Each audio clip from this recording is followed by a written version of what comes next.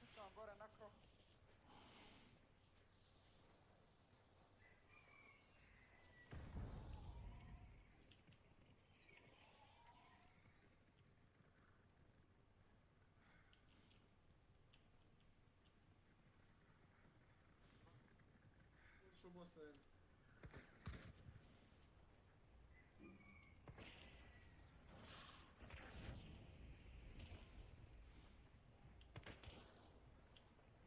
S.W.Frost 1 is now live. Streaming games plus demos, early bird and all of that. To. To.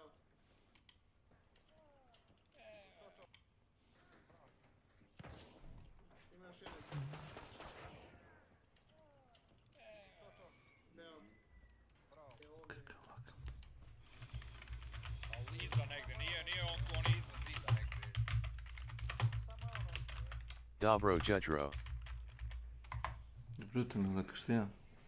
Samo njega vidim. Power up El Katami GG power up R. Hiton. Gotove, gotove. Bravo. To je to. Tako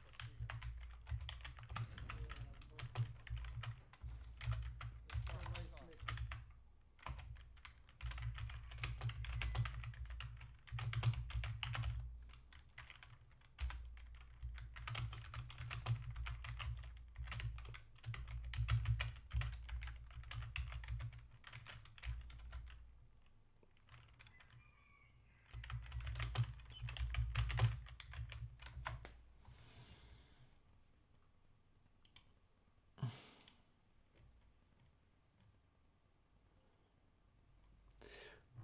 Kako to si bude ovako rano jebote. Aj, rado.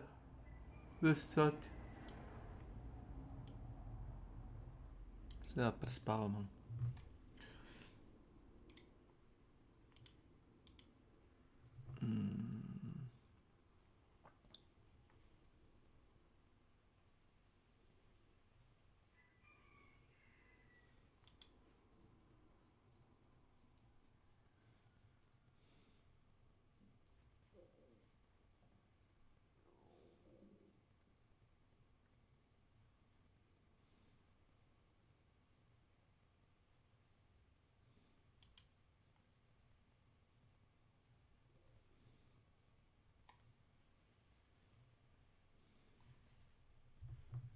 Pak imam nekada osjećaj kao da bi Boris bio botov.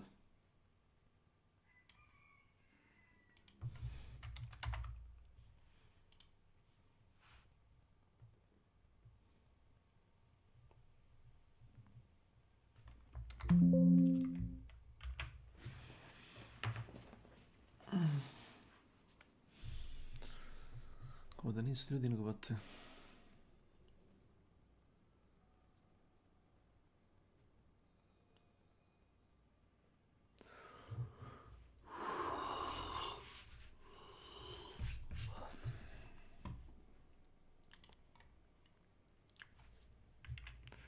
Dat.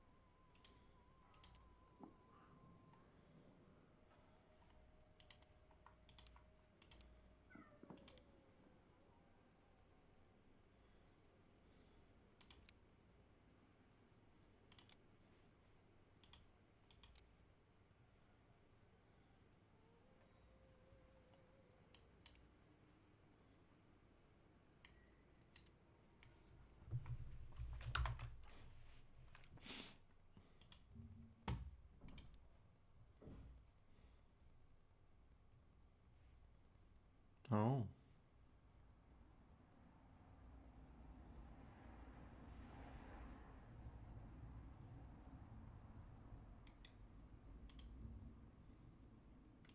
Update 6.9 is coming. I mean, Update 7. And yesterday, Snut gave us some information as to what it will bring. So let's break down the news and speculate what else is on the way. It was only last month, though, that Update 6 hit early access. And with the team pushing for 1.0, they're now giving us smaller updates. And we can expect these probably more often as well. Hence the short time change. There's a specialist unit in the region. And for those of you who don't know, Update 7 will be arriving in November. Snot went on to talk about Your mission has the potential to make a huge difference to the war let's effort. skip ahead. Just and keep your cover heads and remember your just what they training. said would be coming in Update Godspeed. 7 first. Ever since Satisfactory was released, Satisfactory fans have wanted new game modes, and Coffee Stain have hinted at having different game modes added throughout the process of its development. Though a lot of us want things like harder difficulties, random or node locations, creative mode and many more, the first confirmed game mode that will be arriving will be passive mode, which currently Lepo will just vrim change Nepal the Jokau you filter London og, progression smiley and turn face. off, rather than like removing them from Katami the game. you. Creative mode is also available Żywa istina. to access it either Ja, bo jak London. Sisters in France have suffered the German army's occupation for too long. for those No who more. want to access that. With you, we take our Another first thing steps that's in coming liberating with the people. Update 7 Now make is us we're proud. receiving some changes to overclocking, but the only information that we know about this at the moment is that power production buildings are going to have linear overclocking alongside linear power production, whereas it was acting a little differently currently. So though you have linear, It's time to see what makes these enemy special forces so damn special. this does mean though that nuclear power plants will now require less water.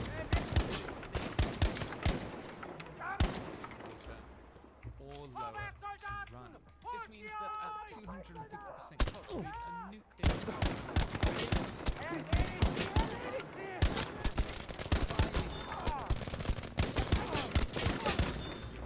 bugs. The bright side of this though is that with a 240 water input, we'll be able to nicely scale this with water extractors, which produce 120 water per minute at speeds, meaning a fully overclocked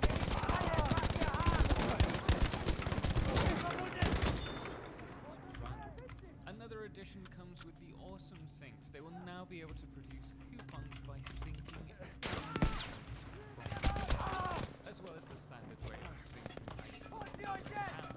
This will make it easier for you to produce coupons in the early game. It is a great way to exploration. Also, players currently in the late game are trying to produce coupons, but are doing so at a very slow rate. However, I would love to see these DNA points being put towards a separate type of coupon that can unlock items other than those that are currently available in the Awesome Shop. Perhaps DNA points could be used to unlock new production buildings, or will be intertwined with the story, but that's just me, I'm always wanting more. I'd also love the opportunity to farm and automate the production of DNA, but I don't see that happening anytime soon. But it does leave the question remaining whether doggos will drop alien organs after they meet their untimely demise. Other changes that are coming include conveyor poles, which now automatically change the wall mounts or ceiling mounts when you drag a conveyor to them. And I must admit, I am super excited to have them. However, I really hope that splitters and mergers will also snap to the ceiling rather than have to clip them onto those conveyors, because we'll find that no doubt they'll be out of line with the grid, something that will be a pet peeve for me personally in my factions. Other than that, they will of course be Dobra. improving the performance of the game and squishing some of those bugs, plus a couple of other features if you have time. Moving on from to talk about Fixmas. Confirmed for the last 2 years prior, but most likely as the update 7 this will happen. Additions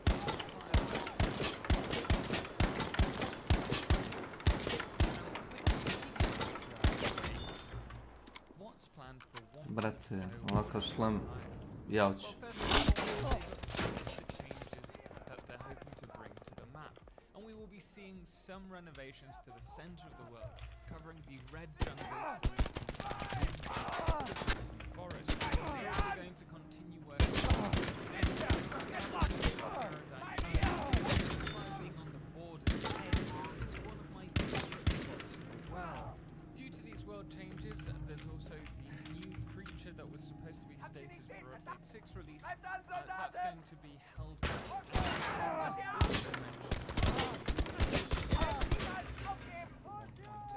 interesting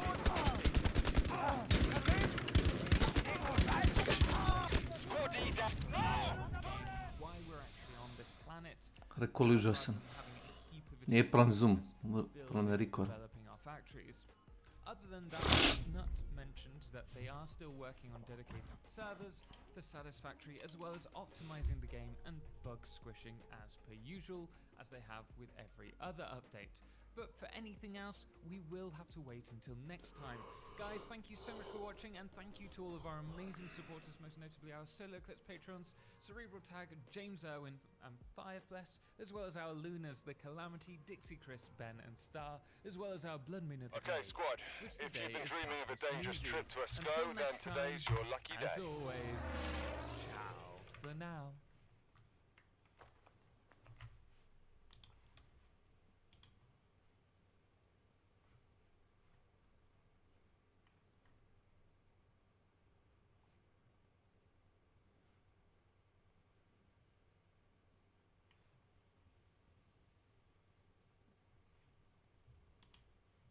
There's no name more synonymous with YouTube than PewDiePie. Felix Schellberg has successfully cemented himself as one of the most important people in contemporary culture. Initially seen as another passing fad amongst a pantheon of other popular faces, his meteoric rise defied all expectations, pushing him to the #1 spot on YouTube. His stardom has earned him appearances in news outlets of every caliber, as well as on legacy media, where shows like South Park have tapped into his brand. With that has also come a long list of controversies. Both office chairs and bridges have suffered from his slips of tongue, not to mention controversial endorsements, being targeted by the FTC.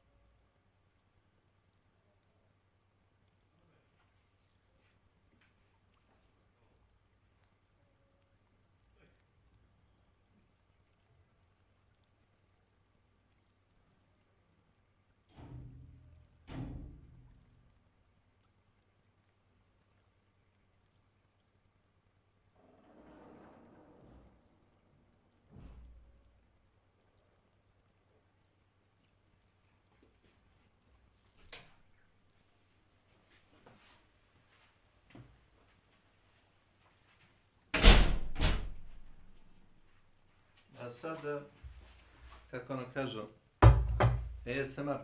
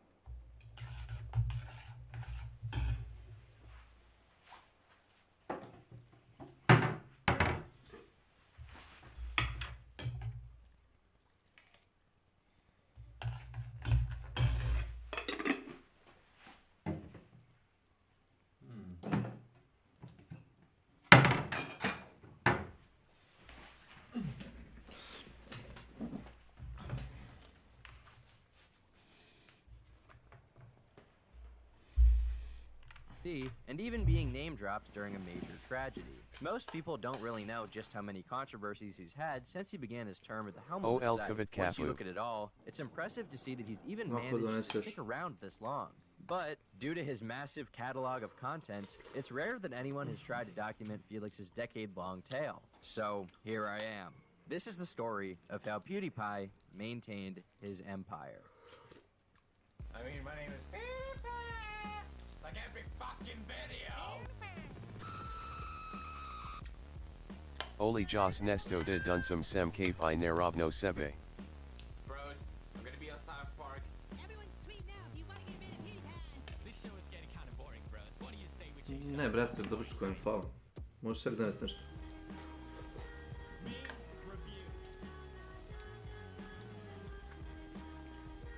Nice try, Wall Street Journal. Just PewDiePie even play games anymore. What a fucking Ja Sam Gov Jereva Eli Nevec 2x. Ja sam vjero, ali ne već 2 puta. Jedi ti 3 puta, ko ti brani. U6 I pre Pola Sada. Gothenburg, Sweden is a relatively large city located on the country's western coast. With a population of more than 500,000, it serves as an important seaport for the country, and as the headquarters for Volvo automobiles. It's also the birthplace of our Imam subject, 89 who joined us in kilograms. 1989. But he wouldn't start using the internet in any serious capacity until around 2006, when he started his Sam first YouTube Bolzad. channel. He titled it That's it. You Die, as a play on the onomatopoeia for Mate, slušaj me Milane. Nisam zainteresovan. Nisam jebeno zainteresovan.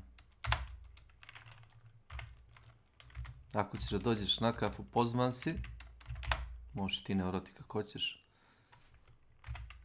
Znači, nisam zainteresovan da te slušam kako mavčeš od ranog jutra. Da, internet cenzura je strašna stvar. Priznajem. Ne volim da banem ljude, ali ako pričaju gluposti, vrlo rado ću ih time out. for the sound of a laser. While people had been talking about video games and recording themselves playing video games for years, the release of Call of Duty Modern Warfare in 2007 was an important turning point. It brought first-person shooters to a contemporary setting, and simultaneously, due to the popularization of services like Xbox Live and Skype, a community was created around the game in a way that every other Call of Duty had failed to do up until this point. This was then brought to a number of forums, as well as video sharing platforms, namely YouTube. Names like CNanners and Hutch became synonymous with Call of Duty at the time, with the people behind them becoming some of the first to successfully monetize their gaming passions online. Felix was heavily inspired by both of these people, wanting to recreate their success and have his own fun posting Call of Duty commentary videos. His interest in the platform as a whole stemmed largely from a desire to express himself, both artistically and socially. Felix grew up passionate in creation with Photoshop. At the same time, he was largely introverted and withheld during his teenage years, gravitating primarily towards video games as a result, but with an ever-present desire to be himself to the outside world, much like the figures he'd come to know on YouTube. However, upon entering college for a degree in industrial economic and technology management, Felix's desire for an outlet grew substantially. He had pursued avenues such as developing and selling his Photoshop art and stated how much he preferred this over his education. But having had his attention drawn to YouTube from creators he looked up to, this medium piqued his interest even more. With an increasing desire for expression, he created his own content actively for a period, apparently still struggling with his anxiety. Felix later stated he was too shy to speak in his first video. Nevertheless, he persisted. He fell in love with the platform and the feedback he got, making him comfortable enough to gradually open up. However, his early time on YouTube did not earn him very much success. There didn't appear to be any clear path forward beyond a simple hobby, especially with his education as an active commitment. As the stagnation continued, in 2007 turned into 2008, and then 2009, his interest began to wane, especially when the feedback and viewer interaction he enjoyed was extremely scarce. He never got more than a handful of views on any of his uploads, and he also failed to accumulate any loyal audience, with less than 50 subscribers. At one point, he tried selling his content content to Machinima in the hopes it would appreciate his videos and give him an audience to reach out, but to no avail. As time passed, he posted less and less, and by 2009, he was so inactive that he actually forgot his password. Despite this, his love for the platform remained, and under it all, there seemed to be some belief inside of him that he could succeed if he persisted. A lot of people, my friends and friends that I met through YouTube, they treated me like I was a big shot on YouTube even before I had like 100 subs or whatever. But I felt that vibe since the beginning. I really did. So I felt like I had a lot to give, and I was ready for it.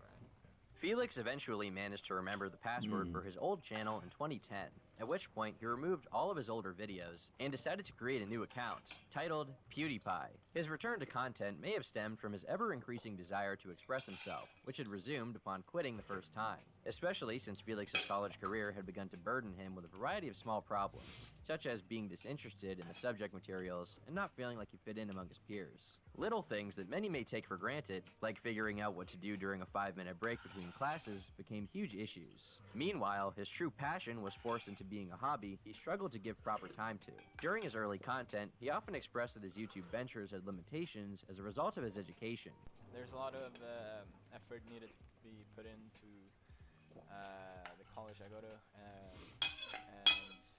I just can't, right now with my last finals for the summer coming up in less than a month, I just can't put my hobby in front of that right now. It wasn't a surprise that after growing dissatisfied with his priorities being as they were, he decided to say fuck it and leave, dropping out of his university. This was when he began to change focus and take his YouTube venture more seriously. With his parents unwilling to lend him aid while not enrolled in school, Felix doubled down and began consistently posting Let's Plays and trying to get that initial audience he needed, while keeping afloat in the meantime with a job at the harbor, and later a hot dog stand in his city. This period is often the hardest part of a YouTuber's career, trying to figure out what will get you that base group of viewers to make people interested in your content at all, instead of simply relying on view chorus. You need to have that initial sub base to grow, because the small but loyal audience tells you that you have some market potential. At this time, he received a promotion from a slightly larger gaming channel, pushing him from 30 subscribers to 100 on the night of December 16th, 2010. Seeing an opportunity for growth, the new year was a time of motivation and lofty dreams. In order to get the ball rolling, he would need to put out enough content to consistently interest an audience and to grow his channel. So, he posted multiple times a day, with Dead Space, Minecraft, and of course, the latest installment in the Call of Duty franchise, Black Ops, being his bread and butter. In February of 2011, he was picking up some steam, with more than 2,000 subscribers having joined him since the beginning of the year. Things only increased as he thought of more ways to break the mold and be more entertaining to his audience. At the time, the two categories that the majority of gaming content fell into were that of skill or that which was funniest. People who were particularly good at the game they played usually received lots of recognition for their impressive abilities, and people who were funniest managed to grow an audience because of their ability to captivate and hold viewers there through their personality. The latter was the category Felix fell into, and as time went on, he realized that there were better games for delivering comedic moments than Call of Duty. After some experimentation, he fell in the horror genre, playing spooky and disturbing games while developing his trademark brand of goofy and outrageous reactions. While there were many he played during this time, the series that ultimately kickstarted his channel was his Let's Plays of the 2010 release from Frictional Games, Amnesia: The Dark Descent. Da damo Milano malo voice. Baš hoće nešto da kaže. Znam da ću zažalit.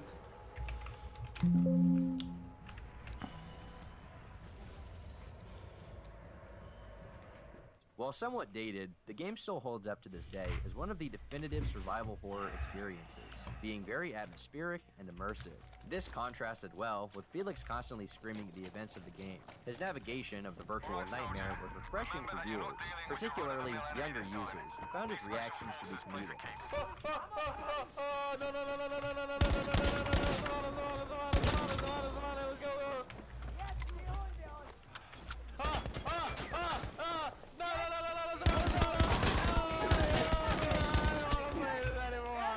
It is worth noting, however, Felix's content was quite a departure from his inspirations. At the time, most of the YouTubers making a living playing games were also entertaining a relatively mature audience, usually those over the age of 16 or watching people like Sea Nanners. In contrast, Felix's humor heavily relied on how animated and zany he was, meaning he attracted a far younger viewership. The median age was around 12, and while his videos were not immediately successful, his consistency garnered him the initial audience he had previously had a hard time accumulating. In September, he passed 25,000 subscribers, a pretty sizable milestone for any YouTuber. Shortly after, he even successfully entered a partnership with Machinima through an association with a friend who was already under the network. After nearly a year of continuous rejected attempts at doing so on his own. This difficulty was especially strange given his channel size. Entering this agreement took a heavy portion of his potential earnings, but was the only means of making any income since YouTube refused to directly pay partner gaming channels at the time. But with his numbers growing at such a consistent rate, with no end in sight, it was a worthwhile decision given the circumstances. His hobby finally had the potential to be something more, and he made sure to do whatever possible for that to happen.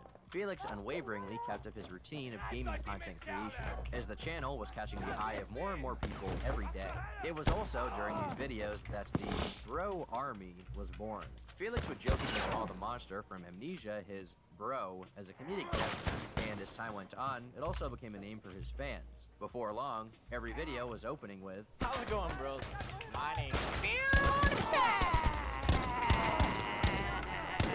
But YouTube was not his only focus in life. He also had a romantic interest. In 2011, he received an email from a female fan who had enjoyed his videos, a young Italian girl named Marzia. Initially responding to her simply because he found her attractive, Felix began speaking to her frequently online, discovering that the two greatly enjoyed each other's company. For a time, however, he suspected that she could have been a catfish, as she was very shy and would rarely send pictures or videos of herself. One of their only means of communication was through videos they would exchange. In particular, videos Felix would upload unlisted on his channel, then sending the exclusive link to Marzia. But his worries of some potential catfish were relieved when at the end of the summer, he used everything he had made from the job to travel to Italy to see her. The two really hit it off. He continued speaking after the short visit. Simultaneously, he showed his ability to think ahead, wanting to be able to maintain the audience he had already built and make sure they would be loyal viewers. In 2011, he began Fridays with PewDiePie, a unique type of vlog-style content. Here, he would explicitly communicate with his audience, thanking them for their support and interacting with their comments. This made him feel very personable. He wasn't like mainstream celebrities. He was, by all accounts, a YouTuber, and a pretty humble one at that, because he was going so quick. Meanwhile, Amnesia had taken over his channel, with upload after upload featuring it as the source material. During the hallowed month of October, he posted video after video playing the game, which was only rewarded via analytics. With each and every video, his channel was growing by hundreds of subscribers, and he was raking in some considerable ad revenue. The same month, Marzia moved from Italy to Sweden to live with Felix. On January 18th of 2012, he hit 100,000 subscribers, a milestone which, while common today, was relatively rare at the time. If previously he had created a formula for success for his channel, 2012 was the time period during which he perfected it. Combined with a number of convenient circumstances, he was primed to become one of the premier content creators on the site, although not even he could have predicted just how far he would go. With a sizable audience, Felix now began to receive some recognition from his peers. One important way he was praised was through the King of the Web Awards. Seen as a sort of America's Got Talent for e-celebrities, King of the Web was a contest in which the audiences could vote for their favorite up-and-comer who was making waves in the growing community. How it differs from singing awards shows in legacy media is that the audience is not given a few people to choose from and vote for. Instead, the voting is left entirely up to the promotion of the creator involved. They have to rally their audience. Felix did just that, and subscribers, he won in February of 2012, donating a $6,000 cash prize to a wildlife charity organization. This is one of many charitable donations he has made over the course of his career. Around then, he also stumbled across a game that would replace Amnesia as his most iconic medium. Happy Wheels was a game initially released in 2010. In the game, you have to navigate a number of characters in a very bloody, cartoonish fashion. Oh no, my bicycle! You can kill my son, but you can't kill my bicycle! God damn it, Playing the game was a huge hit for the PewDiePie channel, being one of his best performing series to this day. But it wasn't all fun and games. As with every up-and-comer at the head of their genre, PewDiePie would still have to prove himself to the internet at large. It wouldn't be any easier to do this when YouTube specifically began rewarding his content and punishing those who had come before. One of the most popular genres of content on YouTube prior to 2012 was animation. Independent animators would post their original works to YouTube, with people like Tony and Pebbles, and Rubber Ninja being some of the most popular names. Hey, At the Snake. time, the YouTube algorithm, the method by which YouTube promotes different What's content up? to different people, also heavily favored animation. What's up, Mr. It's Legend? Jew. Oh, the Jew. What's up? How's life? Oh my god. How's weekend going? If I remember, you are from Europe.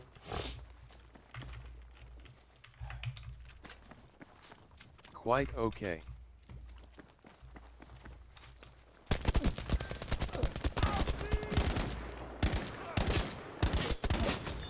Getting married Outstanding work. anytime Excellent soon. job. I'll be waiting to shake your hand once the extraction team have you home safe and sound. That's a joke.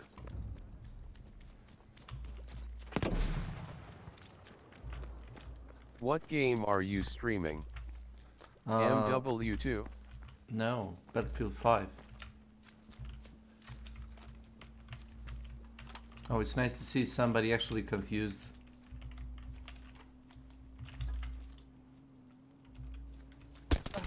Okay. Smiley face. No, I'm kind of a not fan of that.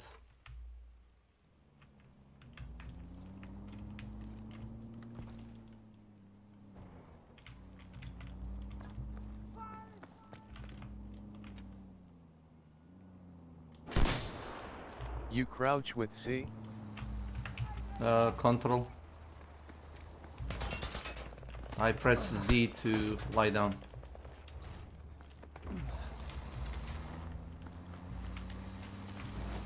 Charges set, look lively! Okay.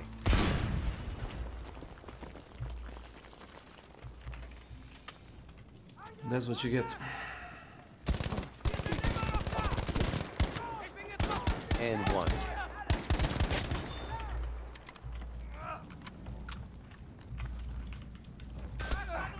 Never even saw it was mad.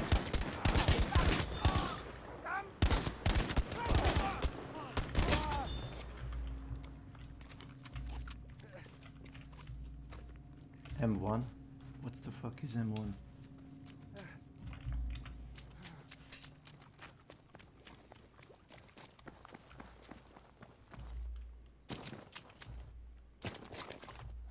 Nice one. Oh, dobar dan.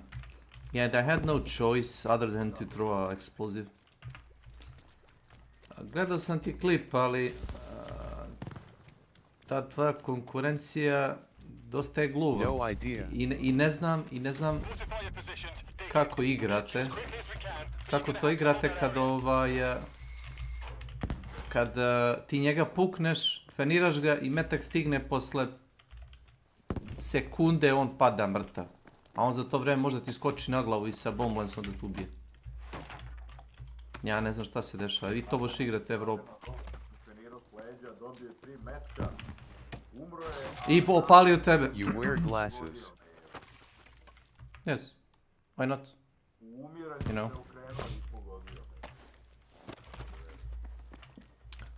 Ti si isfenirao Kane-a, ja sam gledao. Isfenirao si Kane-a, onoga što je imao bomble. Pao si dole i čuo sam ono posle pola sekunde. A imao I je... do too. You nearsighted? We have enemy troops moving into the extraction zone. Or both?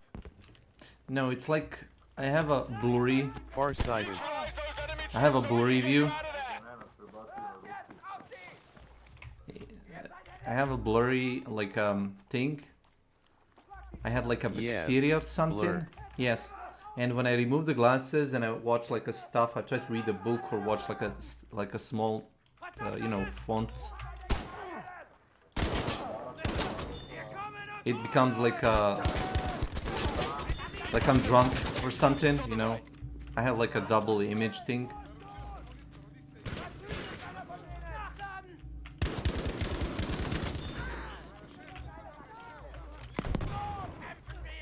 That's nice. It's just not sharp. Yes.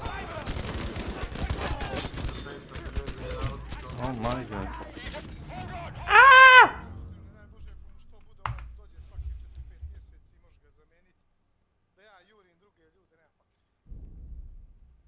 Extremely blurry.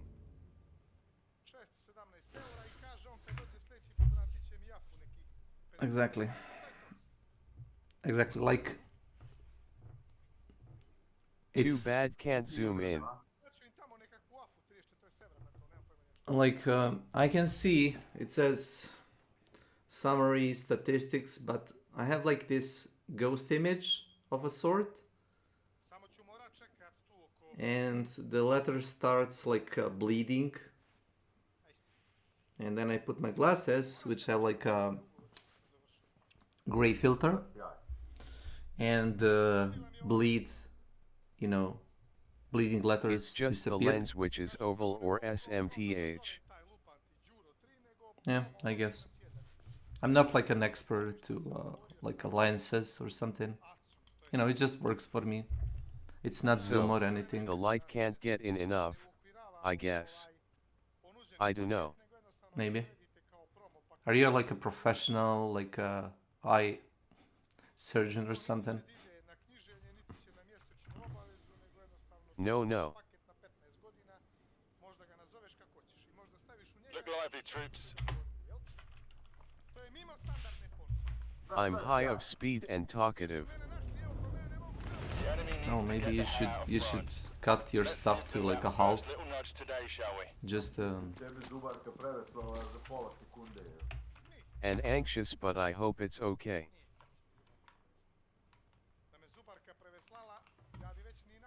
It's not a big deal in reality.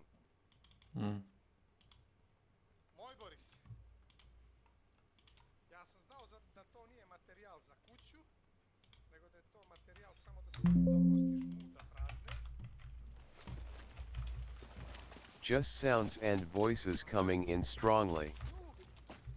Oh. Well, friend. Mess, but I'm okay. Friend, I think you might wanna lie down and relax a bit.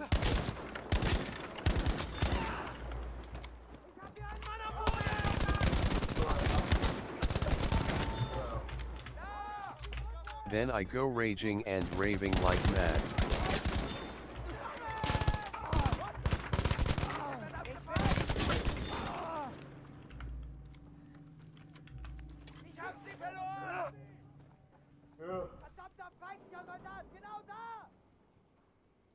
Thought I'd join Snake's stream. That was kind of you. Thank you, sir. But if you're feeling dizzy or like maybe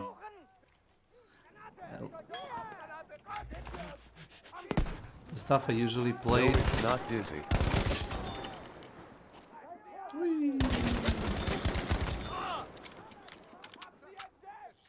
Dizzy is nausea, right? Yeah.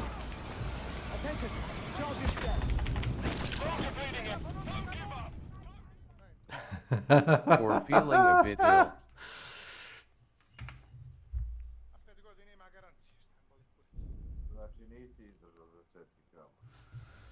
That's a cock move, the flamer game.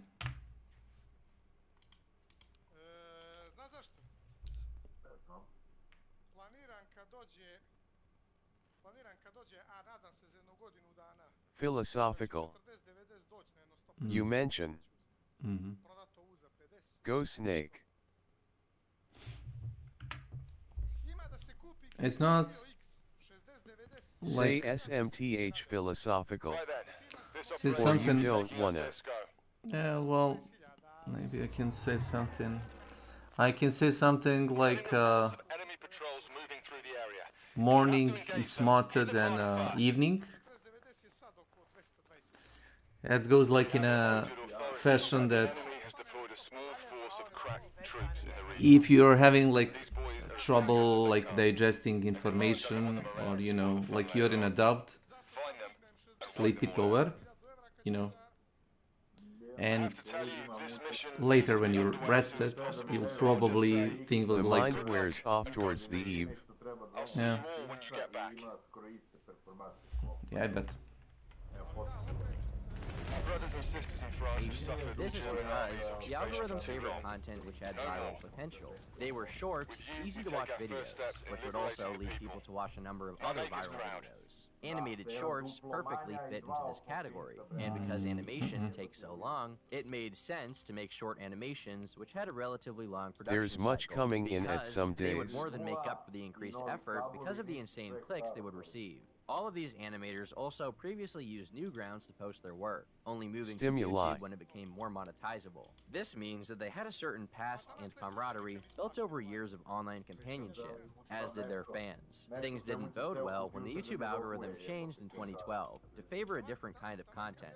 Instead of rewarding people for infrequent, short videos which would go viral, YouTube began promoting videos that were posted extremely often because they kept people on the website for longer and therefore allowed more ads to be delivered to viewers' eyes. But of course, with the time that it takes to create an animation, there was no way that these people could post every day, so their revenue streams were greatly impacted and they suffered as a result. Does independently produced animation have a future on YouTube? Quite frankly, I believe if things don't change, it won't. It's based on a number of factors, and one is frequency of upload, the other is length of video, both of which are things animators are sorely challenged in. This was the time when reply girls reigned supreme on YouTube. Girls who showed cleavage in their thumbnails and posted video response after video response to different popular uploads in order to leech off of their views. The YouTube community didn't take well to these channels, with them being bombarded with criticism from the rant community. But reply girls didn't last long, as they were heavily mocked by bigger faces, in particular, animators. Snake08, I guess. And so, with the reply girls out of the way, the next focus of these detractors became the newest and most popular form of It must seem like a display of, in it's particular, just a the man reaction to heading the genre. paranoia. In November of 2012, No. Jaltoid Are you uploaded a seeing video Roger the mocking Rabbit and competitive nature of Smurfs? this channel. If you're, Snake08 hype. if you're seeing Smurfs, Compared to the first one, like, favorite, and subscribe. This may seem like a ridiculous criticism now, with so many YouTubers today doing video after video playing the same game, but at the time it was a compelling defense against them. This was followed up by an animation 2 years later from Keto Sausage, titled Please Die Pie. Welcome to the opening of my new gaming channel. It's gonna be wacky and unique.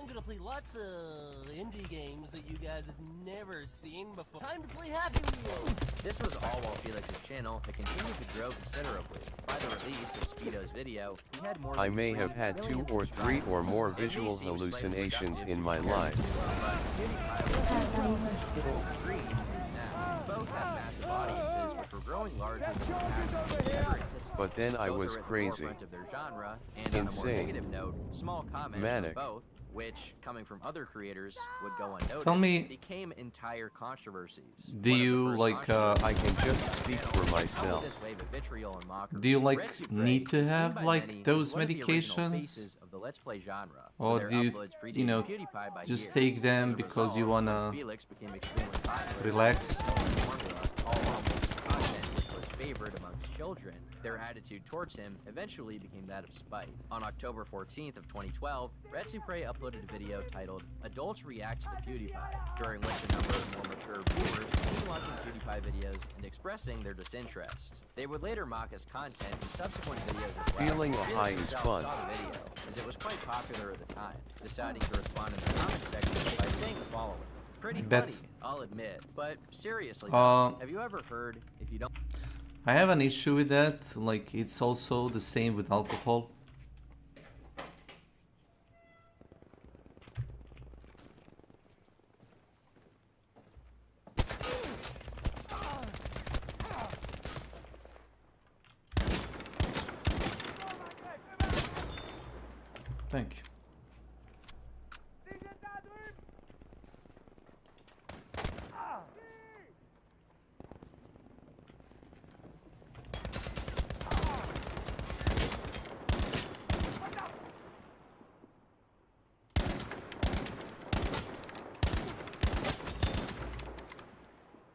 Okay. Having a lack of control of With my... alcohol it is heavy. And with you know, medicine, it's not. I'm not criticizing you. Total loss yet. You can go.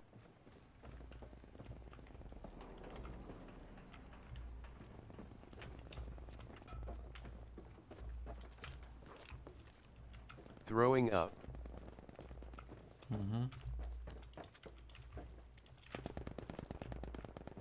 Losing balance. Okay, please continue.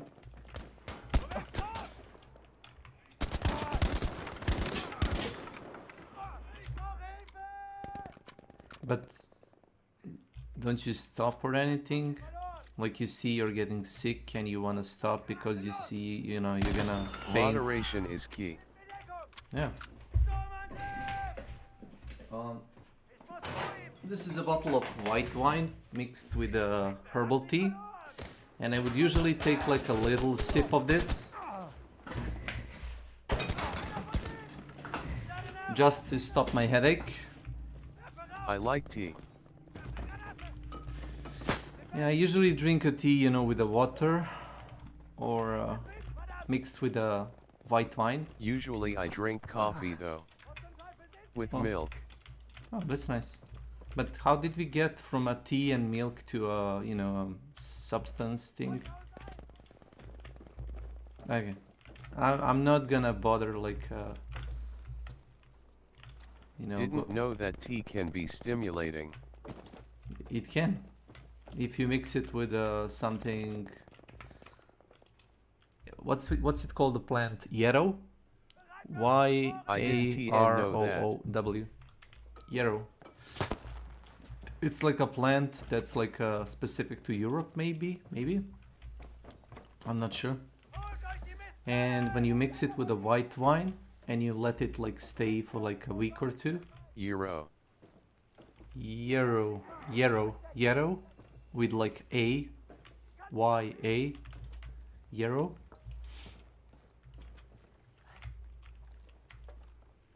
Yarrow. Exactly.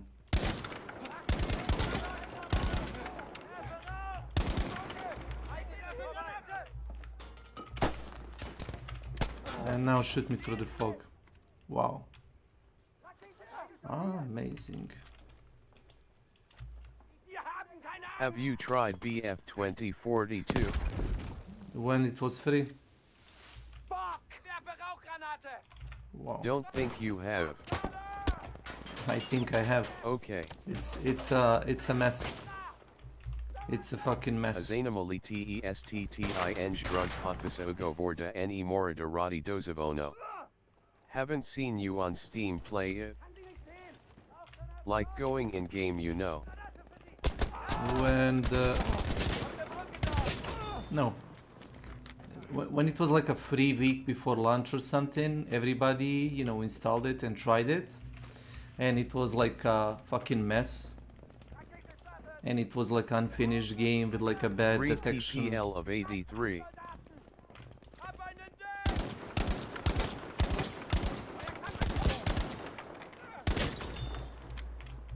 Yeah, you're right.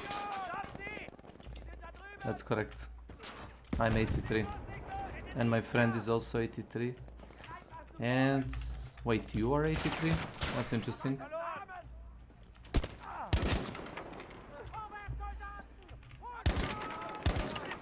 When are you going to get laid?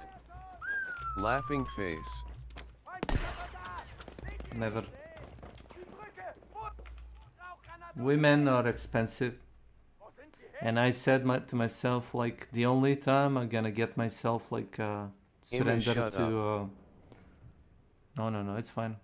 Like, pleasures of a woman flesh would be when they show, like, interest in me. And I'm not gonna, like, go around running like a maniac and buying expensive shit and doing, like, stupid things. I don't mean to laugh at you. No, it's fine. It's fine. It's like a thing... No, what the fuck is this?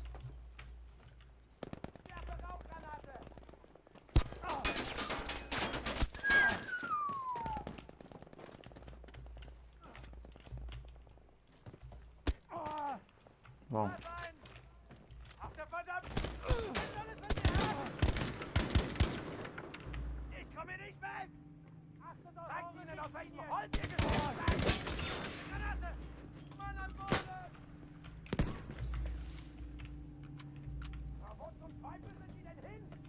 Slidiness.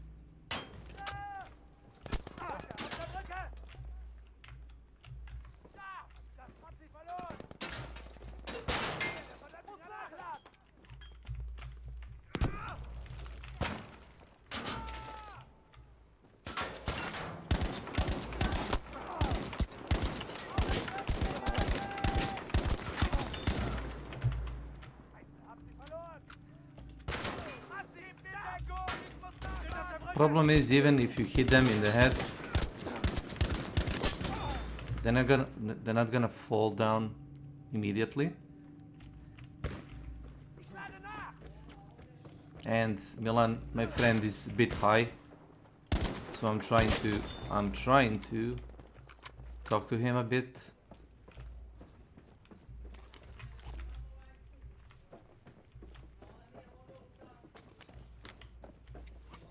So he doesn't feel so bad. I don't have a sex life either, head. It's fine.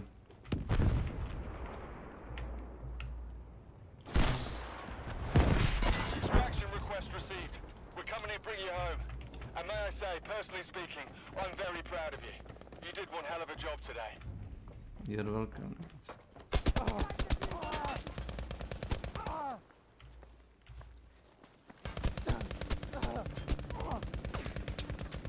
I choose not to be dominated by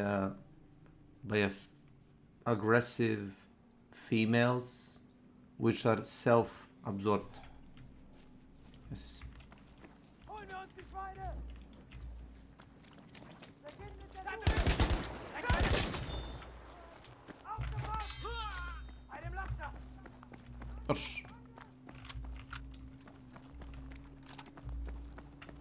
Thought you were joking there for a minute. Or you was. I don't know. Wow. I never joke about like city stuff.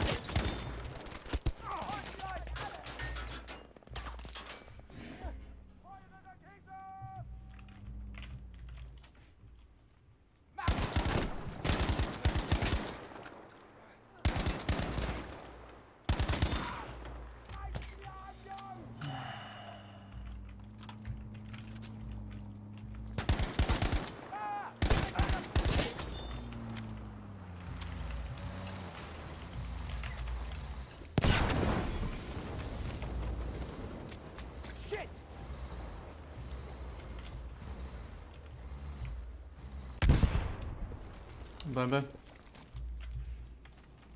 I would want to get together again with somebody in the future, but I'm unemployed, mentally messed up sometimes, almost broke, and I'm afraid to approach a girl.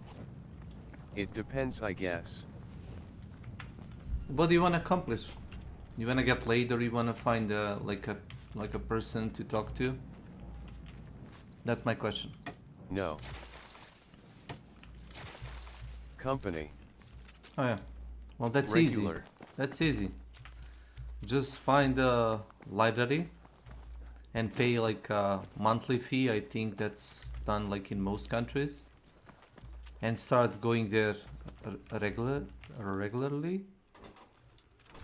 And I think, I'm not sure, but like there is like a populace of girls that's like being readers that you probably don't know about. And you know, you probably could like have something I'm looking in for common. work as a volunteer. A what, daddy? Daddy. No, I didn't say daddy. Library.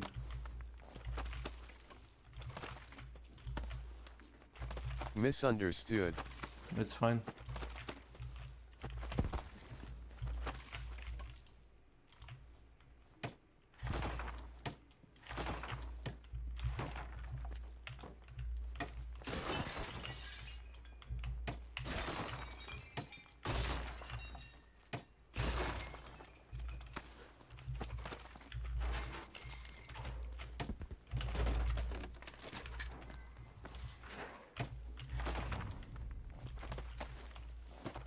I remember you being called another wannabe streamer by a guy. Enemy incoming! Open fire! Oh yeah. It's like these guys. They called me like a pops, or like a daddy, like alerting that all of them are young and I'm like a old person, which is reasonable.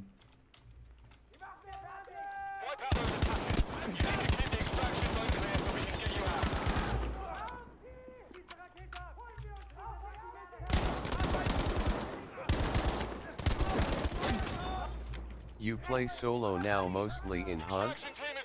Yeah, because Hunt is stressful game, and people tend to overreact, like scream, shout, get stressful.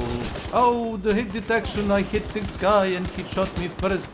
He shot me through the wall. This guy's hacking now. I'm like tired of that shit. I'm really tired of that.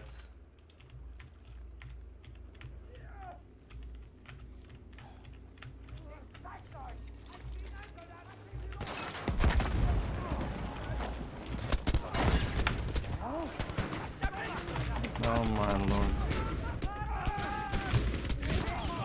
Keep your nerve and keep your chins up. We're on our way to get you. I just wanna win or play well and then yeah, I go running around scared, haha. What do you consider win? Do you consider win killing, like removing everybody on the server from existence, like taking out all of the teams and taking all of the bounty and looting all of them? If you consider that a win, you're playing wrong game, because you're not gonna find everybody. That's like the first thing, because a lot of people are going around doing their own shit, like KD sniping or doing like their daily things.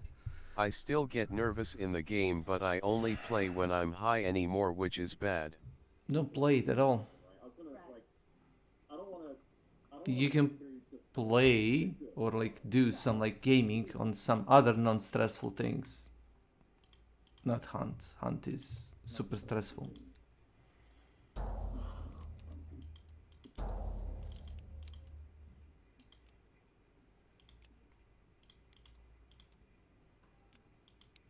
Mm-hmm.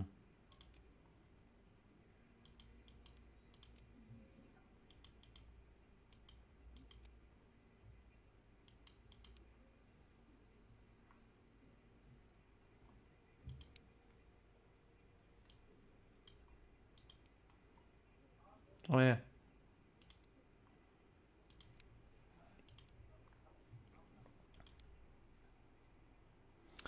Hip fire. Mech.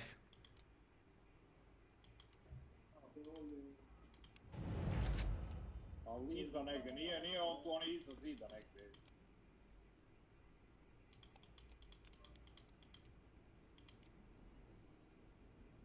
Samo njega vidim.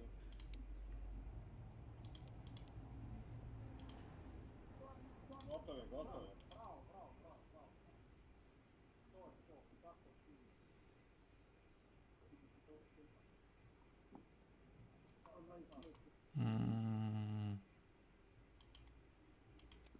Let's see.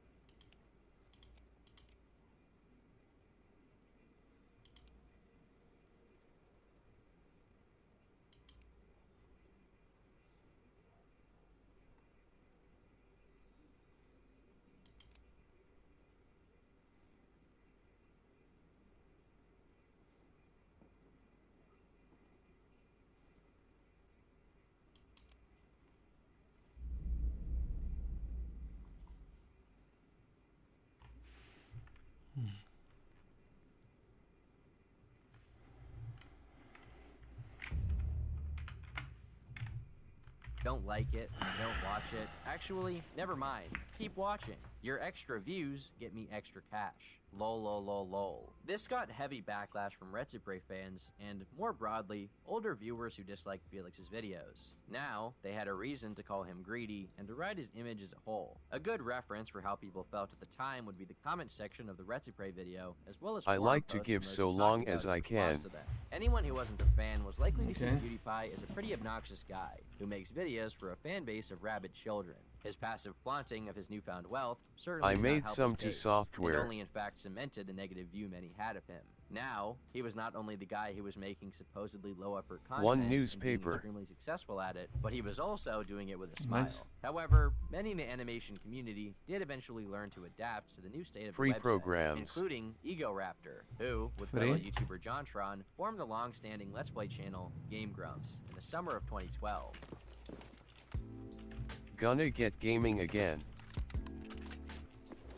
I mean, Despite some it's derision like from the greater community, Felix still had Have a a good really one, strong NHF. following, which was Thank you, continuing man, to grow thank you, man. at a rapid rate. In December, he left his network Machinima, citing disgust with their lack of involvement with the channel and general disinterest in any of the work he was doing, all while collecting a significant paycheck from him every month. He also continued to post episodes of Fridays with PewDiePie, including one where he went on Omegle and surprised his fans by connecting them on his own self-named cat.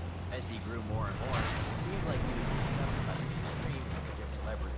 In February of 2013, he hit the 5 million subscriber milestone. Just a few months later, he received a profile piece from the New York Times alongside Smosh and Ray Johnson. Impressive shit. His growth seemed unstoppable, with million subscriber milestone after milestone being passed with each month in 2013. Publications like Forbes predicted that he was making more than $4 million that year alone. By July, he secured the number 2 spot, with the only opponent left to pass being Smosh, who had been the most subscribed channel up until that point. With 12 million in his audience and a revolving door of new viewers flooding to his channel, thanks to the benevolent and generous algorithm, things literally couldn't have been better. It says the most subscribed YouTube with 12 million. We're actually 13 million now. Yeah! 2013 and 2014, but when PewDiePie became comfortable, having had some time to adjust to his newfound fame, he took the opportunity to shout out to his favorite fellow creators, including people that were making one huge successes in his own right, although not on the same level as Felix. In one episode of Fridays with PewDiePie, he promoted a mom wrecker, Davey504, and a small gaming YouTuber named Jacksepticeye. At the time of the video's upload, Jack had just 2,000 subscribers, but a day later, he had more than 10,000. Jack followed the same basic formula that Felix perfected years prior, making videos where he played horror games that Outlast and reacted in goofy and exaggerated ways. Many have credited this with kickstarting Jack's career, as his channel only snowballed in popularity from that point onward. He also took the time to grow new connections with corporations who played big parts in the online space.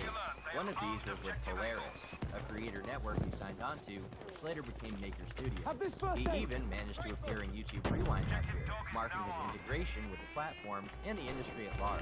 This mirrored his metric success. In 2014, he passed 20 million subscribers, pushing him farther ahead of the competition, all of which were trailing millions behind him and could simply not compete with his growth. It was also at this point that an interesting figure emerged in the YouTube community who challenged PewDiePie. Dylan the Hacker was a 14-year-old troll. He posted video after video declaring war on various websites, including Reddit and 4chan. He threatened to hack them and rail them with petty insults, all while yelling at his website. Eventually, he turned his attention to PewDiePie, making a video about him in 2014 titled PewDiePie Roast. While it was obvious Dylan was not actually some experienced Black Hat scripter, many assumed he was actually a kid trying to explain his subjects in sincerity, and as a result, the uploads were heavily disliked. PewDiePie is an absolute joke. He's not a true gamer like me, and if I ever see him in real life, then I'm gonna do what I do to all nerds. I'm gonna throw him in a trash can. PewDiePie, you better be afraid of me. Take down your channel, PewDiePie. Take it down, or I'll hack you to the moon. Dylan famously claimed that he had stolen Felix's channel, as well as his girlfriend, Marcia. Eventually, Dylan would be directly acknowledged by Felix himself, with the two doing several collaborative videos later down the line. As the bit was furthered, with Dylan supposedly having hacked his channel while the two bantered about getting it back. A similar series of events unfolded with a kid known as Malcolm, a name Felix invented to protect the identity of a user who made several amateur videos criticizing him, something which he stumbled across by accident during the filming of his reacting to PewDiePie hate videos. Like Dylan, he too would respond, leading them to have a fun back and forth that accompanied both of their channels. Malcolm's involvement in PewDiePie content was arguably greater than others who received similar attention. He was acknowledged in over 15 videos on Felix's main channel and accumulated over 100 Myślę, że znajdziesz ludzi sa telefonom da pričaš, samo trkaj i izađeš napolje. Uvijek imaš običaj, kad uđeš u prostoriju, da ovako. Ja vozim krenuo kod tebe, kada nešto pomogneš, ja rekao nešto, pomogneš i sve. 20 godina svinje ne držimo, znaš. I svi ima svinjarac, u njega ima, ne znam, da neki džakovi ili nešto. I on kaže, izbačimo da okrećemo. Ja rekao, što ćemo, svinje držimo? Pa da izbačimo ono prostor da ono okreće. Izbači stvari svinjac. Pa da, 20 godina ne držimo svinje. Znaš netu, neko staro biciklo, neki stari bojler. Njemu je sad palo na tome da nešto radi. I slušaj, oni mi sad ne, ja rekao, znaš šta sam rekao? Ja rekao, dobro, kupujemo svinje, da ja ne znam, jel? Ne verimo, kupimo svinje, izbačit ćemo, okrećit ćemo ti.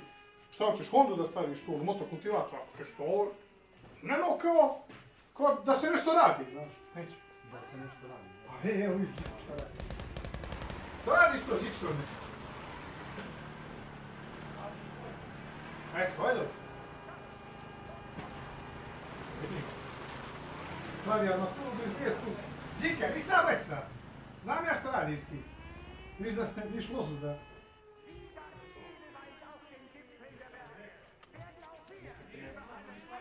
Pa, a što ćemo? Meni kad je sujo tako reka, znaš šta sam mu reka? Ne, da ja znam mene komšija nije napravio da ti, no ti, ja nisam mogao biti glupi ni pametniji od tebe, tako sam rekao. Kad mi kaže magač, ja mu kažem magač. A uzeo si ti te finte. Nisu to finte, on samo reka, razmisliš šta pričaš. Ako on kaže magač, on kaže magač sam ugodio. Ako si ti da gudu, da može on biti, ali ja. Nije komšija, otac, no, otac je i... Nisam za to fintu nijekoga. Gdje je kava? Čekaj, ajde. Kada brate? Bravo, džika. Nije ujutro.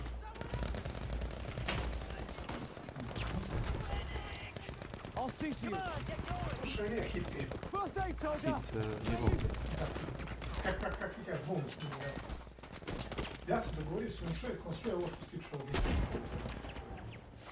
I on kaže, vidi, ja imam mnogo postaje, ti smo se sve dogovorili, ja ću dati tvoj broj pravnici.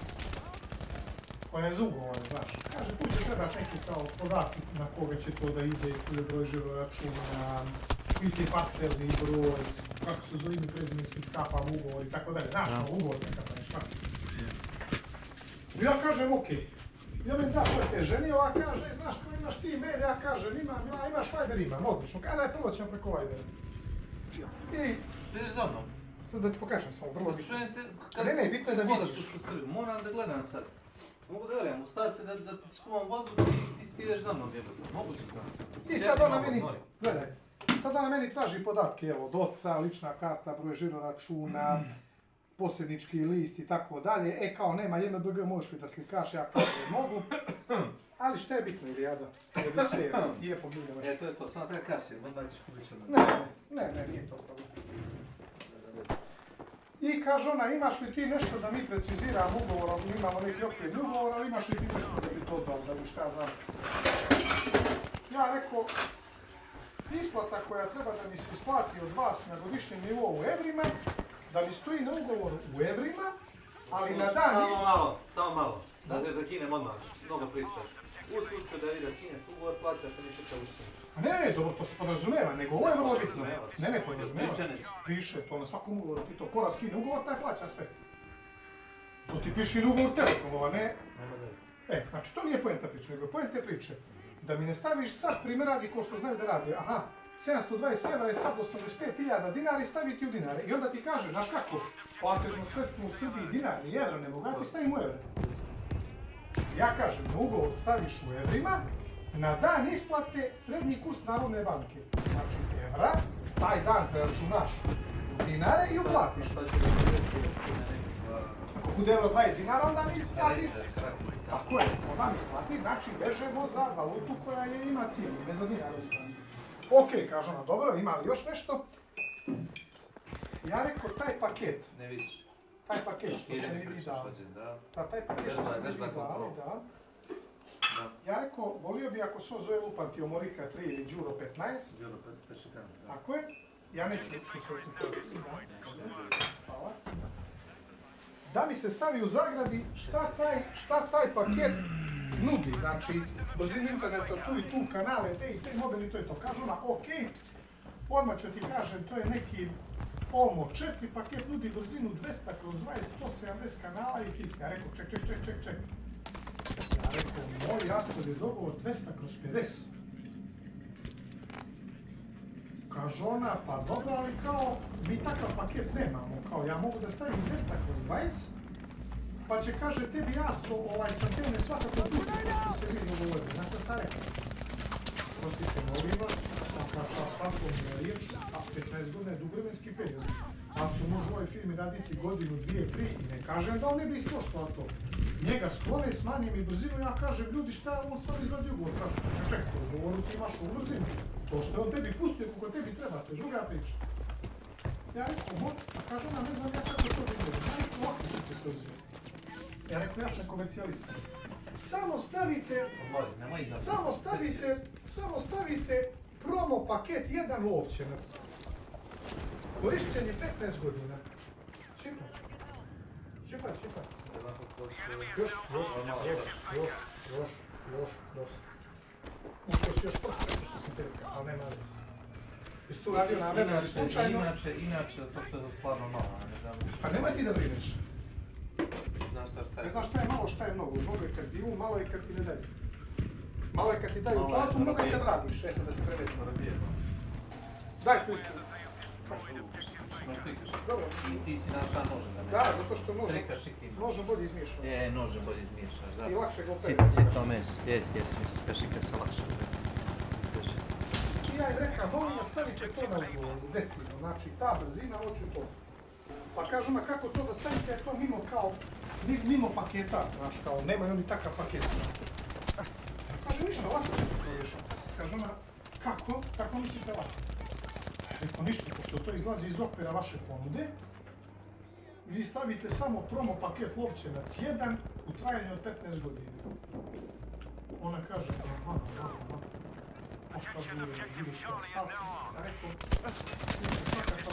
ja sam sve ispoštovao od usmenog mog glasovog dogovora. On je rekao da će biti sve ispoštovano. Ja vam samo kažem, ali proverite mi mislite da sam ja lupio cifre brzina i ostali smo. Ne, kažem, u redu, počuću se ja s njim, pa ne bi bio. Mislim, ne znači meni Ilija da li 200/20 ili 200/50, manje više isto, ali neću, ako je rekao 200/50, ću 200/50.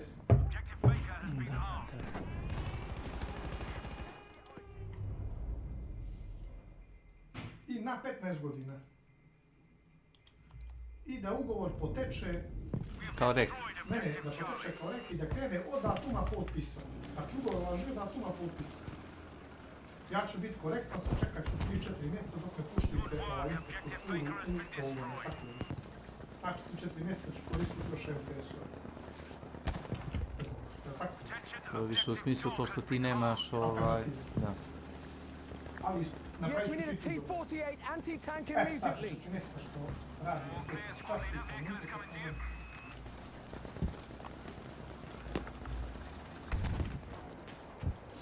Listen to me, soldier. We need a smoke barrage. These coordinates. The enemy have destroyed objective dog.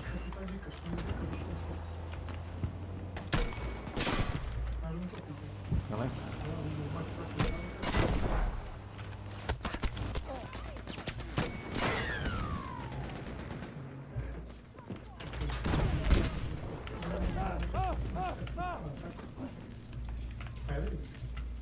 Ti što se mene tiče možeš u bokserici se šetati tako.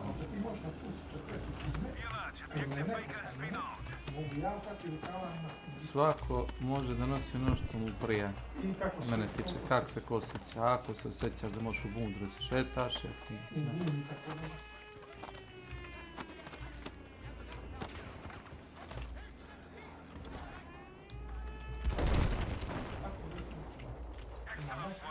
Neki su neću potpisati ugovor, mi dali mi brzinu 200 kroz 50. Iako mi ne znači, 20 ili 50. Naravno da ti ne znači. A? Naravno da ti ne znači. Ni realno mi ne znači, 20 ili 50. A šta ako ne mogu to da ostvare? A ja znam da ne mogu.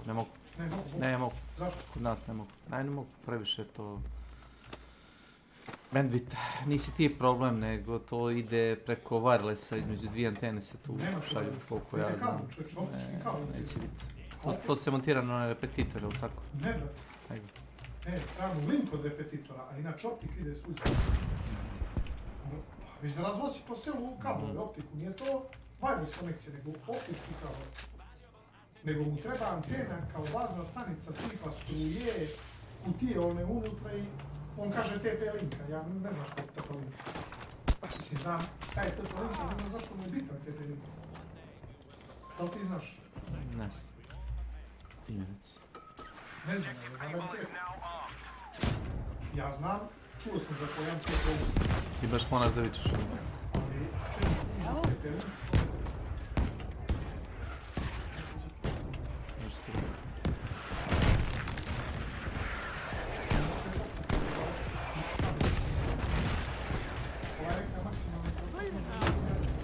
Smoke going out!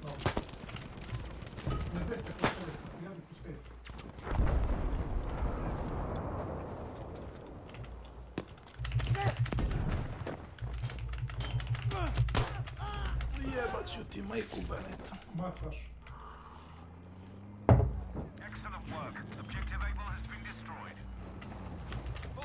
Have this first aid!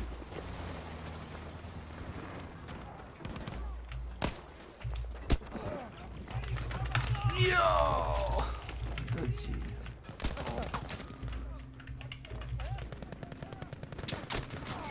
Pile na vile. Dođi pile na vile. Dvojicu sam sad iznapada nože.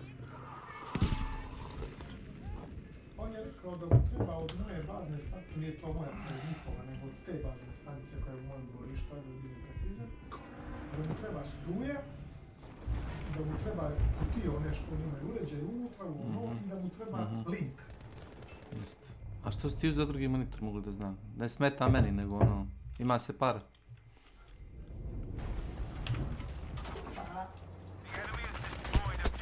Nisam uzeo selice, još čekat će neki već tajde, ali doneće mi ga. A, to donišiti. A ne, doneće mi. Neće Selić doći prije... On je sad prošao kroz Srbiju, otišao na odmor, ali neće doći prije 25. decembra. U njihovom, tam možda 2 dana mora. Da, pitao sam zašto sam uzeo... Pa imam u planu da kupim dijelova ili ne. A ti znaš da ja ne prošao kao da je bušao. Shodno u novim dešavanjima, ne finansijskom i tako dalje. Imam u planu da kupim 40-90 kad dođe da sprešim. 40-90. Jesi li gledao novi video od onoga Linustika? Da, jesam. Znači ono sada po 2000... Ne, nije o 40-90, nego o novoj Radeonki koja ne košta $1,500, nego košta $1,000 njenu cenu. A to me ne zanima, ja hoću najjače. A ti hoćeš najjače. Jesi gleda one izveštaje da je čovjek izgorio kompjuter zato što to sranje vuče struje kao... Da, moraš da imaš gledat. Jesi gledao da izgorele kablove i čudno? Da, zato što treba Nije to 1000 treba ti za grafičku od 1000 evra, treba ti napanje od 200 evra, bukvalno. Više. Znači... 1000 vati napajanje, recimo svi Sony će potpisati da se... Ne, tako napanje. A to isto 20 evra napajanje. Nije ono kući. Jedna sam završio s vama. Ako ne bude sva svijetka, to je to. Sjećam ovdje svaki 2 godine. To biće 2 puta. 2 unazad? Na 2 godine unazad ovi MTS, ne ovo vezano za kabel. Ovo za kabel je posebno. Nego ja sam gdje vjerovao i ne nategao ove, što su već 20 godina počeli. Što su mi postavili A1 MTS na baznu stanicu da ja to ne znam. Aha, a ti si to s pravnikom sređivaš, šta? Završi mi to. Ne bi ja to mi kopirao. To su događali, to je par. Ali to ok. sam radio na silosima po 14 sati, znači dođem jedan kući, za malo me opalim kombi koji mi bojište, znam da mi razlog toga kako ja ulećim u ono sposto, čak ne znam. Ja ba tu ulećim u bojište kombi. Ovo vidi samo nazad. I za malo me opalim, ono, sve korište mi se parkira, nisam nešto očekivao. Ja rečem, što je ovu pičku materinu nervozno sposta, vidim ja kombi A1 piše, vidi. U sebi što će biti pođe kad ja imam telemnorovnu baznu stanicu, što će biti pođe. Ali rekao, ajde kom tam, možda oni nešto sarađuju, pa ovaj tu bio nešto blizu, pa da im čačne nešto na stanicu, ono kapiraš, ajde, tu je pa... Tako. I ja, okej, nema veze, ništa. Prate, prije jedno mjesec dana, 20 dana laže, ja u dvorište, došao izvrda sa s kafe, što ti kaj stoje u dvorište. A1 džip, na baštu mi, A1 kombi mi u dvorište. Na baštu došao kafe. Onaj veliki džip su mi, znaš. Ima kran. Ja vidim, brate, dvojica kao oni planinari, na antenu, gori ovaj diže. Kao žar. Bravo. Ovaj diže im onu opremu, kapiraš, ono, kad dva bojla, kapiraš to. Da. Ja kapiraš što se radi, ali ja bezobrazan. Znam onom finu livnu, znam onom što se radi, ja malo što sok, ja, može li čaj sok. Ja donio ladno Coca-Colu podijelio, počaš udjeli poslije, ja rekao sam, kad ste malo te oči, nema problema. Ja rekao, vi popravljate Telenorovu baznu stanicu, ne, kao što dižemo mi A1, naš uređaj je go. Ja rekao, kad ste vi s njim u kooperaciju, vi čuva ima jedno 2 godine da, a oni budu priču, kaže, oni su najiznajmili prostor na baznoj stanici ovoj. Ja rekao, čekaj, zar vi nemate vašu A1 stanicu, tamo na kraj sela, ne, kaže, PMDS-ova, slučajno će gledati, da kućiš, ne vrlo, znaš. Sve para, važni, hvala, ja, neko suju, gdje ti ja ne vrlo vrlo, pa rekao, daj mi taj ugovor. I onda je ugovor, ja čitam ugovor na temi, da oni nama plaćaju zakon samo za sebe.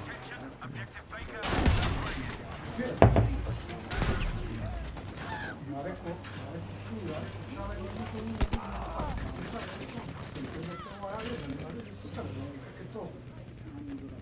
kako to misliš? Pa rekao, što stavili opremu gore? Pa kaže meni otac, pa to je njihova stanica. Nije da njihova stanica, stanica je Telenorova, nije A1 stanica.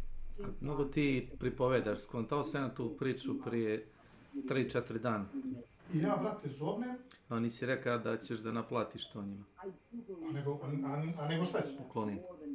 Završi to.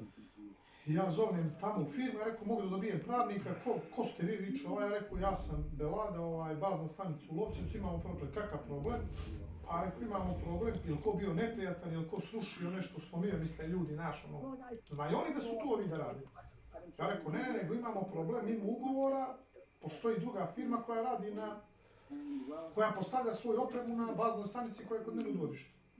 O, kažu, ne zna, sad ste da pravnika, ona mi da pravnika, mi spojim, tamo ja dobar dan, Belada, zdravo, Belada, Vlado, ovdje, dobro, sve okej. Belada, Vlado. Belada, ovdje, on kaže, Belada, Vlado, ovdje. Da. I pričao mi, ja rekao, imamo problem, kakav ja opet ponovim, kaže on, sad ću ja da vidim ugovor, nađe odmah na kompjuter ugovor, kaže, ne vidim šta ovdje diskutabilno.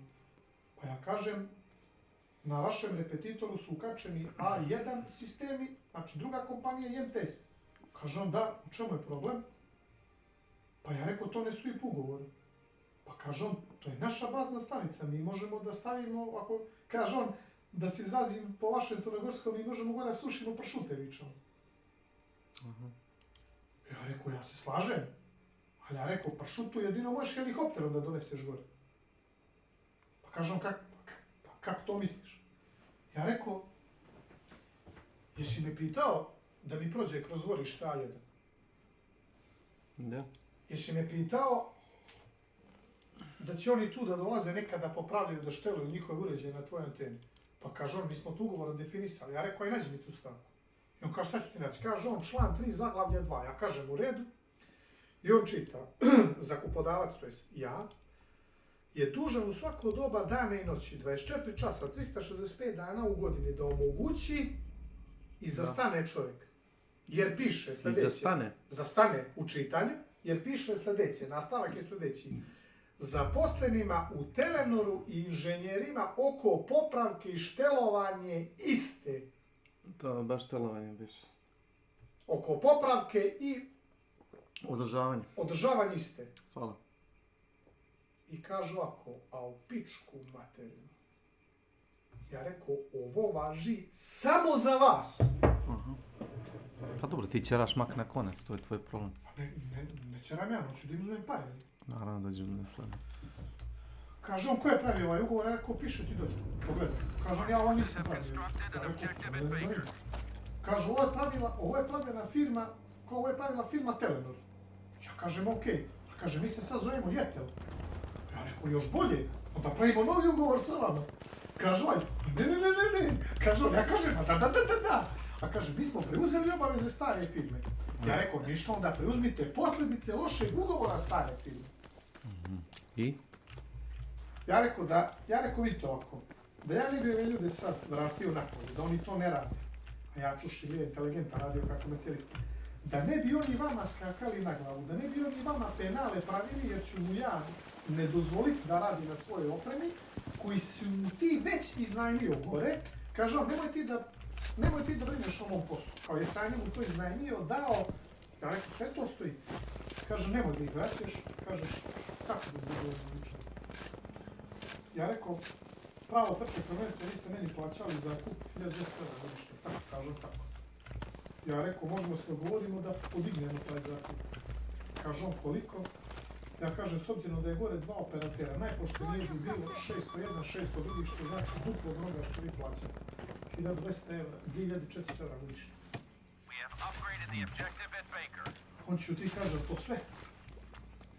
Ja kažem, to je sve i da se na tom novom aneksiranom ugovoru stavi za te dve firme. Ukoliko ti, to je tvoja firma, tvoja vlastna stanica, bude htjela da kopča i treću, i četvrtu, i petu firmu neku, da isto mi plaćaju kao i vi. Je li to sve? Kaže, nisam. Kaže on, u redu razmišlja, rekao, samo malo. Koliki je rok ovog razmišljanja? Kaže on, to ne mogu da ti kaže, moraš mi zvanično se obratiti mailom, poslao mi mail, ja sam mu napisao mail. Ja rekao, je li dovoljno mjesec dana da razmislite vi, tim pravnika, vaši novi poslodavci, tako da. Kaže on, nadam se da ste. Ja rekao, vidite, ako daje nam časnu riječ, a mi, Crnogorci, kad damo riječ, to ja slušam. Prođe li mjesec i jedan dan, kogod se pojavi na rad na baznoj stanici, vratit ću ga. A vi znate koliki su vam gubici ako vam stanica ne radi jedan i jedini dan. Kaže on u redu. Znaš koliko bi se javio? Koliko? 7 dana je napisao mail i napisao da su oni spremni, ne mogu da plaćaju bitko, nego umjesto do sadašnjih 1200 da nastavljaju da plaćaju 2000 evra godišnje, ne 2400. Ali, da mi retroaktivno unazad plate 2 godine po 2000 evra, što su ovi već tu.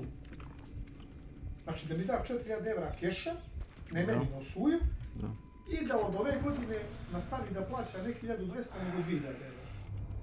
Što bi značilo, 4000 evra ću dobiti para, 2000 evra, a? Da. 2000 evra će mi dati produžiti ugovor i ovi 750 za kabel, to je 2750 i 15 godina džabe internet. Tako da ću da imam godišnje oko 3450 evra i 4000 evra novca. Od tog novca, najvjerojatnije dok je meni otac živ, ja ću da vidim ovo, pogledaju, ovo ću dobiti od toga, možda će me častiti 110 evra, a najbitnije mi od svega jedna druga stvar, i ne treba mi dobro. Najbitnije mi od svega jedna stvar, da ne moram da razmišljam u internetu 15 godina, da idem na poštu, da uplaćujem 4200 evra mjesečno, da me kroji od plate, a druga stvar, kad oni odu, pošto je otac rekao da posle njegove smrti ugovorna obaveza prelazi na njegovog sina ili ti mene, kad oni umru, ja ću imati jednu penziju da ne moram da radim od nekih 275 eura mjesečno.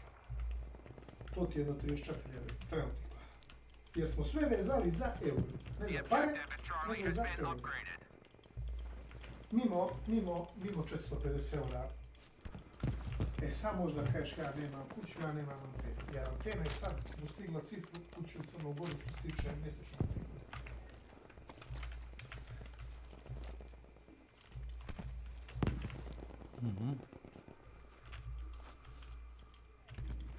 A Boga mi Ilija,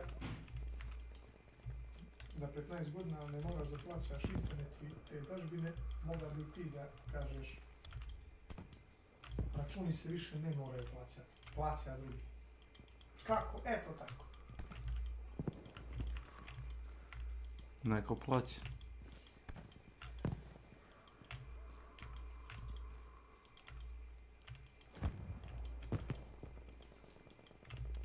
Zavisi od zime, od snijega i tako dalje, ali najkasnije do marta će oni pustiti sistem. To je pola godine, tako je. Koliko tebi važi ugovor sa MTS-u? Ti si ga skoro potpisao kao ja, ili? Ma kad je ono bilo? Bres.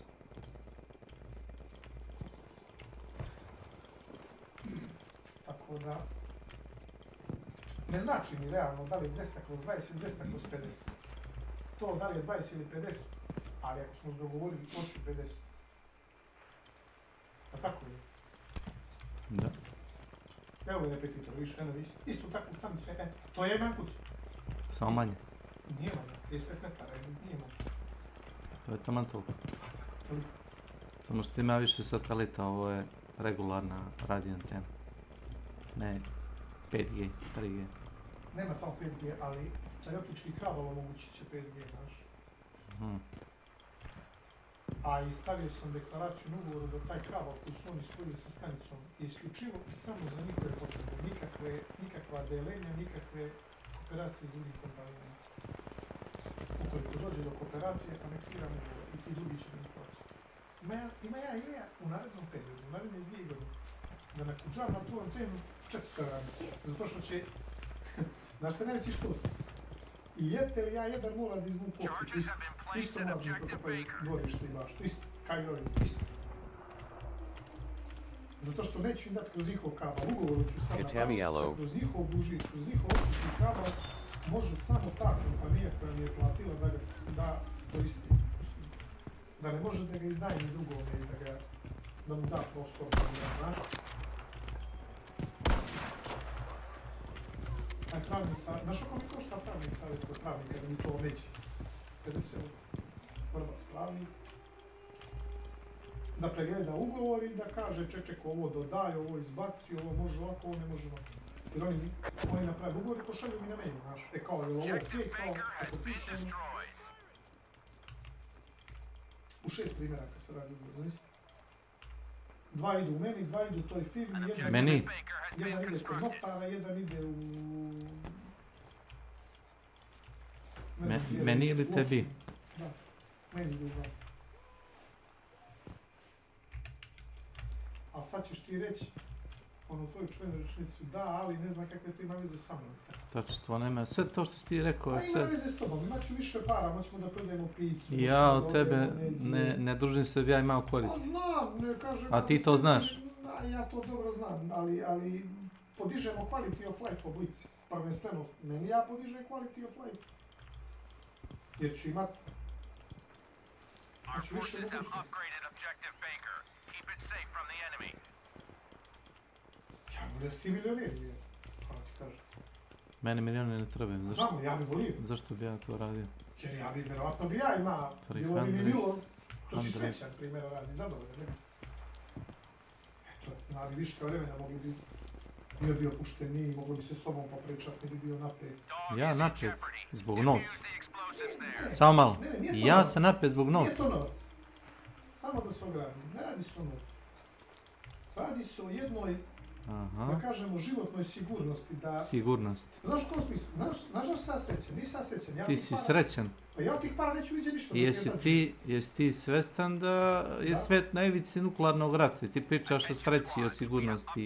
Ja, to ako me zakući, kako meni, tako i Bill Gatesu, tako i Musku, tako i... Odjednom si zaboravio da... Ne, pa ja znam to, ali ja sam svestan toga. Odjednom si zaboravio da Ukrajina planira da koristi prljavu bombu. Pa jeste, ali šta ima s tim? Jesi zaboravio na to? Ja, šta ima s tim? Pa ko prvi povuče prekidač od nuklearnog arsenala? I tebi, i Ređu, i Elonu Musku. Ali ja ne vidim zašto si ti toliko entuzijastičan kad razumeš sve sutra može biti planet i pepeo i džabe. Pa, to je, ali onda je to za sve. Onda je... Injustice for all. Tako je. Onda je džabe i stanica, i džabe i kuća, i džabe i bogati rođaci u Ameriku, džabe i Elon Musk, džabe i čakarica, sve onda džabe. Čakarica? Pa, džabe i peku trojeđe C, džabe i koza, džabe i džiki. Nije koza jedna? Nebitno, 17, džabe i... Jesi bio kod njega, nisi? Jesi. Jesi vidio nisam ja? Neko prednje dvorište. Ne. 10-15 ima. Neka i da Bog ima 115. Ne kontaš, to... Znači, to je... Nego si me sad prekinuo kamača, volim ja to. Ne radi se o parama. Radi se o novcu. Ja od toga novca, dok su mi roditelji živi, niti ću da tražim, niti ću... Vjerojatno će mi nešto dati. Ono kao, stavit ću. Ali ja tražiti neću. Aha, a ti si to uradio njih radi misleći na sebe u budućnosti. Tako je. Jesam li to dobro sročio? Ja sam to uradio sebe u budućnosti radi. Njima je mi blizu. Ma za koliko je sreće od njima? Nekada je bilo djela neko kopaju. Koji je bilo djela, isti normalno. Ne kaže on briga mene za internet, ovo ono. Briga tebe kada ja plaćam. Ko sad Đika da kaže, briga mene za internet, ti ga plaćaš. Plaćaš neki internet? Plaćam sve. A normalno da će Đika reći briga mene za internet. Hoće li mi ga da džabe, će mi ga nije platiti. Njemu je svakako džabe, jel? Đika. Ali tebi vadi iz džepa tako. Radi nešto obaveze, pa plaćaš. Mislim, može, Đika će nešto sliče, ne može ni bez toga. A drugi dan bi vidiš tako, nema televiziju.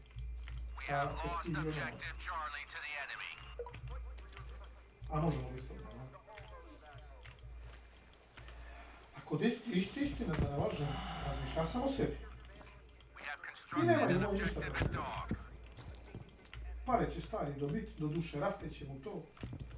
On bi radije bio da mu ovaj da 10.000 eura. I da završimo s tim i da imam trenutno pare, to je to, kao svi stari ljudi. Da, ali ovo je bolje što sam, bolje po meni.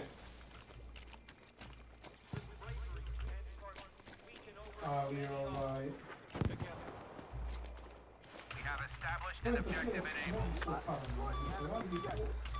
opet, ovo je moje razmišljanje, možda ti imaš drugo. Ne da možda malo, imaš drugo, čim drugčije radiš. Moje razmišljanje, ja samo pravim neku bazu da ne podatak, moram... Kako? Podatak. Ne, bazu sigurnosti, tako kako da ne da ne moram po svaku cijenu kod kretena, gorih, bezobraznih, podmuklih, od mene umno slabih, glupih, da radim, da me zajebavaju za minimalac. Jednostavno, tako to bezobrazno. Neću da radim kod slagača, kod sloboraca, kod bosanaca, kod nekih tupana, nekih da ne iskorišćavaju. Ja ću reći kao i 50% ljudi što radiš, nebitno, ti, Đuro, Pero, Marki, ja kod Savića.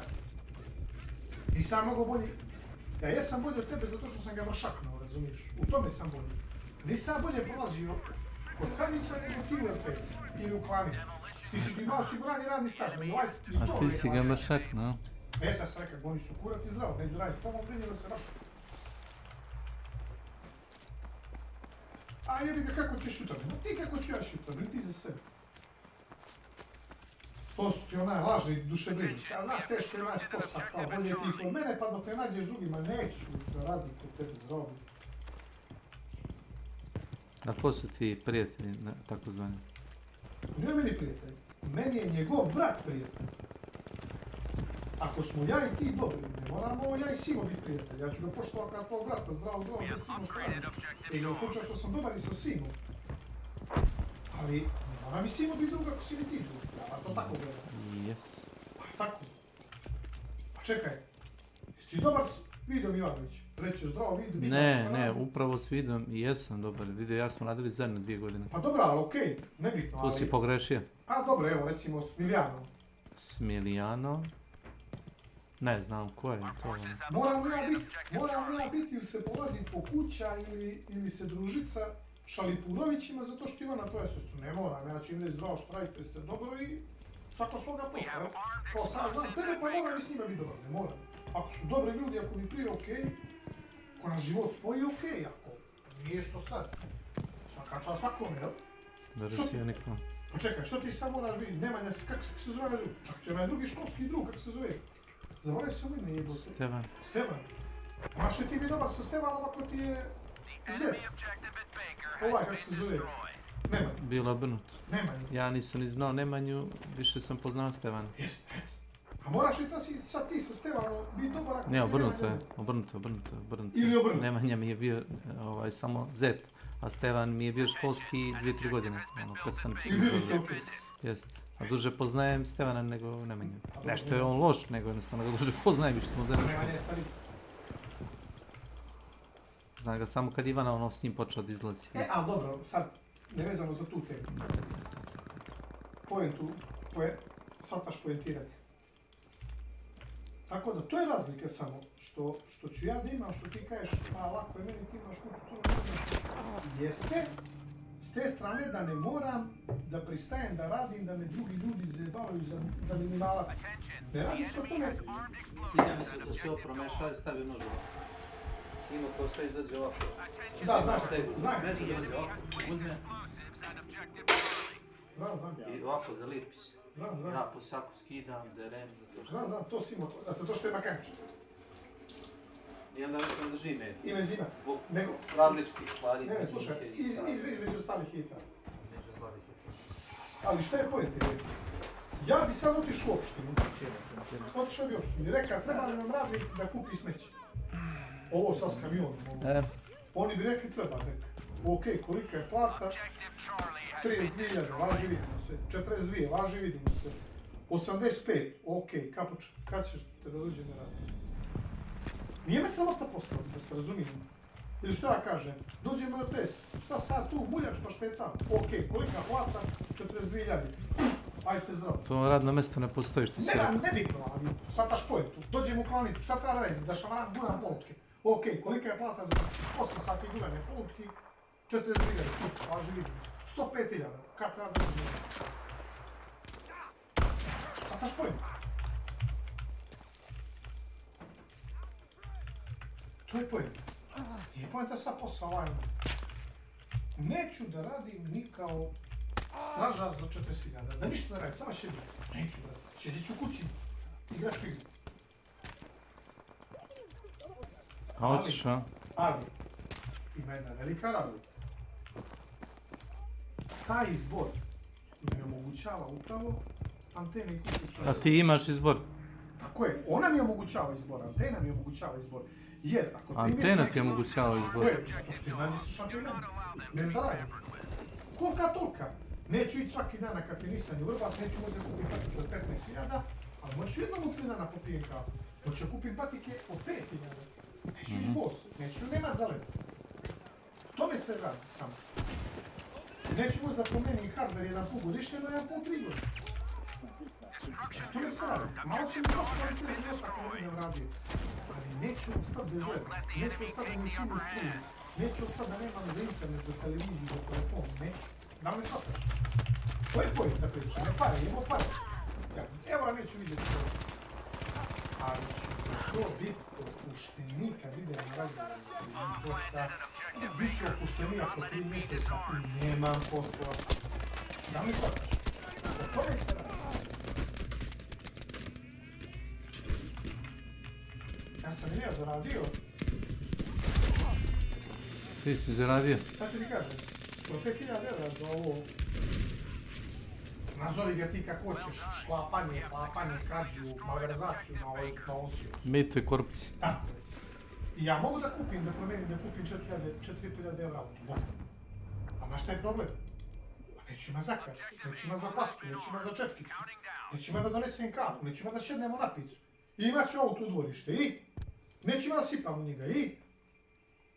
Kontaš me? Isto da radi bud.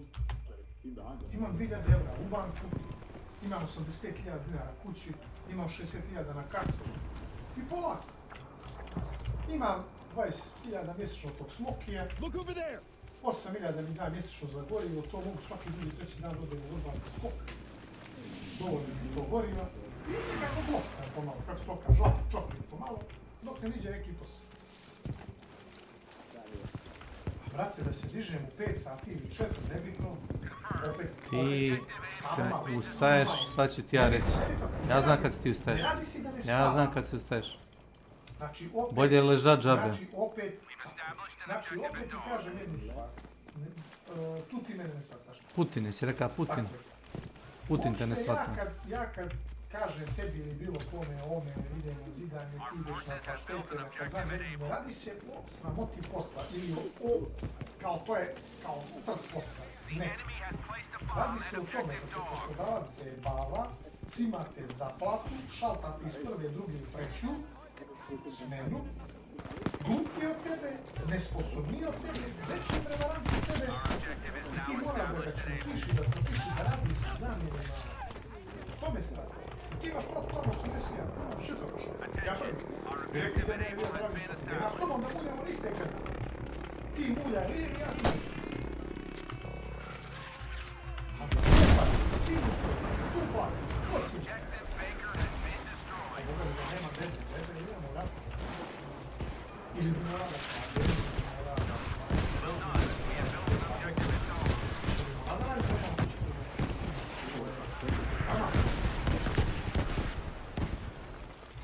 Meni samo ta pozadina, te kuće omogućava da mogu da...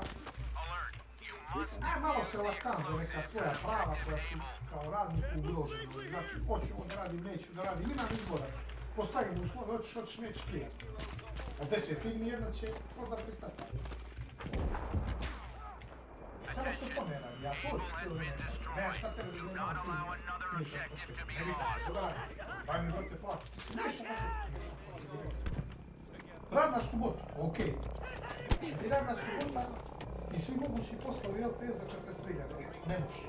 I da radim danas od 4 šutra od 10 jutro, a prek šutra od 10 jutro. To ne može, košta malo više. To cimanje, to su najjače varijante. To kad čujem to, tako slično poslodavac ću aktivno. Mi ovdje svi radimo sve. Kako to svi radite sve? Onda daj mi da ja budem direktor. Malo 2 dana da budem ja direktor. Ili da budem finansijski tako. Ti bi da budeš direktor? Ne, pa mi ovdje sve radimo. Kako su rekli meni ono? Ne sam radite dušanac. Duša da budem duškarist. Ne, mi ovdje sve radimo. Kako to mislite sve? Pa ako nasložiš duškaši, ti ideš na njivu, preću trebariš krastavce, onaj tamo dan istovara šleper, onaj tamo dan... Čekaj, 5 u 1. U redu, nema problema. Pristaje mi to, kolika plaća? 42.000. Ne moraš mi se unositi u faci, čujem te vrlo dobro. Unosiš što se te priča, što je tvoj problem? Nisam ja u logor, ja imam taj. Pa kako to misliš logor, biću? To je logorski taj. Samo što me ne biješ. I platu, nešto dobiješ u sigurini, tipa tegle, ovo, ono, nebitno kod tebe u basenca kuler, a nešto uplati to, mazda na tezanje, kasni mjesec, 2, te čutaci. Kaj malo čuje. Up you go, soldier! Look out! Gledaš si druge tačke. You owe me one! Dobra ti je trebno. Bolje ne treba za mene. A znam, dobra ti je trebno. Trebno, znači, danas jutra pekšu. 5 mjeseca prije. Nije to pojeno. Po čemu je pojeno? Pojeno je o tome da moraš da malo... Mora malo, da? Da malo razmisliš i par godina unapred.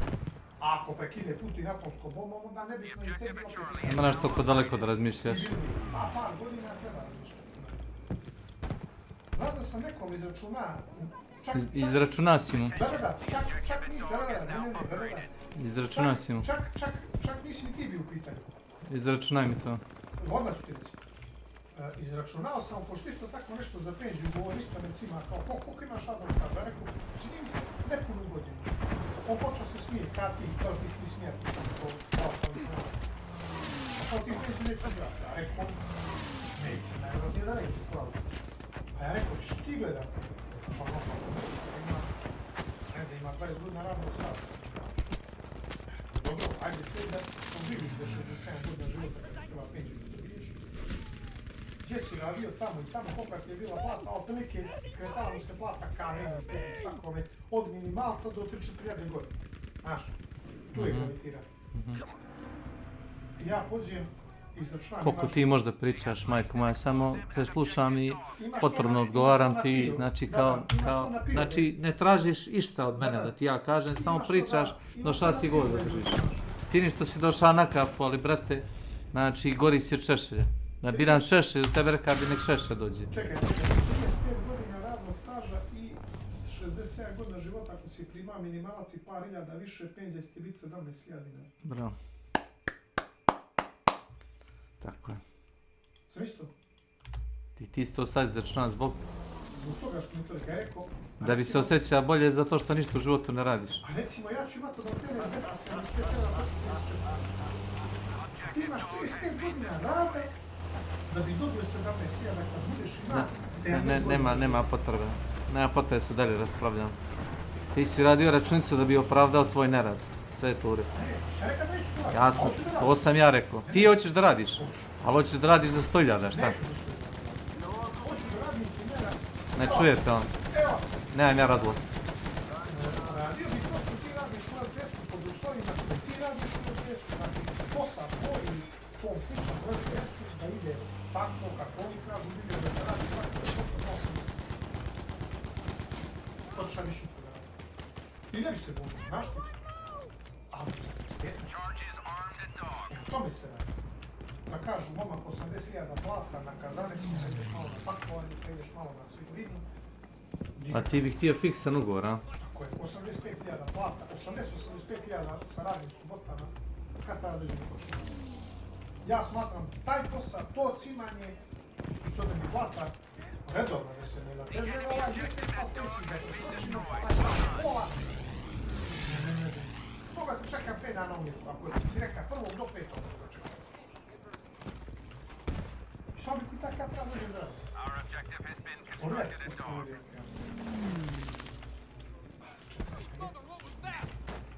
Može da 45. A da radim od 6 ujutro do podna i da se subotom ne radi i da radim recimo na kontrolu. Kontrolu let. A šta ste spakovali, ti uzmem papir na haos ima 1000 konzervi na recimo... Ti bih htio posao od mog zeta, vidim je. Za 45.000, taj posao. I subotom da ne radiš. I subotom da ne radiš? Ne, tako je. A ako hoćeš tvoj posao da radim... A tvoj posao je? Ovo što ti radiš, nebitno, da ideš u 4 u 5 ti kažu da radiš na pakovanje, na smještenjima, kazane na sirovinu, na čišćenje. Može, znači da prestanem, ali za 85. I subotom su 85. Ja platim 2 radnika. A onda, ti radi 2 radnika.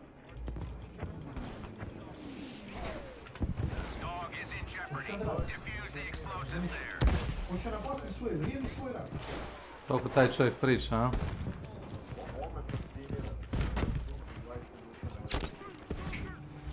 Jesi primijetio da samo on kvak, ja samo da, ne.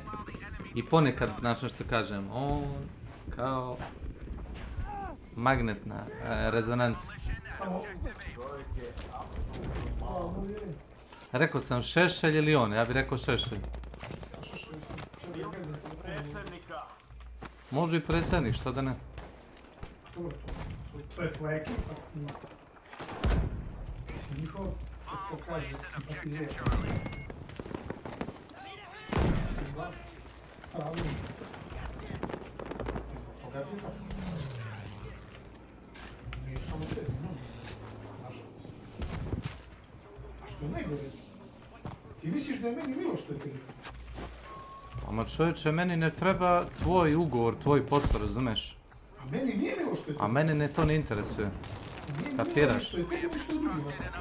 A ujedno i meni. Bez obzira što ima mogućnost da, ajmo reći, ne radi. Ali nije mi milo. Ma ne interesuje mi. Jel ti milo što oni ljudi tamo sad sede u onome bunkeru u Ukrajini, jel ti to milo? Nije mi ni to milo. Jel ti milo što oni ruski vojnici idu okolo i ne ginu, nego razumeš, kamo je... Rokaju. Ne rokaju, nego nema izbora, razumeš, ide da ubija narod koji je ono bratski. Zamisli te pošalju sad u Crnu Goru da ideš da ubijaš Crnogorce. Jebi ga, šta ćeš? A nema jebi ga, možeš ti da kažeš neću, ne mogu, ne želim ljudima život uzme. Što ti se god narodi? Ali me briga, bolje da robijan proće rat i izaću s robije. Pa dobro. Kažu što je bio, zato što neće da ubija svoju braću. Pa dobro, okej. Imaš, uvijek Ne imaš. interesuje me.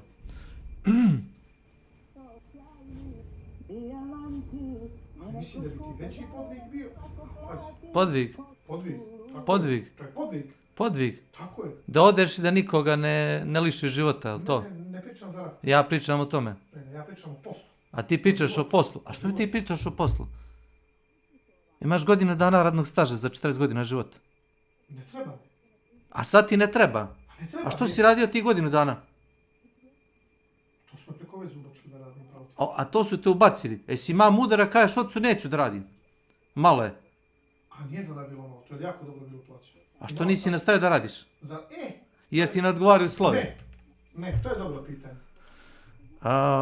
Načeo sam novu temu, izaću napolje, majke mi. Izaću sam s osobom da pričam. Zato što je Beopetrol, kad je bila privatizacija, kupio Lukoil firmu. I nama rekli, ajte vi kući. Privatizacija. Nas bilo u onoj ustranoj pumpi, niđuš osmora. Ovaj došao, kaže, meni treba samo dvoje. Šta će vas toliko tu, na tako dobre plate? I onda je ostao šef pumpe i dva Mađara. Ne govorim sad da sam ja kao Srbin dobio otkaz zbog toga. Nego su oni bili, da kažemo, oni su radili tu po 15 godina, kapiraš. Ja sam, da kažeš, Nova Elija bio tu. Ja i još trojica smo primjeni isto vrijeme, znaš. I ovaj reka, ne treba mi toliko radnika, neću da mi pumpa radi 24 časa, nego dovoljno je da radi do 10 uveče. I onda odmah duplo više radnika, jel? Ne radiš. Ja sam dobio 120 evra po godini rada, sam bio primjer za stalno. Dobio sam kao tehnološki višak 120 evra po godini radnog staža. Da. Dobio su, dali su mi te pare. I isplatili mi 3 plate, koje nisam morao da radim. A plata mi je bila tada, ja sam imao 32.000 platu, a evro je bio 80. Znači, ko sada 600 evra da imaš platu. To kad imaš sad 85.000, toka mi je plata bila tamo. Brate, sjećaš se, dolazili smo kod Etike, znaš da sam radio tamo na pumpu tada. Šta i? Pa, bio sam tehnološki višak, to nema veze. Ti si bio tehnološki višak. Tako je, naš četvorica. Zato što je druga firma, kad sad da kupi LTS, neka treća firma i kaže, meni dovoljno 2 radnika, vi ostali ne treba. To nema veze sa mnom, niti sam usra, niti sam ukra, niti sam loše radio, niti sam spava na poslu. Jednostavno ništa nisam zajedno. Nije do mene. Viša sil, kupio neko i neka, ka Musk. Kupio ovaj iz Twittera i šta kaže? O, direktora do ovih dođe svi kući. A čekaj kako to? Pa tako, jesi me brlja. A dobro, aj kući. Je tako ili? Tako je. Ček, zašto postavljaš pitanje i misliš da ću ja reći da, nije tako? Zašto? Zato što nije tako. Nego kako je? Nije tako sigurno. Nego kako je? Nije tako. Ako si ja vlasnik kompanije, ti neš radiš kako ja kažem, to zove kapitalizam. Ko ti jebe mater? Ako neš da radiš, nađi posao u drugu firmu i tamo se odpane. Mene nije pita hoću li da radim ili neću, nego mi je samo reka da vas tu ima 4 čovjeka više. Jer ja ću da smanjim obim posla. Neću da ta pumpa radi 24 sata, nego će da radi 10 sati. Znači, apsolutno nema potrebe za noćnim smenama, za menjanjem radnika, za... Razumiješ? I on smanjuje obim, jer ne moga da nam da otkaz da nije smanjio obim posla, razumiješ? Po zakonu to ne može. Ko sad ovi LTS kažu smanjimo proizvodnju, punimo samo za kasarnu sondu. Za to nam treba tehnolog, 5 ljudi i 2 vozača, ostali kući. I onda tako oni gataju i onda ovako ideš ti i ti. Niste dobrovoljci. To tako ide. I ti možda se tužiš, da im jebeš mater, da proklinješ, da ne znaš šta radiš, ali ideš... Što bi ti sve to radio? Ideš knjižicom kući. Meni krivo bija Šilje tada, dobar je to bio posao na benzinsku. Tu sad doživio prvu nepravdu. Poslovno. Ali bio sam mlad, ono, šta ja znam, rekao je boli me kurac najstupili biznis. Onda sam posle toga počeo kao kum da ti radi građevinu sa Savićem. Bio si i tamo kad si mi donosio, kad sam ti dao pare da kad ideš u obaz da mi uzmeš napajanje, ako se sjećaš toga, sjećaš se. Gradili smo onu kuću tamo kod stadiona, tu sam radio jedno... Da. Hajde, godinu i po dana sam tu radio. I tu sam bio dobro plaćen, moram da priznam. Jelo se, pilo se, nije to bila prava građevina, to je nešto napolo što je ovo neka, niko te ne forsira, niko te ne, aj daj mi da nema toga, ono. Napola? Pa ono, da se uradi, kada ćemo sad dođe pomogne Điki. Neće mi ostaneć beka što si ozida 3 reda, što nisi 15 redova ozida. Primjera radi, ili iskopa, ili... Što ovo drvo čečujemo 2 sata, kad može za 15 reda. Znači nema forcaža. Ono, opušteno se radi se, ali... Nice. Tu sam radio jednu godinu i po dana, tu sam finih para uzeo, lijepo ti kažem. To je ona tetka Perova milionerka, plaćala nas je kada smo hirurzi. Tu sjedli. Vi ste tamo bili da se odmarate. Pa dobro, nije baš tako, nije u kuću nije čarobništa pis napravio, ipak smo i mi napravili. Pa neko uradio sigurno, samo da je to bio težak fizički posao. Ne, posao nije bio lak, nego znaš čemu se radi? Nego nije ni bio težak. Nego, samo je bilo vrijeme, ta kuća realno je mogla se graditi za 4 mjeseca, mi smo otegli na godinu i po. Godinu i po dana ste radili to? Tako. S tim da nismo radili lupanti ono kad je zima, decembar, januar, ono što ili kad su bile žaropek. Radili smo kad je bio žaropek. Jes, kad je bilo 50 stepeni napolje. Jesmo, radili smo. Tad je nebolje, tad se beton ne brže suši. Pa dobro je tada, ozbiljno. Mada tada je već kuća bila pod krov, pa smo radili unutra neke stvari. Pa ste radili vladovinu. A nije više, da.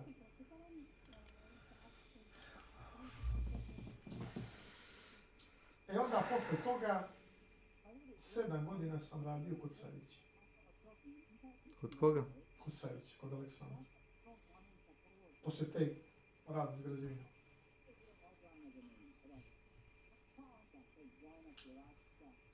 A evo Smoki sad radim, ovo mi je 4. godina. Seka Devo. Ajmo reći radim. Devo Smoki. Da, 4. godina, ne.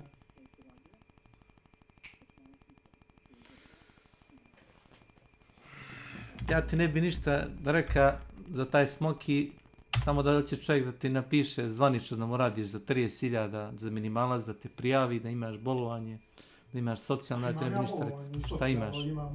Imaš sve. Od opštine, ima knjižice. Imaš, a? Od opštine imaš, a? Dok sam radio radio, znaš što? Kad su mi bili ovi da mi popišu kuću, pitali me koliko ti je stara kuća. Ja rekao 130 godina. Kaže, kako? Pa rekao tako, 130 godina mi stara kuća. To moguće, lično. Vidiš da jeste, zemljušao švaba, kako mi nije stara 130 godina? 130 godina mi stara kuća. Kaže, gde radite? Ja kažem, ne zapošljam se. On me gleda, mi se ga zajebamo. I sjela ono. Znam što je? Bio sam juče u Intesa banku. Pratiš me? Bio sam juče u Intesa banku, ne znam da li se to ikad dešavalo, no te persiram.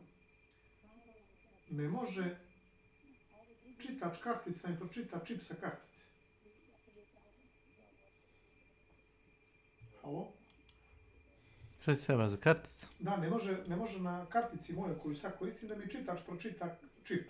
Koliko se puta ubačiva, izbačiva, plaća, diza, razumiješ? Karticu za platnu karticu. Da, ne može da pročita čip. banki. Da, ne može da pročita čip. I ja sam morao da odem u banku da tražim umjesto te Dina govna toga da mi izdaju Visa karticu. A što si uopšte koristio Dinu? Zato što su mi tu dali. Mogu se tražiti da ti daju vizu, odmah. Pa ja jesam, ali... A ti jesi? Ali zna da je to neđe... A ti jesi, a? Da. Ti koji laješ ovo ono i jebeš se za putni trošak i za ovo ono i da ti se stvari dostavi džabe, nisi mogao da im kažeš ti Ti nisi mogao njima da kažeš da ti Jesam. daju vizu. Jesam, ali to se... I nisi rekao neću ovu, hoću vizu. Ti to nisi rekao. Obje ti dobijaš, nego se to neđe zaturilo, nije mi niko javlja da je stiglo. Aha, zaturilo se. Pa nije mi niko javlja, ja sam došao, tražim viza karticu. Važi. I ova kaže, pa jeste stvarno, nije ti niko dao, nije ti stiglo porukom, nije ti niko obavestio, okej, kaže, aj daj mi ličnu kartu, sad ću ja tražim ponovo ti daju viza kartu. Kajem, okej. I on uzme tamo. Prvo mi iznervirao što mi tražilo ličnu kartu, znaš zašto? Evo, to si mi pričao, pa nemoj više o tome. A već imaš svoje podatke. Nema veze. Naravno da znaju ko si. Dobro, i ja dam. Već jednom su te proverili, pričali su s tobom, znaju ko si. Nema veze, ja donesem jučer ličnu kartu. Evo, izvolite ličnu kartu. Ona kaže, gde radiš? Nići. Ja kažem, nići. Kaže ona, čekaj, kako odakle ove pare? Odakle pare? Ja kažem, što tebe stalo pare? Prodajem drogu, rekao Ne, se, to se reći. A ona tamo i ona kaže, ja belade što si ti sad kao postao direktan. Pa ja rekao, čekaj,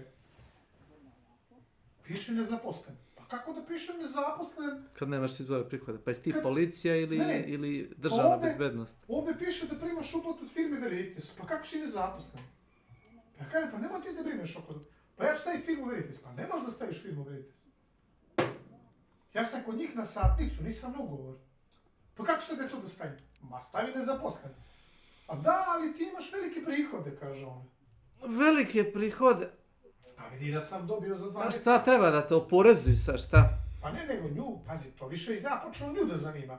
Kako ja za 2,5 mjeseca rada imam prošlo mi je kroz račun 6 i nešto javljena. Što bi to nju zanimalo? Rekao, radi za Vučića, za državnu bezbednost, za koga radi? Dobro, stavit ćemo nezaposlenom. A kako sad ja da tebi skinem održavanje kad si ti nezaposlen? Pa rekao, pa skidate mi već 200 dinara za održavanje. Šta je problem? Nastavi da mi skida, šta je problem? A šta hoće skida 500, šta? Pa ne kapiram. Ne kapiram nije. Ukapira sam. Šta je kaže ona, nasmije se i kaže, pa ja sam samo htjela da ti ponudim neki kredit. Znači, gledaš gdje sam zapošljen, kolika su mi primanja, pa bili ti uzeo jedno 10 godina, mi bi ti ponudili. Ja rekao, meni ne treba kredit. Pa kako ti ne treba, Belado? Šta će mi kredit? Pa kaže ona, pa eto da imaš na računu, pa vidiš da ima. A da, šta je to? 5.000 eura. Šta je to sad? Ja vidim 19.000 eura. Ja rekao, pa imam neku kućnu Crnu Goru od 500.000 eura. Imam primanje od antene. Ja, Belado, što si težak čovjek? Tebi čovjek ne može ništa ponuditi. Ja znam da je njoj u cilju da ona meni... Da oni rade svoj posao. Pa, svoga vi posla, ja svoga posla. Tama sam počeo kada ti s onom, koliko trošiš nešto, 200 dinara? Nemam ništa za tebe, pa tako je, nemaš. Možeš li da mi za 100 daš nešto? Ne. Nemoj da me opučaš, jel? Što te ne briga zbog?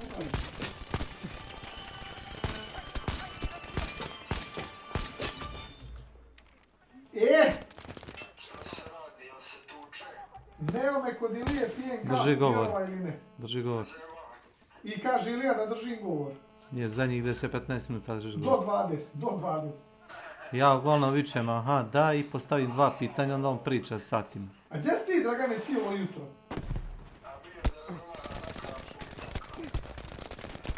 A o Ilić kuće se kuče. A ima li starog ili nekog, ja da popijem kafu pa ću doći? A stari mi živce iskida. Leši kapetan. Ali sva sreća je starome, ima on sreću u nesreću, što je on u Beograd daleko.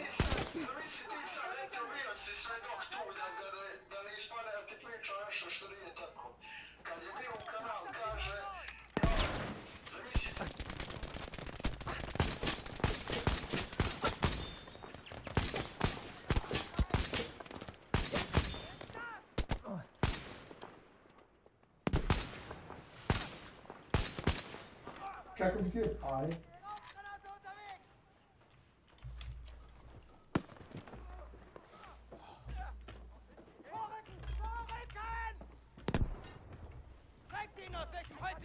Slušaj me, ja evo samo popijem kafu i ja dolazim kući u kanal možda 7 do 10. Pa ćemo kući. Ajde.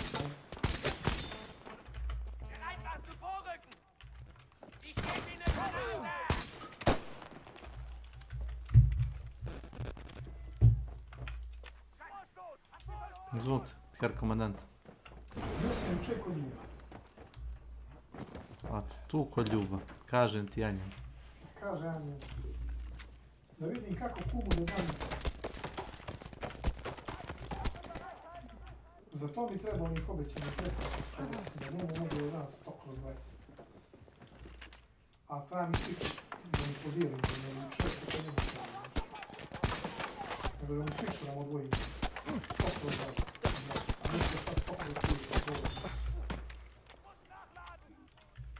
A nije to baš tako jednostavno, nije, znaš? Pa kad ti pričaš ništa nije jednostavno, to sam siguran. Mislim, teorijski, to ja tebi kažem, teorijski da, praktično i ne. Napravit ćeš ti to. Prvo, ne mogu fizički da ga vidim, drugo, on bi morao da izbači jedan barijak, jebote, ona kuća iznad njega, i visočio od njega 2 metra. Ja kad sam uzimao wireless, ja sam kupio šipku dužine 10 metara i donio sam je na biciklu iz Malog Idiša. Ne znam da li dan danas imam ili smo je skinuli s krova. Možda Ćala nešto zna o tome. Dobro. Šta dobro, hoćeš, očekuješ nešto? Ne znam da li imam, ali 10 metara dugačka šipka. Pušti to meni ne treba. Ne, treba tebi. Nije bio reč o tebi. Nego u meni. Kakve veze ti s tim imaš? Hoćeš internet, moraš nešto da napraviš. Znači, kumara bi treba da uzme switcher jedan, to mu je 50 eura, a možda i 100. Taj switcher bi se nalazio kod mene, kući, da mu ja to podijelim. Da mu da maksimalno kako može da povuče, kao u nizonicu, da ne vidim ja i ne vidiš ti on tamo. Nego da mu stavim 100/20 i vidimo se. Meni će ostati 100/30, opet ostane.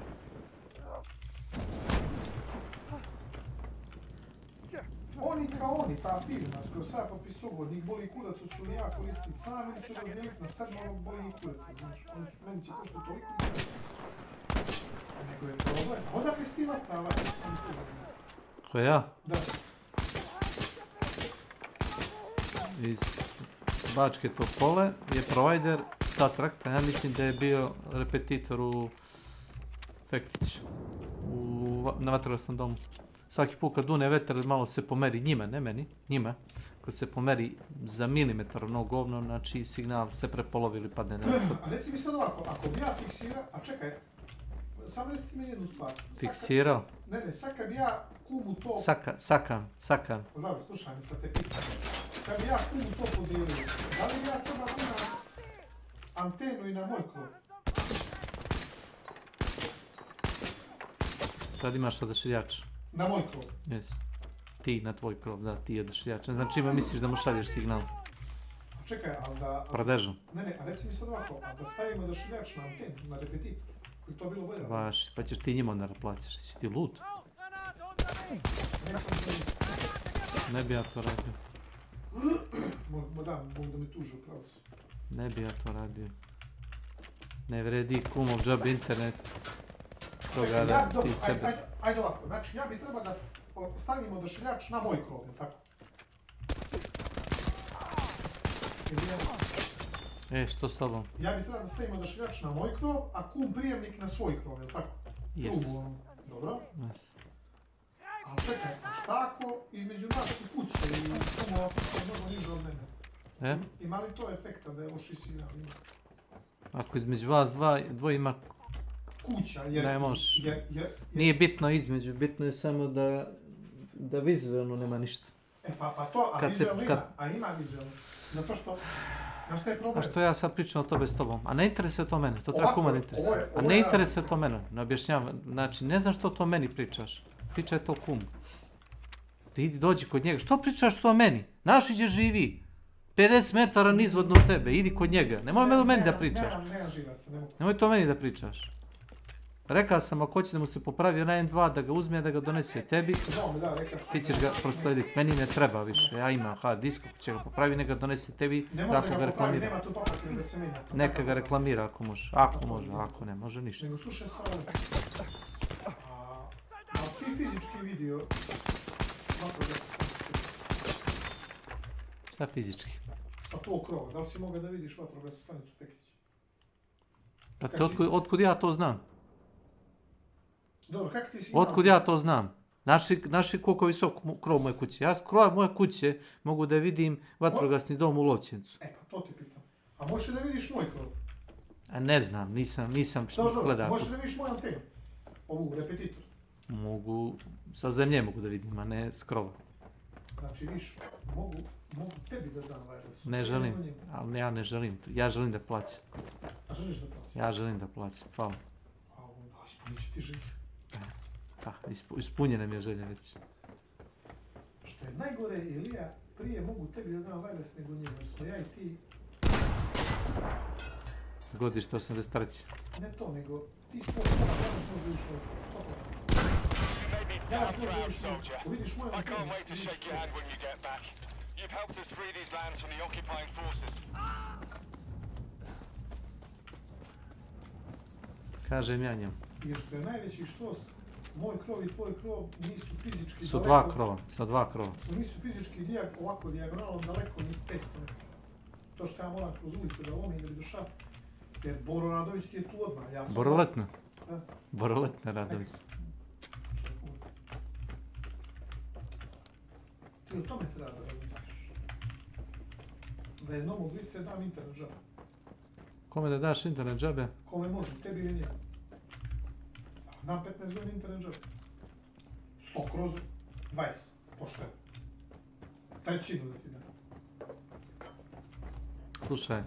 Jer kuma ne mogu, neće me moći pogoditi. Jer je dosta niže.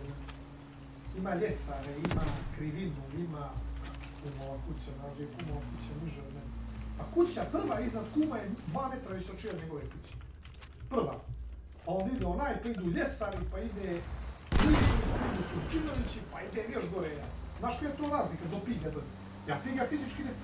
Recimo 100 pigove kuće niži nego moj trotoar, znaš ti to? To je problem. A to je problem. A ne mogu fizički da ga vidim. Znaš koliko bi kum treba stavi šipku? 40 metara šipku bi treba stavi na krov.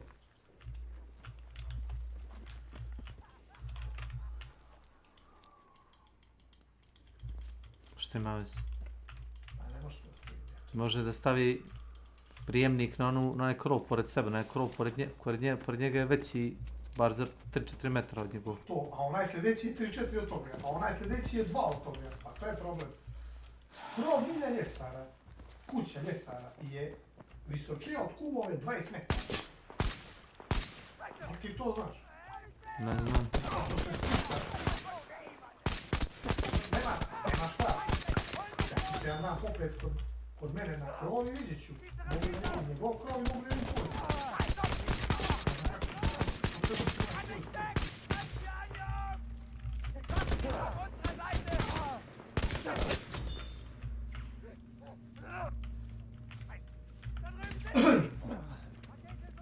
Ali znaš kako bi mogu?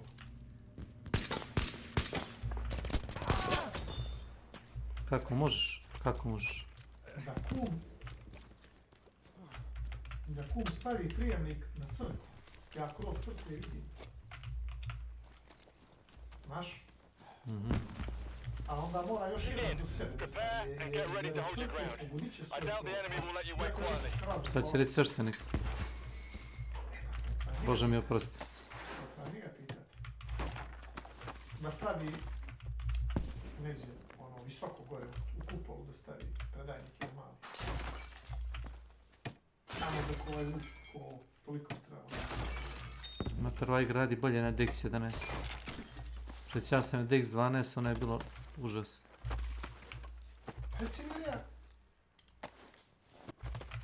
Recimo da fizički mogu da pogodim, da se spojim wireless. Koliko bi ima gubitaka? Ko bi mogao biti takav? U prenosu to. Ko to? Pa recimo da se spojim ja, evo tu s tobom ili ja s Ko on ili ti? Ko ima gubitke? Ja nemam gubitke, ja imam direktno sa repetitora, kablom, ja sam spojim kablom. A ko ima gubitke? Pa on recimo, na wirelessu. Kad bi mu šerovao pola brzine. Kad bi mu switcherom podijelio. Koliko bi on gubio zato što je na wirelessu, nije na kablu. Koliko bi ima lag, ping, delay. Delaney? Ja. James Delaney. Žabe i žabe.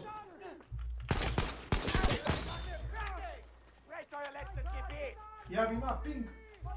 Latenciju misliš? Da, 0 prema mom proletu. Ne bi. Ne bi. Prema provideru? Ne bi. Kako ne bi kad mi u dvorište ne pričaš ti? Koje sam... Kako? Ne bi. A kako? Ne bi. Ja bi ima prema serveru kad igram Hunt, to je drugo. Ali prema provideru? Ne bi. Ali to nema veze što ti imaš 0 prema provideru. To veze s mozgom nema. Tvoj server, tvoj provider hostuje išta. Ne, ali... Pa ne, ali. Ne, ali. Recimo u Huntu ne bi ima preko ti.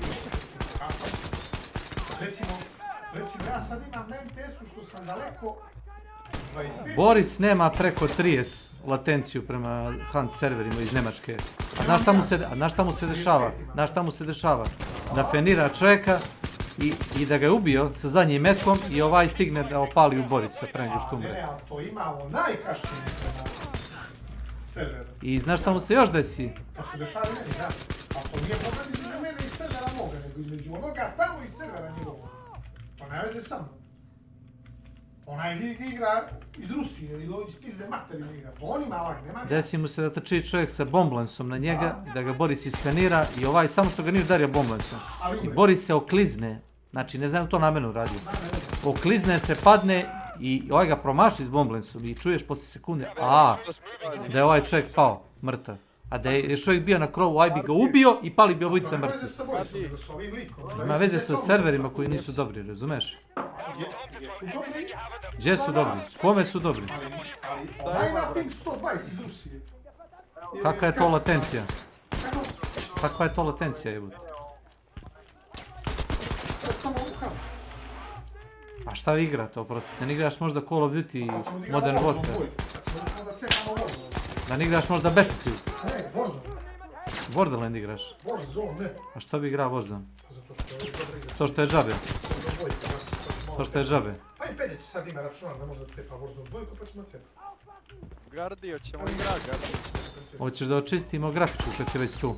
Koju grafičku očistimo? Otvori Orman, imaš u Ormanu. Neće Peđa, rekao. Neš da očistiš? Ne, rekao je Peđa da neće. A neće da uzme od mene grafičku. Ne od tebe, nego kažu neću ja da se osjećam. Dobra za njega. To neće uzeti, zašto? Čovječe, ja neću da je prodajem, Ne, on neće džabe. Pa nek da pare. Ne može na onu nek da 1000 dinara. Nije on kaj ne radi, ne znam ja. Ti si mu prošli Gardi, pa jel, brate, 1050, brate. Gdje će na to odigraju? Da mu pošaljemo u zajedno, kupimo procesor, rekaj, neću. Ma nek mi da u zamjenu njegovu grafičku, meni treba samo jedna da mogu da... Daj jebi ga, ne daj, gdje kartice? U Ormanu, levo, u sobi u Ormanu. U kutiji od Kesićeve grafičke, ja mislim da je to kutija od 2060, tako Kesić. U Ormanu, ne to, tu nije Orman, gledaš gdje nije Orman. Crvena kutija Mikrostarova, čini mi se. Mislim da je Mikrostarova. Mislim da je Mikrostarova. S kojim krš? To je kutija ogromna, jesi ti sled čovjek. Na to smeće da pokreće, jebote. 1050, to ne može ništa da pokrene, jebote.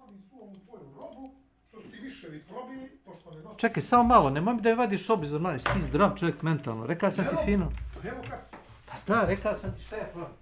Pa zato što nisam vidio... Šta nisi vidio, čovječe, stoji u dnu Ormana, jebote. Nije stalo u dnu, nego u zidu, ovako je stajalo. Pa da, tako stoji, da ne smeta. Mogu da vidimo drobe. Da ne smeta, da ne bude da se premeće odeće po Ormanu i da se onda kutije vade ovako kutije kada treba. Ove stvari, ovoga tipa treba da se bace. Pa znam, pa sve ne budeš kući, majka će ti samo to iznijeti tvoje i baći. To radi Vesna. Ja ću tu biti, ja ću, sad ću... Ne, to radi Vesna. Tvoja majka me inače zamolila da pogledam televiziju. Sve ću puko došavam, pogledam te kad ti ne budeš tu, samo ću tu. Oprosti, Bose, gdje onda trenerka što ovaj mali nas? Ne, samo ću ti to uraditi, baš. Ne, idemo naprijed, izuvamo to, rekao šta? Ne, moram da staviti. Ne mora to rastavljati, zašto? Ne mora da rastavljaš. Samo izduvamo, kako rastavljamo? Ma kako rastavljanje, ne mora to rastavljati. Stani, nemoj to rastavljati. Stani bre, plastiku da skinem. Ma kako? Bježi bre. Ma to su izduvaj, Lija, nemoj to raditi, Lija. Ne interesuješ. Nemoj to raditi, ej. Čuješ ti ovo, Garti. Nemoj tada da radiš, ej. Za početak nema ključ za ovo. Ma ne, to je imbus, mali, daj to vam. To samo izduva, ja to nikad nisam stavio. Kompresor, daj vam. Taj kompresor će izduvati. Gardi, dosta fini mečevi sinoć bili.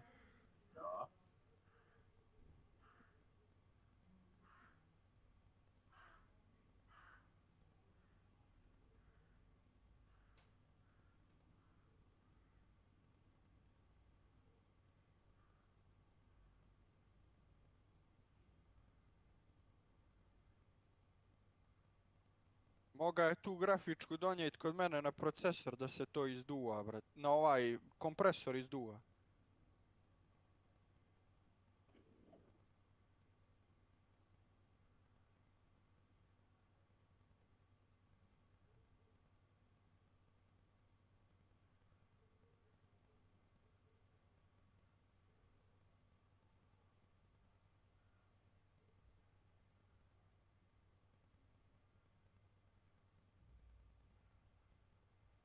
Oh, evo.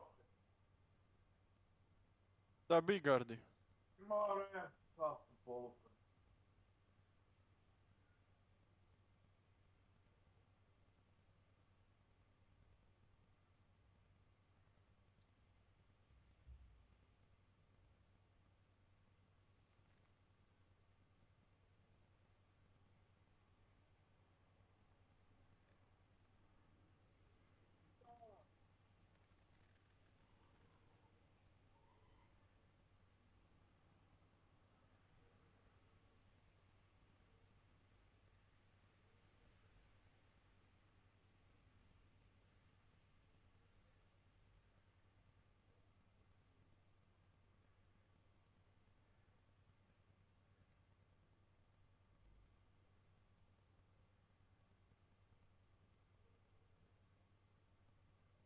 Eto me za 2 minute.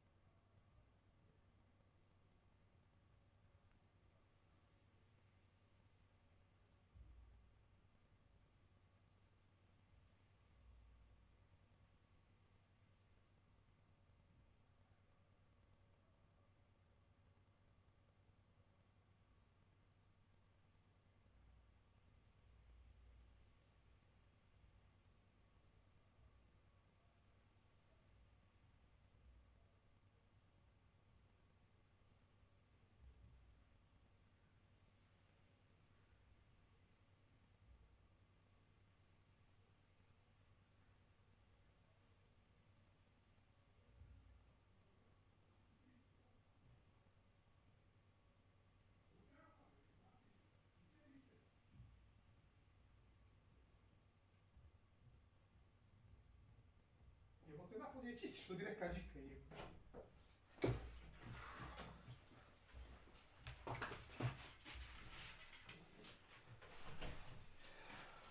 Ne, kako je ovo se ne otvara, ovo se ja menja, još sam stavio noktu, ođe noktu opasta, znaš? Noktu ventilator.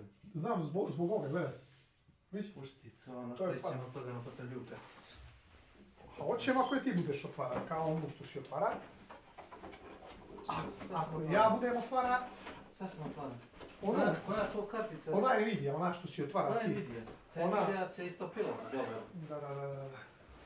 Čemu ti pričaš? Nisi jesno. Samo te pitan sve. Mislio sam ako odeš da će manje biti boli, ali uzeo sve što si dalje tome srce više boli. Da li znaš da nisi stavio kesić u one dolje? Koje dolje? One, brate, dolje što idu između kućišta i ploče. Koliko si stavio šafova u ploču? Da, ali gore. Samo malo, koliko si stavio šafova? Sve dolje. Reci mi, ne nisi. Ne, ja nisam. Koliko si stavio? Ja nisam ušafio. Koliko si stavio? Ali gore. Odgovori koliko si stavio. Dolje sve. Jel 4 ili 3? Ne, 3 si stavio. Dolje. Od 4 šafa koje drže ploču s 3 stoje. A da, ali šafi nisu uzgo. A ja ti pričam za one dolje. One između ploče i kućišta. Ja ti za te šafove pričam, ili? Pa to je napravilo kontakt. Ja, što je najgore, ja nisam montirao ovu ploču, je neka mini ploča, šta je ovo? Da, to je mini ATX ploča. Koja je ovo šafir?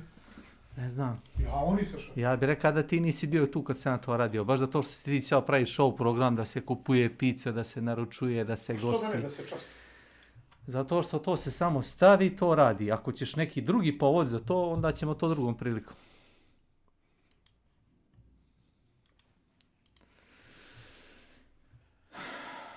Ti si samo malo... Šta ima, Dragane?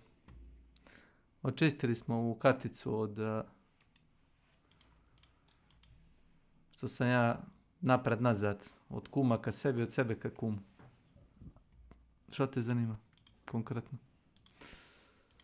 Da te pitam sam nešto. A nemoj me pitati ništa. Odakle ti ova ploča? Nemoj samo da taj monitor tresneš. Imam isti, pa ako tresnem da ću... Nemoj. Nego reci mi stvar, odakle ti ova ploča? Ja sam Asus ovu montiram, nisam ovo ja montiram. Ko ti je ovo donio? To je džabe. Ti ovo stari završi? Nije ovo džabe. To je džabe. Nije ovo džabe. Jes, to je džabe. To si ti platio sve i to dobro. Aha. Ovo je mini ATX, pola ploče, 4 prsta ploče dolje fali. I? A šta fali? Objasni mi. Na šta fali? To je na šta fali? Znam. Ja znaš šta fali? Znam, PCI Express loto. Jest. I šta će ti? jebi ga. Gdje ti je druga grafička? Gdje ti je PCI? Gdje ti je video capture card? Šta je? To ti je A reci mi šta je? Ne, reci mi šta je? Šta ćeš da staviš tu? Znaš šta možda staviš tu? Te ja objasnim. Možda staviš PCI Express SSD. Znaš to? To ti ne treba. To možda staviš, rekao sam ti. Rekao sam ti možeš. Čekaj, tebi idu 2 M2 na ploču ili 1? Samo 1? Jedan ti ispod grafičke karte. Si ti zdrav čovjek? Što je najgore, ova grafička nije toliko ni velika. Pa niti ne treba da bude velika. Što je bila velika? 8 pinaca 2 kao kod mene. To je to.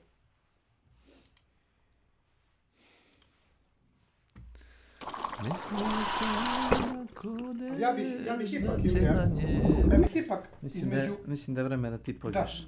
Ne te ćeram, nego mislim da je vreme da pođeš. Ali ja bih ipak između ovoga Radeona i moje 3070 Ti opet za iste novce uzeo 3070 Ti. Ja te ja sad ćeram. Ne, izvoli.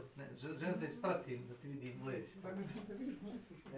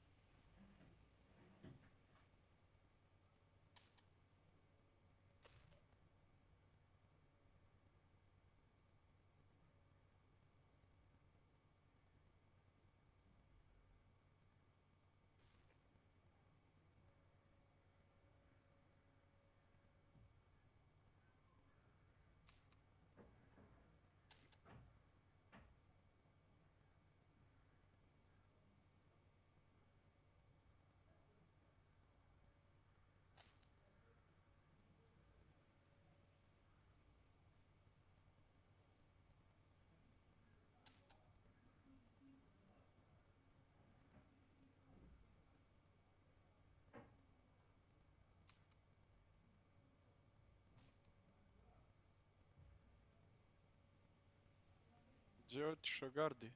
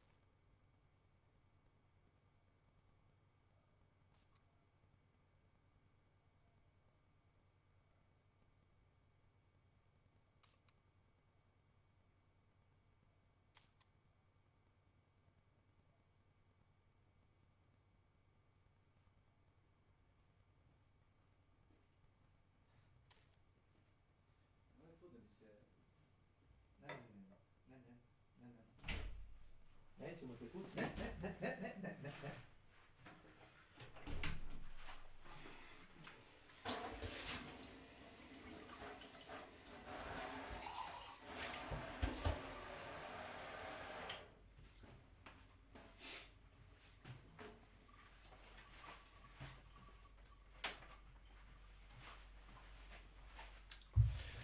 Do sad je to bila lokalizovana vremenska nepogoda, sad će sve da drobi. Kad ste gotovi? Šta je bilo? Rekao, do sad je to bila lokalizovana vremenska nepogoda. Sad će svakog da drobi kad dođe. Samo gledaj. Sad je meni drobio mozak jedno sat vremena. No sme to meni. Pa ću koliko može da priča. I još ga ja puštam, neću ja ga prekidam. Ono, samo ponekad da, ne, možda. Ne, slažem se i to je to. Kažem svoje mišljenje, on priča, brate, na mojih 3 rečenice, on je rekao 500.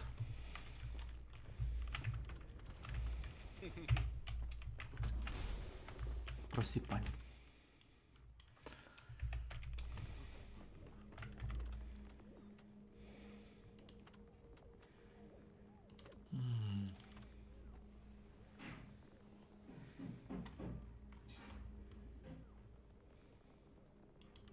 Vidiš ti ovaj decoy fuse može da zapali ulje jebote. To znam. Nisam ti rekao, ali znam da može. Kao gori barut pa kao zapali jedno šta. A to je u suštini kao fitilj, znaš, fitilj bez ikakvog eksploziva, bez išta, ne proizvodi svetlo samo malo kao toplota. I to? I zvuk kao. Može li pomoći? Mogu, za šta? Da stavimo te počine An extra miner has been assigned to your team. Time for some action! Rock and stone! Hey, I think I've seen you before. Maybe the my last time. Rock and stone! To otvori vrat. Bursting makes me feel good.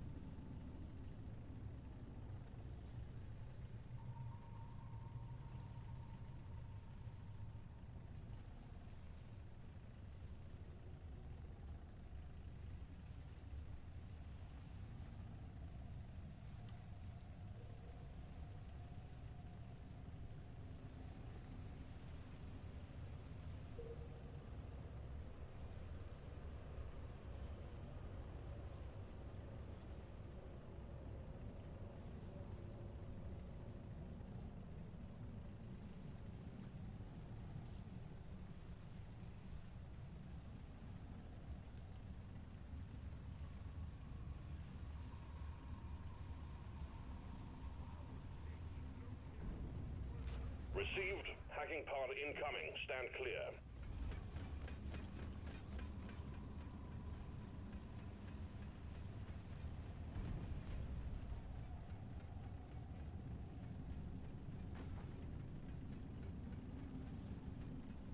Hacking pod has arrived. Establish a transmission tether from it to the power station.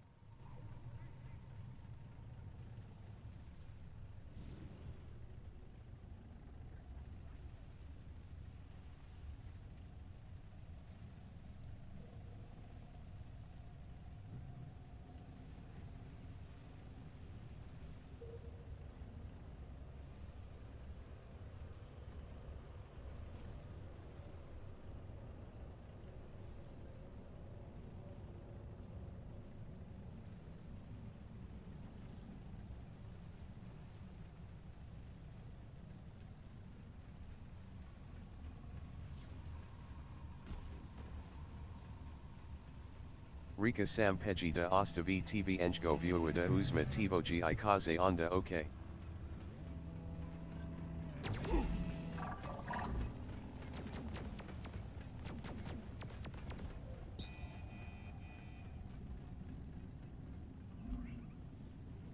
It ida imazniku akot I trebazie naki is lazili nesto.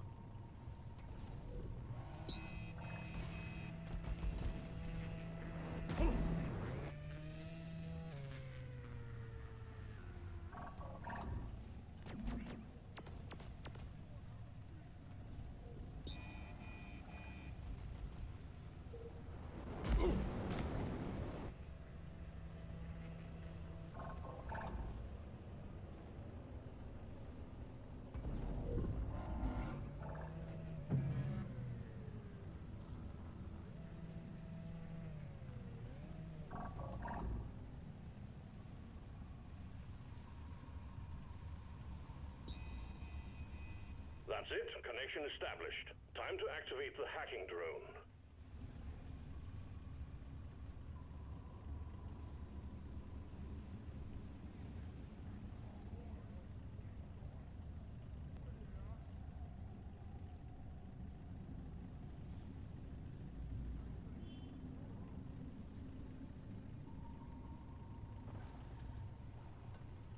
Hacking has commenced. Protect the hacking drone.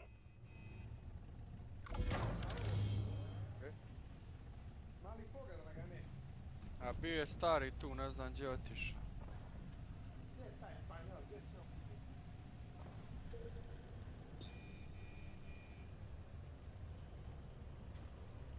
Kako ide sutra, ragane, za novi? A oko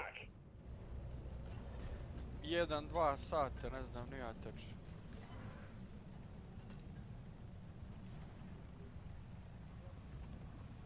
A Peđa će sutra ujutru doći, oko 9-10 sati. Pa nije mu gleda stiglo to počešće, zna. Mora samo zlo, ne vem, da ga kupi si praktici. Ako mu ne dođe kući, tamo će on peći ne gleda. Isto je bilo. Samo isto.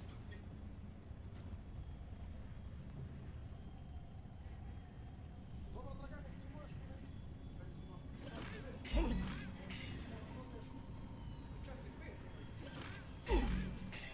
pa da. Buzz off, Shredder!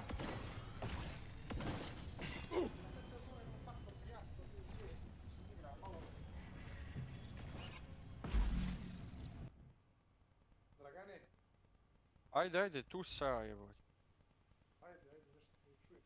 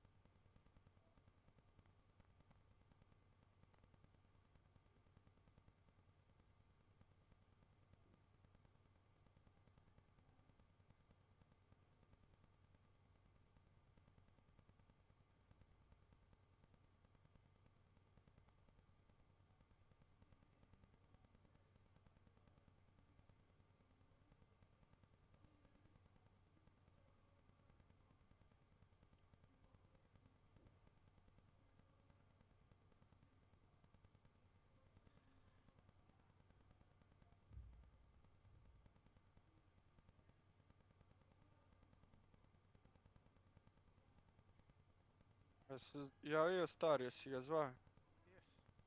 E? Sad si za 5 minuta, ajde šaljem tebi invite.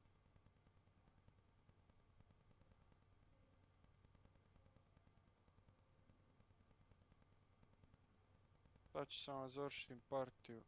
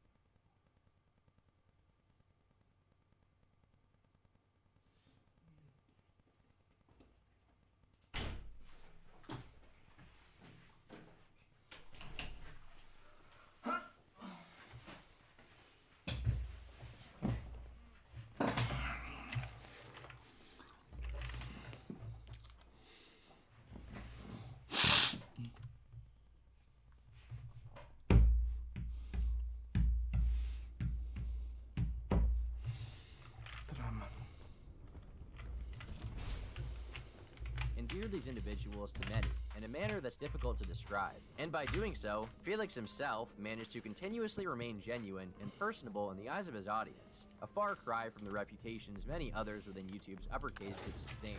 However, one event in particular would undermine this for a short time. In August of 2014, PewDiePie disabled comments across all of his videos, sparking a lot of conversation from his fans. Usually, when people disable comments, they are seen as unable to take criticism. As it turns out, his reason for doing so actually came down to the forced integration of Google Plus into YouTube. In a nutshell, you would have to sign up for a Google Plus account in order to even use the comments. This is in addition to your YouTube account. While this was a large annoyance to many, it also caused a lot of abuse within the comment section, with spam and self-promoting running rampant under videos. Meanwhile, there was no moderation from YouTube themselves. Many of these problems became extremely intense directly after the Google Plus integration. For you bros, that's my reason of wanting to do this. And I think the main problem here is the comments. I know I complain about the comments a lot, but it's basically my main way to communicate with you. I go to the comments and it's mainly spam, it's self-advertising, it's people who's trying to provoke, people who reply to all these, just all this stuff that, to me, it doesn't mean anything. As a result, Felix turned off his comments as a form of protest, and because he felt they could be a liability. So, he got rid of them for 2.5 months, only reinstating them once many of the issues with Google Plus integration were fixed. These older videos actually still have the comments disabled on them to this day. The same year, Felix also signed an exclusive streaming deal with his friend and fellow YouTuber, Cinnamon Toast Ken, to host Bro Ken, a show where they would discuss their personal lives and the gaming world. Hey everybody, I'm Cinnamon Toast Ken, and welcome to the Broken Podcast. I am joined by that guy over there. What's your name, sir? How do you know where you're pointing? I'm pointing both ways! Oh, that's smart. Yeah. I'm gonna duplicate myself so you point on both of me. Hi. The show was available on MLG.TV the day before the episodes were posted to YouTube. It was also during this time that Felix was once again expressing discontent with his YouTube network, but this time instead of Machinima, it was the previously mentioned Maker Studios. While he didn't want to give many details at the time, he did express in interviews that he was frustrated with the way YouTube networks were run and their lack of support for creators, feeling they did not do much for the people giving away a large cut of their revenue every month. I'd rather not talk too much about it. I'm in touch with a couple of people who I think would be so right for this. I'm eager to get it all up and running. So far, all the networks have been managed in such an incredibly poor way. It's embarrassing, really. I'd like to help other YouTubers. However, at least for now, his idea to create a new network for himself and other independent YouTubers would remain just that, an idea. And perhaps in response to Felix feeling like he wasn't receiving much support from the company he was signed to, Maker ended up launching an online store for him to sell his merch, as well as a custom website, PewDiePie.com. While this may seem typical today, back then it was relatively uncommon for a YouTuber to have their own online merchandise store. And, as another way to build his community, he promoted a fan-made forum,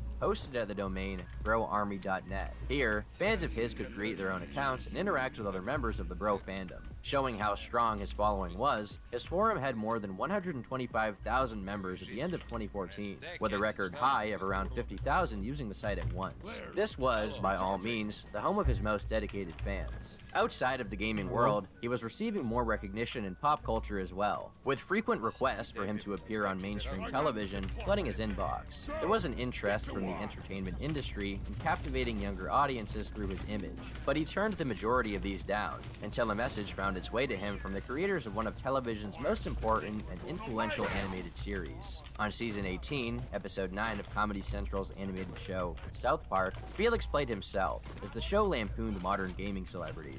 Wednesday on an all-new South Park. Prepare yourself for the biggest celebrity cameo ever. Hey, how's it going, bros? This is PewDiePie. The episode aired on December 3rd of 2014, to mostly positive reception from PewDiePie's fans, as well as average viewers of the show. Later that month, Felix's channel had another important milestone. On December 29th, the channel became the most viewed on the entire website, with more than 7 billion total hits. This also totaled to an average of 26,000 subscribers being gained every day. And he wasn't the only one. Top of the morning to you laddies, my name is Jacksepticeye and it's vloggy time! By this point, Jacksepticeye had more than 2 million subscribers of his own, and was doing YouTube as his full-time job. Mark Edward Fizbach, known on YouTube as Markiplier, had 4 million subscribers at the end of 2014, being known for his outrageous reactions to comedy and horror games. His first video, playing indie horror game Five Nights at Freddy's, has almost 100 million views, and subsequent installments received astronomical success as well.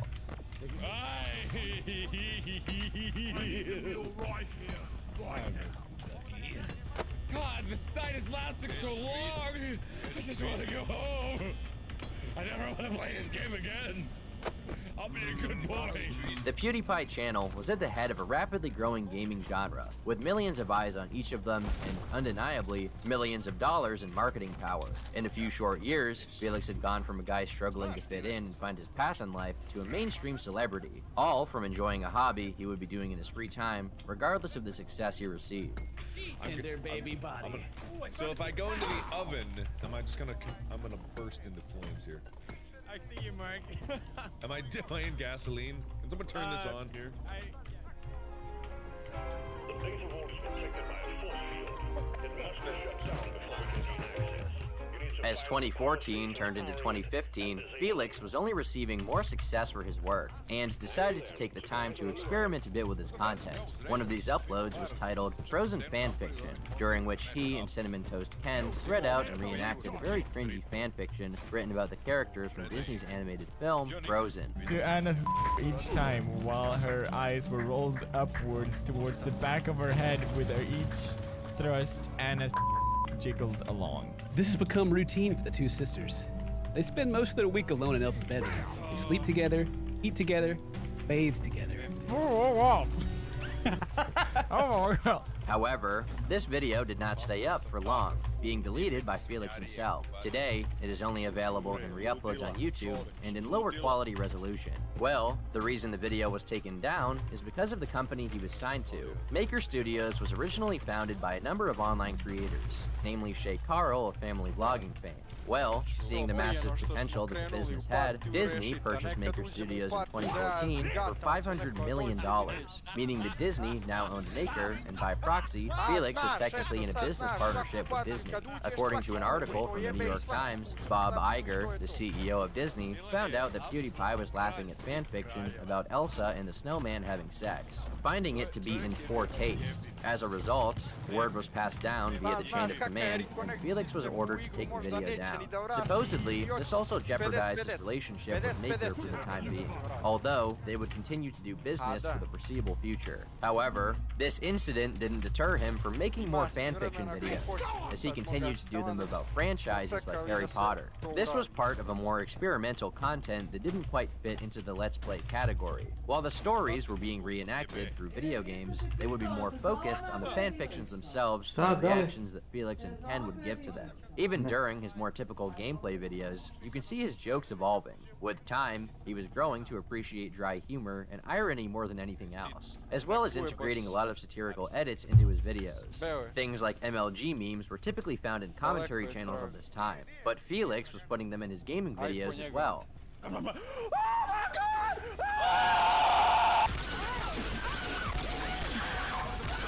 That year, Felix also managed to get the attention of the United States government, and not because they wanted to give him a shiny sticker. Middle-earth: Shadow of Mordor is a game released in 2014 based off of the Lord of the Rings franchise. As part of its marketing campaign, it was heavily promoted by a number of YouTubers, including PewDiePie himself. This was done through paid promotions on their YouTube channels, which PewDiePie listed in the description of his video. However, according to the Federal Trade Commission, this was not enough disclosure, leading them to open a federal complaint over deceptive advertising. Luckily, Felix did not end up being the target, with the responsibility ultimately falling onto the publisher of the game that was being promoted, WB Games. In an article from The Time by Polygon, Felix himself said, "A lot of YouTubers were involved in this sponsorship, but since my name is the biggest YouTuber, it's the only one that pops up. Yes, I could have disclosed it better. I could have put it above the fold. So basically, all of these news articles are using me as clickbait, putting my name to shame, when I didn't even do anything wrong. If I did something wrong, I should be paying the consequences. In this case, I don't think I did anything wrong." Though this was not the first time Felix had been portrayed in the worst possible light by the press, this is a noticeable point when he became aggravated with the way he was being portrayed by the online media at large. Warner Brothers ended up settling with the FTC over the issue, and following this, they were required to make it clear on any Shadow of Mordor promotional videos that the company paid the YouTuber in question to promote their game. PewDiePie also said that going forward, he would be putting a disclaimer at the beginning of every sponsorship within the video itself, and promoting games created by industry giants weren't his only ventures into the gaming industry. In September of 2015, Felix released his own mobile game, PewDiePie: Legend of the Bro Fist. The game was a bestseller on iOS and Android, starring Felix himself as the main character in a side-scrolling platformer. So basically, you collect the coins and you use them to unlock abilities later in the game, unlock characters. You will be able to unlock Mario.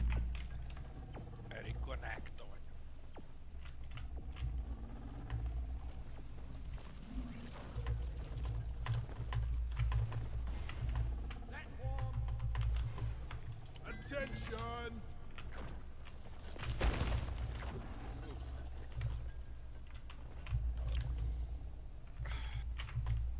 Gold!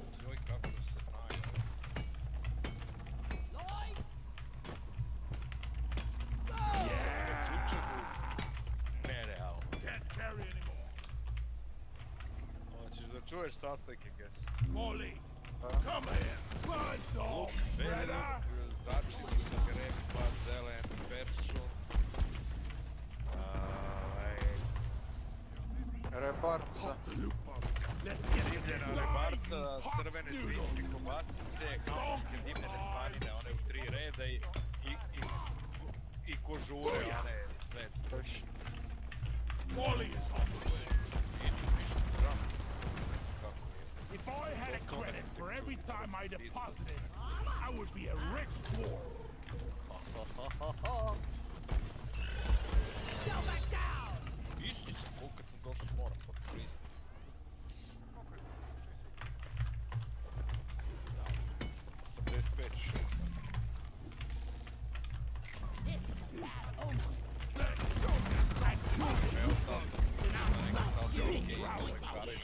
Farmerke koje nisam mogu da obučem, sve moram pomoći.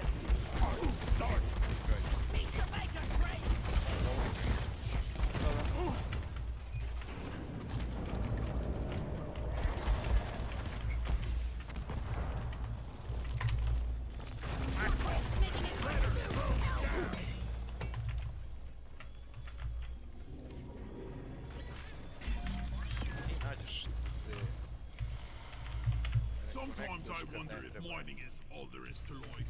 Then I put myself.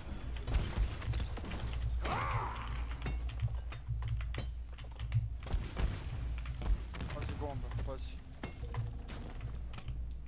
Pazi bomba. I'm wondering if fighting bugs and moving dirt is the best way to make a living.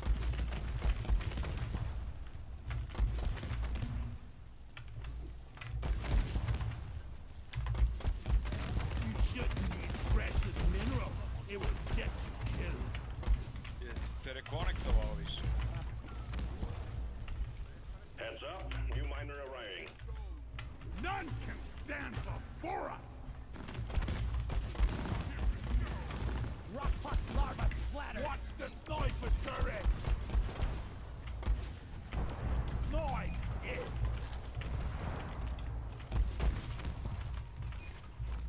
Rock and stone, you beautiful dwarf. Get there. Needs assembling. Rock and roll. Lock and load it.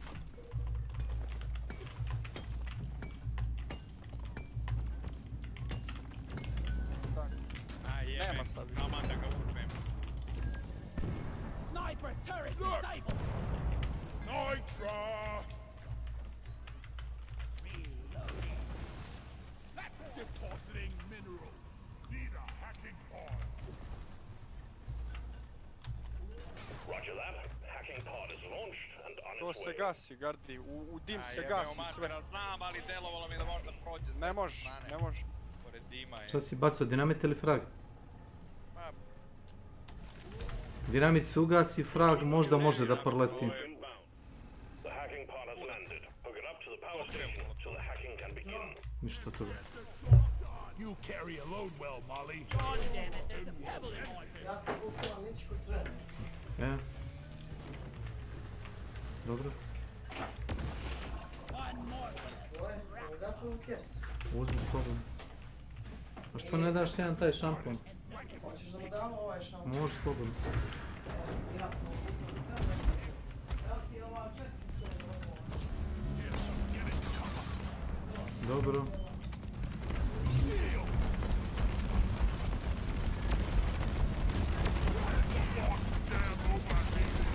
I ain't one of them.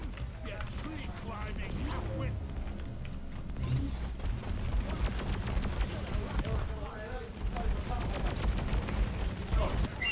Dobro je, vidim, u redu. Znači, bukvalno, znači, šampona imamo. Znači, ja nisam neki lud, da sad meni treba poseban šampon, ne treba.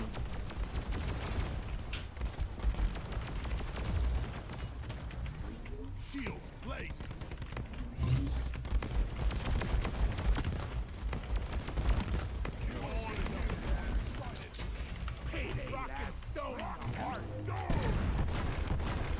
Nicely done, team. The core infuser is primed and ready.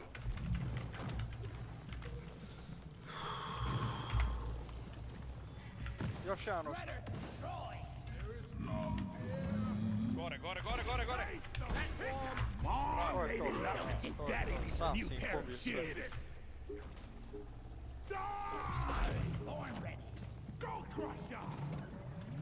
To volim kad se tako zajebu.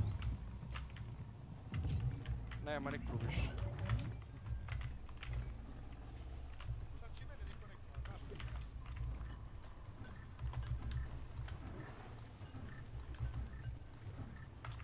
There is Montro over here. That's all.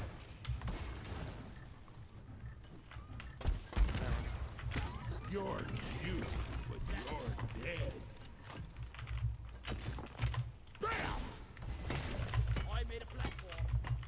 Jeboti pas mater igri bre. Ne znam zašto vam tako laguju ti EU serveri. Vić ovo, ja ne znam kako se popne. Dođi ovuda, evo. Sam i ja prošao.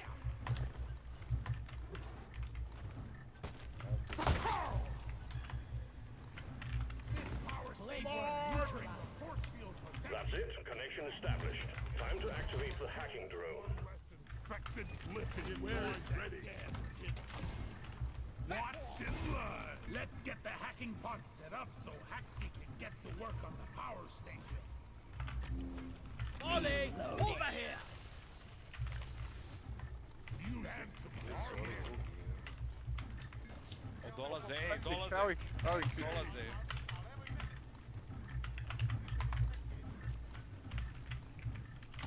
Polako, brate. Pazi, polako. Nemoj te ubije, Znam sve. Breaking on the faucet.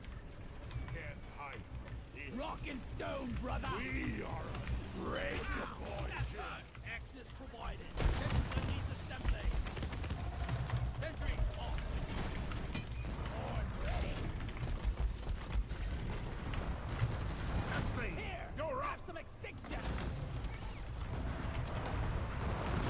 The hack has begun. It's noisy business and is attracting the bugs. Guard the hacking pod.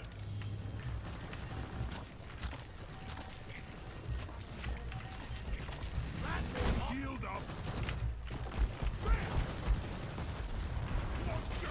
I put some shells in the shell rack. Weapon ready. Found some nitro.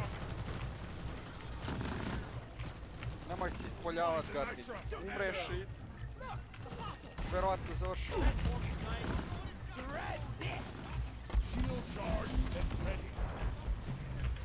Hacking drone is under attack. Keep it safe so it can work.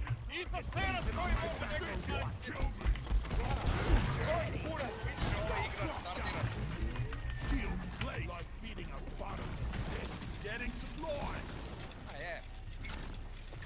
Not sure if you were truly alive, but now you're most certainly dead. Hey, get those bastards off the hacking drone now, damn it! We got bogeys on the hacking drone. Hacking commencing again. Jedan ja ubio čovjeka, čuješ? Jesi u igri, nisi u igri, šta? Digo ga je opet.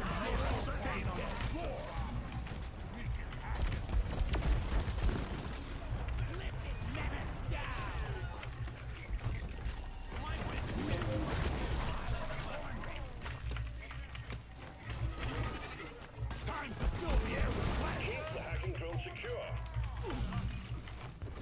That's it for the first power station. One more, and we can take down the force field. Shield charge. Did you see? I hacked it. Getting more ammo. Die, hot noodle. Die! For Carl!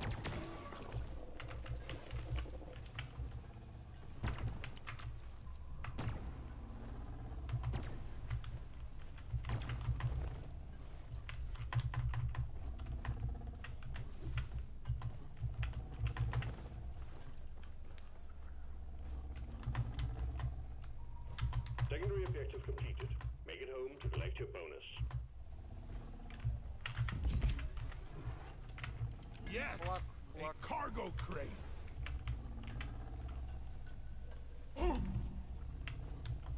Request received. Cleansing pod incoming.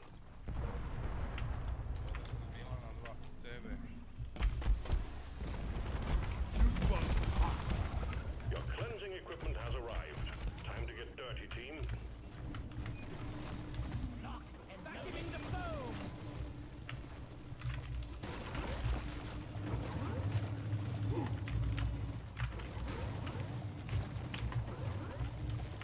Rockbox lithophage. CHS4.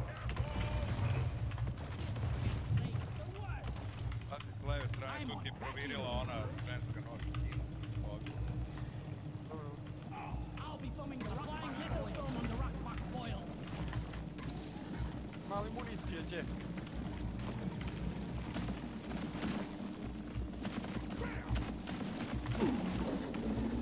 Evo, sad. Tu, Gardi, tu! Gardi, tu!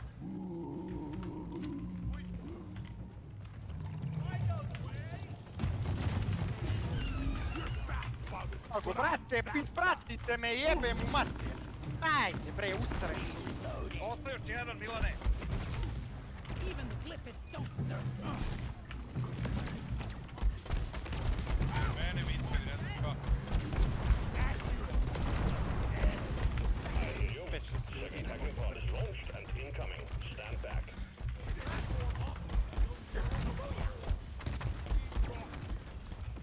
Mekkoa nema niđe boksova, nema niđe ništa, nema, useren se bre u igru se useren. Hacking pod has arrived. Establish a transmission tether from it to the power station. Roger. Cleansing pod launched and will arrive shortly. Cleansing pod has arrived. Time to clean up. Step 1. Cover up rocket boils with foam. Sucking up the foam. I'm getting infected.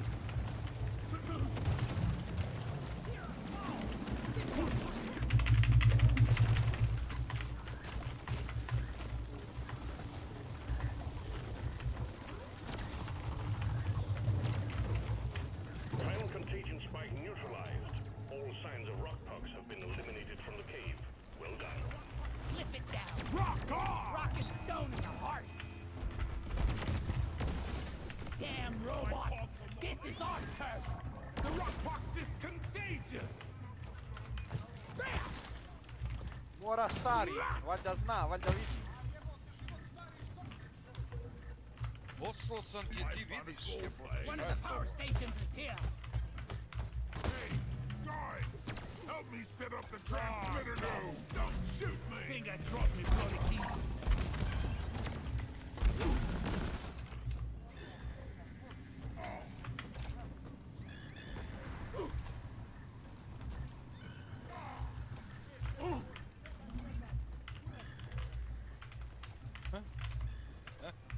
These transmitter nodes are Teamwork would speed this up! Just saying! Rock! connection. Hacking pod online. Stop the hacking when you are ready. There is Ja imam 5 zvučnih karta nakrčeno i sve mi radi. I onda me Peter zove bez kako mi kako se to napraviš. Kako ti objasnim čovječe kad nemam toliko uređaja, kako ti imaš? Protect the hacking drone. A ne znam kakav savjet da ti dam, nemam toliko, razumeš? Ne, pitao sam te da li mi uopšte potreban audio Meni nikad nije trebao. Nikad, a nikad. pošto vidim da mi identično signal registruje i mic aux. Ne znam, nikad mi to nije trebalo, za ove 3 godine. Nikad. Mic aux kopa koji je default mic. Nema to. Ja. Recimo da ne je Some pest control on the hacking drone. Recimo da ne je Hash commencing.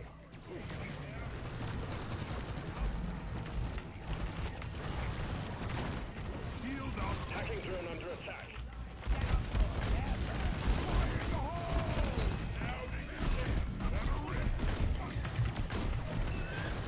Rock and roll! Rock and stone! Tactical burster! Hacking has been interrupted. Get whatever is attacking the drone off it. Hacking drone under attack. Shell! Hacking drone resuming hack. Strel sam debilu, idi tu prema mi je vrsti normalan. Get into cover. Hey! Trigger discipline's pulling range. We got bogeys on the hacking drone.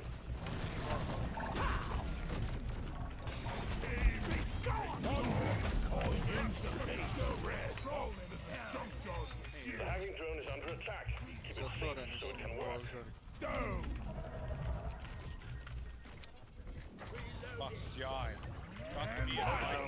Second power station has been hacked. Get back to the vault and disable the emergency power to take down the force To bi mi je 2 stepena još uvijek napisano. 27 i baš čutne pojave.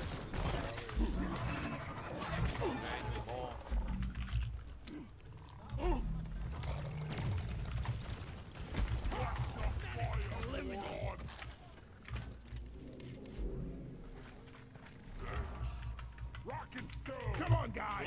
Rock and stone!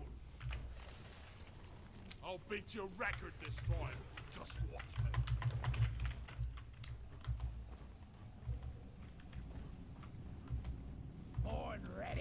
rade dalje na mog vateri. Jebom pas mat.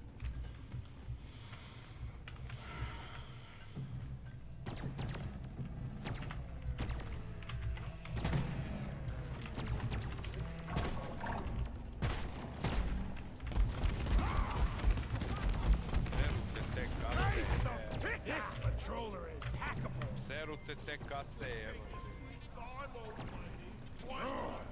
Let me at whoever put this thing together. Ajmo mogu. No.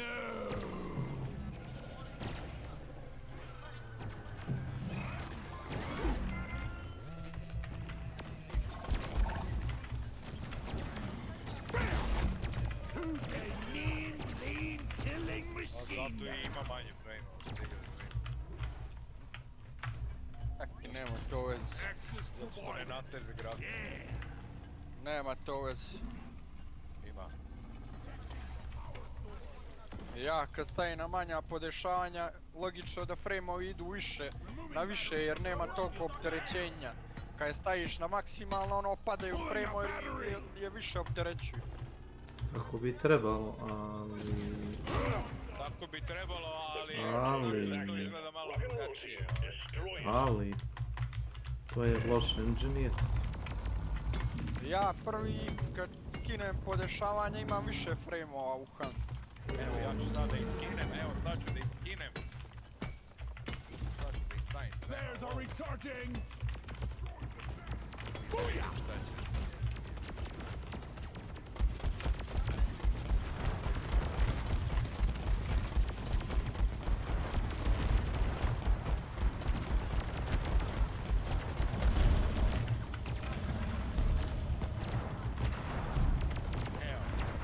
Čekaj, uzimam Onda mi pada, uzimam... onda mi pada GPU load i radi kuću.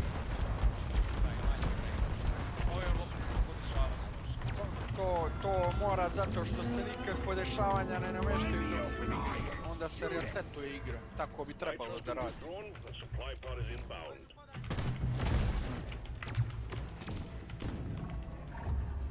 O, šta je s ovim emulatorima u pički bateri? Ajde, padaj, kuda ćeš? Tamo, nema govor.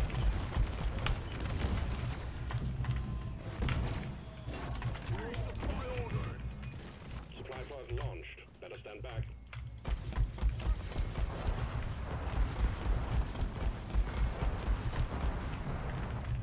Ja. Resupply arrived. Go resupply. Uopšte nisam zadovoljno kako bi radio low podešavanjima. Varira i jede govna. Mislim da je Kesić u pravu da treba da... Startaš igru Igra kad to se radiš. resetuje poslije svakog switcha podešavanja. Ne znam zašto to Crytek nije stavio da...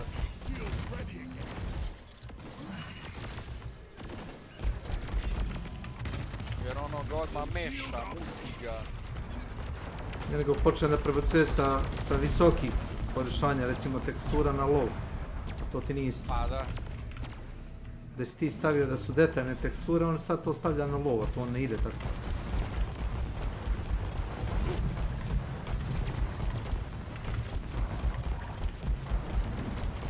A ova igra je kurac. Proton. Probaj svaku moguću drugu igru, ama nema jedne jebene igre koju sam probao da ima ovako neki par dropanja. Nema, znači 300 igara sam pali, nema jedne igre. Nigde ne možeš osjetit ni na mili trenutak ono kakvi nema, to ne postoji. Ovdje izgleda taj engine, brate, jede govna i to je to. Nije dobar engine za takav tip igre. Kao što je Battlefield engine dobar za pucačinu za 64 igrača. Stay sharp. The caretaker can teleport these space bombs anywhere.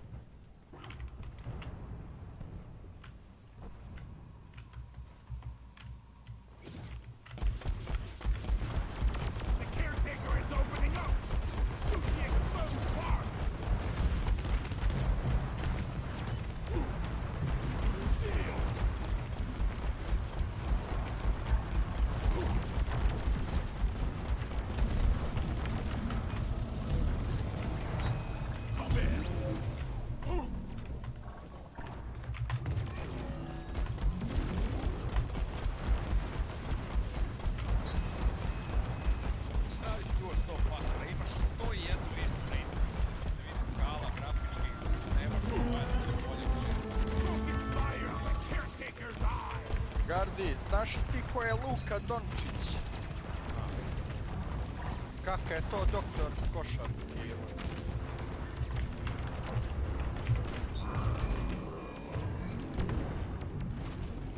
Čovjek znači jebeno kida kako igra, znači ono, MVP je bolj.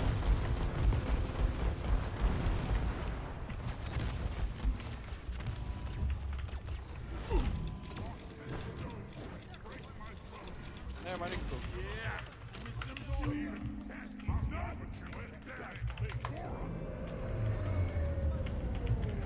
Ajmo bolje, a?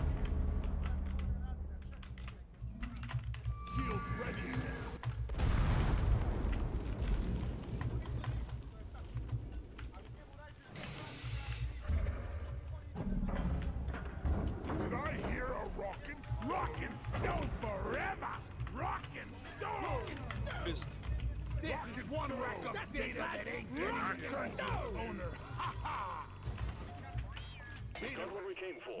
All your objectives are completed. Hit the button on the mule and we'll send in the drop pod. Rockin' stone, you beautiful stone! To the rockin' stone forever! Drop pod en route. Hang in there. U Red Deadu framerate se kreće od 60 do 130. Eto, toliko o tome. Od 60 do 130, zavisi gde si, jel pada kiša. Red Dead Online. Jel neko hakuje server, da li neko puca s eksplozivnom municijom i počinje te teleportuje okolo. Znaš, tako neki for.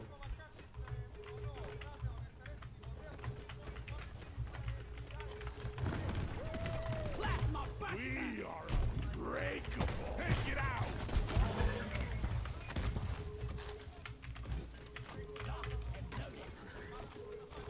Deploying lithophone.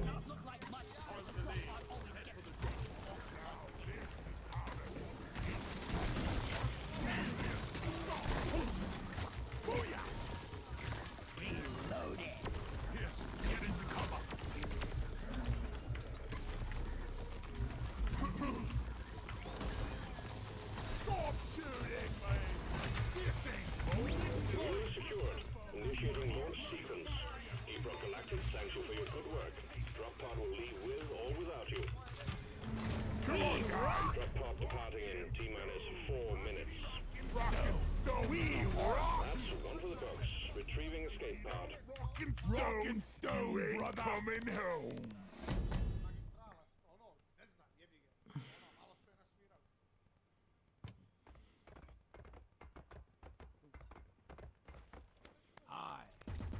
What do we have here?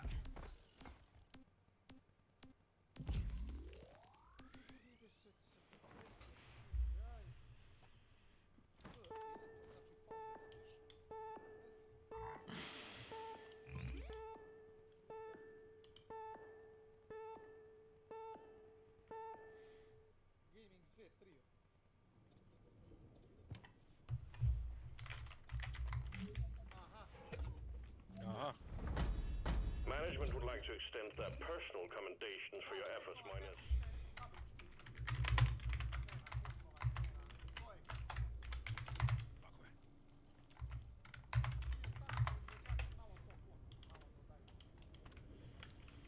I nije to 60-80, nego 6800. Tako je. Šta je malo? 5 ljudi? Fajn.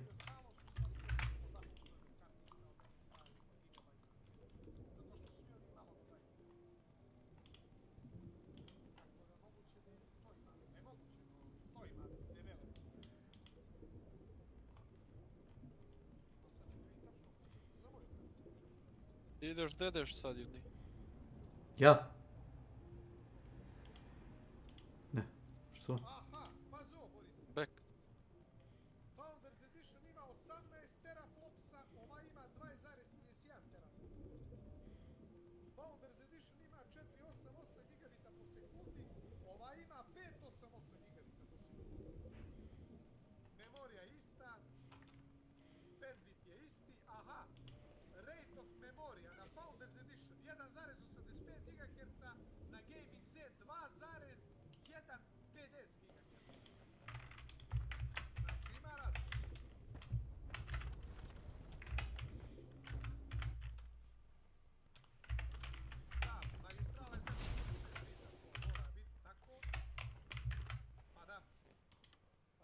u boost kloku i u base kloku. Što je čini 15% jačnom od Founders Edition. Nah, this one. Eto, samo toliko da kažem. Čekaj, Borise, why are we having this conversation? Je li, Boris? Ja ga ni ne slušam. Brate, mene optereću, čovječe, znači, katastrofa. Ne, Boris, ja moje, ja moje, ja moje, ja moje, ja moje, ja.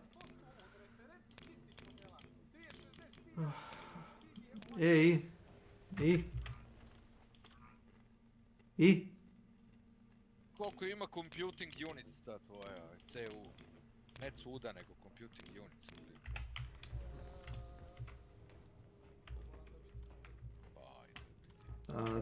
To ne znaš, to se mora znati. A šta je to, Gardi? Jedinice za obračunavanje, to je brzina, to je jačina, to je... Ne CP, nego CU, Computing Units, CU. Evo me za minut, dva. Pa je. Weapon overclock in the making!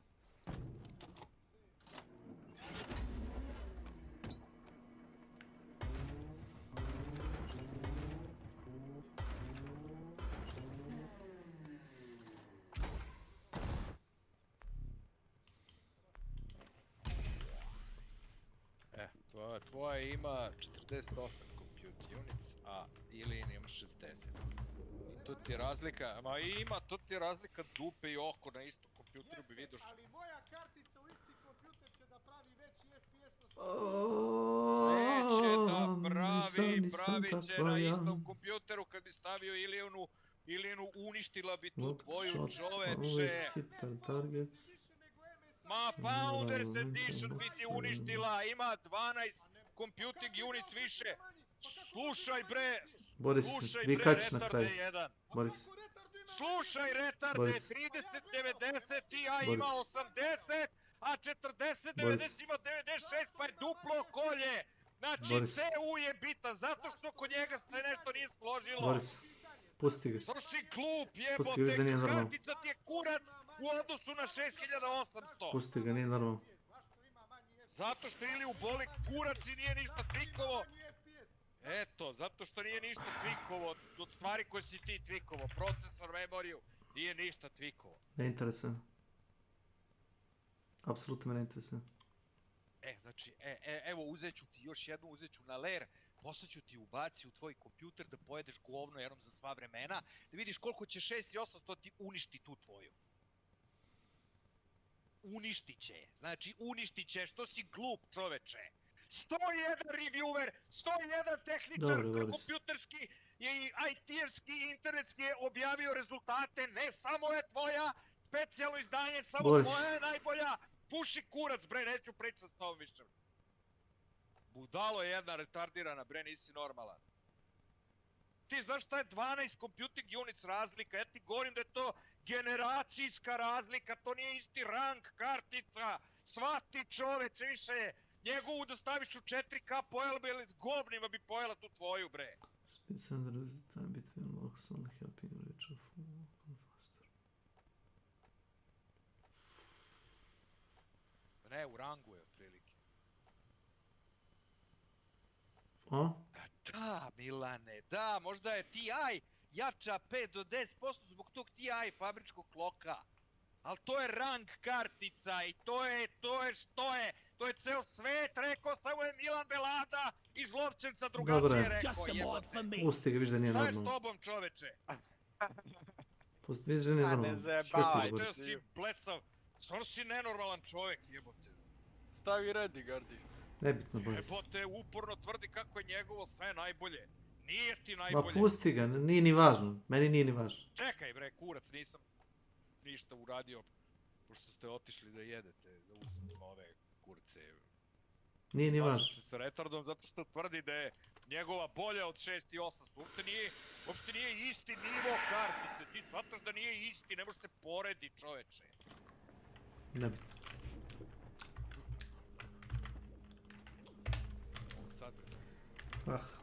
Linus Tech. Ma jebote Linus Tech. Gledaj malo druge stvari, ne tako ome što ti gledaš. Miriše malo od cveće, Milane. Kako je naporan je ovaj kako. Koliko ima junica, ajde. Koliko? Znači ima dve više od Iline, ima dve više. A što sad mi to poredimo? Šta sad? Merenje kurca, opet, a? Ilija, u prevodu meri se kurac, brate. Meni nije ni važno. Tako da, Evo, da bude neutralno, donesite obe kartice kod mene. To je tačno, eto, ajde. Ne želim. Nije mi ni važno. Nije mi ni važno. And a bunch of other YouTuber friends, and I'm sure you know this already, I just have to say it just to make sure that you know it. And, as his form was traveling around the world to the phones and tablets of his fans, he was also traveling the globe. That same October, Felix made a trip to America, in specific, Los Angeles. As he filmed his adventure, he was putting hints in his vlogs that he was filming some kind of show with YouTube. I found out, though, that I can't really say too much of what I'm doing here. People are worried it's gonna leak into the media. Engadget published an article at the time speculating that he was filming some kind of reality. Šta, da li ja? Da li ti Čali, Džika, ili ima neku pištolj nešto? Misliš da upuca ovoga čim pređe preko praga?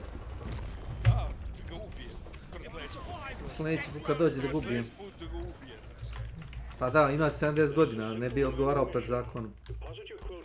Bio je malo neuračunjiv, je popio lekove. I got the deposit. Kaže, ušao neki neandertalac, matarac, nešto. Počeo da urla. A on držao grafiku, bio mislio cigla, on će me ubije. I killed the loot bug, and I'm not so proud about it.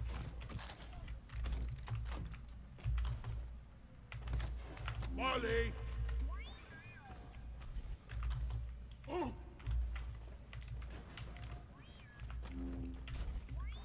Tamo je trag. Trag. Depositing.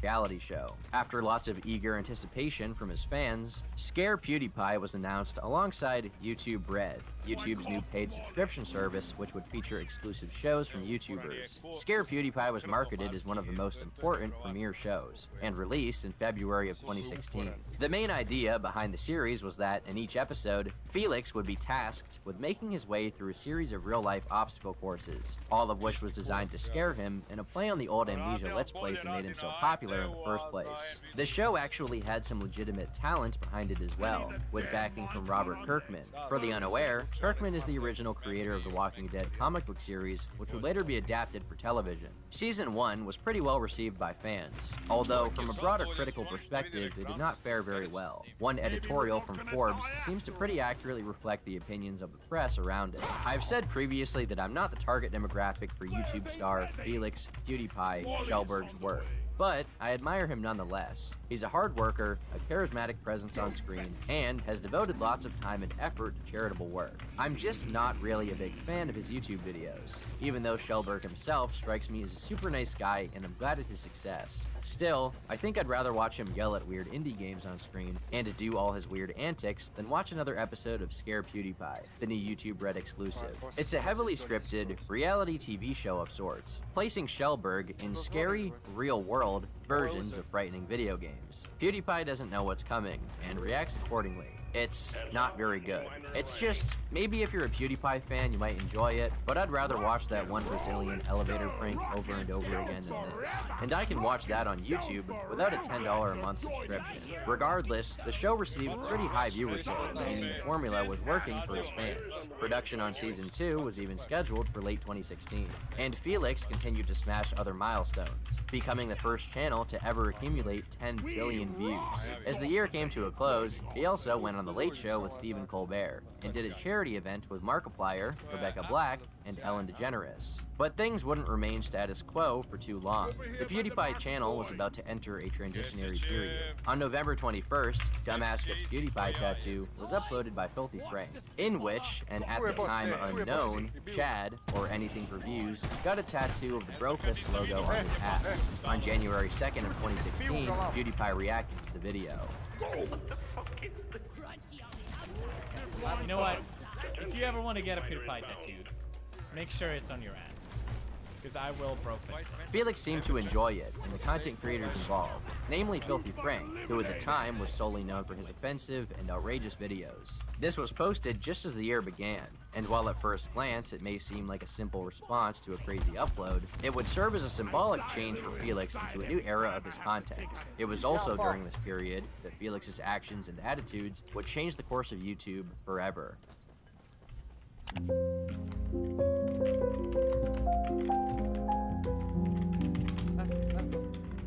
2016 is a year many remember as YouTube's golden age. It definitely depends on who you ask, but if you're like me and spent a lot of time that year watching people like Filthy Frank, iDubbbz, H3H3, and Leafy is Here, then you would probably agree. All of these creators relied on a dry sense of humor, oftentimes saying controversial things not because they believed them, but because they were willing to say basically anything to get a reaction. Generating outrage was rewarded, and with each rising creator, it seemed like the bar of what was acceptable was being pushed more and more. iDubbbz famously managed to even justify his use of the forbidden executable, a code script that today is rarely used, and when it is rewarded with backlash and hatred of the highest degree.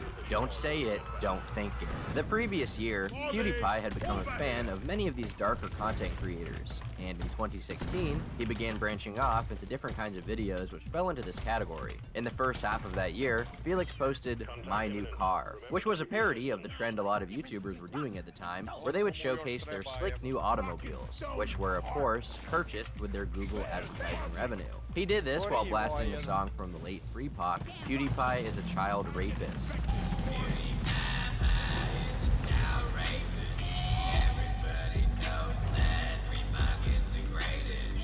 He clearly wanted to make videos that were more subversive and mocked the YouTube landscape rather than blended in with it. You can tell that during this time he had become very self-aware of his position on the site and did not want to be seen as a child entertainer any longer.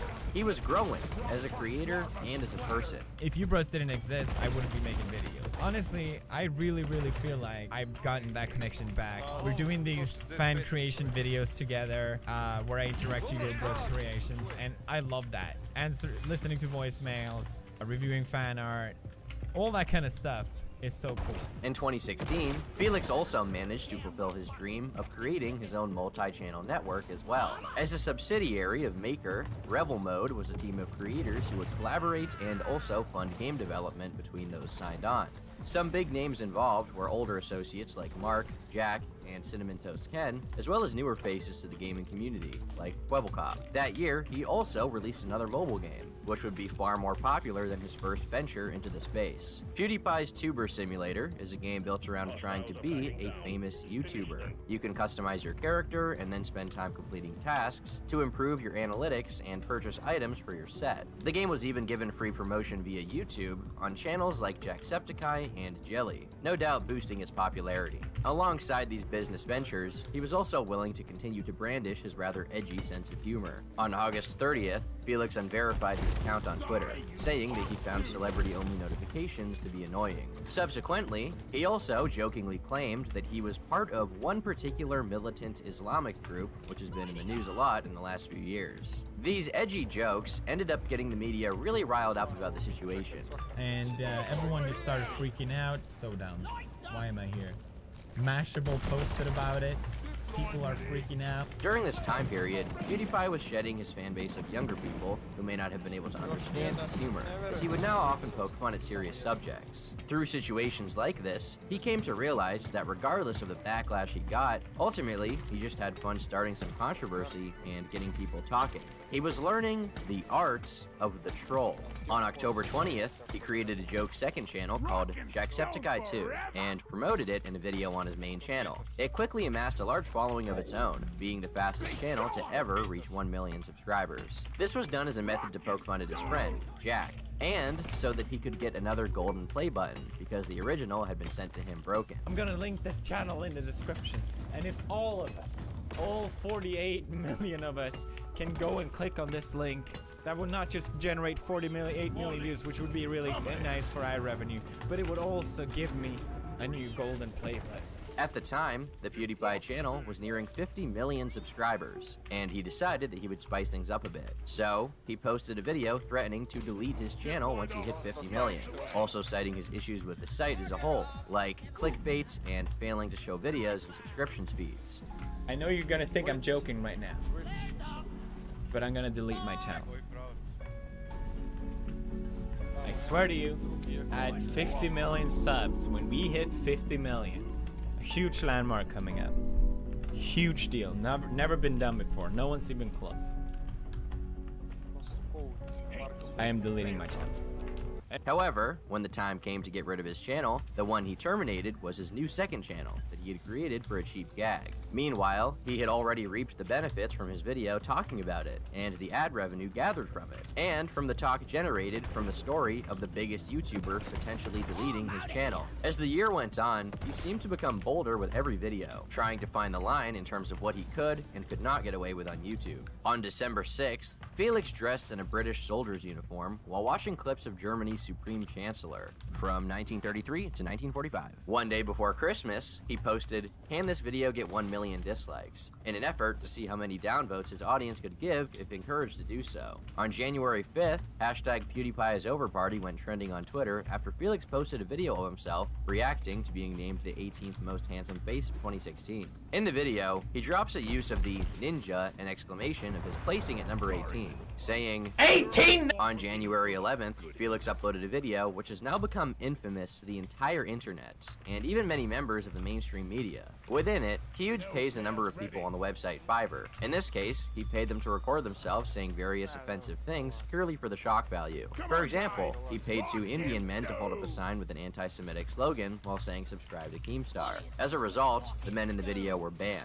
as well as Jesus Christ himself. But the video was so popular that it even hit YouTube's trending tab for a short time. 5 days later, the 2 men who held up the sign for PewDiePie apologized, saying that they did not understand what they were saying. A week later, on January 17th, Felix posted a video titled "In My Defense," where he criticized some of the media perception around his video and the way that his comedy was being treated. See, and even all the comments talk about it, like, what a trash article, nice grab for views, you hack. I'm glad people at least realize, I'm really glad to see that the majority realize how bullshit these articles are, and that they fulfill no purpose whatsoever than to tear down my name to get some more clicks online. But this would not be enough to quell any of the conversation around his statements, as shortly after that, Vox would publish an article detailing the controversy around what had happened. Huge tried to explain himself via a Tumblr post, where he said that he made the Fiverr video simply to show how crazy the modern world is, rather than as a move to embolden anti-Semites. I think it's important to say something, and I want to make one thing clear.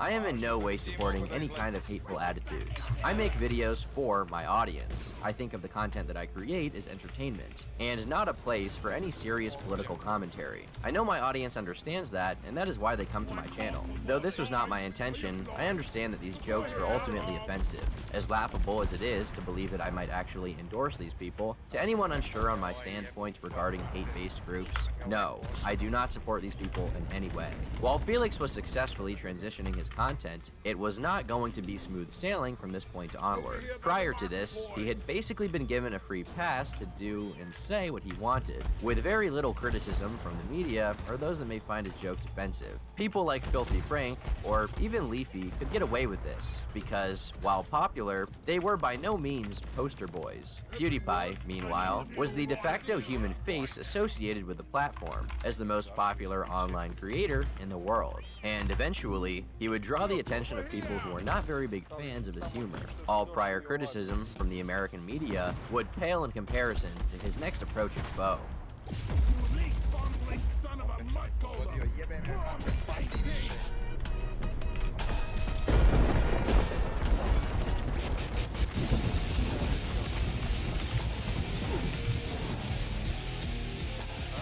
On February 14th, New York City-based publication The Wall Street Journal published an article titled "Disney Severs Ties with YouTube Star PewDiePie After Anti-Semitic Posts." Within it, the three authors detail the instances stated prior, as well as specifically outlining their own effort to hurt Felix financially. On Monday, after the Journal contacted Disney about the videos, the entertainment giant said it was severing ties with Mr. Shellberg. This would mean that the contract signed between the PewDiePie channel and Maker Studios was now void, and the channel was now without a network.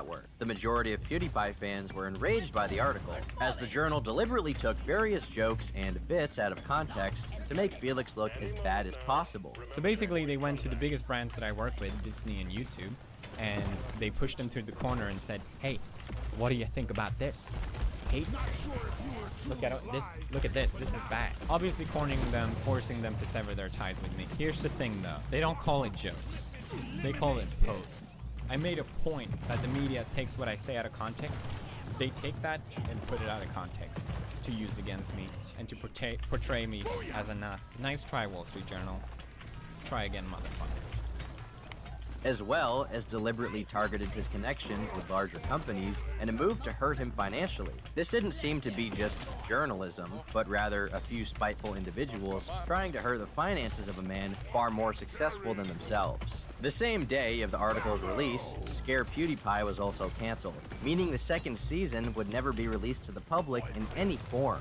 Felix's channel was also removed from its premium advertising program, meaning he would no longer be able to receive ads from big-name brands, likely because YouTube feared that if a large brand had their ad appear in an offensive video, then another article could be written and damage the reputation of the website. To make things worse, Felix's own network he was running as a subsidiary of Maker, Rebel Mode, which had signed on his friends like Markiplier and Jacksepticeye, was shuttered. The man himself said that he found this to be the most devastating blow from the initial fallout. But that was not nearly the end of it. Following the article, hundreds more were published from news outlets, many of which either outright called him an anti-Semite or criticized him for making jokes on such a large platform. Amidst the backlash, Shellberg did attempt to defend himself, and by a wide margin, his fans were on his side. Popular faces like Philip DeFranco, Markiplier, and H3H3 defended him, with the community coming to his aid to correct the record that the legacy media was pushing.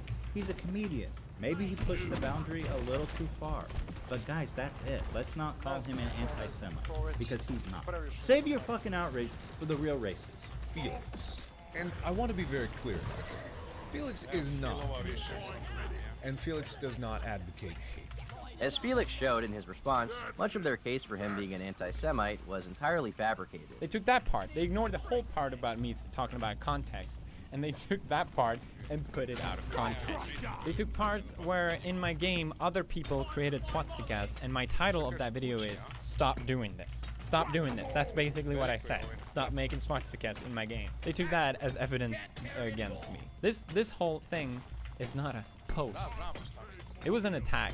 There seemed to be a concerted effort by the Wall Street Journal to take his words out of context to make him look worse. While offensive, none of his jokes were an endorsement of the ideologies he parodied, and that is what was so infuriating to him and the YouTube community. The fact that the writers likely knew what they were doing and did this as a way to frame him as a bad person to an older audience who may not be familiar with the culture of his channel and his videos in general. It was very upsetting. While YouTubers had his back, the media only continued to push the same narrative, and even went on to mock him in their responses. Titles like PewDiePie responds to Disney dismissal by attacking media, PewDiePie, PewDiePie fights back tears as he responds to criticism, and YouTube star rages against the media flashed across the phone screens of boomers around the globe. Regardless of his responses, the damage to Felix had already been done, losing multiple business opportunities as a result of the actions of the journalists working for the Wall Street Journal. With him out of the way, their next target became the platform itself. Subsequently, they began publishing a series of articles about YouTube. They accused the platform of allowing ads to be run on paper videos, with outlets like The Guardian parroting their opinions and getting a lot of attention from the press. They were only given more fuel when actual hate site, The Daily Stormer, changed their banner to proclaim themselves the world's #1 PewDiePie fan site. As weeks passed, bi trebao da je $200, to snowball, with the focus moving away from Felix and more to YouTube as a platform. The Wall Street Journal then began reaching out to large companies whose brands were being advertised through Google, and therefore through YouTube, with massive names like Coca-Cola, Pepsi, and Walmart pulling the plug on all advertising with the platforms. All of the major names leaving, and many more pulling their spending spending dollars from YouTube would cast a dark shadow on the website, leading to the darkest period that it as a platform and its creators would ever have to live through.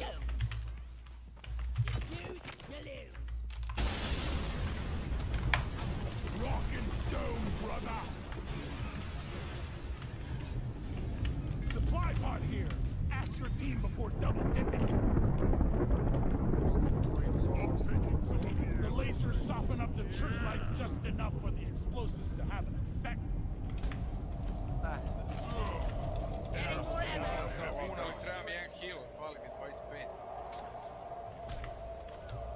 With all of these massive advertisers leaving the website, YouTube was rapidly losing their primary source of revenue.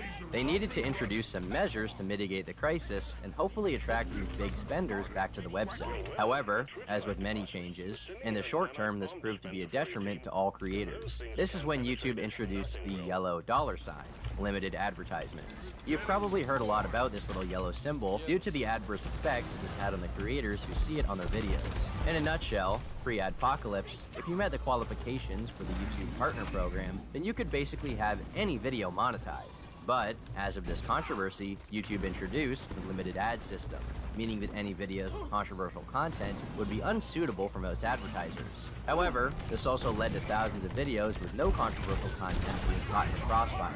Many YouTubers, even those posting completely safe content, received the yellow $sign on their videos and reported losing as much as 60% of their revenue across the board. Behind the scenes, YouTube was also developing a number of other systems to categorize which videos would receive which ads, information which was not privy to creators in any form by YouTube themselves. Rather, a researcher named CeeLo, in collaboration with Nerd City, had to bring this to the public, exposing that YouTube was working on a secret rating system by which videos could be given more or less ads. At the time, many creators were afraid for their channels, fearing that if the trend continued, then they would be unable to do YouTube as a job. Right after it happened, my revenue dropped by 50%. What's going on right now for me is most of my back catalog has had ads added back onto them. There's still a couple of videos that don't, but what happens now is when I upload a new video, it does not see many ads for the first 24 hours. Look at these earnings. It's like a pulse. I'm flatlining out here. Leave Ken Bone alone? How is that even controversial? It's just Ken Bone. We have Jenna Marbles saying, same dude, I also had a bizarre selection of videos demonetized with no notification or option appeal. If Jen is not safe, it's coming for all of us. iDubbbz, experiencing a similar meme. So, while larger creators could survive, many smaller ones were left at the wayside trying to find ways to support their channels. This is when many YouTubers began to utilize Patreon, as it was, and still is, one of the only ways to successfully monetize content about controversial issues. Many YouTubers began taking sponsorship offers for their videos, with games like Raid Shadow Legends and services like NordVPN becoming a staple of YouTubers' monthly income. With these new revenue streams, people could support themselves, although it did take some considerable adjustment. Some also went to the effort of creating new platforms to increase their income streams, such as H3H3, who at the time began the H3 podcast and made it his main focus as opposed to his previously successful commentary channel. Due to his large channel size, Felix managed to survive the onslaught, both from the media and from the considerable drop in revenue, without making too many big changes to his channel. And as the summer of 2017 grew closer, he had time to reflect on the controversy, vowing to make several changes to his content.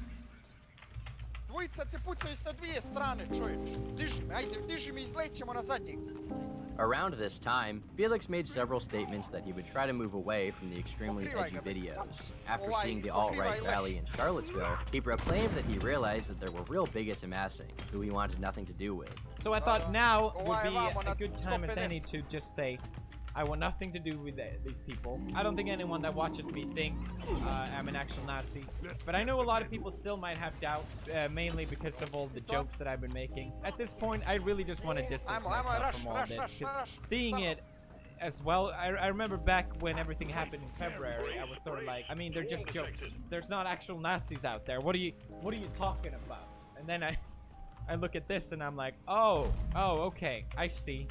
Okay. Well, and at the same time, he was also making several moves to change his content. Whereas prior, many of his videos were focused on gaming, here he became more of a commentary channel, talking about current events and interacting with his audience. One series to premiere during this time was Lawai, a series ripped off, a series inspired by The Eye, from fellow YouTuber Jack's Films. Today we're gonna go through you guys' submission for that green screen competition. I recorded myself in front of a green screen. I asked you guys to submit your edits, and now we're gonna watch. Serving as the direct link between him and his audience, Felix would ask his fans a question, and would then respond to some of the most upvoted posts on the subreddit designed directly for the show, r/PewDiePie submissions. Most of these were comedic in nature, and he would react to them for the first time in his recording. Your entries in the subreddit pros, and I'll watch the show in the next episode of the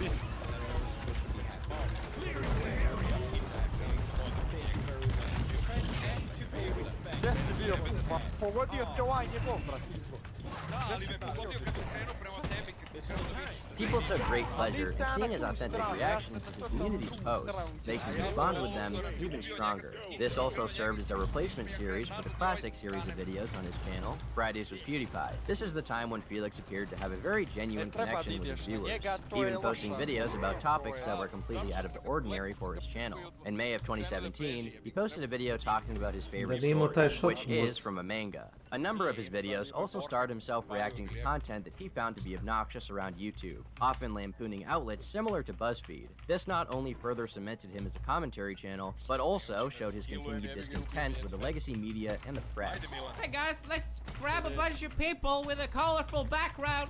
That's popular, right? We can do that too. No!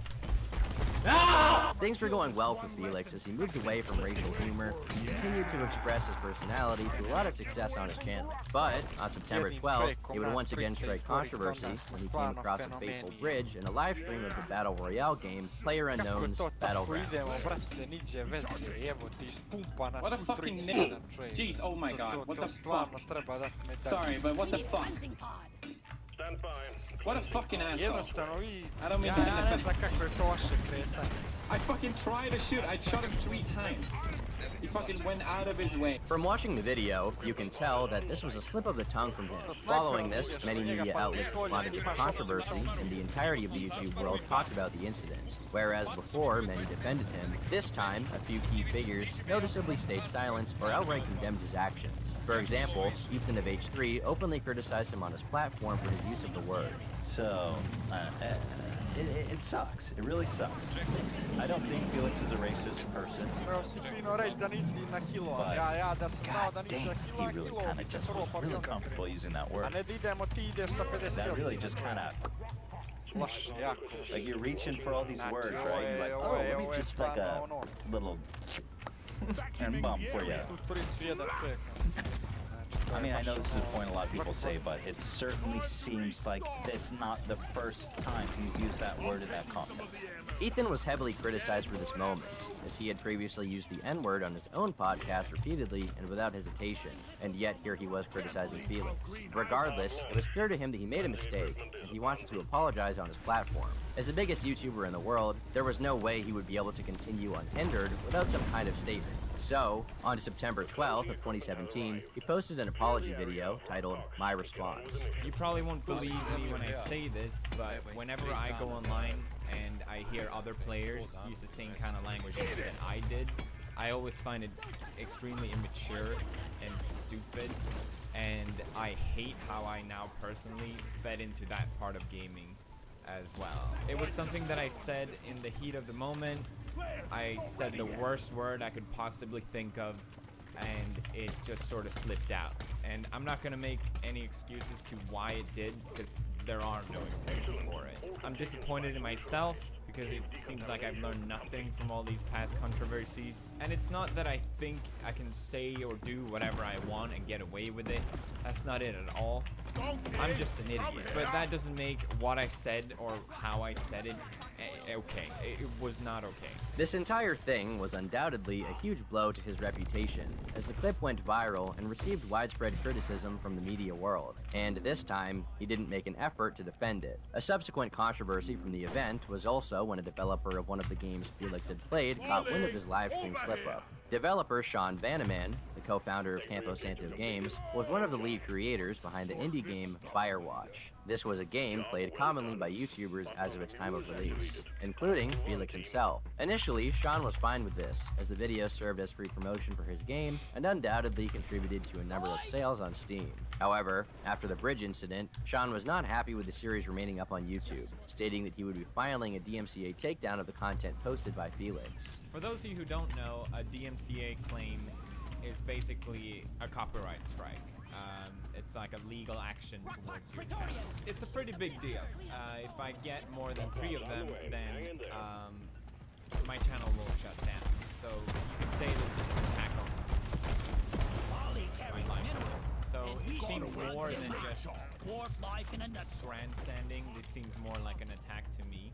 He also followed with, I urge other developers and will be reaching out to folks much larger than us to cut him off from the content that has been promoted. As a result, Campo Santo as a company received heavy backlash from the YouTube community and was review bombed at the time that the incident occurred. Many were upset that the developer seemed okay with profiting off the PewDiePie platform when it was convenient for him, but he threatened to abuse copyright law in his favor once he became upset with his game being associated with a controversial figure.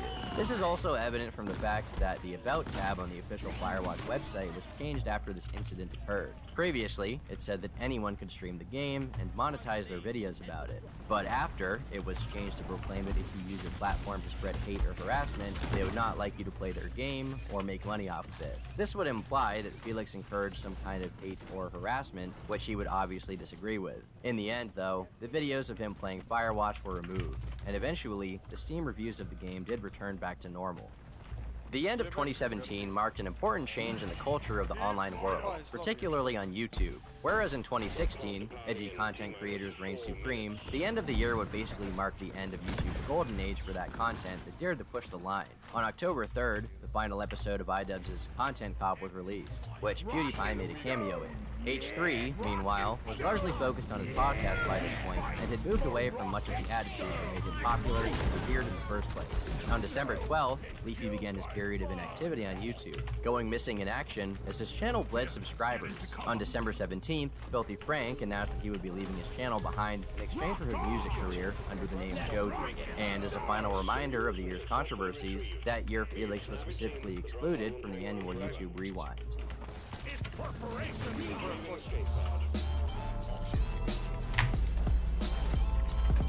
Despite the changing landscapes of YouTube, Felix's channel was still going strong, receiving consistent viewership from his fans, even hitting 60 million subscribers and 17 billion cumulative views in January of 2018. This transformation into more of a commentary channel also continued with his videos giving his thoughts on current events, both on and off YouTube, all while portraying his signature dry sense of humor, albeit with some alterations to avoid the obvious. On February 3rd, PewDiePie began his Q News series. As a pseudo-parody of mainstream news outlets, it had Felix making jokes about current events and talking about internet culture. That, along with Lawai, were his two main series on his channel at this point, as he had one to talk about current events outside of his community, and another to make a connection with his fan base. News number 1. J.K. Rowling is under the fire lately. J.K. Rowling responds to gay Dumbledore controversy. J.K. Rowling, the wonderful author who didn't take a second before calling me out publicly for being a fascist. Thank you, J.K. He also made an effort to use his platform for good, trying to shake off the image of his channel that many mainstream outlets would have liked to paint. On April 8th, a video was uploaded titled Johnny D Needs Help. For the unaware, Johnny D was an elderly man who had been posting videos for 3 years, which were usually him doing song covers of popular rap songs. Many in the community found his performances entertaining and his personality endearing, hence Felix had promoted him on his channel. But in April of 2018, he began suffering from pneumonia, an ailment which prevents breathing and can be extremely harmful for older individuals. In this episode of Q News, Felix promoted a fundraiser to help Johnny D with his medical bills. Nevertheless, I hope Johnny recovers as soon as possible so we can have him back making his amazing karaoke videos. That's all we want. Johnny D, if you're watching, keep hanging in there. The bros got your back, boy. And apart from that, as a commentary channel, Felix criticized a pantheon of different faces. A few good examples of this would be the creators of the ill-fated Bully Hunter service, and typical targets of commentary channels, like Tana Mojo and the Paul brothers. This was, by all means, a new...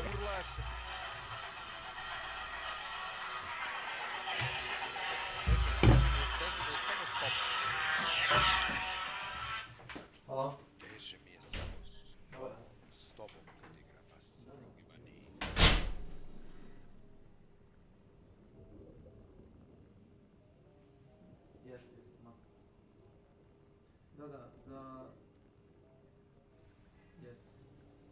Niti trebao gardi, kad je čovjek hitao, ne moraš ga u glavu ciljati. Sa longama ga ubijaš u telo. Gde si ti to sad gledao? Kad nije Kesić hitovo, sam ga ja hitovo i krenuo sam da dižem Kesić, umjesto sam otišao ga dovršim. Šta si ti to vidio? Koju si ti dimenziju gledao? Dobro. Pa, u sredu 4.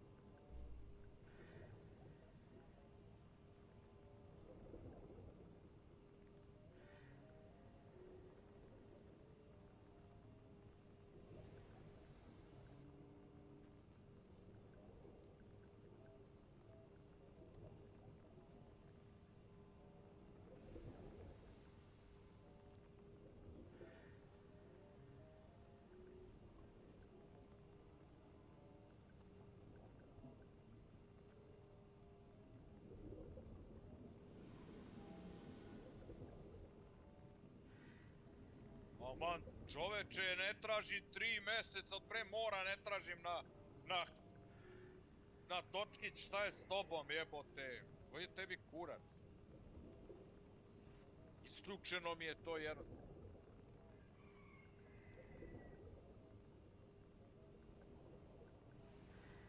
Ajmo stil otra. Ili Alisa, ili nemam pojma nija.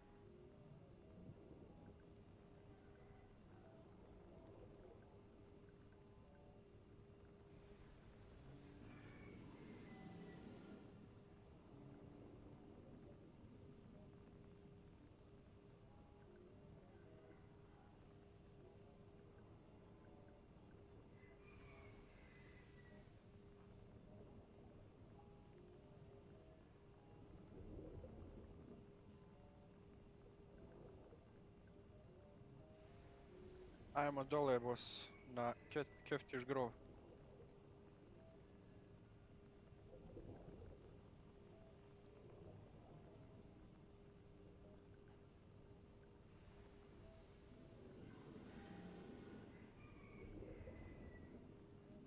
Tu neće nikog biti ako se nije spanala ekipa instant.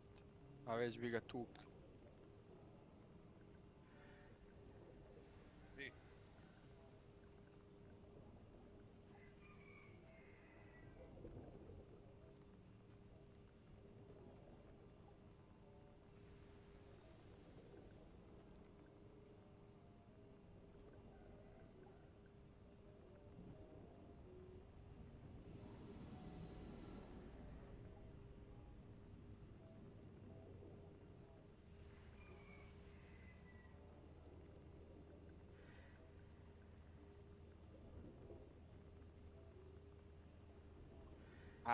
Sam znao da ima 50 healthy healova, imao sam healova, nijedan nisam iskoristio.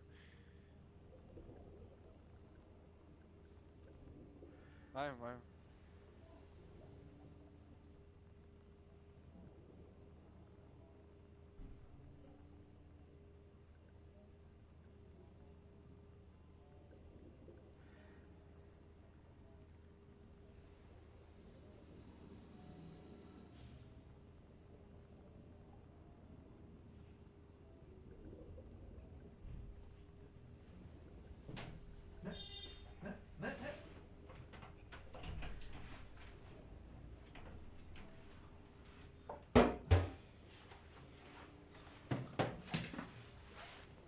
Zašto ne mogu?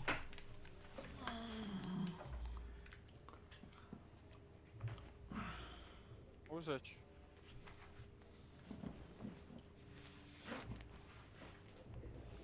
Čuješ se, da, sad ću uzet. Sve čujem, nego... Uzet ću već 5 puta. Verovatno me ne čuje dovoljno dobro. Ne znam, smanjen sam mu ili tako neka varijanta.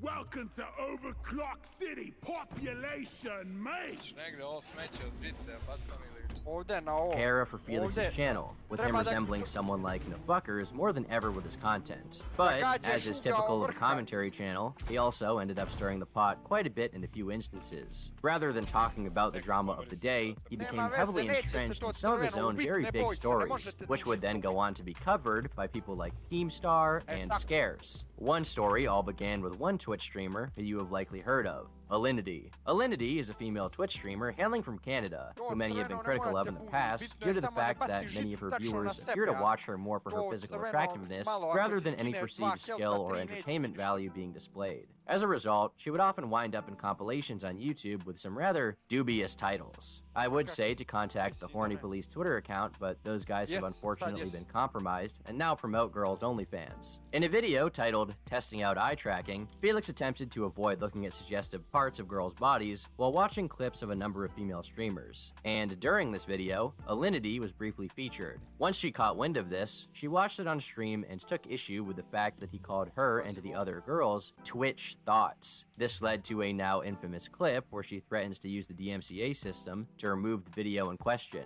misspeaking and calling a copyright strike a copy strike. Seriously? He just said that? I'm gonna copy strike this guy. Just for that word. Gonna copy strike him. Bro. Yo! Bro. Can we copy strike PewDiePie's latest video? Like right now? Following the virality of this clip, PewDiePie responded to Alinity criticizing her for taking down his video, which he was totally within his legal right to post. She, meanwhile, had abused the systems in place which are designed to prevent copyright infringement to silence someone who made a lighthearted joke about her. My intention is never to upset people with videos. I decided it was easier to just cut her out. But before we were able to do that, the video did in fact get copy striked. This introduced Alinity to a much wider audience, and in a negative context, as she was now someone who was willing to use illegal means to remove videos that she did not like. To make matters worse, she went on to brag that she had made $700 in the last month alone from her network claiming videos on YouTube and collecting the ad revenue from them, any of which videos could have been totally within their legal right to exist and to make their own money. And while all of that is fucked, this situation also gave birth to an important channel meme which his fans would take in stride. While talking about the drama, Alinity referred to Felix's fans as little 9-year-olds. And rather than take offense to this, Felix and his followers decided to embrace it. The Bro Army title had been seldom used by this point, and so the channel's followers decided to take up the ironic title of the 9-year-old army. Meanwhile, Felix's following was growing stronger with every passing day, as his subreddit reached more than 600,000 members in October of the same year. But things wouldn't stay comfortable for too long as another challenger approached, one that would symbolize the end of an era for YouTube as a platform, as well as the trajectory of the internet as a whole.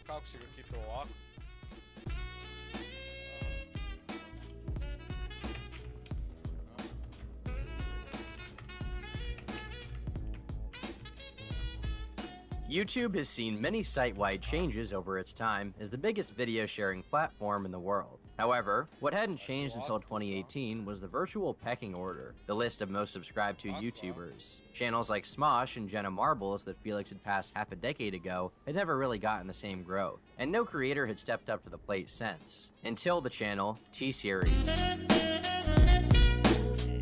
T-Series is an Indian YouTube channel created in 2006. The channel is mostly focused on music, posting a number of extremely popular Indian music videos, and as of 2017, the channel was growing very fast, racking up 100,000 subscribers daily. Up until that point, it had gone largely unnoticed by English-speaking YouTube, because the majority of them aren't huge fans of Indian music. But, as the channel's popularity increased, people in the highest places began to take notice of its success. By July of 2018, the channel had reached 51 million subscribers, just 10 million behind the PewDiePie channel. T-Series was also growing 4 times faster. So, in August of 2018, Felix made a call to action.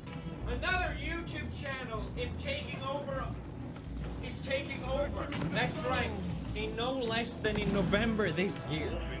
PewDiePie will not be the biggest channel on YouTube. While he was being pretty goofy in this video, this change is important. Felix had been at the #1 spot for 5 years, and even though YouTube as a platform would rather have a cleaner, much safer spokesperson to represent them as the most well-known creator on their platform, him being rough around the edges is really what made him such a captivating figure. From the inception of his career, he wasn't a super family-friendly guy who was interested in cynically promoting his content to a mass audience. He was just a young guy who liked video games and wanted to share that with people. Ultimately, his controversies just made him more human.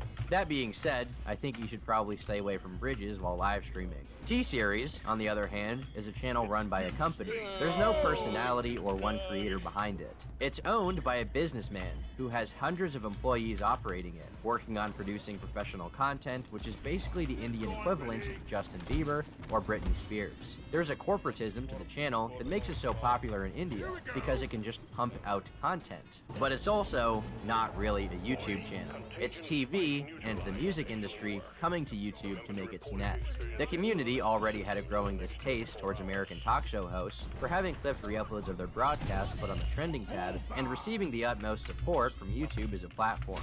And now, some company was going to pass the man who had earned his place at the top? People were not going to just let it slide. So, channels like Drama Alert and Mr. Beast posted videos to their channels about T-Series, encouraging their audiences to subscribe to him and rallying fellow independent creators to the cause. Before long, people across the platform were doing outrageous things, which would not only help their own individual success due to how big the topic was becoming, but also create a positive feedback loop where other creators and fans would join the campaign. The story only became more interesting when Felix uploaded an episode of Pew News, alleging that T-Series had an advantage given to them by YouTube as a platform. Users stated that upon creating a new YouTube account and setting your location to India or the Middle East, you would be automatically subscribed to T-Series. There's been a lot of posts talking about how if you create an account in India or the Middle East, you will be automatically subscribed to T-Series. At first I thought, no, that's impossible, this is no way that would actually be a thing. But then I see more and more people talking about it, saying that it did happen to it. So I wanted to ask if you guys could send, if you guys noticed this, please send evidence. Maybe create an account in India to test it or something like that, because I'm curious, because it would definitely be interesting. This seems to suggest that the company's corporate connections went so far that they were just a default in some versions of YouTube. As the year dragged on, people began doing more and more click-worthy things to fuel the fire. Mr. Beast famously spent tens of thousands to buy every billboard in his city to advertise the movement. At the time this video was released, Felix was only 100,000 subscribers away from being passed, but the video pushed him forwards by 360,000. This was the most his channel had gained in one day up until that point. Contributing to its virality, PewDiePie also posted his own diss track, Bitch Lasagna. The song went viral, receiving nearly 300 million views on YouTube, as well as 100 million plays on Spotify. The song ends with Felix jokingly accusing them of subbotting, the practice of purchasing bot accounts to create new channels, which then subscribe to your YouTube channel, therefore artificially increasing the number attached to your subscriber counts. Looking back, it's incredible to think about just how big this got around the globe. Its message far transcended the online world, and it wasn't even political. On November 25th, Mr. Beast said PewDiePie 100,000 times, once again boosting Felix's channel, this time by 500,000 subscribers over the course of 2 days. The video was also 12 hours long. Shortly after this, a user going by the name of The Hacker Giraffe claimed to have found a way to remotely access 800,000 printers. Subsequently, he gave them the command to print a short message telling the reader to subscribe to PewDiePie, and across Twitter, people posted videos and images of the message coming out of their printers unprompted. Soon, articles were published by technology-focused outlets like The Verge, who claimed that as many as 50,000 printers had been accessed via the backdoor breach. In December, as T-Series was about to pass him, Markiplier fired up a live stream telling his own audience of more than 20 million to click the link in his description to subscribe to PewDiePie. Now you know. In the description there is a link that will take you to PewDiePie's channel, where you can subscribe to PewDiePie. Do your part. This isn't just about you. This isn't just about me. This is about what's right. What needs to be done in this world. Ne znam. Health sam na 1 health. Respect. And I respect the fact that PewDiePie needs to have more subscribers than T-Series. Derv even challenged himself to watch the Bitch Lasagna music video for 24 hours straight. However, it appears he fudged this a bit by looping a good portion of the live stream while he slept, and then returning once he had woken up. Regardless, the stream did get quite a bit of attention. Everyone was doing their part in the war against the corporate invasion, with Felix even gaining 500k in 1 day as a result of all of the attention. During a video titled, "This is Getting Out of Control," he encouraged his fans to refrain from making any hateful remarks about Indian people as a whole. He simply wanted the campaign to be about YouTube channels. He even encouraged his fans to donate to a charity based out of India.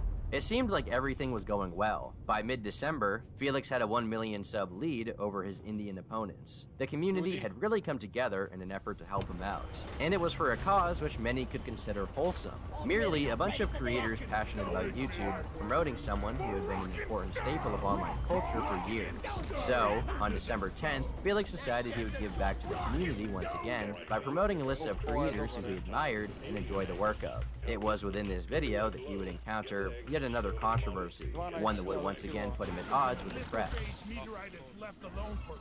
During the video, one of the channels that Felix gave a promotion to was a movie and anime review channel by the name of Milan, The man behind the channel has often been praised for his analysis of the different pieces of media he talks about. At the time, his series about the live-action Death Note movie was receiving a lot of acclaim. With that being said, ER has also had a lot of controversies of his own because of some of the jokes he's put in his videos. He's not racist, but he's also a bit scary. Yeah, if only someone had stopped me. As a result, many have associated ER's sense of humor with the far right, and by proxy, his channel with the far right, given how frequently he parroted their humor. Well, as you can imagine, things didn't go over so well when Felix promoted this controversial channel and directed 100,000 more subscribers to him. One of the other channels that he shouted out was a channel called E semicolon. I think we actually have a chance to make it out alive. Nice. Mining is hard work. Good thing we're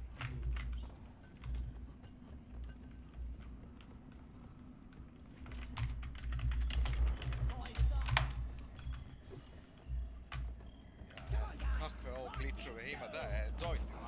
Lock and stone, brother.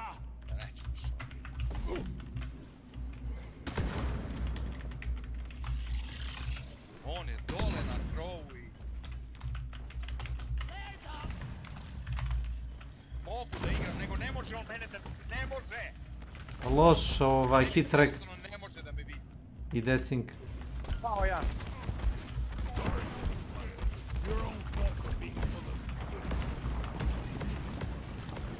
Leđa, tu!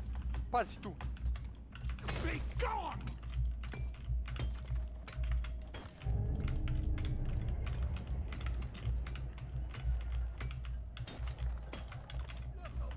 Jesi kurac? Jesi. Gubimo, da, gubimo vreme. Bug sign. We got bug sign. Swarm incoming. Shield.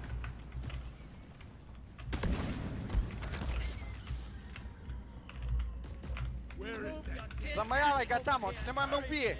Eno! Ne, eno, kako ga zamajava. The swarm's here. Loot bug hot. Evo. Ej, ja ne verujem nikome više, sebi ne verujem više, a ne bilo to. Pogotovo što, ono kad si mi rekao Dark Side nema nikog, ja gledam, ubiju me ljudi kad sam izašao. There is nitro over here.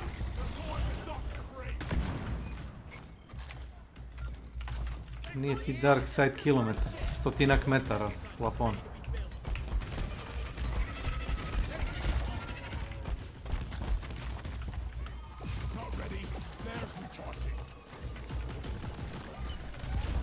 Ajmo napoj.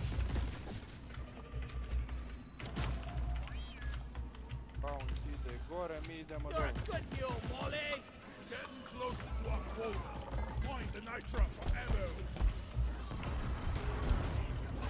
Scanner shows the way you're spitting out. Take out the rest of them. Stat. Pesticide coming up. Explosive.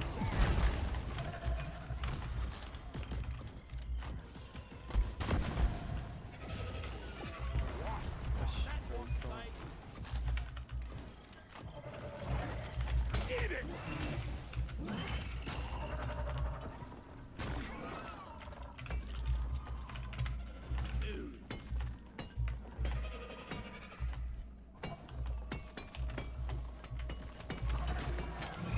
Tu sada sve završi. Marker up. Nitro.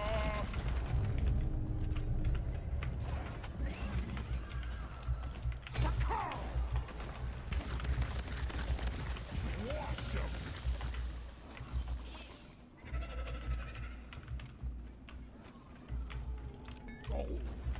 Good work. All objectives have been achieved. Call the drop pod when you're ready to move on. A onaj čovjek, znači ja svaki put kad ga gledam, svaki put sve više mislim da je čovjek nemoguć za ubijanje. Pogotovo sad u ovo vreme. Koga? A Raktezi. Sjećaš se kad je Peđa teo da ga prikolje, kad je bio na 3-4 metra od njega. Ko? Peđa. Njega.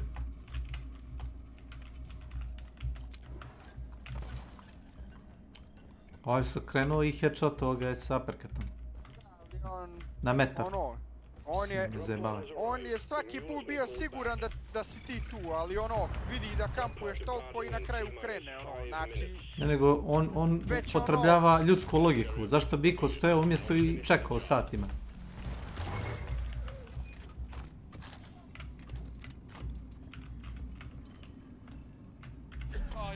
A Jefa to... On imao Sparks, ja sam imao Springfield, pogodili smo jedan drugog, on je mene ubio, ja njega nisam, gledao sam mu na streamu, skinuo sam mu 120, jebi ga.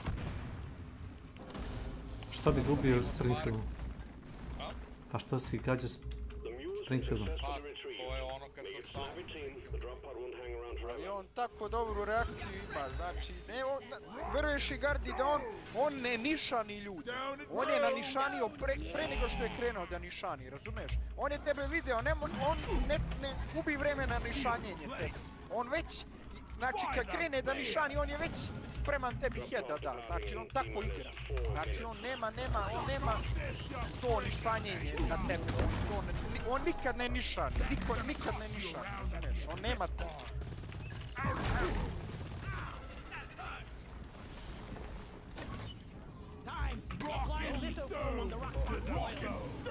On znači nema tu opciju nišanja.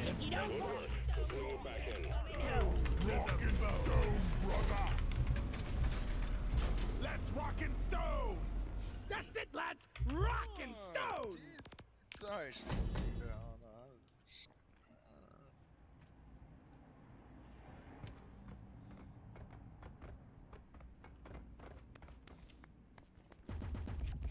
I onda kad mu je Milan napravio sa čekušu, znaš, sa sabljom i onda ga je pukao bio u grudi. Znači nije ga promašio, pukao ga je, skinuo mu je 99% health. To je bilo to. A tad sam se ja s njim napucavao. Aha, tad si se napucao. GG, thank you.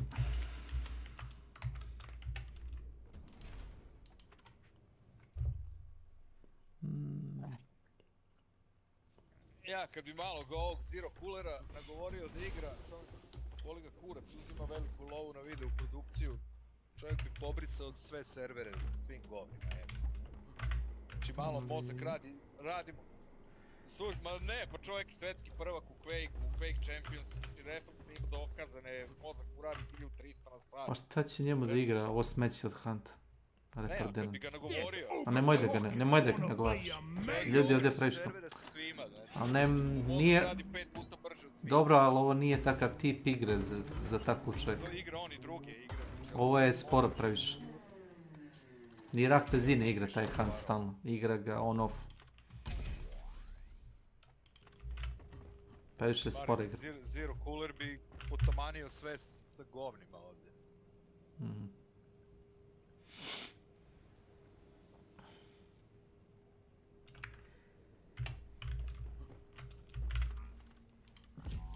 Fascinate.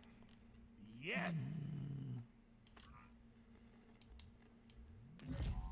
I wanted this so bad.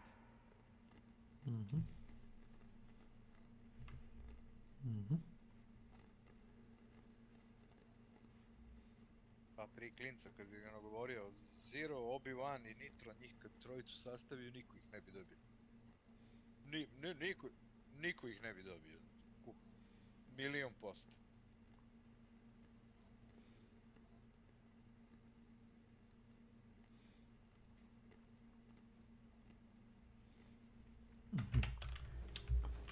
Znaš što? Ajmo u prot.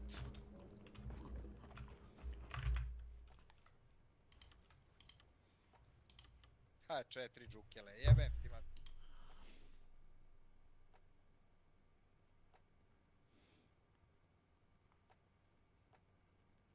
Eto Milane, sredio sam sve 4 džukele. Eto Milane, sredio sam sve 4. Milane? Nisi mi trebao da mi pomagaš, Milane bre.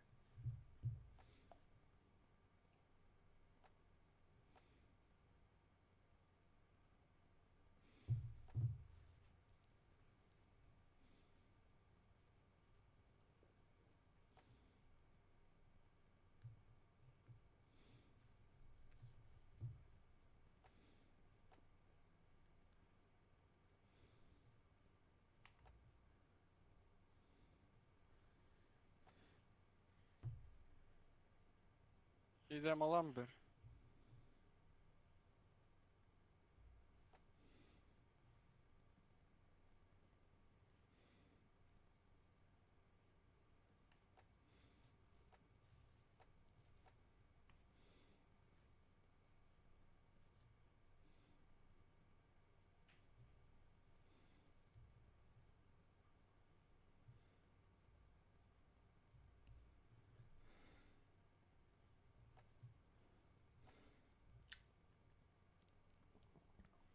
Dobro.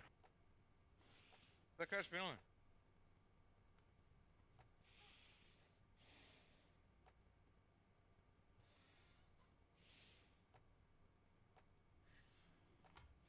Ajmo Port Ricker. Na Scupper Lake je boss, zato smo trebali ići ipak na Port Ricker.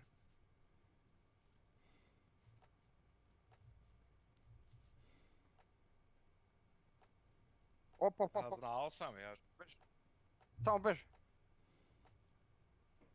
Da. Ubio ga čovjek. 45 metara, velocity, silencer, nek. Evo i mene ubio. Baš zato što dižem tebe. I što smo trebali da idemo na Port Ricker u startu.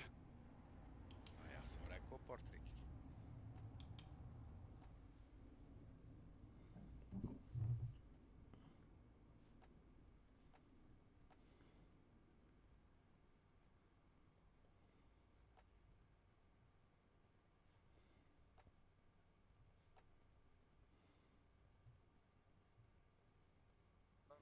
Ne znam, sad ću vidjeti. Oko mene su. Čujem ih, je.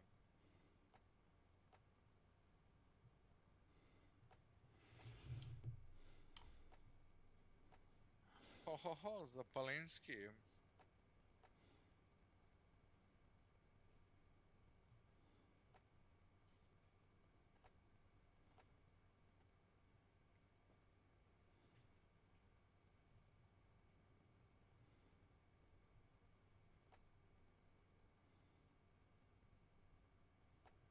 Ne znam kolike šanse ljudi imaju automate i sve živo. This more better be worth it. Bang for the buck if you ask me.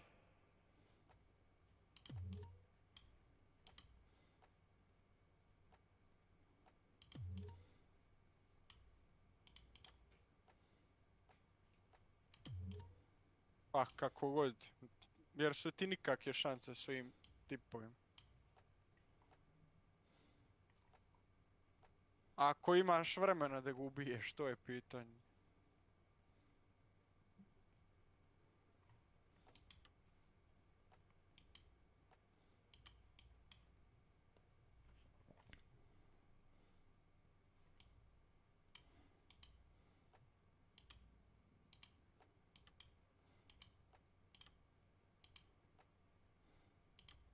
Pa izađi.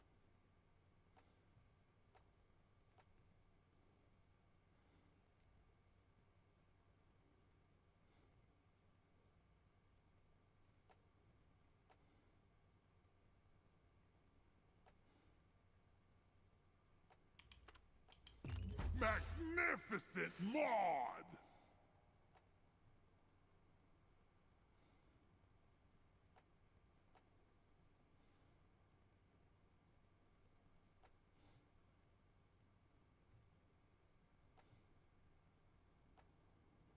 Bol.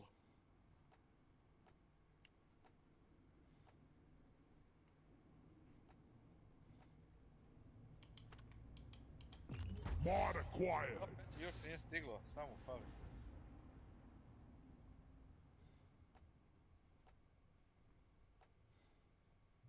Jeli?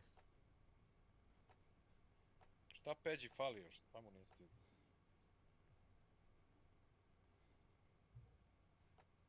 Belada? Samo kućište.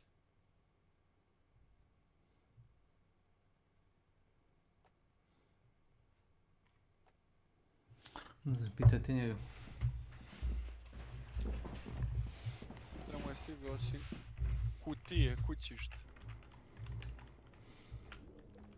Kućište. Može se to sastaviti u staro kućište, ali ako to bude tako, onda se to neće ni prebacati u novo, znajući Peđu. To je tako da stoji u kućištu od 300 dinara. Mislim, nije to loša ideja, niko ti neće ukrasti kućište koje izgleda razvaljeno. Znaš. Misliš da je dotle došlo, a? A znam po sebi, meni isti kurac bio.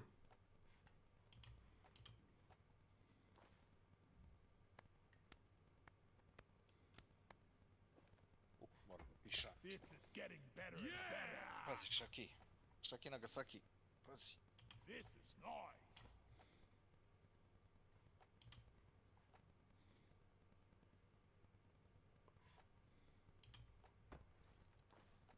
Maybe this.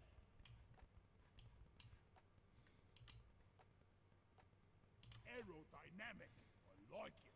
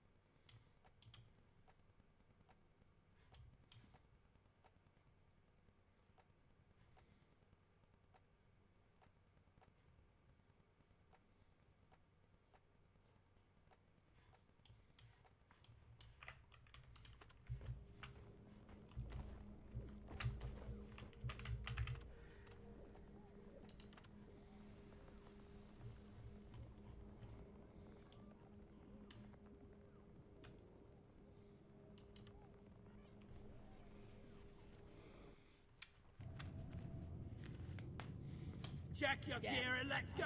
My lucky charm. A bit mistaken for a human. Turrets and explosions. Are a channel that has a video that literally features 20 minutes, or not 20, sorry, 4 minutes of uninterrupted footage from a speech Hitler gave from a content creator that has talked about red pilling his friends about the Jewish question. Yeah, that is on the way. Rock on! Rock and stone, brother. Gdzie, boss? I found a gold vein. Hey, I think I see. Platform A ulazi gard. for rock and stone. Sentry off. Šta je to? Platform.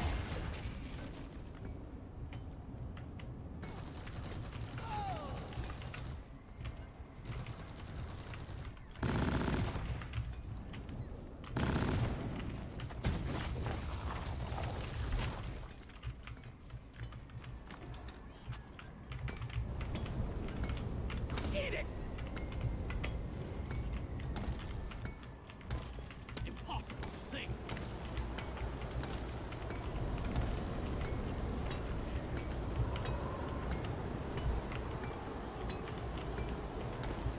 Cavalry's here. New miner inbound. Ne čuješ se, gardinovački, ne čuješ se.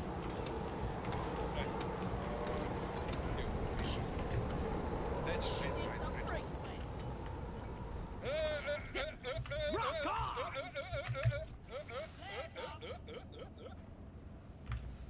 I can't carry anymore. Pa ne može nići. I found a gold vein. Odmah. Platform. Tu. Ajde, beži. One platform, ready to use. Reloading.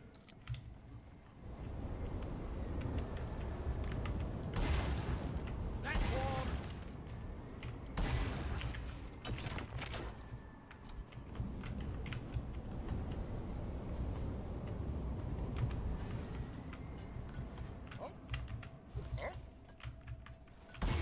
Neki rođen. I made a platform. Access provided. Ohoho. Platform created. Eat it!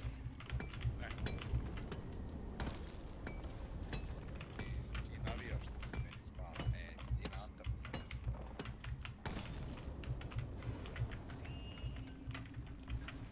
Možda 345.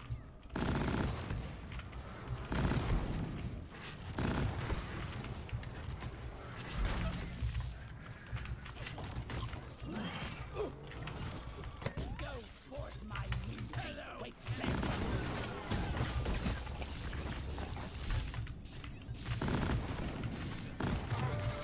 Glyphid Pretorian, eliminate. Lock and loaded.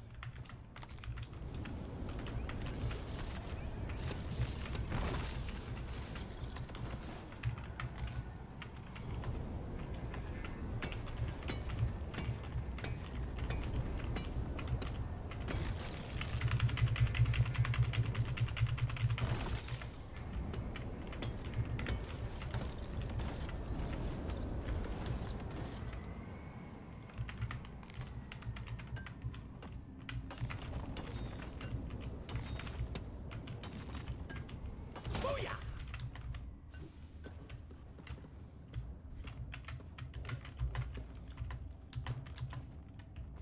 Where is that damn mule?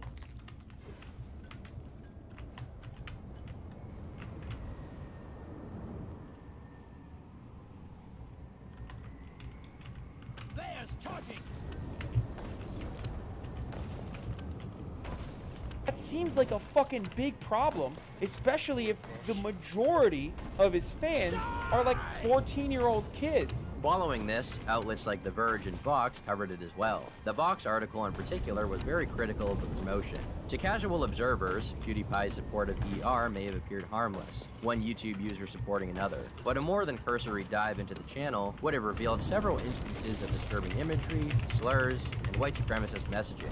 ER's creator even refers to his reputation as a racist in the channel's FAQ. This also allowed a number of left-wing content creators to speak on the issue of a supposed pipeline, the theory behind which leading them to believe that YouTube's algorithm pushes young people to more radical systems of belief.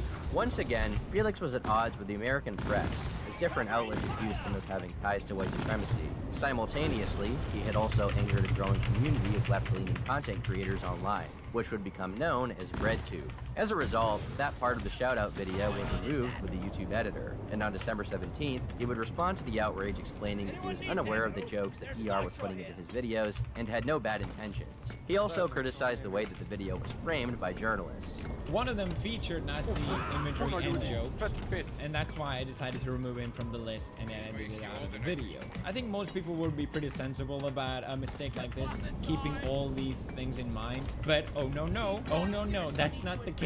It led to an absolute barrage on Twitter. I don't think I've gotten this much attention on Twitter since the Wall Street Journal thing. They must have really thought they had me this time. I don't know, people making the most insane claims about me. And, as we see from the comments section, his fans were once again ignited in support as they didn't want to see one of their favorite creators painted to be someone he is not, especially given how things had gone in early 2017, almost 2 years prior. But this also meant that a few more malicious members of his fan base decided to, once again, partake in some hacking. The same day that the video was released, an unknown individual managed to hack an affiliate site of the Wall Street Journal, seemingly as retribution for what had happened prior. They published a statement to the site reading, "Wall Street Journal public apology to PewDiePie," with the author listed being T-Series. The statement goes on to encourage people to subscribe to PewDiePie in the fight against T-Series to help him reach 80 million subscribers. Ultimately, this immediate issue was much more short-lived than the previous conflicts, but it would be an important stepping stone in his next smearing by the press.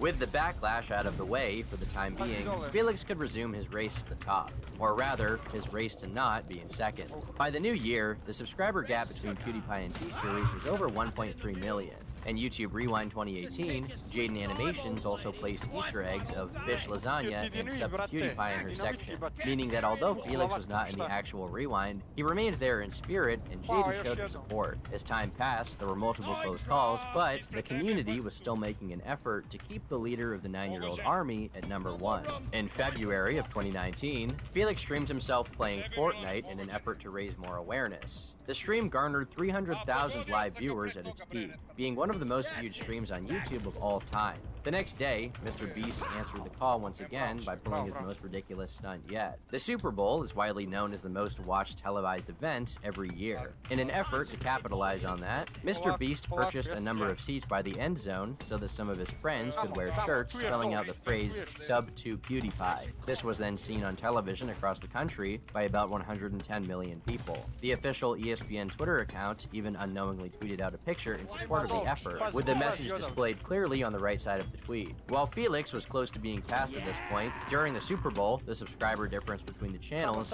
surged from 50,000 to 300,000. But it was during a sub-purge that T-Series would pass PewDiePie momentarily, on February 22nd. The same day, an episode of Meme Review was posted in collaboration with Tesla CEO Elon Musk, getting more attention on his channel and giving him a boost in subs again. On a related note, someone even went to the effort of defacing a World War II memorial in New York City with the slogan. It's at this point where the darkest controversy to ever befall the PewDiePie channel would occur. And this time it had nothing to do with any of his own actions, but rather that of an unhinged individual who perpetrated a tragedy. On March 15th of 2019, a 28-year-old man began a live stream from Christchurch, New Zealand. During that live stream, he entered a mosque with a number of firearms, opening fire on the innocent people inside. He then got into his car and drove 5 kilometers to another mosque, where he entered and did the same. By the end of the massacre, he had killed 51 people and was eventually arrested by the authorities. So what does this have to do with Felix? Well, as the massacre began, the perpetrator uttered the words, "Subscribe to PewDiePie." This was then seen by anyone who had a copy of the stream online, as well as law enforcement. And naturally, word about it soon got out to the world at large, given the severity of the massacre. Felix responded on Twitter by saying, "Just heard news of the devastating reports from New Zealand. I feel absolutely sick having my name uttered by this person. My heart and thoughts go out to the victims, families, and everyone affected by this tragedy." And you would think that would be the end of it, but it was not. Before long, it was reported that the shooter had left behind a manifesto outlining his beliefs and actions, and it was discovered that the attack was not random. In fact, it was racially motivated. The Daily Mail reported shortly thereafter on the event, specifically pointing out that the attacker had named Felix, before going on to describe how Felix had been criticized for his use of racial slurs and his more offensive jokes. To go a step further, a number of people even specifically said that Felix had played a role in the attack happening. Some individuals claimed that he had inspired him, while others said he contributed to internet radicalization, which received heavy backlash from his fans and associates. Whether or not there is any truth to the idea of the internet pushing people to the far right in mass is unknown. But what is known is that this only further formed a rift between the people in the YouTube community and those considered more mainstream journalists. While Felix would release another song about T-Series in March, it was almost instantly blocked in the country of India due to a court order by the Delhi court. While the song was seemingly done in jest, the court deemed it to be defamatory, disparaging, insulting, and offensive. The court even accused him of being racist, something that most viewers of the video, including myself, would disagree with. Even with that being the case, it was clear to Felix that the movement had gotten a bit out of hand. He was so recognizable at the time that he had a hard time going out in public at all without being spotted, recounting an incident with Cinnamon Toast Ken where he and Marcia were mobbed while trying to get some McDonald's. Me and Marcia drove back home and it was really late and we were super hungry. We drove to this McDonald's drive-thru and we're like, we just want to eat. We don't want to be recognized, and all these kids come up to us and one of the moms goes like, "Can you take a photo with my son?" And I was just like, "Sorry, I'm just trying to have dinner." Between the multiple hackings, a defacing of a monument, as well as being named during a massacre, he knew that it was time to throw in the towel. So, on April 28, 2019, Felix ended the "Subscribe to PewDiePie" meme. To have my name associated with something so unspeakably vile has affected me in more ways than I'm let shown. I just didn't want to address it right away, and I didn't want to give the terrorists any more attention. I didn't want to make it about me, because I don't think it has anything to do with me. To put it plainly, I didn't want hate to win, but it's clear to me now the subscribe to PewDiePie movement should have ended then. 1 month later, T-Series officially beat PewDiePie in the race to hit 100 million subscribers.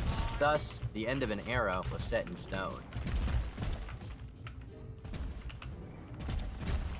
With the T-Series chapter over with, Felix could now spend time once again progressing as a creator. Earlier in the year, on April 9th, PewDiePie signed an exclusive streaming deal with alternative platform DLive. He had previously expressed interest in the YouTube alternative, with this site now serving as a good avenue for him to generate some revenue and notoriety outside of the YouTube landscape.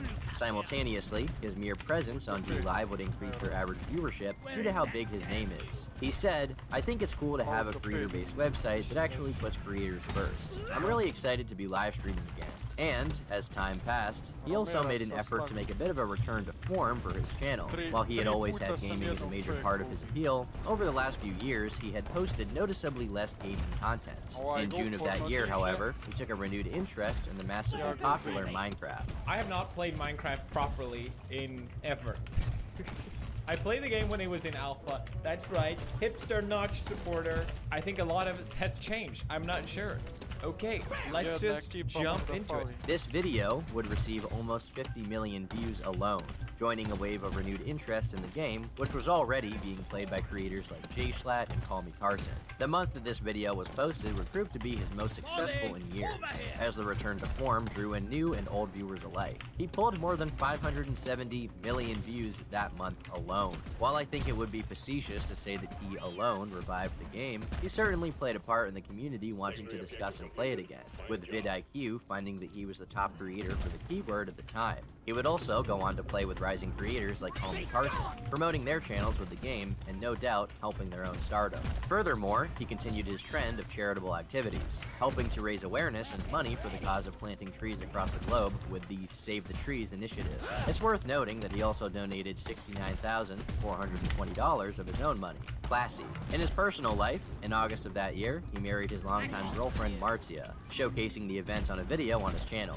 I did not tear up while watching the video. The PewDiePie channel finally reached the esteemed milestone of 100 million subscribers. And finally, in achievements, Felix made his return to the inaugural YouTube Rewind as the year closed. Although this installment was noticeably unceremonious and heavily disliked by those who saw it. That being said, even with all of these achievements under his belt, there were also multiple controversies and unfortunate events worth discussing. Sadly, on August 28th, it was announced that Dylan the Hacker had passed away. Though the cause of death was not made public, many, including Felix, did make it public that they were saddened by his passing and that he would be missed. Gone, but not forgotten. On September 10th, Felix announced that he regretted his edgy past, feeling it could have contributed to some negative attitudes online, and that he wanted to make up for it. To show that he was being good faith about this, he vowed to donate $50,000 to the Anti-Defamation League. The ADL is an organization which, on their website description, is listed as an international Jewish organization dedicated to stopping the defamation of the Jewish people. I'm donating $50,000 to Anti-Defamation League, which is an organization that fights bigotry and prejudice in all its forms. However, many in Felix's audience were upset about this, saying that the ADL is a potentially harmful organization and criticizing his decision. As a result, on September 12th, he canceled the donation altogether, having changed his mind about the potentially harmful implications that the organization could have. When I uploaded the video talking about the charity, it was very brief, and people could tell something was off. The whole internet just didn't believe it. Like, why is he donating to his charity? Look at his face. Full conspiracy mode. It was very interesting to watch that unfold. He also said that before his pledge, he hadn't done a lot of research into the organization's past. If you watch his video discussing this, he also noticeably had a cross on the collar of his jacket, which to many resembled the Iron Cross, an old Germanic symbol often used as a hate symbol due to its use by a certain party from wartime Germany. As a result, a few left-leaning content creators criticized Felix, saying that he was pandering to the far right by pledging and then unpledging. This is a clever reference to the fact that when PewDiePie said he was going to not give that money to ADL, he was wearing a jacket with the Iron fucking Cross on its collar. Felix refuted this by saying that the jacket he was wearing was actually created by a Georgian, the country, not the state, fashion designer, and had nothing to do with any ideology. This would also lead to the New York Times publishing an article about Felix questioning his sincere political beliefs, stacking all of his controversies behind each other once again. During this calendar year, he would also gain some attention from the international community, in particular, China. In a video, Felix joked about the physical similarities between Winnie the Pooh and the country's president. And following this, he claimed that people in China were unable to see his videos. China as a country is known for its harsh censorship, not being fond of people disrespecting the government, even in a lighthearted manner. As a result, the theory seemed plausible, but this was later refuted by an article from the BBC. In China, the general rule for censorship is, if something is too violent, sexualized, or goes against the government's message, it will be banned from the country. The government has certainly not demanded that the search engine erase mentions of PewDiePie. A search for his name still returns more than 8 million results. On a final note for that year, Felix's third game, Poop D, I can't believe I'm reading this shit. Why the fuck did he name the game this? Was rejected from the Apple App Store for being too disgusting. And while it may seem hard to believe, Poop D aside, this would mark the end of Felix's large-scale controversies where he was at odds with the entire press at once. During 2020, he once again made a number of statements saying that he was pretty worn out from it all and felt that he had been growing over time, which, to his credit, seems to be true. On January 17th, Felix announced that he would be going on break from his channel for a short time, saying that while he loves to make videos, for the sake of his own health, he felt that he needed a much-deserved break from his Sigma grind sets. He returned a month later on February 21st, continuing to make his usual content and seemingly being refreshed after some time off. On May 4th, Felix left the site DLive to sign an exclusive streaming deal with YouTube. On his streams, he frequently pulls upwards of 100,000 live viewers, so it makes sense that the website would want him on their platform.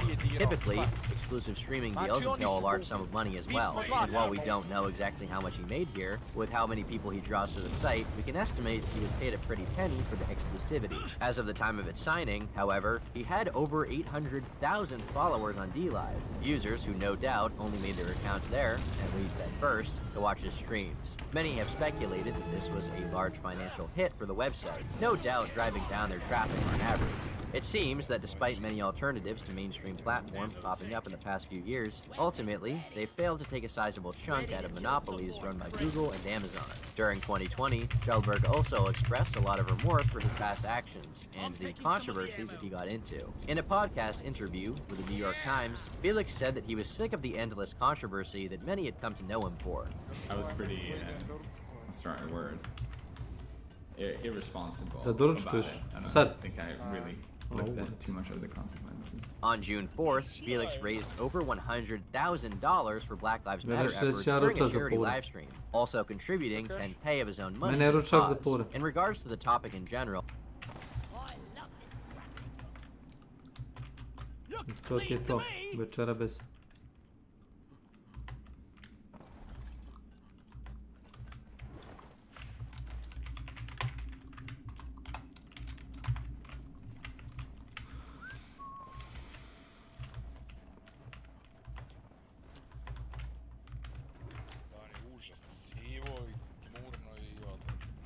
Šta hoćeš, to ti jesenje vreme, evo, zimsko točno. Ćeš li sunce malo?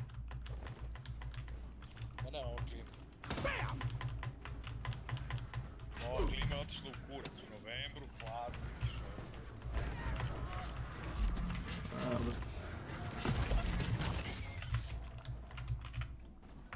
Nekad i u septembru pada sneg, a ne? U novembru. Jes, u augustu.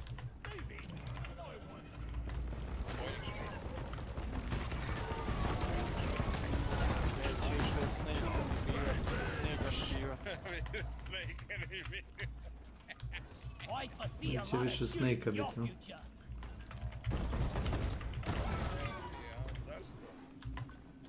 Ajmo na večer. Molim.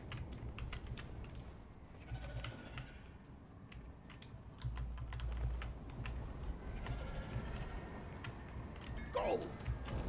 Fountain nitro! Access provided.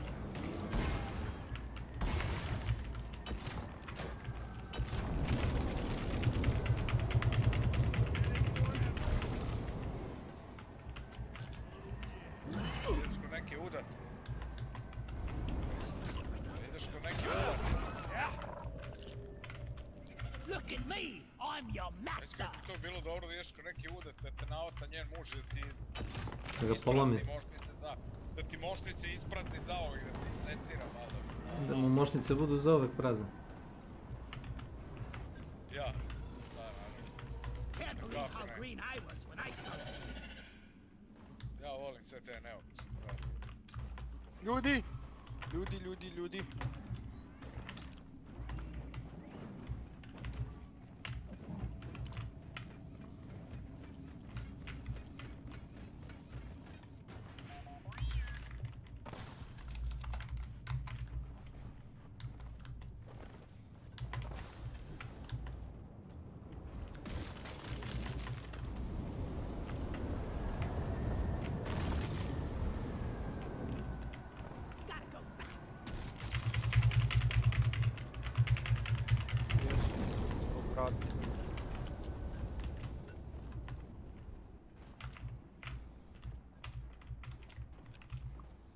Dreadnought cocoon here. I wonder what's inside it.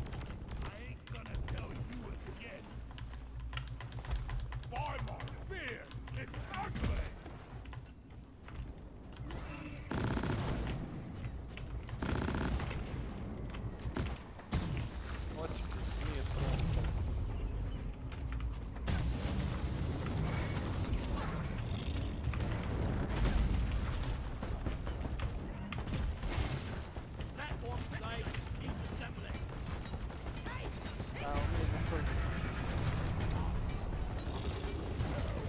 Evo. Ispred, north, east, north.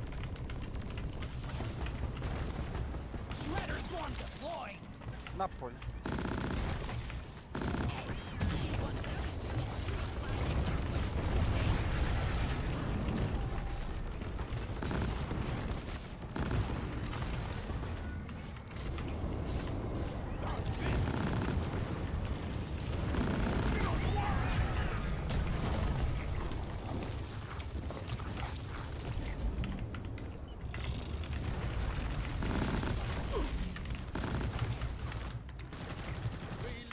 Veel ispred mene.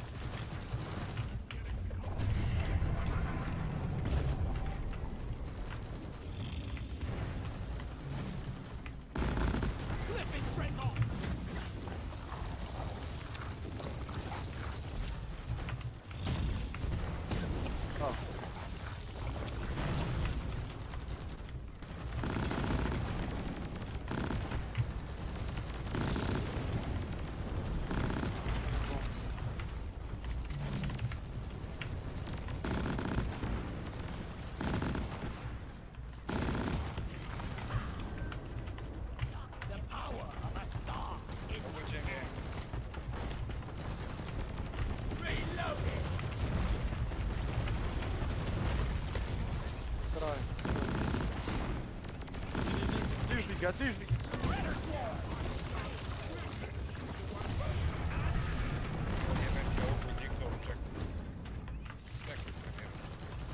Indistinguishable from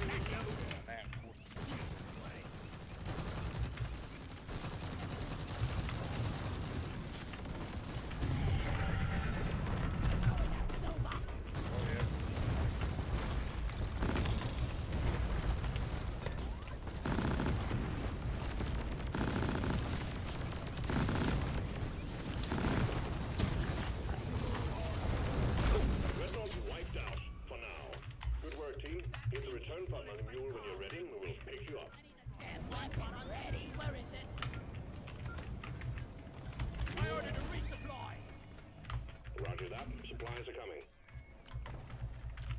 It's a mystery to me. Not all these minerals fit inside. Ajmo crkva, Resupply pod is here. Everybody collect ammunition. Ne može biti u crkvi jer je SS. I'm taking over the ammo now. Drop pod inbound. Stand clear. Look what I found. I need your attention. We fight. Let's have a look-see. Shall we? I'm out of here.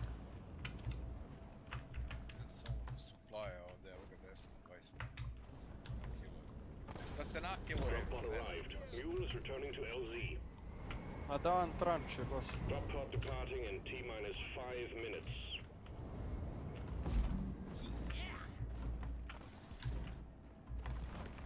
Yeah! Booyah! Back wall! What goes around comes around. Born ready. Ljudi smo doantu već bili. Off! By the beard! Stvari. Last walk in the pod pace for the first round. Down us! Cryo grenade! Out of exposed, it's over for ya! Boomerang! Burst! The mule is secured. Initiating launch sequence. Ebro Galactic thanks you for your good work. Drop pod will leave Bio all su without vam, you. znači tu bi trebalo čisto. That's one for the books. Retrieving escape pod. Down, everyone!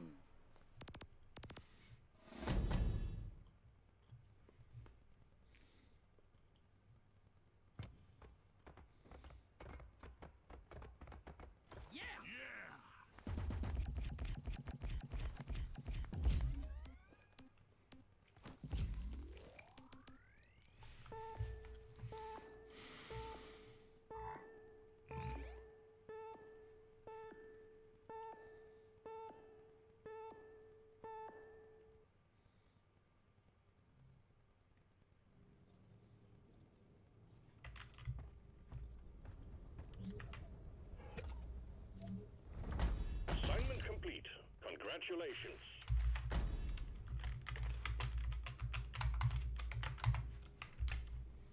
Blackout stout, please, and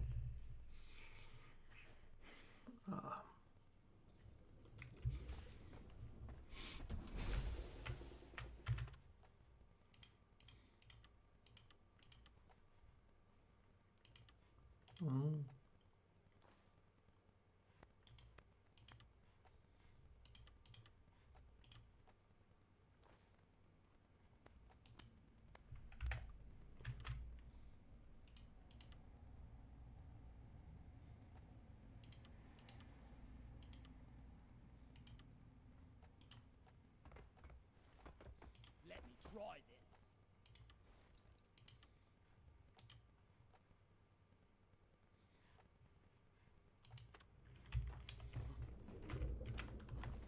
Gdje?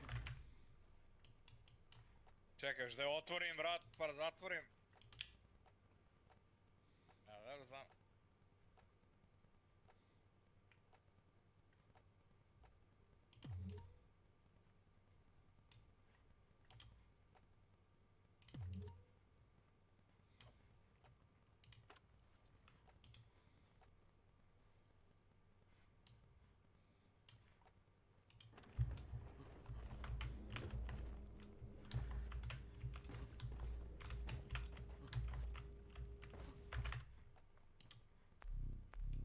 I hope it's my size.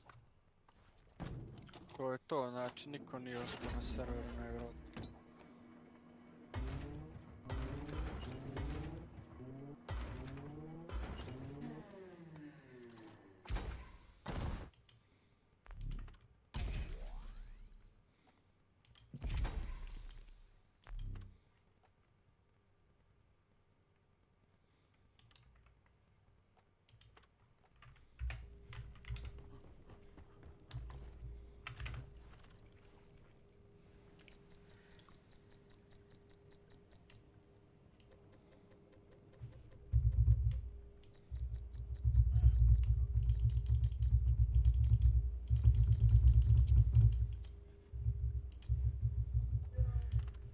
Šta mi? I really need those minerals.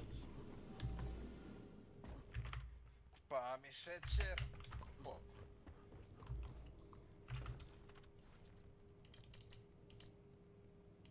Hitno neku baklavu da spijem. Ah, expensive. I'm gonna look dope in this.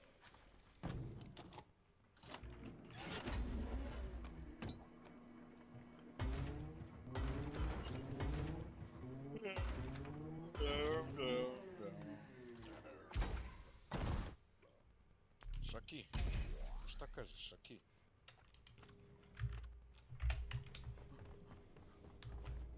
Čapo, ćemo sutra kod Kosmosa malo da se ti družiš s njim.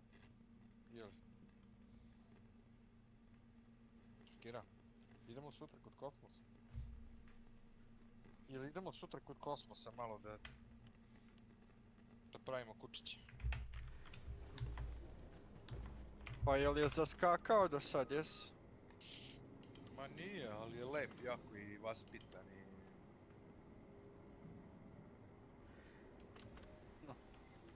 Vulture, kome treba? Vulture! Gardi, evo ti Vulture, Gardi. Imam.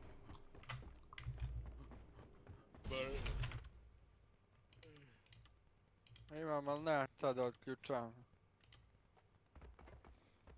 Sve mi je odključano. Jes. Sve. What would Carl choose? Ima 3 debila ovdje unutra.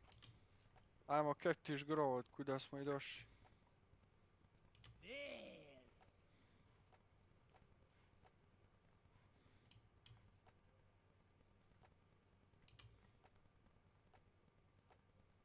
Ah, te fiš. I like it when it looks perfect.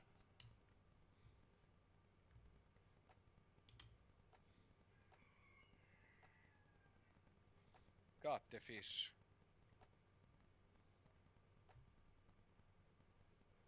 This fits Jel well. idemo u cut the fish?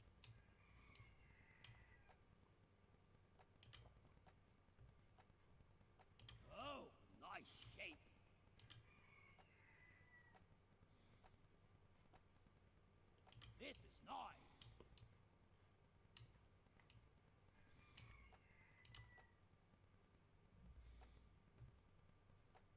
How about this? Da je uzeo. Ne znam. Da, mit će ljubiti. This is getting better. Nemam dynamit. Imam ja dinamit. Rock and stone to the bone.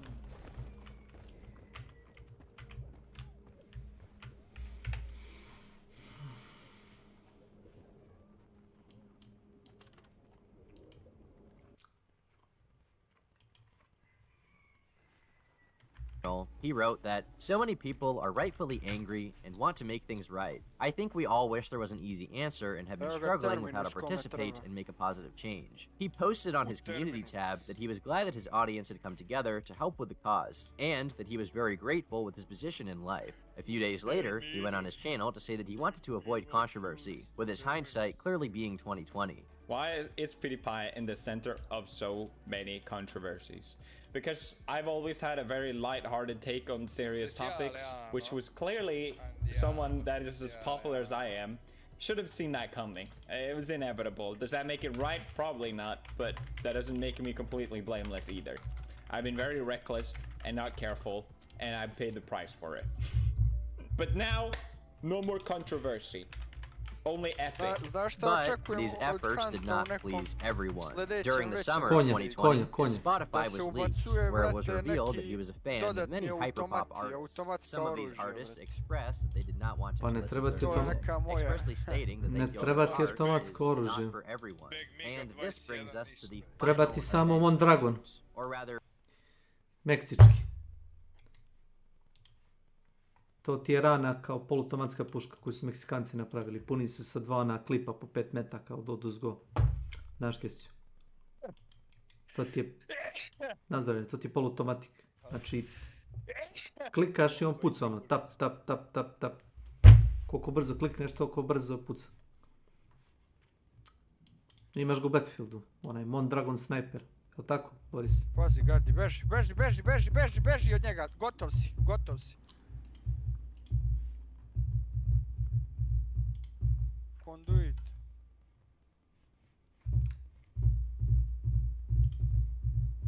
Stižem, ajde.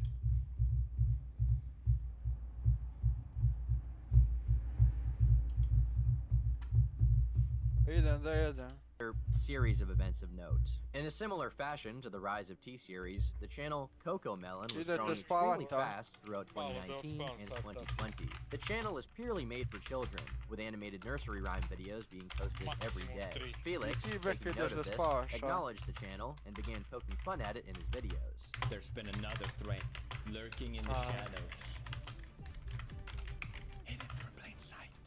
I'm talking, of course, about CocoMelon nursery rhymes. CocoMelon was extremely close to passing Felix, so after some light jests, he decided to make a diss track about them, similar to what he did with T-Series, wherein he also insulted the popular rapper Tekashi69. However, shortly after its upload, it was removed by YouTube, citing rules regarding cyberbullying and child safety. YouTube's team decided to remove the video because it contained imagery that was inappropriate for children, despite looking like it was made for kids and for creating content that harms the YouTube community by persistently inciting hostility between creators for financial gain, according to official tweets. The second rule is in line with YouTube's policy focused on preventing creator-on-creator harassment. The company's statement also acknowledges that while criticism is allowed and diss tracks are allowed in certain cases, this video crossed the line. The removal did not result in a channel strike for Shellberg's channel, but YouTube's policies may result in a channel strike.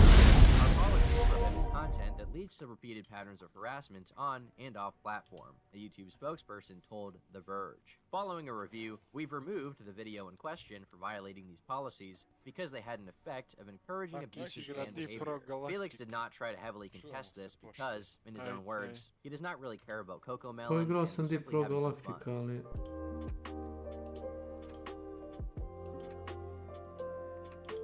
And that brings us to the present day. Throughout the last decade, Felix has changed a lot. Every few years, he seems to evolve his content and personality in a significant way. In 2012, he was known for his loud is funny approach to comedy, mostly appealing to a child audience. But as time passed, he grew discontent with the reputation he had accumulated. By 2016, he was mostly a comedy channel focused on ironic humor and satirizing the YouTube landscape, including his former self. By 2018, he had become a fully self-aware commentary channel, discussing the news of the day in an easy-to-digest format, while still retaining his comedic roots. Today, this channel consists of a variety of different types of videos, from gaming to reactions to discussing current events. He has fully cemented himself as one of, if not the most important single person in online video content, all while remaining relevant for 10 years. He connects through his audience through a number of avenues, showing his consistent appreciation for them. And through his various controversies, we've also seen him mature as a person,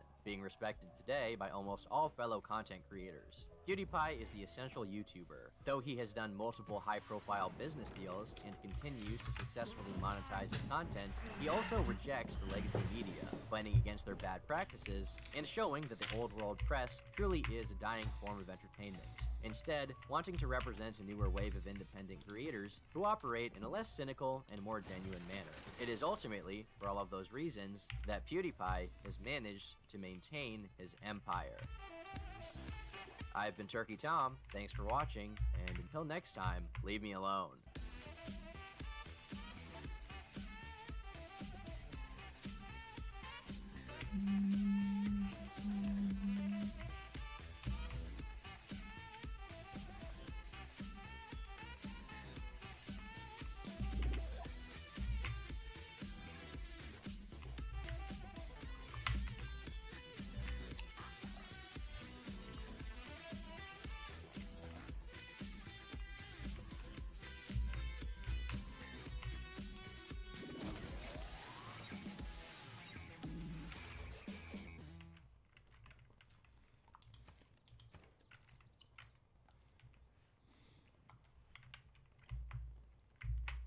Huh.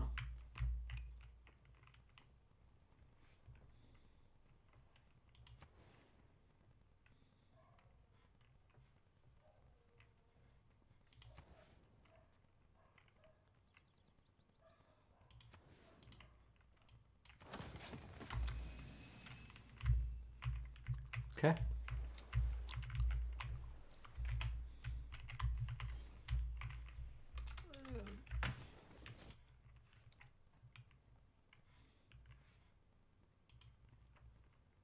Hello and welcome to our commentary track for Return of the Jedi.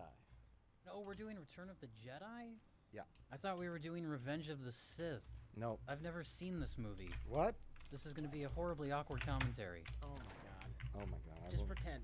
Okay, I'll pretend I've seen it There's before. some teddy bears and you don't like the teddy bears. Okay. And go.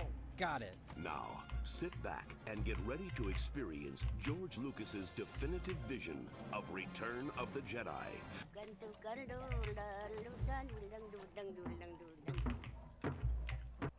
Anyway, here's Lord Vader arriving at the partially complete new Death Star. It's another Death Star. That's right. I guess, yeah, should we just mention right off the bat that this is the sign of things to come, this movie, Return of the Jedi? Yeah. As far as everyone hates the prequels, but you can see glimpses of where this was going all the way back in Return of the Jedi. It's a transitional film. It is, in a lot of ways.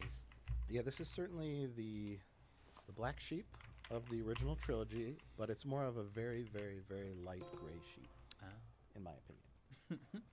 Really, what the prequels did to me was they kind of redeemed Jedi. It's like after Attack of the Clones, this movie's like Citizen fucking Kane. Oh, sure. Oh, we should have talked about the opening title crawl, how the first one was about intergalactic war, the second one also, and this one is everyone's going to save their best friend Han Solo. Yes, yeah. Also, the Empire's making another Death Star. But they're going to save their best friend. Everyone has to save their friend.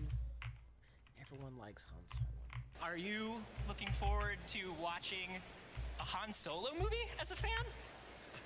Not really. No. That is a new shot too. The zooming in. That is some kind of digital extension on the size of the door.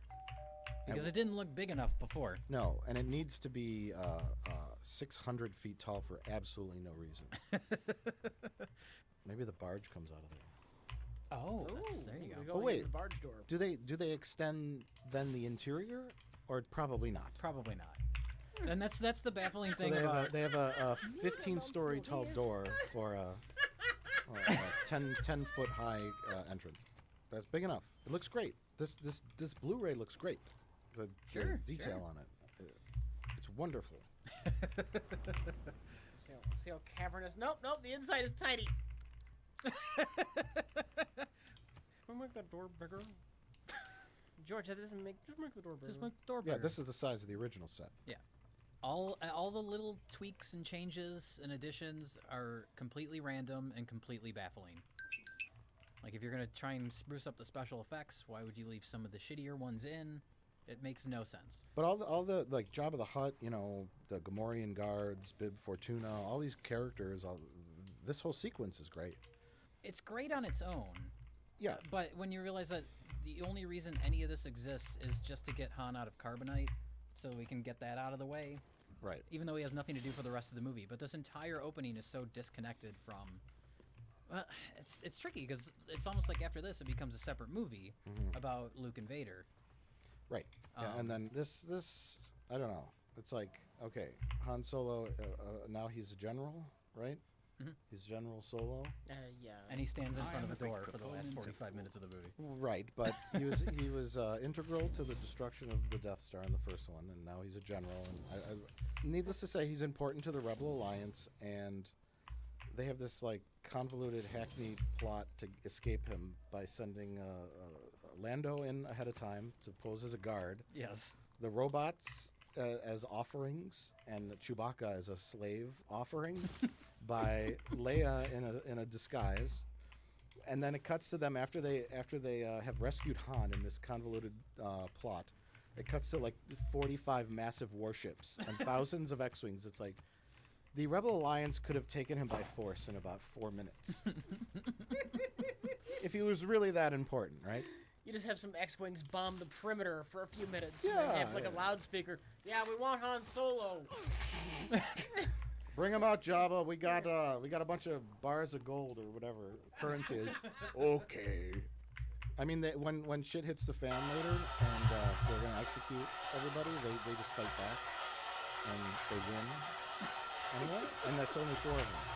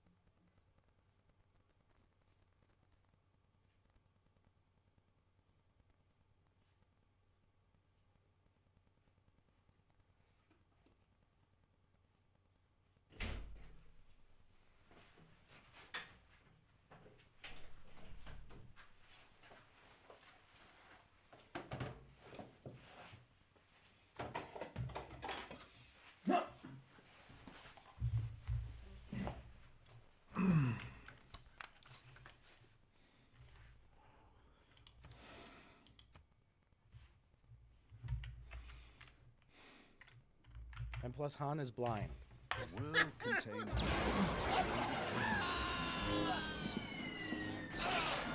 And here's the other question too. If Jabba did accept the droids as payment, would they have just left C-3PO and R2-D2 there? Choices made Yeah, they would have had to come back for them eventually too. Or not. Or just leave They're them. like toasters to these people. Go now. Not in this movie, Rich. Now they're all best friends. The last movie, yeah. It's a kiddie movie and everyone loves each other. You chose the sunny ways. But it leads to all these wonderful little scenes. Well, that's the thing is like, yeah, Luke is where he needs to be. Right. The rest of the movie, then, of course, is just where Ewoks. others look to divide and sow mistrust. It's like they packed in you all the inspire creativity of the whole cooperation movie into and this understanding. particular Show the world sequence. that a Yeah. unified What you're saying is people it's like Mad can Max forever Beyond Thunderdome. stand the test of Oh, that's a good comparison. Thank you, thank you. Very, very good comparison. The first half of Beyond Thunderdome, well, it's different in the sense that the Discord. first half of Beyond Thunderdome is great, Coves. and the second half kind of sucks, but it does feel like two Šta sa disconnected Discordom? movies. Šta je Civil is a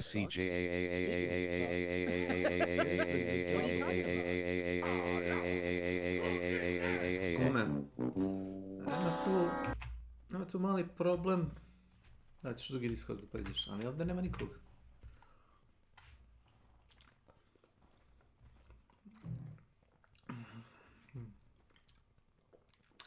Svatko mi vam da pričam. Slušaj. Nikuda slazam nikog. Dot gibamo. Kako me želi niskim da pričam. Smarami ta soba.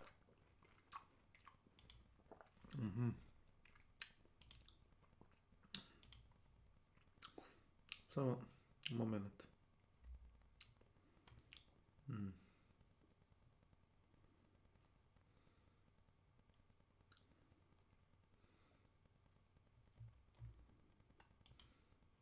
Oni suveku moja sobu CVC.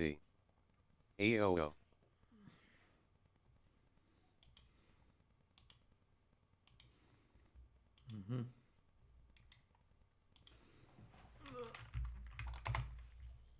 Vilado nek dodge. Momenet. Naj noramelniji je tamo.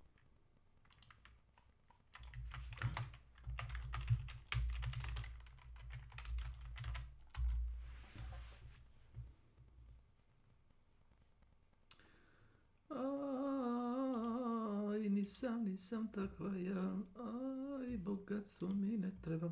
Idem za jedno sat. Ne znam koliko. Ne znam koliko, za sat, dva, nisam siguran. Idemo kod ovoga Mihajlo rođendan. Sestre mali. Nije malo, idemo u 8 sat. Malo. Ponijeti na 2-3 ljeta. Hoću. 15. 2 crvene i to je to. Aha, ne. 2 godine. Ne.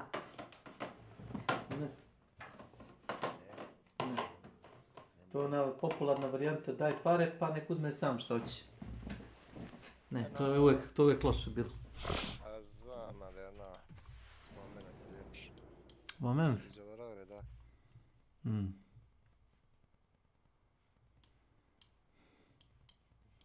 Znači rekao, I just died on your arms tonight, it must have been something I said, should have walked away. Kad napraviš lobby samo invite, izbacit će mi onaj overlay.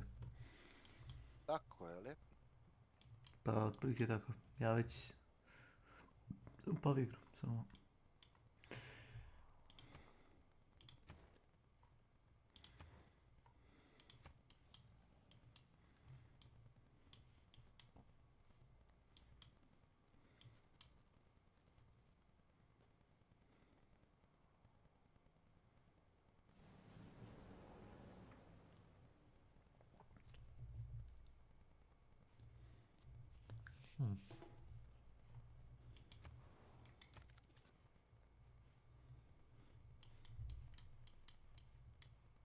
Vidim da ti je neko uplatio St.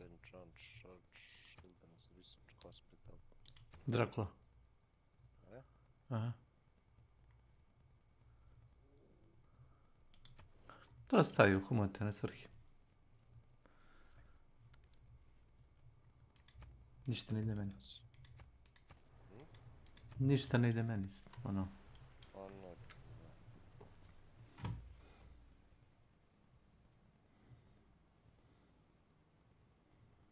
Lose 2 gold to plantations. Oh.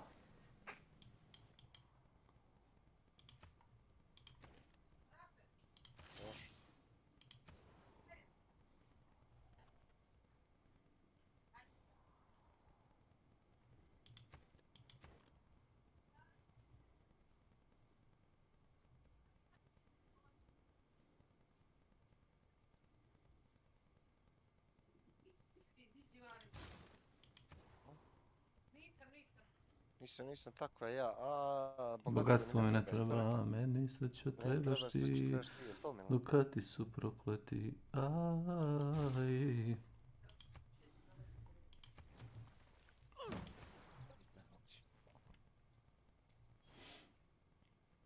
Eco Commerce plus 2 to production plus 5 gold from all trade routes. A moguće da ovako jako?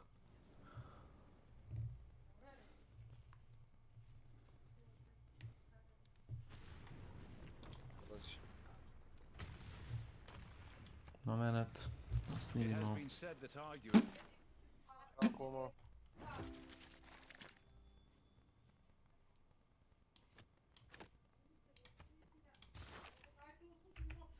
Save.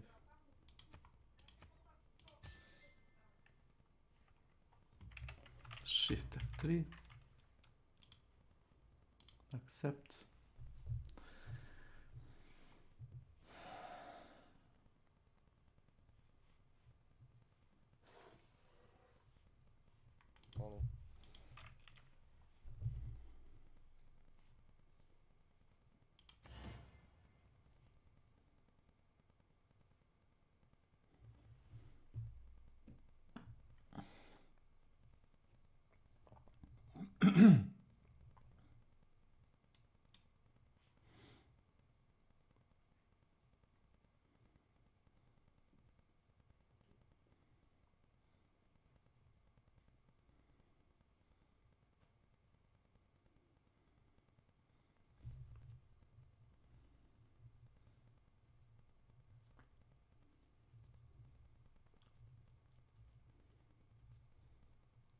Milena?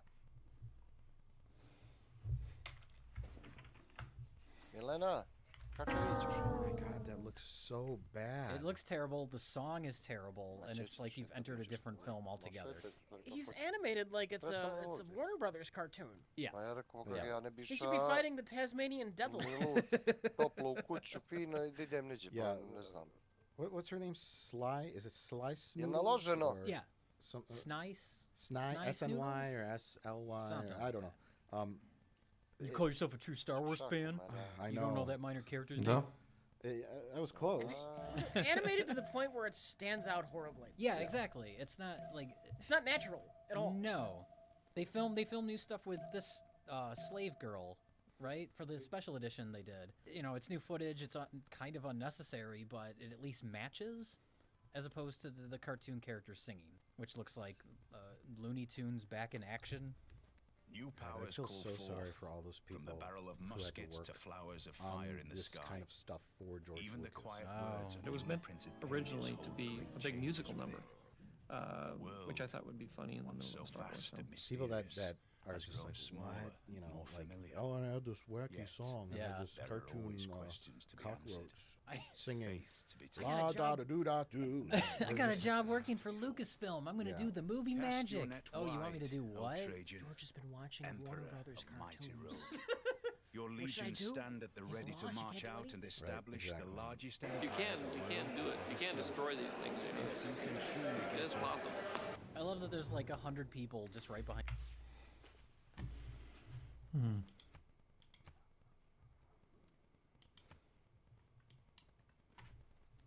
Kako smo mi ovo snimili kad si obrnuo poteznim mjestu? Šta se ovdje gore dešava? Samo Grčka napada tebe. Ne napada niko. S nekim se bore ovdje gore. Ne. A puca mi kurac, što sam vidi skauta. Što si reka, kume? Moj tako, alo. Spušti ruke, što si digao? Spušti ruke, jedan, spušti ruke, vidi.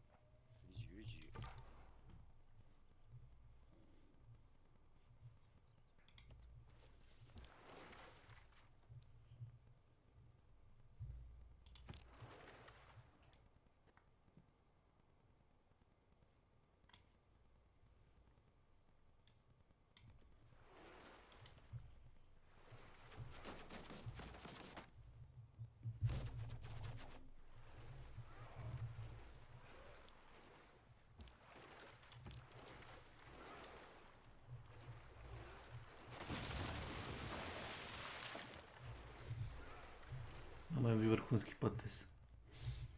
Kupio sam 2 gali od ovih varvara. Samo vi pravite vreda.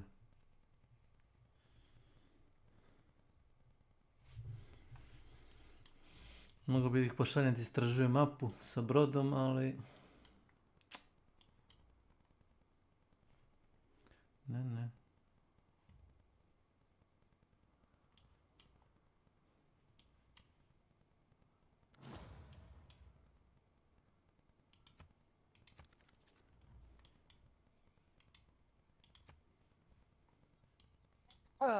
Nazdrav.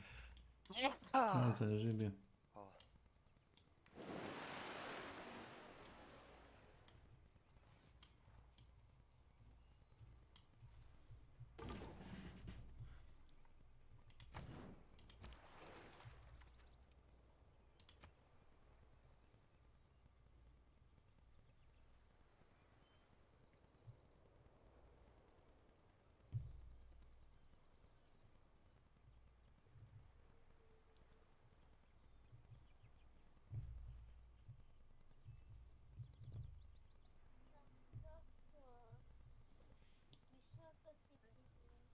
Gdje je to bilo? To je baš bilo što pišem.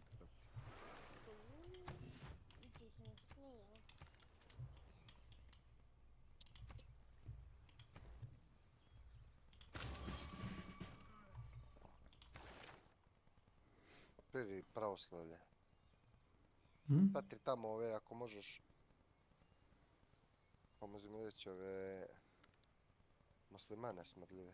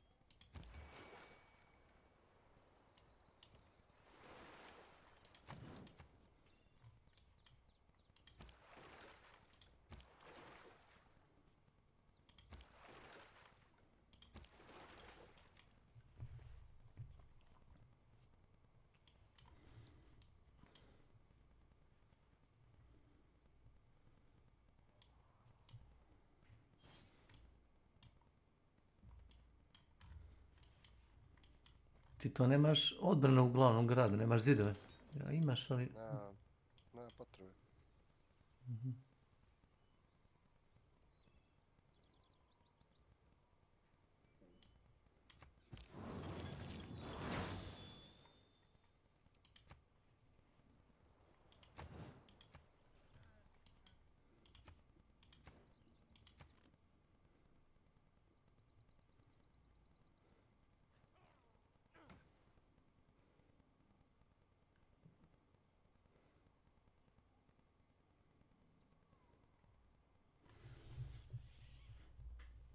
Startu inkviziciju. Šta? Uzmeš apostola i aktiviraš mu Inquisition, launch Inquisition, pa onda možda uzmeš inkvizitora. Inkvizitor eliminiše druge religije iz grada. Si vidio to? Vidiš opciju, launch Inquisition. Kad kupiš, kad lansiraš inkvizicijom, onda možeš sada kupuješ inkvizitora.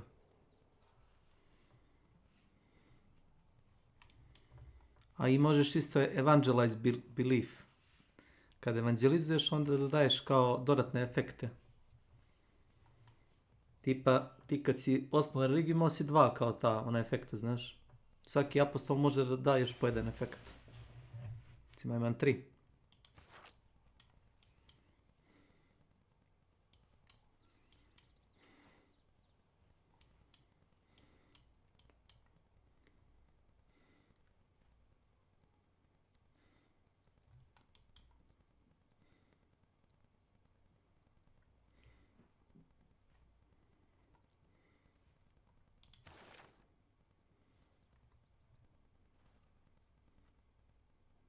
Marhazom na sve strane.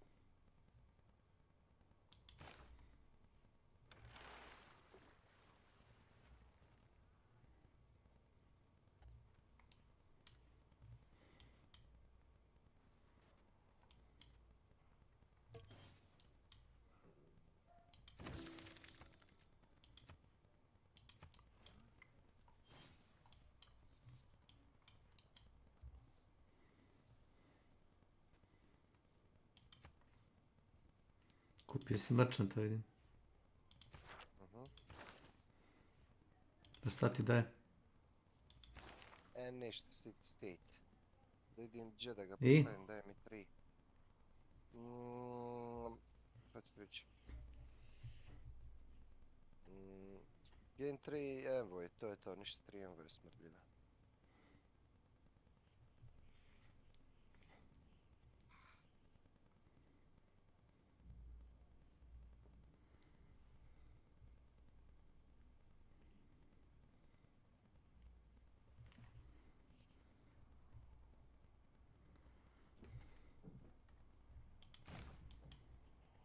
Abeni krug. Oh, dobro. Behind this tiny curtain. They all woke up, and then. Yeah, were they just waiting back there all night? Yeah, and someone pulled the curtain when Jabba told them to. Maybe Jabba was just having like his own orgy back there. Oh, It's just bad unrelated. timing. Okay. Jabba does say ho ho ho a lot. Ho ho ho. Oh, ho, ho. We're just gonna do impressions of all the aliens for the rest of this commentary. This is a good little introduction to Luke, though. He looks kind of badass here. You realize he's a little bit older and a little bit wiser than he was in the last film. Until you see his haircut. Oh. I would say if I were to talk about hairstyles, this one, Harrison Ford's hair is like very poofy, and same with Mark Hamill's hair. Yeah. Yeah. Mark Hamill is like borderline bowl cut. Oh, wait, in my wait, memory. look, it's Sebulba. Oh my God, Sebulba. Oh God! Did they add him in the fucking Blu-ray? Yep. Didn't any of these fuckers die between the two trilogies? The Rancor. Love the Rancor. Everyone Little loves the tiny Rancor. puppet. Now, was fighting a Rancor part of Luke's plan? Gonna fight a Rancor with a bone. And then they're all gonna take us out into the sand dunes, where I'll have to murder 500 men at one time. And I'm gonna hide my lightsaber inside R2-D2 for use later, instead of bringing it with me. Wouldn't it be funny if that like drink thing on R2's head kept the lightsaber from flying out? Right? It just kind of awkwardly fell on the ground. If someone found the lightsaber while they were installing the drink tray. What's this? What's this? Oh my God. There's Greedo. It's Greedo. That person in the Greedo costume just kind of is like leaning back and like playing with their own fingers. I think they were trying to do like a mustache twirling villain move, but it looks really stupid. I've always liked this little moment with the Rancor trainer. Oh yeah. This little moment of humanity, just this completely throwaway character, but they give him this little moment when he's sad about the Rancor's death. It's just a tiny touch. The movie doesn't need it, but it's nice to have. Yeah, it's one of those things that sticks out in your memory when you're a kid. Yeah. You know? I always remember that. And George Lucas wanted that out of there too. It makes Luke look bad. There's a snake with its tongue permanently out, just hanging around behind C-3PO. What? Where? There. Oh yeah. I don't think I've ever noticed that before. There, I'm noticing so much more on this Blu-ray. Isn't there a part where a tongue comes out and touches 3PO and goes, "Ooh"? I think it's when they're in the... Oh, God. Fali ti hrane? Čega ti fali hrane? Dolje ovaj grad na Buđaništu. Onda ću ti poslati apostola sa mojom verom. Na to što svaki put kad imaš hram, a pratiš moju veru, dobiješ koliko ima vere, toliko dobiješ hrane. Koliko ti dodaje taj polje. Polje koje ima crkvu ti daje toliko hrane. Koliko dodaje religije. To ti je malo, a? Nemoj. Mhm. Nemoj, ćeš me sjebat za vjeru. Ja 150 vjera, razumiješ? 160.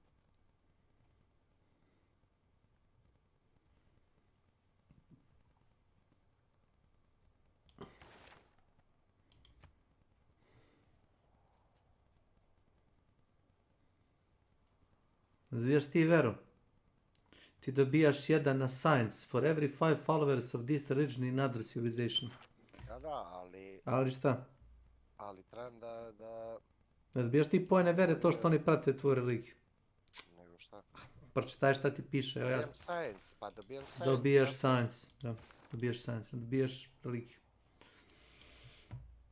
I to ti treba 5 followera za jedan ok. Ok, dobro. Gdje si uzeo hranu?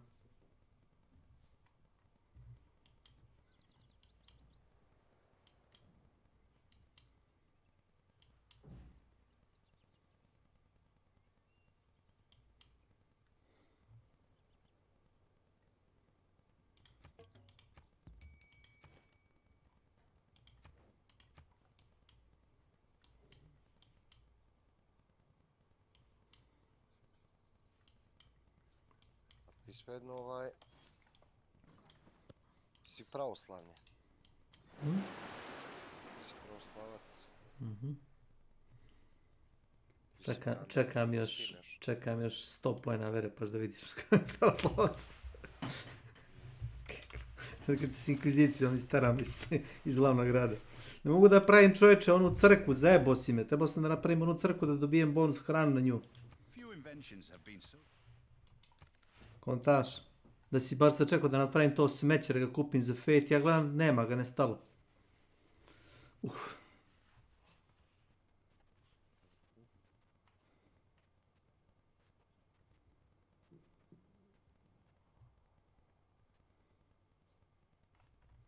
Ja ovdje nemam jezero, nema pojente, ovaj Hue Tokali. One amenity from entertainment for each lake tile within one tile of Hue Tokali. A niđe jezera nema. Niđe. Evo bože.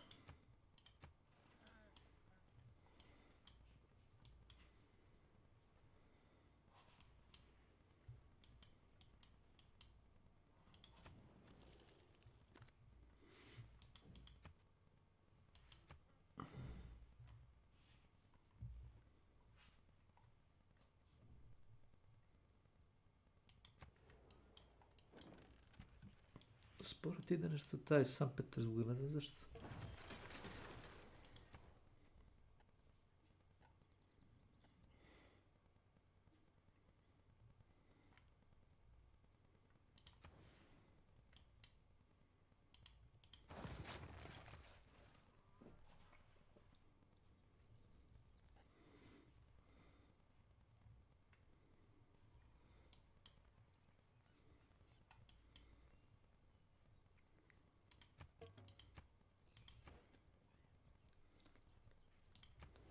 Builda 420, a treba bi da upgradeujem jedno polje.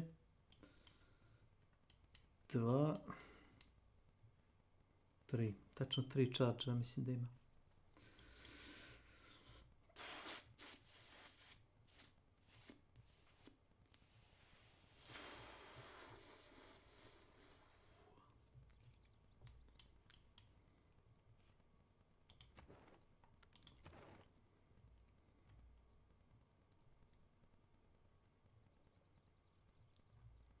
Ma nađi jedan grad država da nemam par jednog envoja, nema.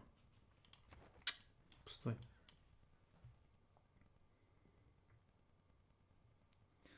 Odrekli su nas se Grci. Grci su nas se odrekli. Kaže da smo tirani. Po tirani vjerojatno misli... Da, vjerojatno misli na mene. Da si mu se privuka Atini, vidim. Kontam da je to. Pazi se one 4 kopljaša tamo pored sebe. I samo kad dođe. Da.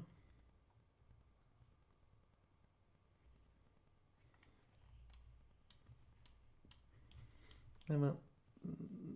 U vidokrugu nema puno barbarijana, ima samo ovo jedno desno od mene i jedno levo od, ne, tačno ispod tvog ovoga Arhangelska. Što im naredio, što selu uzmeš pare?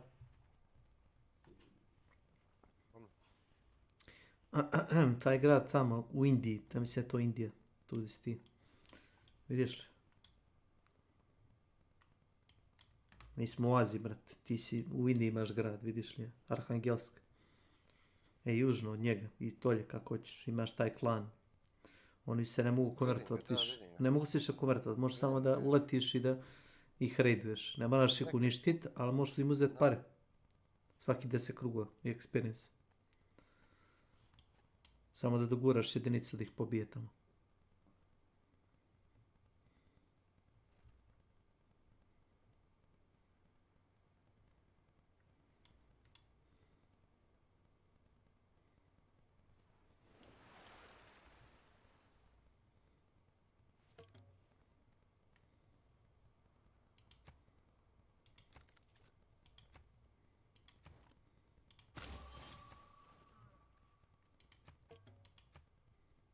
Purchase builder. Tako.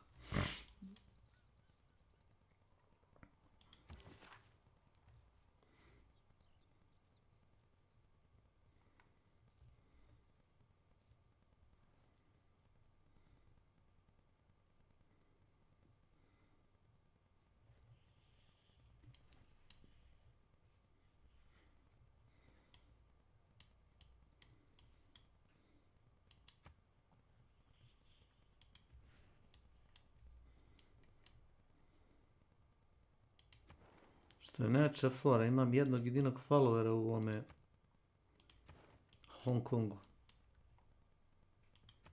Ne znam kako je to moguće.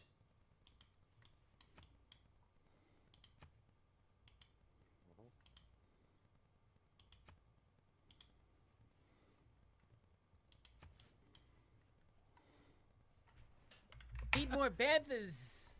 How many banthas can we fit in here? But how does that affect anything? I want more banthas. I want them now. I want to say just Give cut me, to give this me, shot. give me. This is stupid. Inserting Boba Fett everywhere. Like they're showing him as like a ladies' man here in Jabba's palace.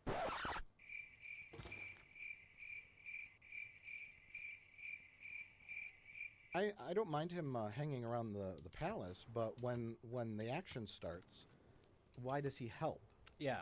Jabba's guards obviously work for Jabba, or they're slaves to him or whatever, but Boba Fett's his own man. And he you know, I would just leave. I would be like, oh god, they got loose. Yeah. Oh, is that a lightsaber? Bye. Bye, my little jetpack, I'm out of here. There could be an awkward moment though when everybody else is dead and Boba Fett's just standing there and they're ready for the fight and he just like walks away. Yeah, that would be clever. Instead, his idea, I'm going to stop this Jedi Knight by wrapping a tiny cable around him. Have you heard of Jedi Knights? Maybe he hasn't. He has. His father was decapitated by one. You're right, Rich. You're right. He saw it happen. Do we even count the prequels as canon, though? I don't. I guess he witnessed thousands of Jedis fighting thousands of robots in a giant violent bloodbath. So He thought all we need is some robots. Now, didn't they change a line from Han Solo here? Oh, yeah. Yeah. It's like, now he says, like, I can see much better or something. Right. Han Solo, Lando says, I thought you were blind. And then originally Han Solo said, nah, it's all right. Trust me.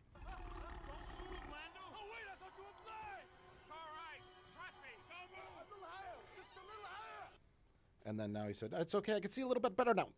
Yeah. Because there wasn't enough time to fit the line in, so the looped line is just really fast and Such strange. a bizarre little change.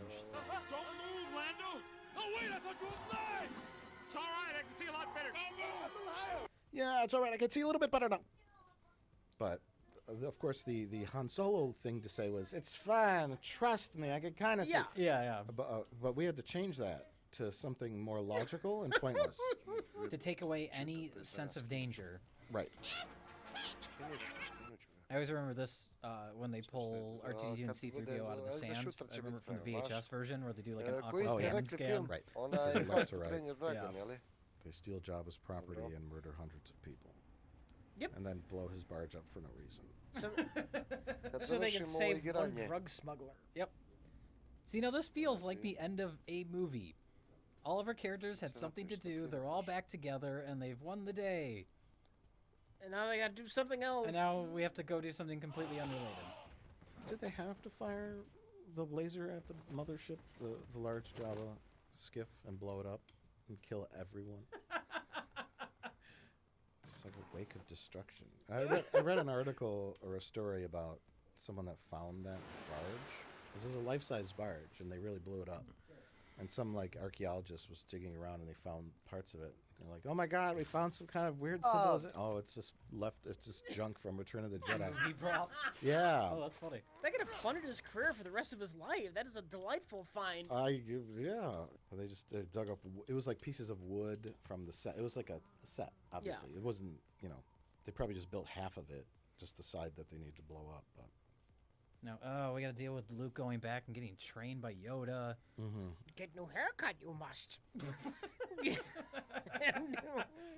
Luke, do I have to force you to go to a barber? And he said, "Yeah, well, do I have to force you to trim your ear hair? Why is that man have his hand up your ass?" Yes, forever sleep. Oh, okay. Except when I'm a ghost. Oh, I was coming back to finish my training. Oh, you're just dead now? Okay. You swung your lightsaber around and killed a bunch of people. You're fine. Is he Scottish now? Hey! I don't know. I came all the way back to Dagobah. Couldn't you have just told me the last time that I was done? Yeah, it's a really long trip. They established an empire. It's like, oh, he still has much to learn. And then, oh, you just gotta kill Vader, I guess. The Jedi initiation is killing Darth Vader. Dobro, pa evo gledajte to onda. He has to stand in a big room with a bunch of other Jedis, like moving a lightsaber around, hitting the little lasers that come out of a training ball that Han Solo had on the Millennium Falcon. Yeah. Actually, Luke's got a long way to go. Yoda's just too fucking tired and old to bother. Yeah, you're fine. Ah, you're a Jedi, whatever. No, I mean, it works fine in the context of this story. You must confront your father. It's like that's what the prequels ruined about Star Wars, was that the whole Jedi training thing, where it's like, here it's very loose, and it should be. And the prequels, it's like you have to go to this school for 28 years. You have to be trained at age 1. You have to. It's just all that stuff sucks. The Jedi training in itself isn't learning how to block lasers with a lightsaber, Sure, no, which it's is what just the personal prequels experience. Reduced it to, and now it's more of a emotional, spiritual thing. Like, oh, Yoda, fix your ear. Your eyes are crossed. The puppet's going crazy. At least we get an exterior here of Dagobah a little bit, right? Oh, sure. Oh, the light's gone out in Yoda's little house. Goodbye. Przez to dysza. Grad drzewa. Raty, sztają. Because he'd rather be anywhere else. That's something I never really noticed, is just how bored he looks. Well, Alec has hated Star Wars. Yeah. And then when I opened it and found it was science fiction, I thought, oh, crumbs. Šta ćeš ti da skineš vjeru i da je šta? Ma samo da napravim onu, kako se zove... Ajde pa onda da ti pošaljem. Any Igris Hunt. Ne mogu ja to da... Ne, igram Hunt, igramo. Kum igramo Hunt, ovo je Hunt Civilizacija 6. Like as a kid, little kid Hunt Civilizacija 6. yeah, To je novi nastavak. But when you know the backstory. Well, just now it's fucking terrible. Like Potesny Hand. Empire, Luke's dazed, he's freezing to death, and he sees like a faint ghostly image. And, Sure. And it's just like extended conversation. And now it's just having a conversation. Yeah, it's awful. Yep. And Alec didn't even want to stand. He's like, I'll come do the scene if I can sit on a log. Yeah, a ghost sitting on a log is weird in itself. Like, he can interact with the physical surroundings, too? It's just exposition. Yeah. We need to get exposition out of the way. Well, this is a foreshadowing of the prequels. Is this the Sto any Igrid scam. Two people talking in reverse shot scene? This is the start of it, yeah. I guess they figured little kids don't care. Hunt. Look, his feet aren't even ghosts. He's 3/4 ghost. Look, you can see his shoes. Ben, come help me kill Darth Vader. Eli Sit on Ras. this log. Can you hold this lightsaber? A slobodno možeš doći, ja mislim da si pozvan da... Sitting on the log. Kaže ti kum. https://discord.gg/mem9tphg. Dogite. Any studite se. He says there's a secret entrance on the other side of the ridge. Back door, huh? Good idea. Myself, the boy, Two droids, and no questions asked. Get clear, Wedge. You can't do any more good back there. Sorry. Evacuate? In our moment of triumph? It didn't go in. Just packing on the surface. Interesting. Sorry about the mess. Ja volim da pričam sam sa sobom. Look at that speed. Will you be able to pull out in time? Hey, point that thing someplace else. That came from behind. I thought that hairy beast would be the end of me. It's possible he came in through the south entrance. This way smells that kid. But it'll keep you warm. Into the garbage, you flyboy. There's an awful lot of moisture. I can't. It's too big. Size matters not. You're all clear, kid. Now let's blow this thing and go home. Now, I don't know if you've heard this too, but originally Lucas wanted Spielberg to direct this. How different would this movie have been? How different would it have been if David Lynch directed it? Yeah, that's the more interesting one than Spielberg. And I came into an office and there was George. And I had next door to zero interest. David Lynch makes George Lucas sound like a weirdo. Yeah, that's the funniest clip. Then he took me for a ride in his Ferrari for a lunch. And George is kind of short. So his seat was way back, and he was almost laying down in the car. We were flying through this little town up in Northern California. Which, if anyone listening to this hasn't seen it, find on YouTube the interview clip with David Lynch talking about his lunch meeting with George Lucas. It was incredible. I had to go to this building in LA first and get a special credit card, and I had to get special keys, and a letter came, and a map. I had such a headache. I started getting a little bit of a headache. You know what I'm talking about.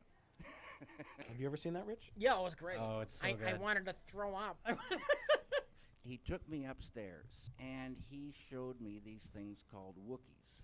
And he showed me this thing called a Wookiee. He took me to a restaurant that only had salad.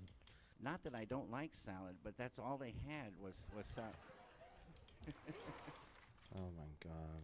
You gotta fly. Oh, that tunnel is a lot simpler than it really is. Let me give you a warning here. This tunnel isn't just a straight line that goes up and down. There's plenty of fucking things to crash into. Fly down this simple tunnel.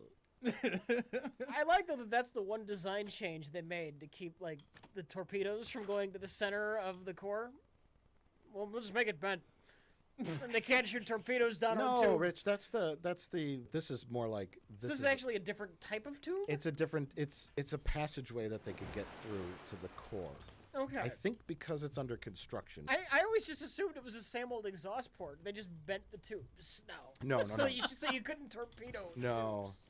Here's a lovely matte painting, but of course, I was going to say, as we all know, but most of you probably know, not all, but the full-scale model of the Millennium Falcon burned down before this movie was shot. Yeah. And there it is in a painting form. It's a nice matte painting, but it's not stands out. Yeah, them in front of it does not blend well. And it was Što si me probably pitao? written off in the budget. We need it in one shot. S kim sam pričao? Sam sa sobom, pošto ta osoba ne želi da priča sa mnom. Otko mi pere zlato po krugu. Šta je ovo?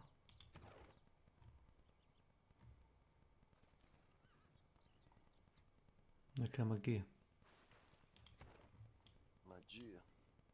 Magija, crna magija.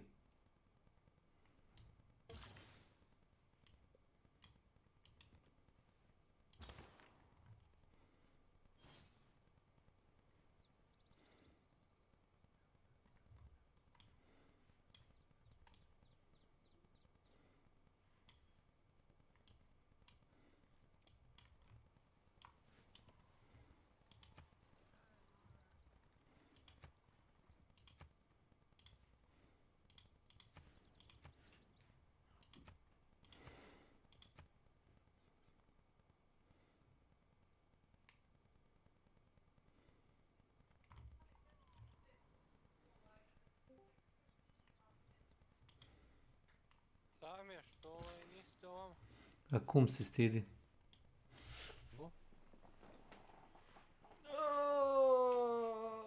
stiglo kućište. A?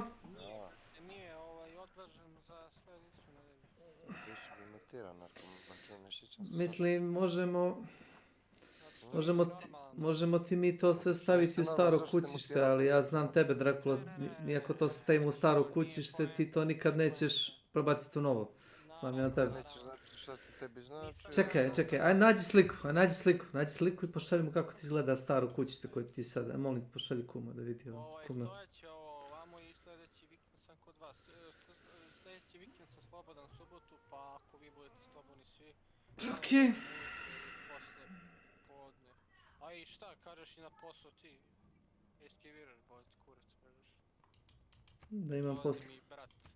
Da imam posla. Dolazi ti brat iz... Amerike. DG-a. Iz DG.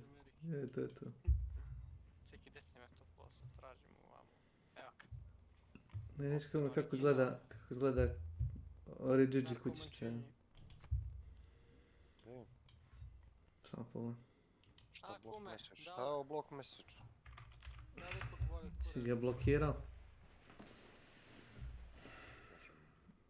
Pa gledaj. To što fali, dobro je to. To je dobro. Ovo je dobro. Šta? Ovo je tebi dobro.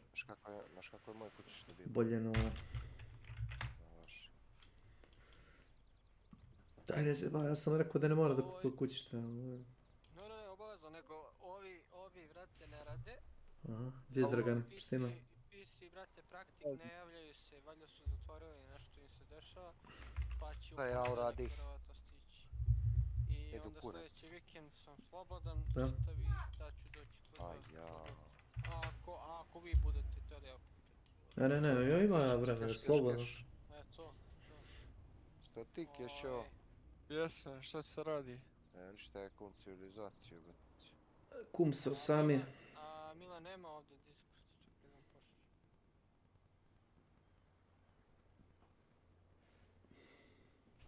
A čekaj, banovali kuma, a? Ma kom ban, nije me banovano, nema ga ja. Govoriš privatnost. Ma nije, nego da se ja natežem tu sa Nenadom i sa onim debilom Borisom, brate, ne mogu, majke mi.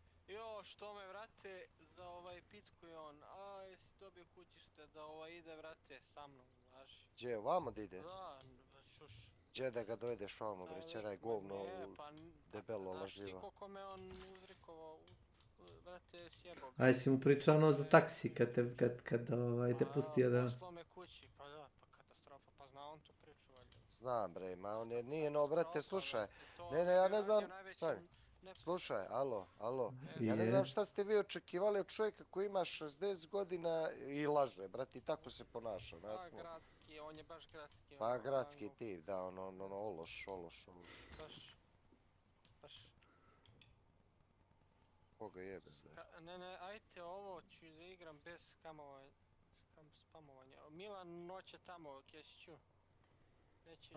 Neće ovdje, Milan hoće tamo... Ne, shvataš, slušaj. Milan je izašao odole, sam Sam je sebe poslao. Kikoa, iz ove sobe. I za to neće. Kaže mu neka dođe vam reći. Evo, poslat ćemo invite. Pa Slat ćemo invite. A ne, on ne može da uđe zato što nema invite, to bi ša. Poslao sam mu ja invite. A poslao si invite.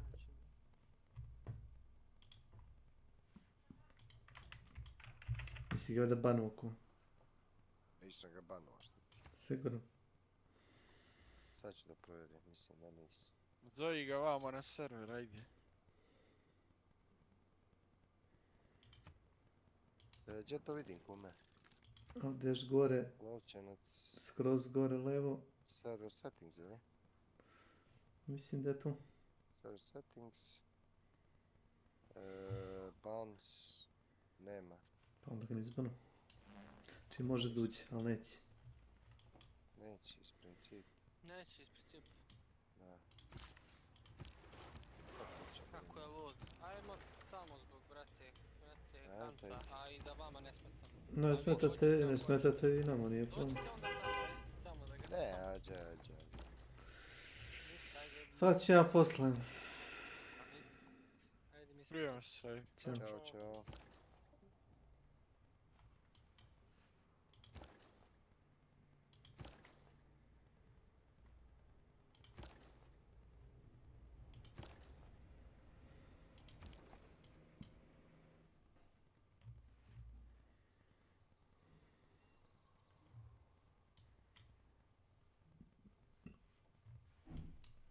A svako mi pumpa golda po krugu. 50.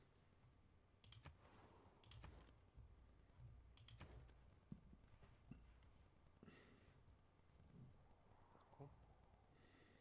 Gdje sam stao? Vamo. Da živim malo vjere.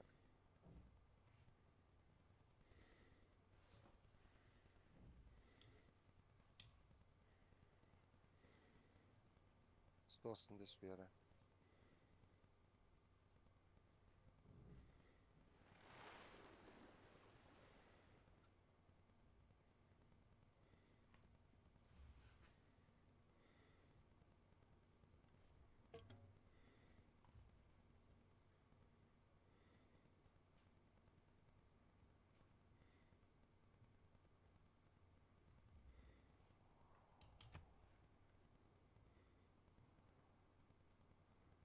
Kurca, hvala Bogu još.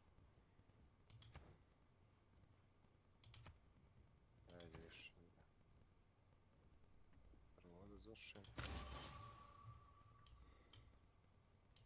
Vidjet ćeš kako će da bukne ovaj grad kume.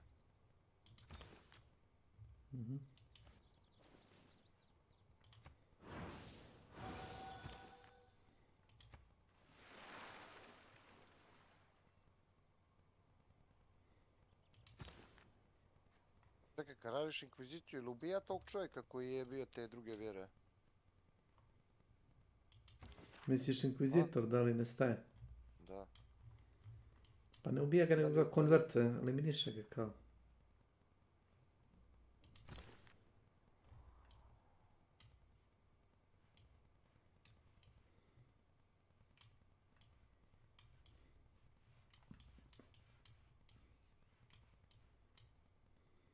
Imam 183 vjere. Ja recimo pošaljem inkvizitora tamo u... Koji je ovo grad? Brisel.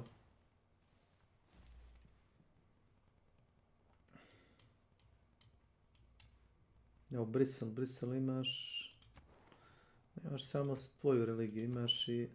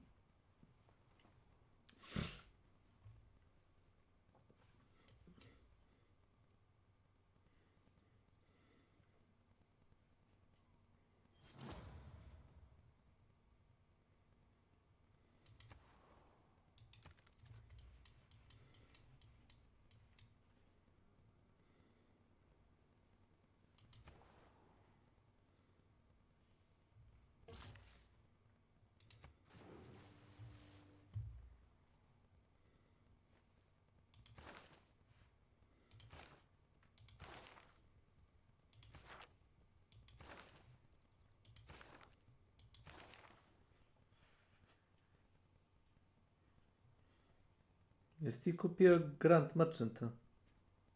Opet. Gdje? Jesi ti kupio Great Merchanta? Jesam, ja mislim. Malo pre, no? Pa nije baš malo prije bilo. Znam gde si, znam gde si. To što znam šta je radio. To kažem, znam gde si.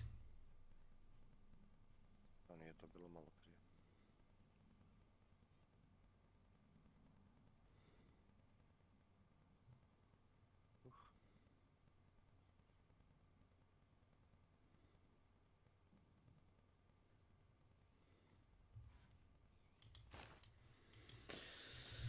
Dobiješ jednu karticu kao slot da biraš.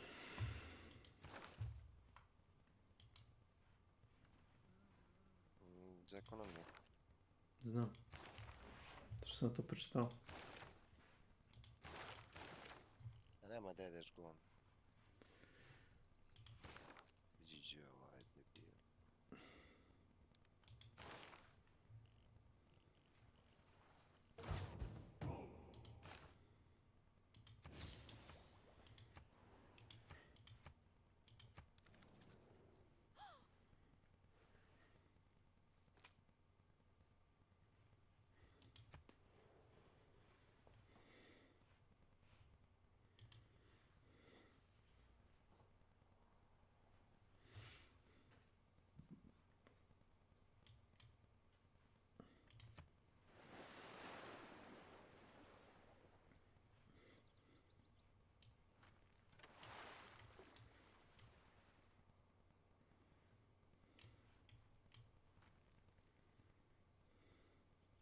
Ne. Ne.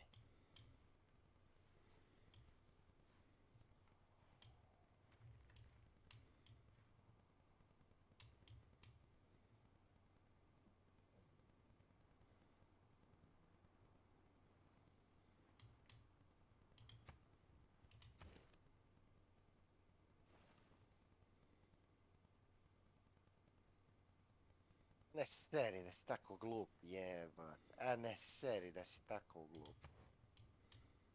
Uf.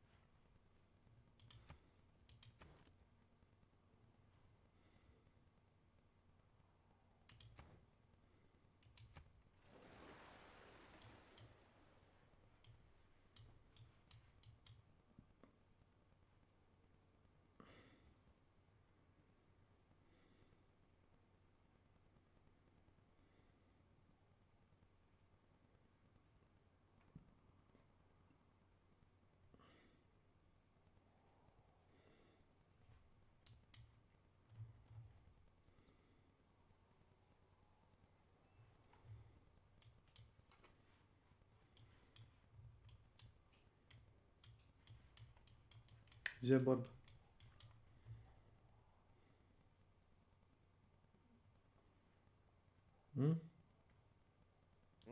Gdje je borba? Ma, pogrešio sam, kupio sam unapređenje za grad, ali nisam kupio, kad sam bolesnik, a nisam kupio buildera da pravim za ovaj... Za cestu Za što? kuće, naš, za kuće. Za kuće.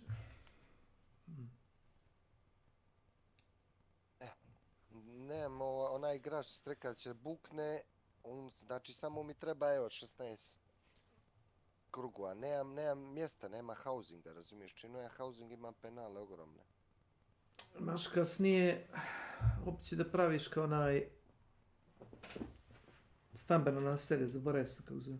Ma znam. Da, evo sad sam krenuo, to već imam Aqua Deck i onda posle imaš me da znam. Neighborhood, ja mislim se zove. Da, Neighborhood.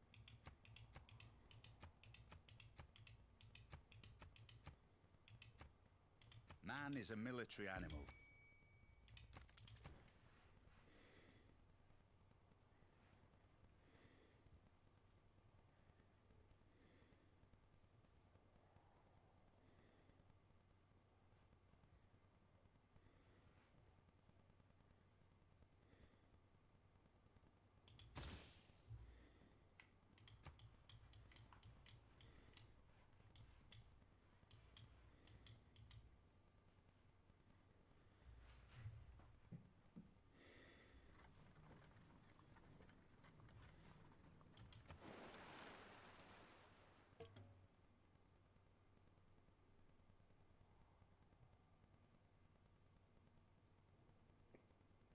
Kuk ti piše military strength?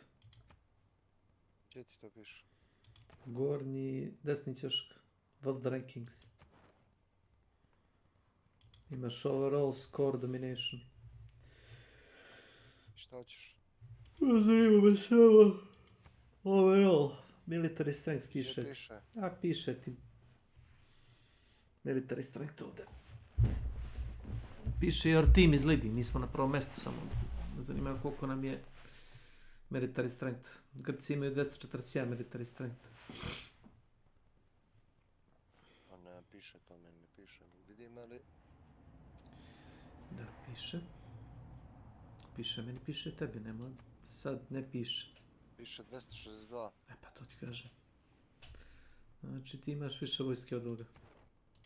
Pa ili manje više. Možda ima 2-3 jače jedinice, ali ti imaš dosta ovih slabijih strelaca. Dosta one bagre.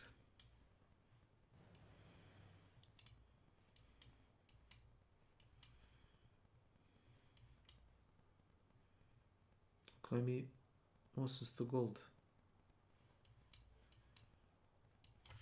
Nemam pojma. Imam 300 ako ti valjaš. Ne.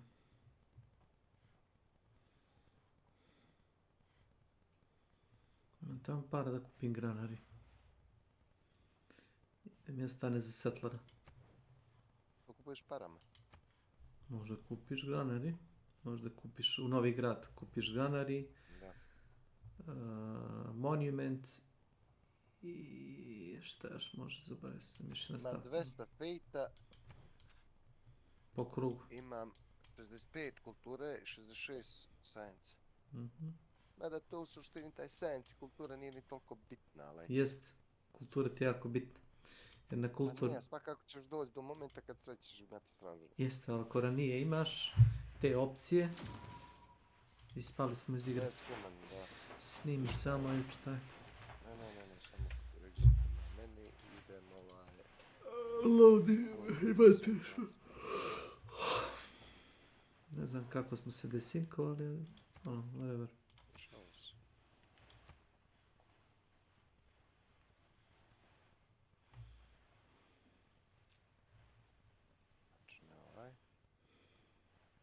Loading.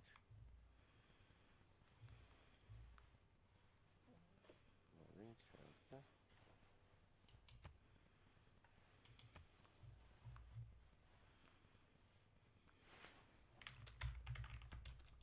Posao se ti uvjeti. Iskočiti kao na Steam, znaš? To je novo. Taj overlay. Neće skinut noćas, šuter će skinut, jer treba vremena do njega. Pa rekao sam da će se skinuti.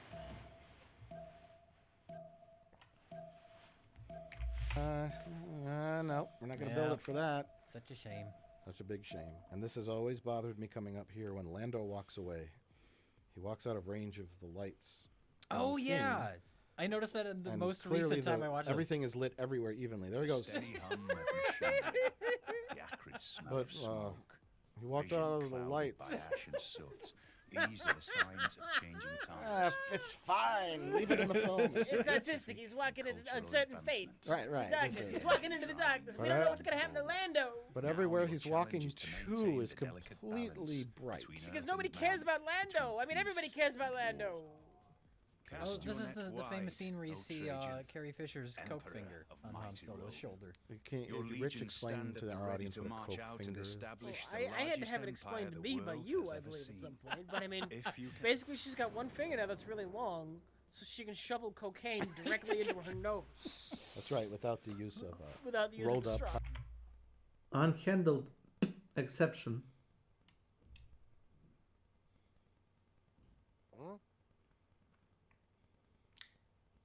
Šta je bilo? Šta? Unhandled exception. Znači nije, moramo ispočetka, a? Ne, nego imaš i neki ranije autosave, tako nešto. Da. Nemaš? Imam. Daj, probaj to.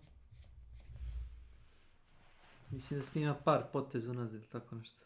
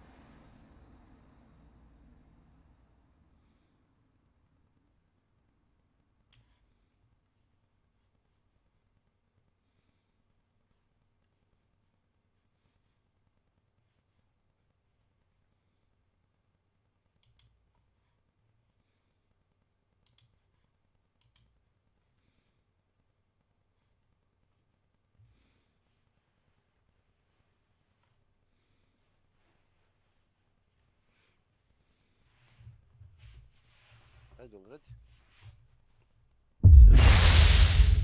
Sam me šušao, sam baš mi... Zapucalo u smislu da me baš izbacilo iz igre, znaš, izbacilo neki error i samo tu. Windows. Kao neki sync ili nešto tako, znaš. Ja.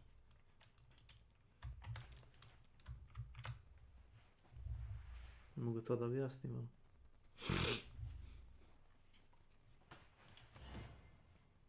Zvoli.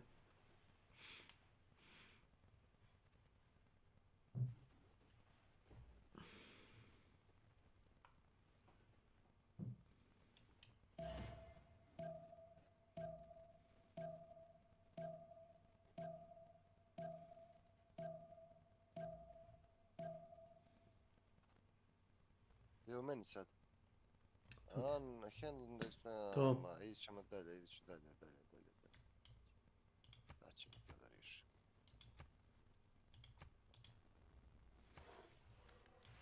Nešto internet ne be. $100 bill or a straw. You Nemaš this is torrent a upaljen Blu-ray, u maybe pozadini. we could see little speckles of white powder up her nostrils. Are they Keep your bad? eye on Carrie Fisher's nose for this entire film and see if you see anything. If you do, please email us.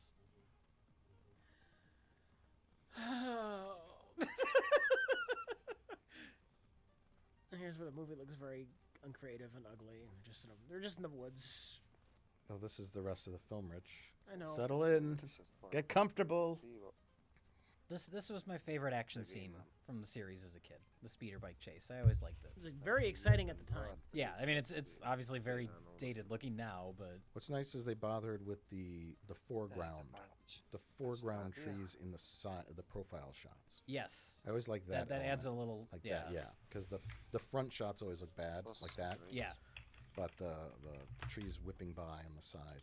Yeah, this feels like something out of the 1950s now. Is this a scene you would have liked to have seen entirely redone in CG? No, I wish they wouldn't have changed anything. Just leave the fucking movie alone. It's of its time. Luke. Luke, I've been here doing nothing. Oh, you're Han Solo, right? You were integral to the last two films, and Now you're gonna ride around in the woods. oh no, he's General Solo. Oh, he's no longer a character. General Solo in command of The 5 steady hum of guys. machinery.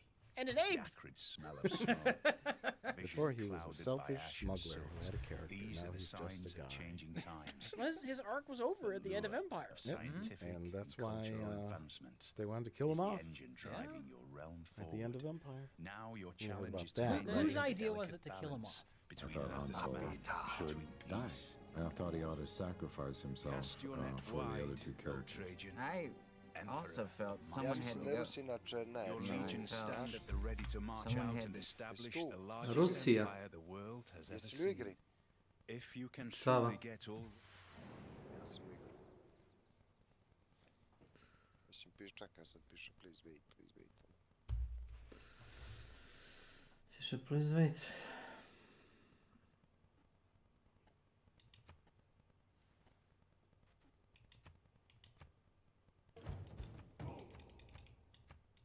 Jel radi? Radi. Stu? Da, radi. Ja ti zato pitao da snimiš ručnu igru, ti meni imaš autosave. A znam da imam autosave, a znam da imaš autosave, ali vidiš... Malo me kupim, maće.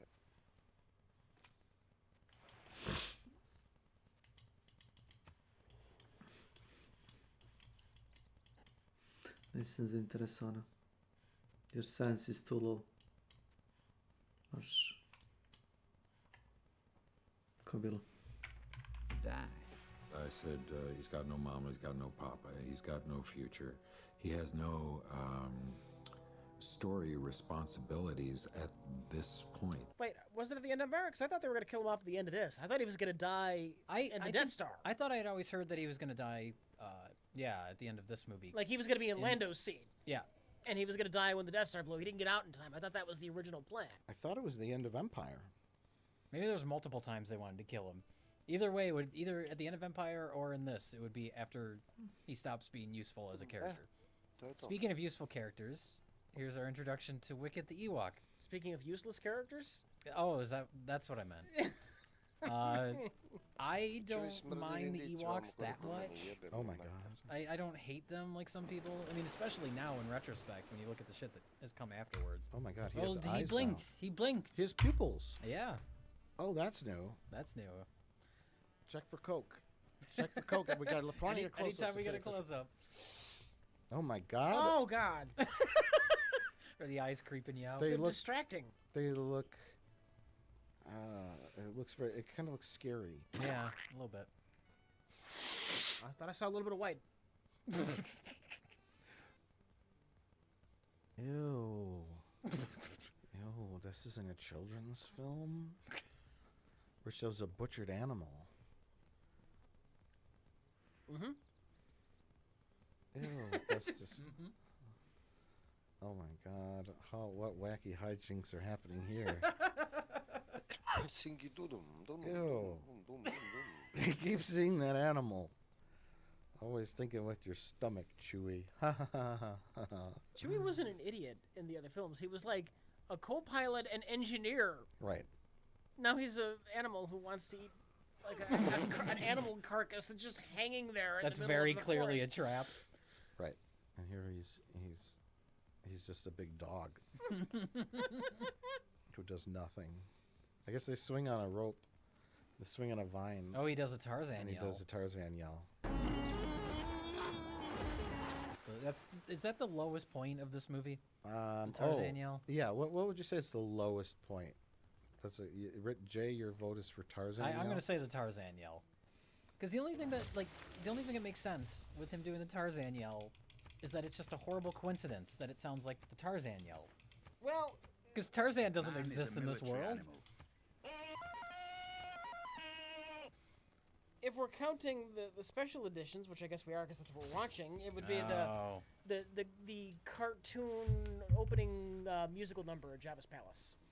Okay. Oh yeah. I guess if we're counting the special editions, Yeah. I was Specifically, that ugly new animal they added when his mouth opens in front of the camera and you see his dancing uvula. Yes. Yes. That is the low point. Yes. Yeah. I agree. Well, they gave C-3PO something to do in this movie, though. Here he pretends to be the Ewok's god, and Luke makes him float. That's fine. I'm fine with that. I'm not sure if I'm fine with it morally, what Luke's doing, but, you know, it keeps them from being burned alive and eaten. I'm okay with that. E.G.E. Oh, R2. Doesn't he start shooting them with the laser? Yep. Don't fuck with me and my god friend. I'll fucking kill you. That's what his beeps mean. Beep boop bop bop boop boop boop. They're violating the Prime Directive. Luke, if Luke was in Starfleet, he would get court-martialed. He would say, he would just wave his hand and say, "I'm not the one you want to court-martial." This is a nice part. I always like to see it. It shows sort of the magic of storytelling. They didn't remove the one smoking a pipe. You know. I also like that C-3PO is able to make sound effects, which makes perfect sense. Oh, sure. Yeah. It's the only time he ever does anything clever like that. This is him explaining the Death Star destruction in the first one. And then he goes to Cloud City. He explains how Lando made inappropriate sexual advances towards Princess Leia. Un Lando Calrissian rapist their story checks out. The teddy bears agree. Those little baby Ewoks, though, are cute as fuck. I'm just they are adorable. And then Luke decides now he's too good for all this crap and leaves. I'm in the forest with a bunch of teddy bears. Fuck this kitty shit. This is well beyond my character. I'm endangering the mission. And Han Solo's like, "Can you please take me with you?" They just won't kill me off. Why won't they kill me off? I just want to die. Look at his face in like every scene in this movie. It looks like he's doing it sarcastic almost. Well, almost. Was this was after Temple of Doom. This right? is before Temple of Doom. It's before Temple of Doom. Right before Temple of Doom. I'm sure he probably knew he was going to do the second Indiana Jones film. Sure. Sure. Why, Jay, are you wondering if he phoned in his performance here because he didn't give a flying fuck Well, anymore? you know, it's very unlikely that Harrison Ford would phone in a performance, so I doubt that's the case. I've almost always done films with the best of intentions. What's going on? I don't know. Can we talk about this scene? I guess this is a commentary, so we should be talking about scenes. Yeah, this scene. This is where Luke says something like, "I know that's why you couldn't kill me," or something like that, right? Isn't that the line? Yeah. Where it's like, in Empire Strikes Back, he was going to fucking kill him. Like, where is this coming from? He was ruthless. He was relentless. He chopped off his fucking hand, and the only reason he didn't kill him is because Luke jumped. Yeah, Vader is much less intimidating in this film. He comes across like a more too much of like a servant, right, to the Emperor. Right. Which I understand their relationship. That's great. But this scene in particular, he just comes across like a weenie. Maybe instead of fucking around with Ewoks, there should have been something setting up a you need change of heart for Darth Vader. Exactly. You need to ramp up to him being more open to his relationship with Luke. Here it's just like, I mean, this is the first time they're seeing each other since the fight in Empire. And it's in an awkward little hallway. This is another scene that reminds me of the prequels, yeah. It is kind of awesome, though, that he takes the lightsaber out when his back is turned. That always gave me the shivers. Like maybe he'll do something. Like, it's just like Luke has this like one eye on him, like, oh God, I don't like this. But and then that to me added a little bit of intimidation back to Vader, just that moment. But that's about it, though. I don't like this location they chose to shoot this scene in at all. Go back into the tiny elevator. Bye. That was epic. Yeah, the Emperor's great. Do you mean Darth Sidious? How old is his name? Do we know how old Ian McDiarmid was in this? No, who's there in the other devil's name? Here's an equivocator. I was thinking about this because he's a little bit older in the prequels, but not like here. I'm picturing him like a younger guy. Yeah, he's probably in his 40s or. Okay, I always think of him as being like, because I remember him from when I was a kid, and I wasn't thinking about it in terms of like makeup or anything. Yeah. So he just seemed like this super old guy. And then you see him in the prequels, and he's not that old. Nope. To be fair, though, the prequels were only about 10 years later. Yeah, that's weird to think about too. It's very weird. It feels. I guess it's just like an age thing. It is an age thing. But it just felt like such a long time. Knock, who's there? Master Windu. Come in, equivocator. You're under arrest, Chancellor. It's treason. Mickey!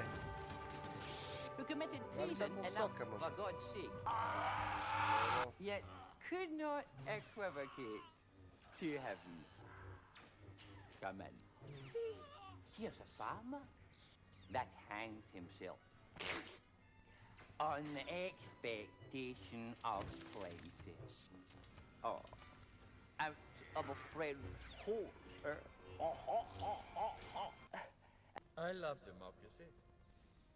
I love the Republic.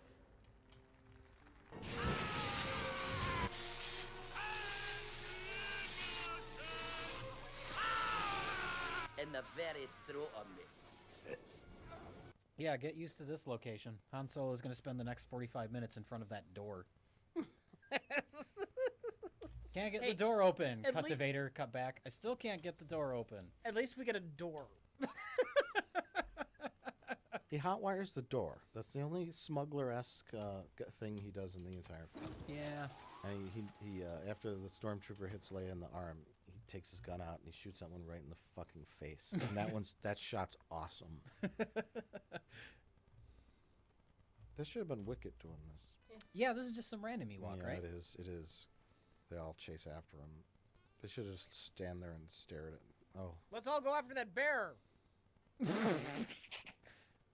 Everybody go. Except for one guy. It's just one bear. You better take 5 men. No, dobie sobie 2 konzule. He's got a spear! Svaki put kad napravim Wander dobijem 2 konzole, znaš? Kao Envoy. Koji si napravio Wonder? Angkor Wat. Daje ti jedan housing, čini mi se, sad ću ti reći tačno. Ali u svakom gradu. Da. Ne, jedan populacija in all current cities when built. Da.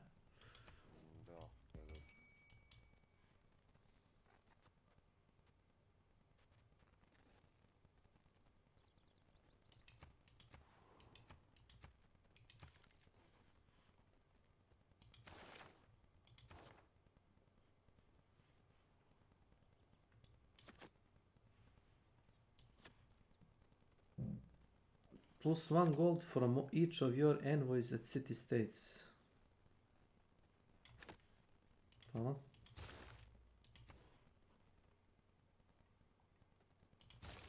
Da li ću uzeti? 76 zlata po krugu. Dobio. Sad imam, ne, to je ukupno sad koliko imam. 76 zlata po krugu. Sad imaš. Yep.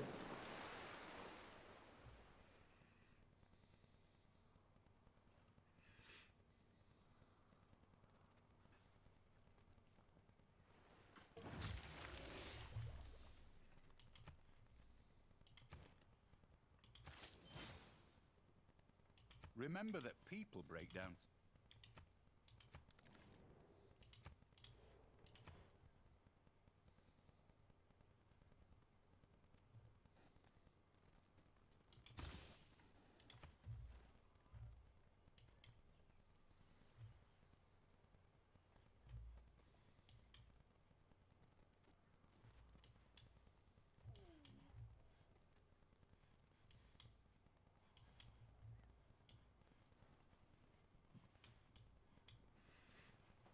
Da bi se sporo razvija taj San Petersburg, to je grad niđe, bukvalno si treba da napraviš glavni grad negdje na drugom mjestu, nema veze.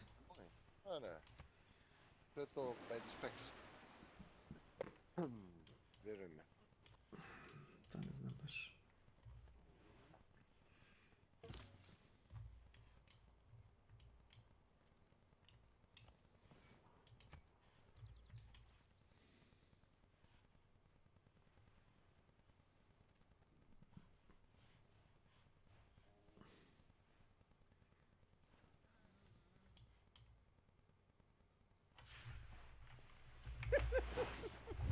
He's probably gonna crash because there's no way he could possibly know how to fly that thing. Yeah, how did he figure He's it gonna out? hit the first tree he sees. Everybody after him. Like he's spinning around because he doesn't know how to fly. Yeah, remember when the Empire was intimidating? Yeah, I do. What do you suppose you regress more? Wicked or Leprechaun? I'm gonna say Leprechaun because Star Wars has been very good to him. He has no reason to have any regrets about this. He raps in Leprechaun. I come from the land of the Irish Spring. Dublin's the place where I learned my thing. From the Emerald Isle to your place in the hood, I'm the man of green, come to do no good. This part's awesome.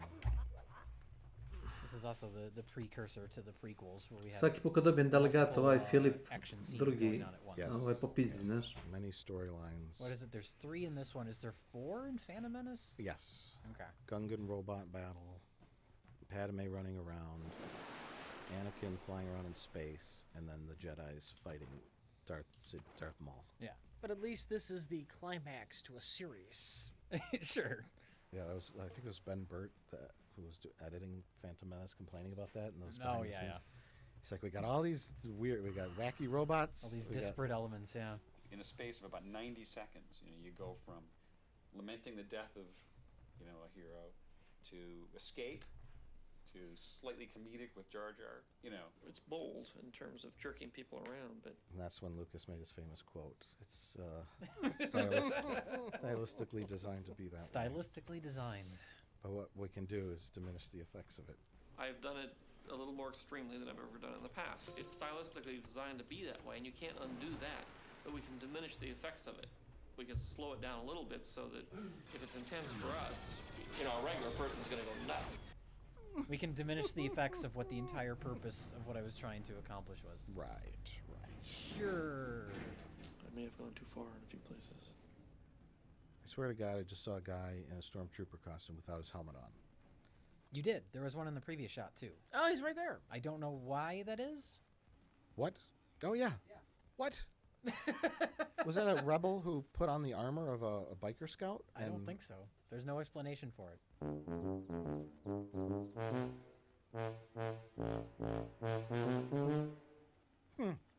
Never noticed that before. Oh my God. Here comes all the teddy bears. Oh, I'm Wicket. Don't forget about me. Burr, burr, burr, burr. Uh-oh, here they go. In Here's front of that the door. Get used to that door. Get used to the door. Let's chase all the teddy bears that have ran into the woods instead of killing these rebels that are standing by the door to the shield generator. They all those stormtroopers should have just turned around and just started marching right at Han Solo and all firing all at once and murdering them. You know what I mean? Meanwhile, the spears are harmlessly bouncing off their armor. Yeah, or well, the Ewoks are running away, thinking that the stormtroopers were going to foolishly chase them into the woods, and then stopping and realizing that they hadn't, and they just all turned and shot everyone. And then the movie ends. Movie ends.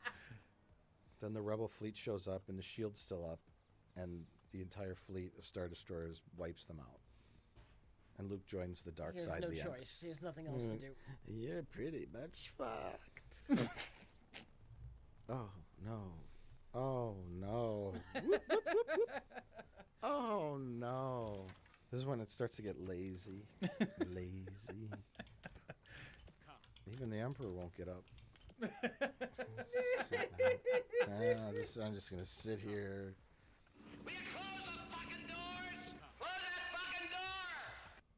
I just want to see one of those lasers hit one of the Ewoks and just explode him. No, this is the closest we get. This is our one dead Ewok. Oh, and it's an Ewok we don't care about. Yeah. Oh, no. Oh, you mean all of them? Well, I think he's goading Luke into getting angry so he'll kill Vader and then just be his apprentice. So anger and the Force just magically makes you join the Emperor, though? How are the two related? He has a Anger journey. would make him join the dark side, but it would also make him cut off the Emperor's head. Otherwise, there's no point in getting angry about it, because he's the one you want to kill. He couldn't kill the Emperor. The Emperor's too tough. Yeah, you have to throw him into a pit. You can't cut him with a lightsaber. You have to throw him into a pit. Yeah, I guess so. Yeah, that would kind of make sense, right? He was just so consumed by his own hate. And Yeah. anger. Oh, yeah. All of his attention was on Luke. Yeah. That makes sense. Oh, here we go. There's the Tarzan yell. Did you just hear an awkward Tarzan yell? Oh, here's where the Empire acts smartly as well. Let's open this hatch. Right. Let's open up that door and expose ourselves to the monkey man.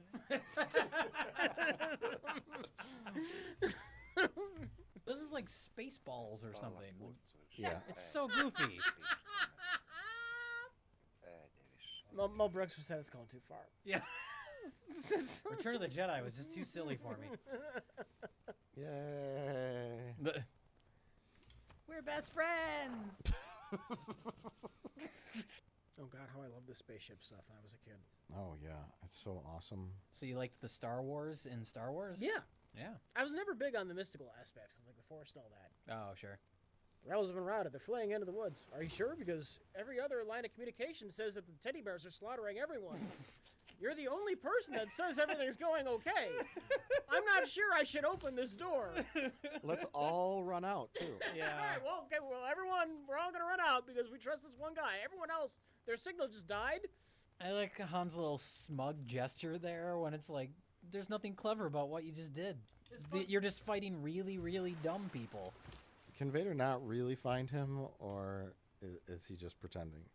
Maybe Darth Vader is distracted because he's just finding out about his daughter. There you go. Oh, okay. It is the only way you can save your friends. Yes. Your thoughts betray you. Your feelings for them are strong. Especially for sister.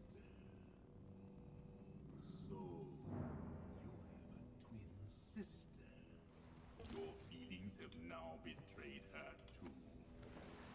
feelings have now betrayed her too. Oh God. Obi-Wan hid. Where? Oh, he gave Leia to Basil Exposition, Basil Organa, And then Luke Basil got to live on Oregano. the slop farm. Yeah. And Luke went right back to Tatooine, where Darth Vader grew up And kept his name. and kept the same name. Gee, that's gonna hide him real good. The prequels never happened. That's you have to just not count them.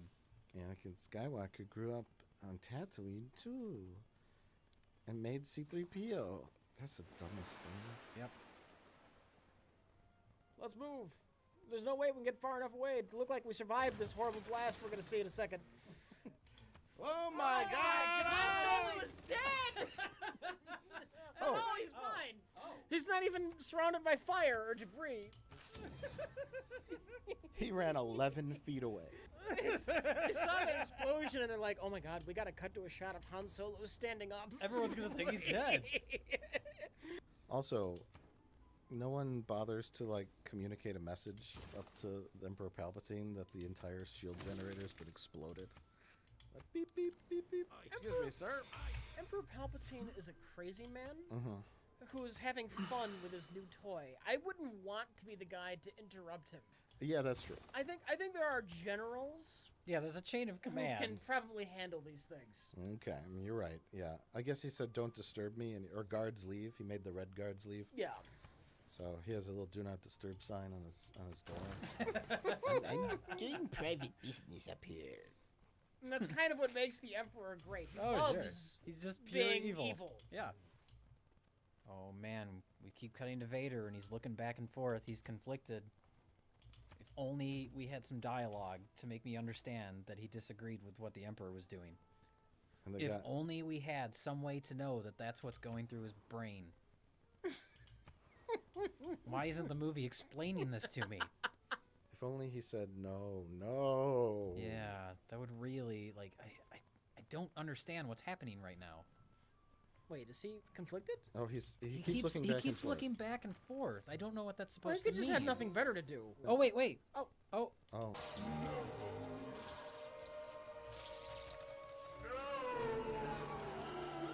Oh! You know, I never knew what happened. Ever since I was a kid, I was so confused. Right. I'm glad that they cleared that up.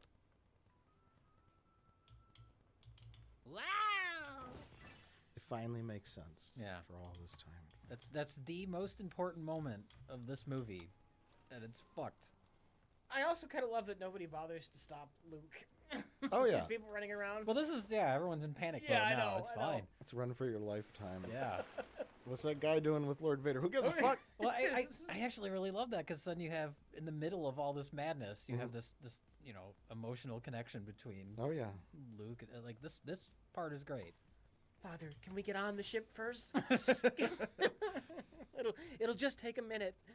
Luca should just keep looking off screen to some like death clock, like core exploding in 13 seconds. Yeah, wrap this up. I'm glad you redeemed yourself, but let's get moving. Here we have digitally erased eyebrows. Digitally? Yeah. Really? That's a change. Clearly got his eyebrows burnt off. They don't grow back. Oh my god. At least they didn't remove. I guess it would be impossible to. Oh, to try and put Hayden Christensen in here or something? Oh, it would be possible. It would be possible, I but think thank the God opening they didn't do it. I think the opening of this movie proves that he doesn't care how good the effects look that Yeah. have been added. And so I wouldn't put it past them to replace his face with a Hans Christian Hans Andersen. Christian Andersen? Whatever his name is in makeup, like, and it would be like not matching right and moving and look awful. But Finn?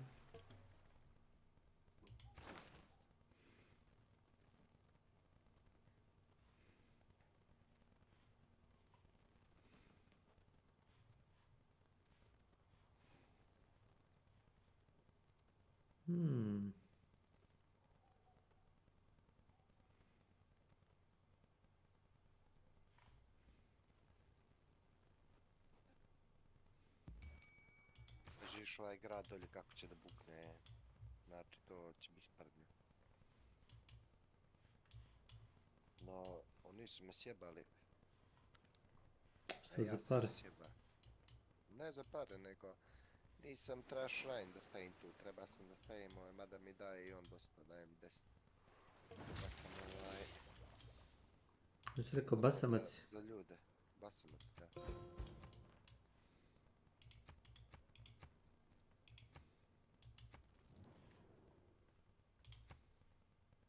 Nećemo trgovat. Da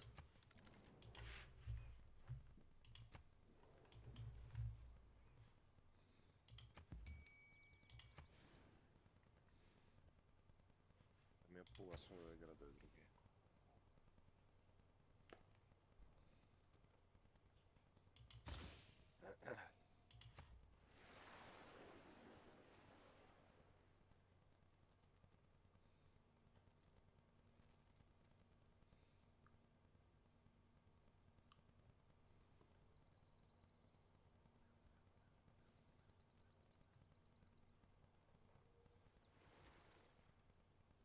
Koliko imaš para? 6. Samo da vidim nešto.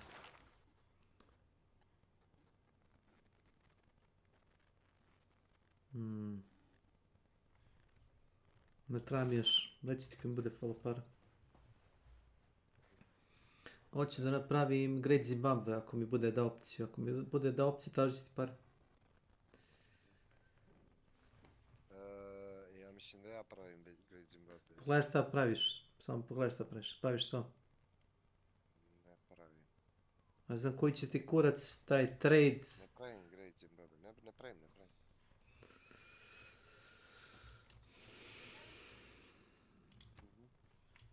Čekaj, Great Zimbabwe, to ne možda plati stvarno. To moraš da napraviš. Misliš, hoćeš da uzmeš ovoga... Viš kako kapira. Viš kako kapira. Viš kako kapira. Hoće da kupim inženjera. Granic 472 produkcije to od Wanda. Ne, daj mi to. Hoću to da napravim, neću to da drugi kupe. Hoću pare da... Vrati, ću ti pare, samo mi daj da kupim toga serujem. Samo da vidim da li mogu uopšte da ga pravim. Moram prvo da se čeka da mi se napravi ovaj workshop i da vidim da li imam slotova. Nemam slotove za svaki Wonder, razumeš čovječ? Pola ovih Wondera ne mogu da napravim zato što mi traži da mi je pored grada voda, planina, kurac, palac. Razumeš? Pa je bilo čovječ. Nema mesta oko grada, kapiraš? Grad je pored obale i nema, ne znam, ovo traži, piše not suitable location for this construct. Must be built on mountain. Must be built on march. Must be built on hill. Sve tako neke nebuloze. Sve tako nema to veze, to nebuloze. Viš, Kolosus je dobro stvar.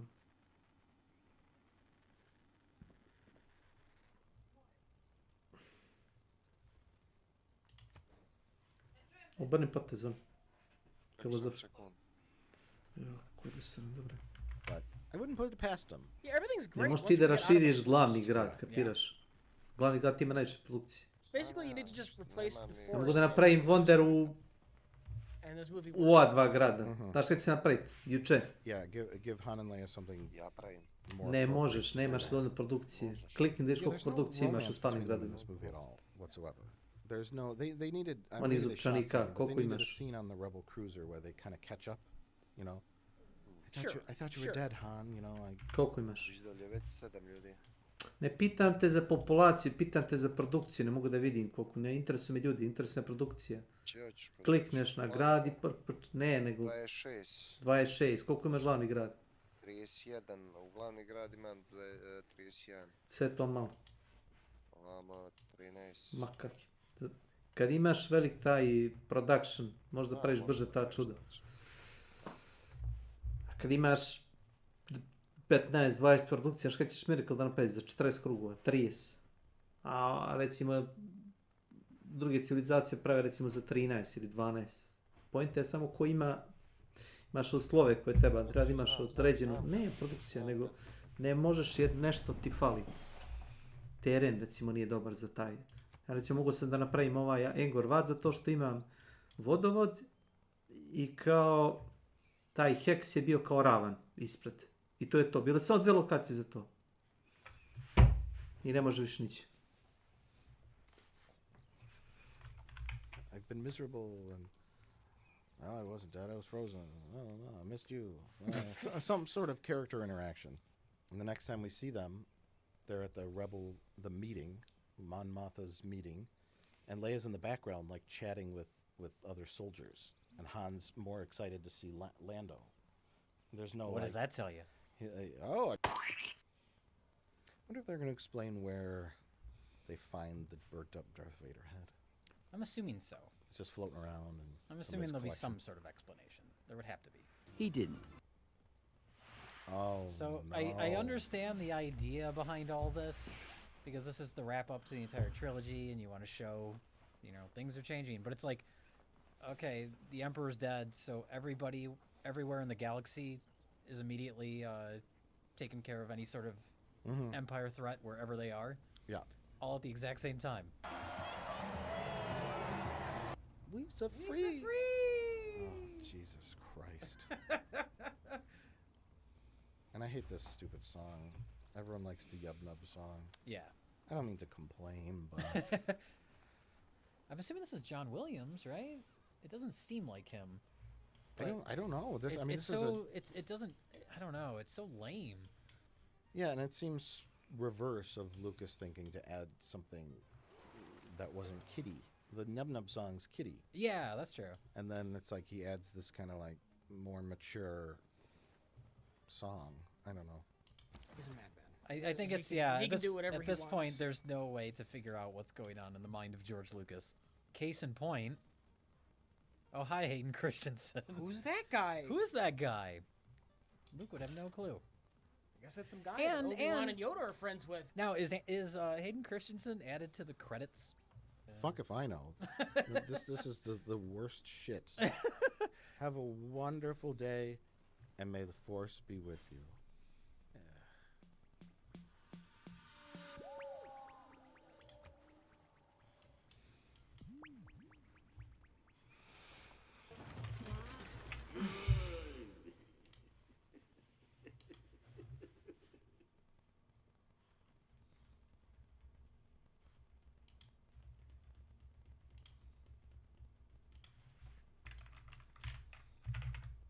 Hi guys, thanks for tuning in to another video on ForgottenWeapons.com.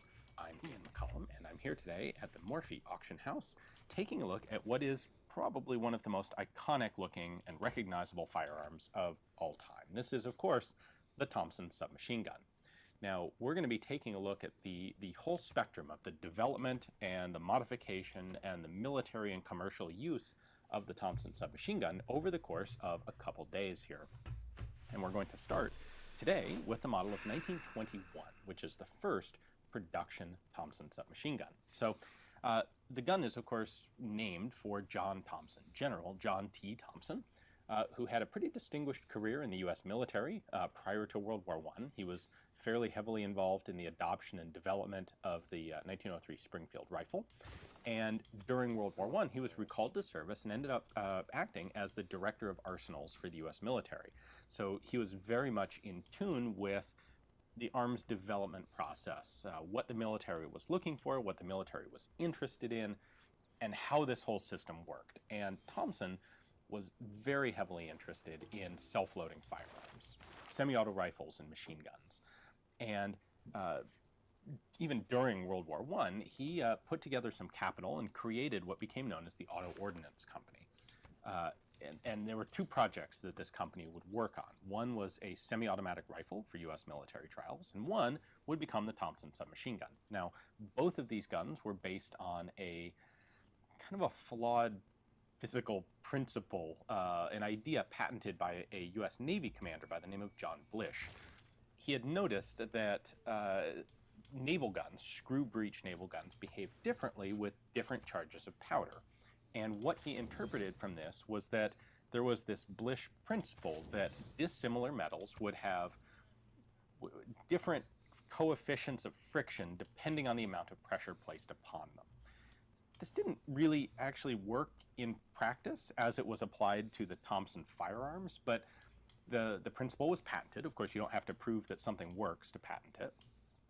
And Thomson struck upon this concept as something he thought would be the perfect system to use to develop his semi-auto firearms. So with the rifle, in fact, we have a couple videos on the 1923 Thompson rifles, which didn't end up doing all that well in military trials. And part of the outgrowth of that, or part of the side effect of that early development, was one of Thompson's engineers, a guy named Eichhoff, looking in, studying this Blish principle and the functioning of the guns, and coming to the conclusion that this seemed to work a lot better with a pistol caliber cartridge than a full power rifle cartridge like 30-06. So he approached Thompson with this, and Thompson thought this would be a fantastic idea, in fact, that instead of working on just a rifle, they should develop a small handheld machine gun, something that he said, a trench broom, that's what we need. This is in World War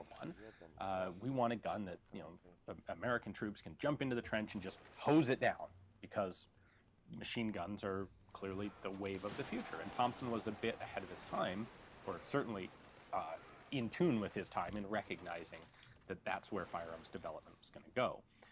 By the end of World War I, late 1918, early 1919, they had the first prototypes of what was called the Annihilator, which looked very much like a stockless, sightless Thompson gun. It had 2 vertical grips and fed 45 ACP from box magazines as well as drums, and was pretty much a trench broom. The problem was, of course, World War I was over, and so there wasn't this huge market available. There wasn't this huge need for this sort of weapon anymore. So they kept developing the gun. And in March of 1920, they actually put in or signed a contract with the Colt Firearms Company, the Colt Manufacturing Company, to produce a run of Thompson guns. So I should say the Auto Ordnance Company was a pretty small company. There were about half a dozen guys working for Thompson, and they didn't have a manufacturing facility at that time. They had a name, and they had the design, but they had to contract out the actual assembly of the guns, the manufacturing of the guns, to someone else. And they picked Colt. Very good name, recognizable, high quality, great. And they contracted with Colt to manufacture 15,000 of these guns to be delivered within 15 months. Now, Auto Ordnance didn't have a contract, or they didn't have customers for 15,000 guns, but this is sort of like printing a book. In order to get a good price on the gun, you have to manufacture it in scale, and so that's what Auto Ordnance did with its investment capital. They figured, we have this great gun, and we can find people that will want it, and we can sell it, but we have to put in the money ahead of time to get the guns made. We can't just manufacture 5 or 10 or 100 at a time as people order them. So Colt charged $44.56 a piece for these Thompson guns, which was pretty expensive at the time. This is not a cheap gun to make, especially using Colt's level of quality and fit and finish and precision. And Auto Ordnance would go on to resell these guns on the wholesale market. They'd sell them to their distributors, their wholesalers, for between $137 and like $157 a piece, depending on the model. So Auto Ordnance was making a substantial markup. They took the cost of the gun for them, and they doubled that amount in profit margin, which these guns would end up on the final retail sales list, sort of retail. Inženjer. Košta 5.000. Mene košta 1.200 vere, a imam 8.700 vere. Znam ja koliko te košta, ti to možeš odmah da uradiš. Ali ako ti izmeš toga, ja mislim da jedino ja i ti se takmičimo za njega, svi ostali ne mogu da nas stignu. Vidiš dolje listu? Vidim. Nema šanse. Znači tam je samo para. Ma mogu ja za ver da guzem, ja imam 1100 vere. Znaš? Kupiš za toliko vere, bolje ti za veru nego za ovo. Dobijam skoro 100 zlata po krugu, skoro. 75, imao sam malo pre 85, ali sam gledam da što više ovih trade ruta pošalje na sve strane, jer ako imam svuda trade rute, imaš kao, kad se trade rute završi, ona pravi kao, yes. I ako imaš Svaki grad ako imaš tu zebanciju, kad počne pošalješ jednu dužu kao tu rutu, onda dobiješ više pare.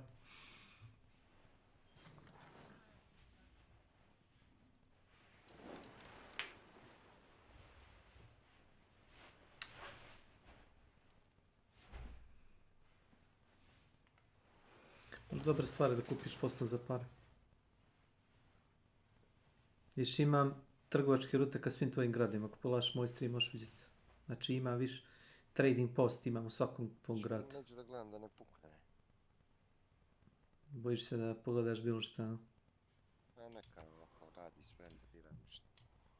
Ako pošaljem u Atinu, dobijem 1 na produkciju. Zamisli to?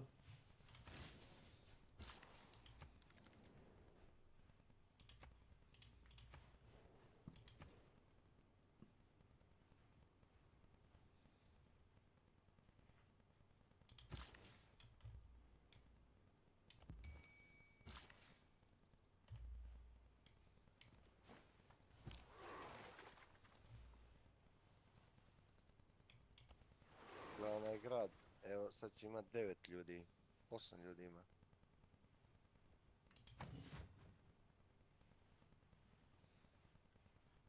Koji? A, Arhangelsk, Indije. Bivša Indija.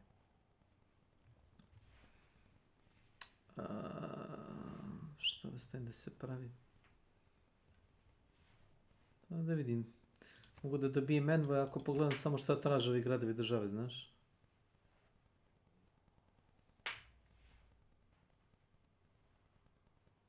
Neki ti traže, recimo, kupiš jedinicu, si gledao? Envoy traže?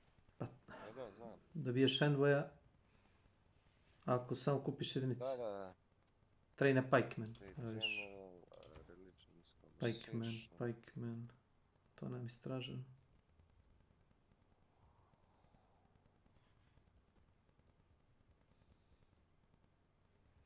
Mogu da kupim špijona. Ja već imam jednog. Dobio si kao Miracle, ne? Ne, nego sam ga napravio, jedan ti ga dolje u Španiju, Madrid. Šta ga špioniraš? Sabotiram ga. Jer Španija, tamo gdje je Španija, ili? Koji je to dio mape? Španija je... U Africi. Tako, u Africi, da. Madrid je u Africi, vidim. Ne vidim ja gdje s tebi špionira, ali šta tražiš od tog špijuna? Ništa, nego... Ja špijuna uglavnom stavim da mi čuva glavni grad, da mi ne kradu pare, znaš, on imaš safe on funds, da ti srču low.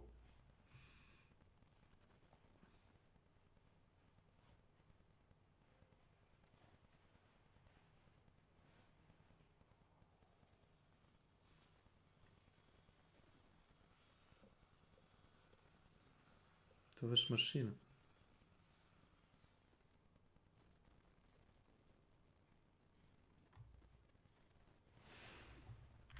Pretty much just marketed to police and banks, really. The guns would cost $175 to $200, or even a little bit more, depending on, again, options and model. $175 to $200 on the retail market, and that is a tremendous amount of money for the 1920s. At this same time, you could buy a brand new car for $400 to $500. So if you think about that in today's terms, think about going out and getting, not the fanciest car, but like a brand new Toyota Corolla or something. Well, you could get a new car, or you could get 2 Thompson submachine guns. This is a large part of why these guns didn't sell all that well. So we've all seen the basic profile of the Thompson, but let's take a closer look at what we've really got going on here. So this particular gun has a Cutts compensator on it. Technically, that makes this a model of 1921 AC. The Cutts compensator was designed by Colonel Richard Cutts, who proposed it to Thompson in 1926 as a way to reduce muzzle climb and make the guns more easily shootable and more controllable. And Thompson agreed that it seemed like a pretty cool idea.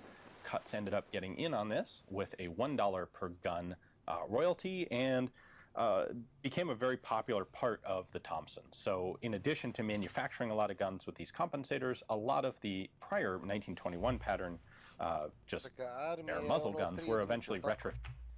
Kako? Jel Army 3 jedinice? Army 3, to su ti 3 čete bilo koje jedinice koje spojiš u armiju. Jel to? To si me pitao. Pitam te Army. Arma ili armi? Šta? Army. Nije armi jedinica. Armi ti je... Znam. Čuješ li me? Ajde Čuješ li me? piši šta piše Great General, ajde pročitaj. Evo ču me, čuješ šta ti pričam? Šta? A što ćeš baš bolesno? Dobiješ 3 jedinice u jednoj. Znači sad jasno. Zabereš jedinicu i staviš da napravi armiju. I dobiješ kao... Nije 3 puta jača. Ne ide ti tako. Naprimjer, ide ti pešadinac koji ima 50 damage, 50 strengtha. Postaje kao jedinica koja ima 55 i recimo kad napraviš armiju ima 60 ili 65, razumeš, atak. I ima mnogo više health. I teže se zatuče. Kad napraviš armiju recimo od 3 tenka, to može samo ono odbrana od grada da razvali ili ne znam, armija ovih anti-tank unita mogu da gubi ono iz poteza. Ne može tako lako da umre.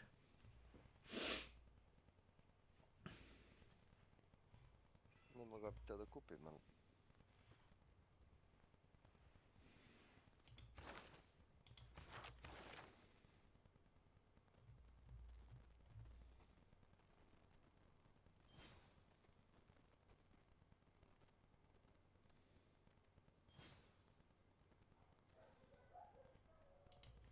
Ako kupim Great Merchanta dobijem 750 zlata i 2 envoja. Koliko imaš para ti reče? Više ništa, kupio sam ove polja. Ne znam. Stoku ti ga daješ. Ništa. Više ću ja zaraditi. Nema se. Samo da mi ne pobjegne arhitekt. Mislim da neće.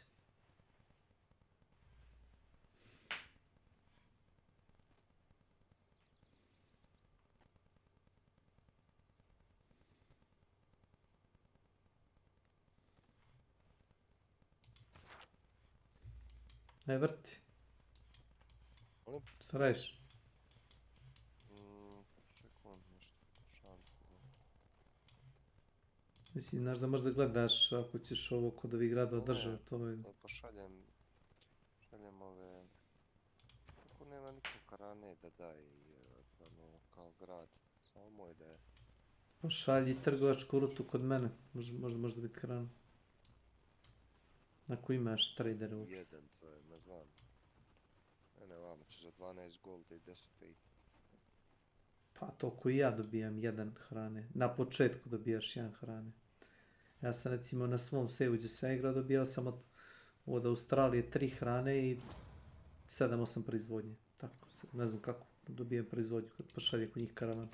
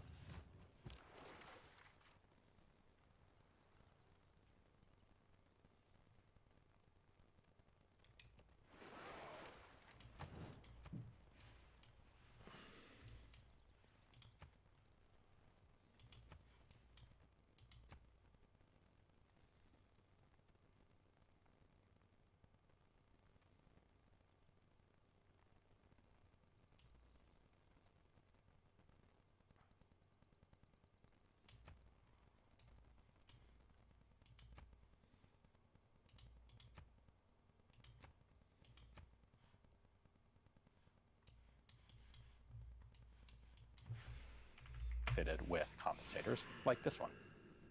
On the right side of the receiver, we'll start to find some markings. Auto Ordnance Corporation, of course, marketed the guns. They didn't actually do the manufacture, but their name's on the receiver, put there by Colt. And we have a selection of patents on here. That March 1915 patent is Blish, Everything else on there is an auto ordnance patent directly related to the Thompson guns.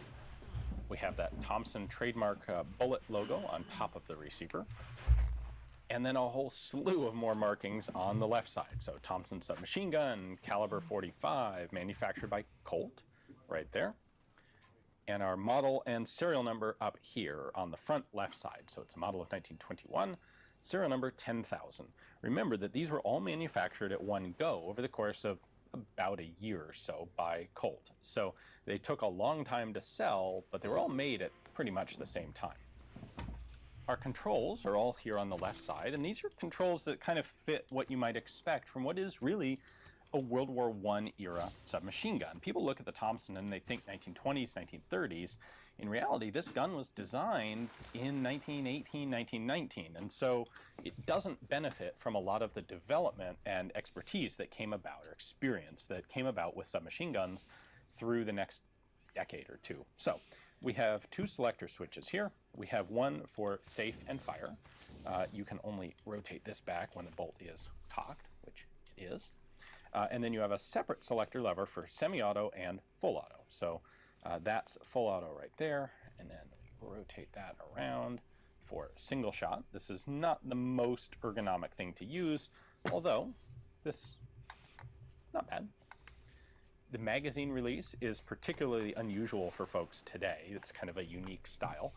You push this tab up, and it pulls this back in, which allows the magazine to come out. There's a hole in the back of the magazine. Notice also that the mag has this big T-shaped control on the back of it. That magazine slides up into this matching T-shaped channel, and when I depress the magazine To nemam gdje release, pravimo. Ki majku jedan. Šta piše? Must be adjusted to commercial hub owned by this city. Must be adjusted to kettle. Must be adjusted to kettle. Ne, ja niđe stoku. Ne znam da li možeš ti ovo da napraviš. Mogu šta koje? Ne možeš pogledaj da možeš, da li ti da opcije da... Nemaš, imaš toku pored glavnog grada. Koje? Great Zimbabwe. Great Zimbabwe. Ja Great Zimbabwe, nisam ja tvoje strane. Šta daje Great Zimbabwe? Daje pare. Daje plus jednu rutu. Piše your trade routes. From this city get plus 2 gold from every bonus resource within 3 tiles of the city and the city territory.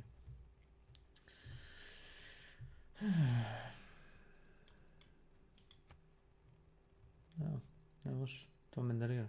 Neke stvari mogu, neke ne mogu. Može se jebati.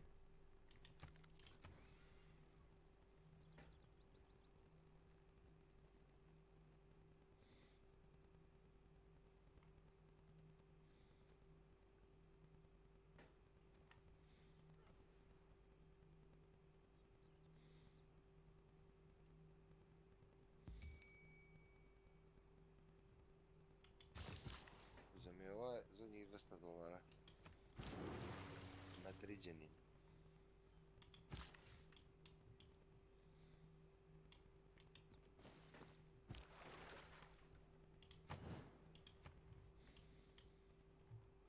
Kako sam se razgradio koga grada dalje. Dobar si, dobar si. A taj grad se možda treba tamo desno da staviš. Ko je ovaj, Ravena? Da. Ma kaki, pa sve sam uvatio. Pa pogledaj koliko ima resursa. Da, ali ne bitno što si uvatio sve. Treba si desno da uvatiš i u ostrovo, vidiš gore desno. Ma nema na ostrovu ništa. Ali ima si poziciju za gradnju. Ma džaba, ma ne može da uvati ove resurse dole. Čekaj ti pokažem. Ne, okej. Čovječe, mogu da uvatim ove kitove ođe. Mogu da uvatim ovaj pirinač ođe. Mogu da uvatim mrakove.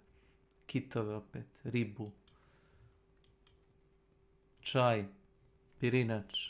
Ćemo reći ako hoćeš.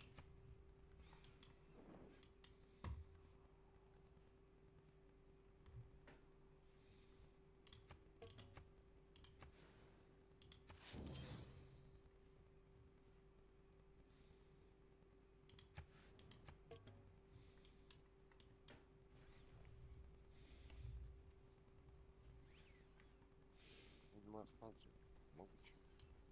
Hm?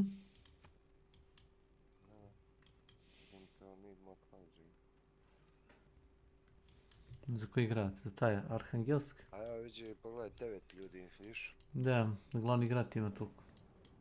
Da, viš kako se širi, brate. Potuvaće on i glavni grad i sve. Pa zato što imaš 1, 2, 3, 4. 4 farme. Evo, možeš tu da praviš možda. A nemaš ti taj miracle, kažem ti. Gred Zimbabwe. Trt.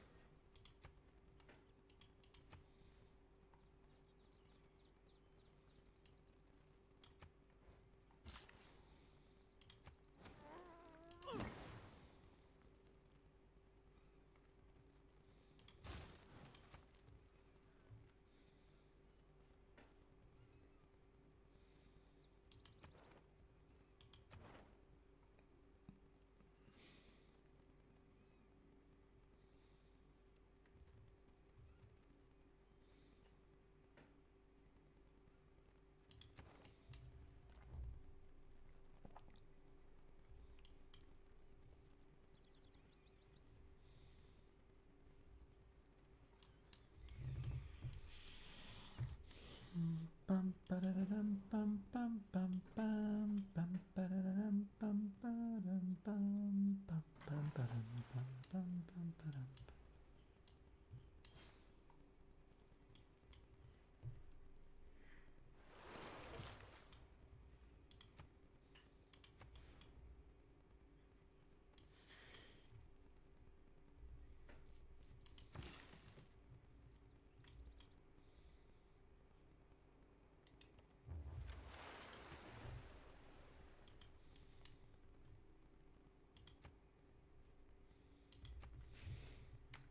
This big old round plunger goes back into the trigger guard. So that's how the magazines lock into place. Note that there are also these two grooves cut in the magazine well itself. Those are for the drum magazines.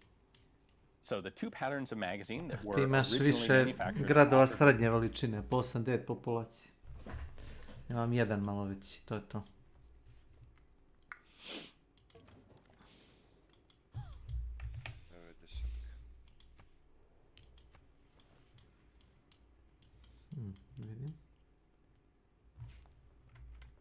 The Thompson guns were 20 round double stack, double feed box magazines. These retailed by, well, as of 1928, these retailed for $3 a piece, and they sold wholesale for $2.25. Just to put this in perspective, about this time, a worker in an automotive factory would be making basically between 50 and 90 cents an hour. So, you know, this magazine is going to cost 2/3 of your daily pay, maybe half of your daily pay, depending on what you are getting paid. The drum magazine held 50 rounds. This is actually fairly similar in function to a Suomi drum. And these wholesaled for $15.75 and retailed for $21. This was really a remarkably expensive magazine. So we can open this up by popping the winding lever off. This one's kind of tight. There's a peg here that lines up the top cover. There we go. Originally from the factory, this would have been nickel plated and nice and shiny. This is a Colt manufacturer one. You'll also find drums made by Auto Ordnance in Bridgeport, which we'll get to Bridgeport in a later video. You'll also find West Hurley guns, which are like post-World War II production, and you'll find Chinese reproduction knockoff drums. So this is, as being a Colt drum, this is the best. And by the way, this here at Morphy's is not included with this particular gun. So looking at it here, you load this by setting cartridges, primer down, you know, case head down, nice and flat, in each of these slots, just the one row right there, the one row there, and then 2 rows in the rest. Fits 50 rounds. You then put the cover back on, and there is a clock-style spring inside here that you then wind up. How much do you wind it? Well, for a 1921 model, you'd wind 11 clicks. For a 1928 model, you'd wind 9 clicks. This, of course, was manufactured after 1928. Note that they call this a Type L drum, L being Roman numeral 4. Not long after production. Da ćeš napraviš neki vandar. Da.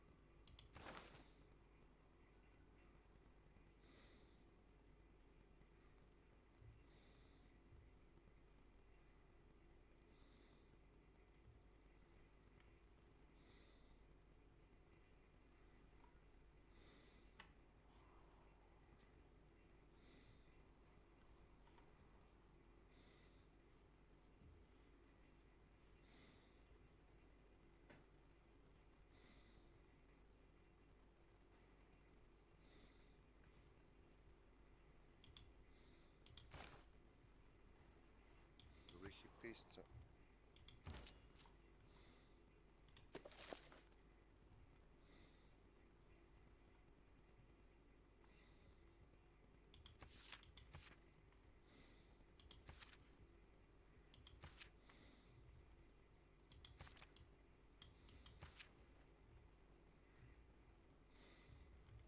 Sam 55, baš sam statu, ne napredujem uopšte.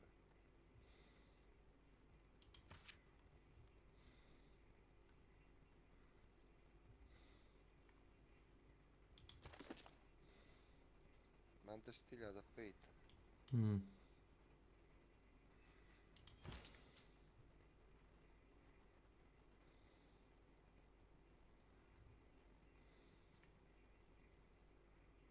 Što ne potrošiš? Kupi ove, imaš...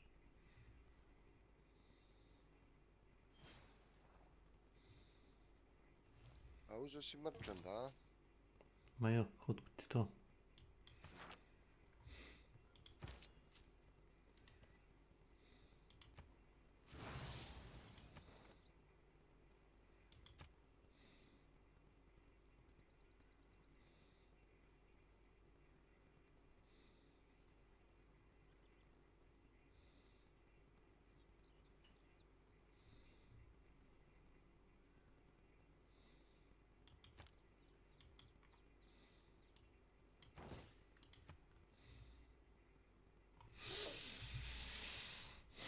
Nisi mi trebala para, ali dobio sam džabe 2 envoje.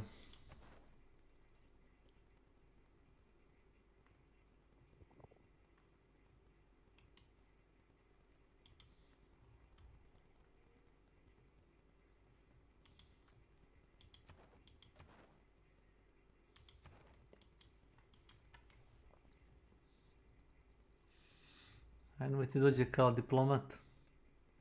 Sam dobro skontao.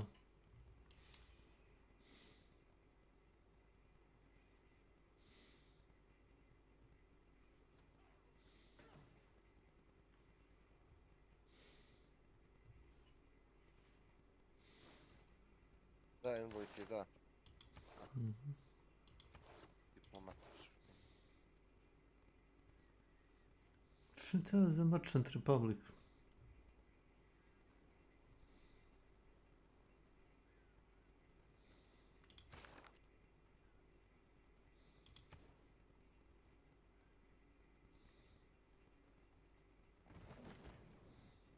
Što se ne prebaciš na državno uređenje, Reform Church, kaže ti inherent bonus. You can buy land combat units with fate.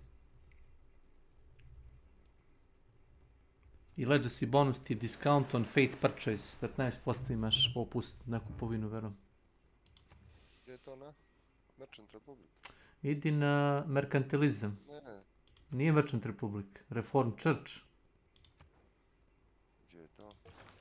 To ti je državno uređenje. Monarki. Monarki šta? Ne vidim ja taj Reform Church. Vidi samo. Ne, teokratija. To je teokratija. Teokrasi. To ti je vladavina kao crkva. Da. Nije monarhija, nego teokratija.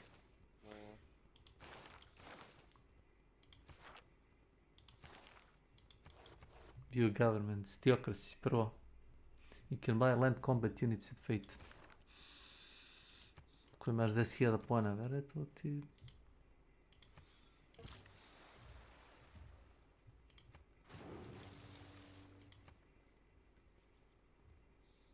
Nije poenta što sad možda kupuješ jedinice, možeš kasnije kupuješ. Možda kupiš tank sa pojenima vere, ili helikopter, ili podmornicu, ili robota. Mislim, land combat units, znači sve što ide po zemlji, ne možeš helikopter i bombarder. Napravo, helikopter se računa kao heavy cavalry, to možda i možeš. Avione možeš. I razarač. Znači sve što ide zemljom. Stoji Fate, ako me napadnu pa mogu da prebačem na to i da ih osošam. To možeš da usvojiš taj režim.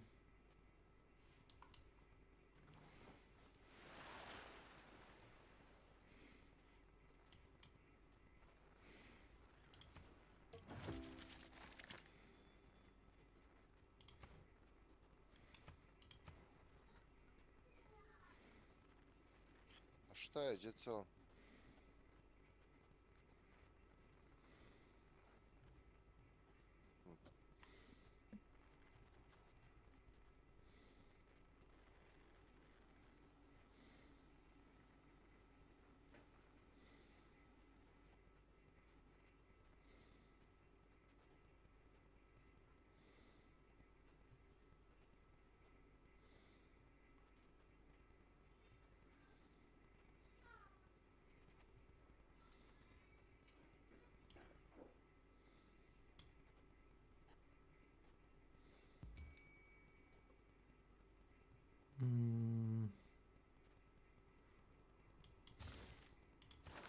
Da, Milana mi je rekla da prži palačinke, da znaš. To mi je rekla prije pol sata, ti rekla.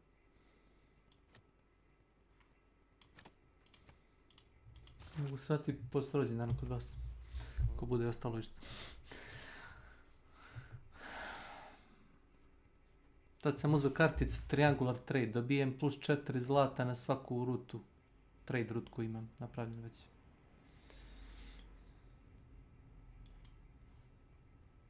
Ovo je dobro, išao ćemo da vidjeti Great Merchant, vidiš? Jedan level Diplomacy, da. To možeš ti kupiti odmah. Pitanje da ti treba, ali...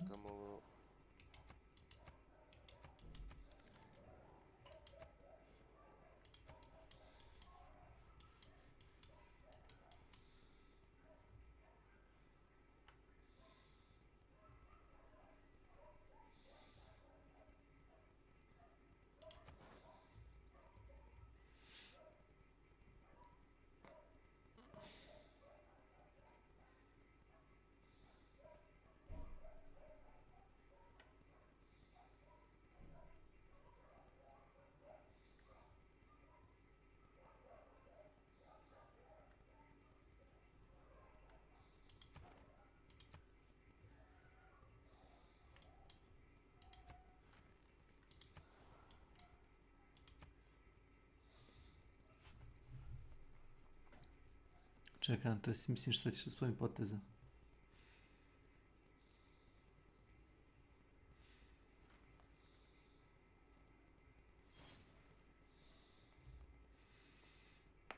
Znaš da živim koliko će biti zlata kad mi se završi banka.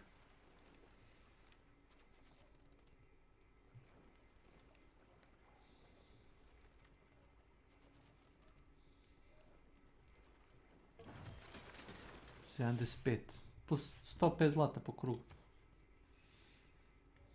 A su mi 70.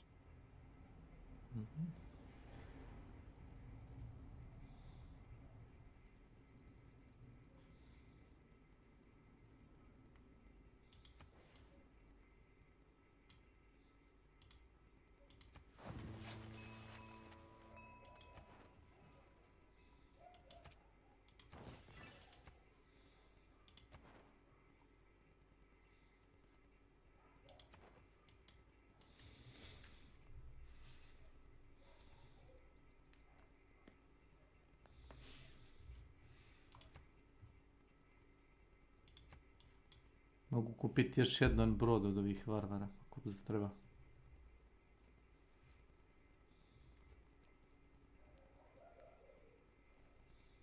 Znaš da branim ove primorske gradove sa brodima koje sam kupio od varvara.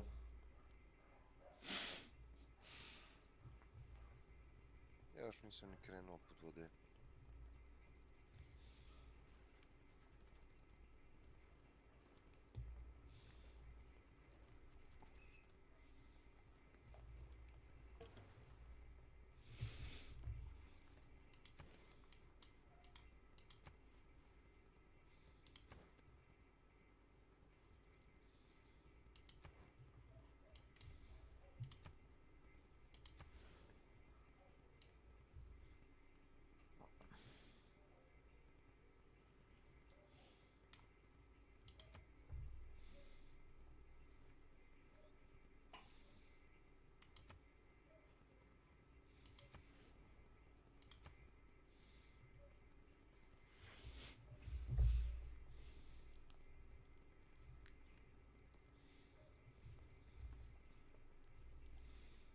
Treba para. Ne. Znači ja ti pare mogu poslati ako ti fale da kupiš nešto. A ti meni ne možeš poslati pojene mene. To je malo... Heh.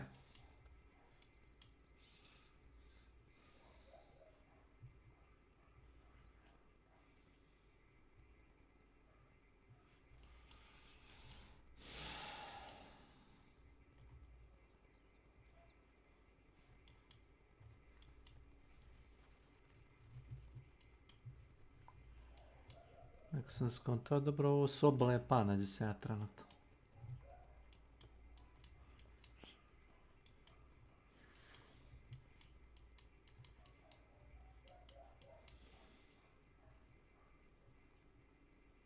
Kakav Newcastle ovdje do nje.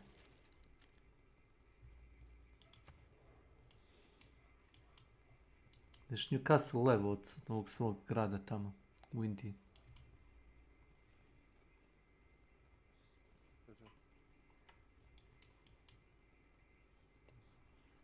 Da mi samo zna gdje ti je borba.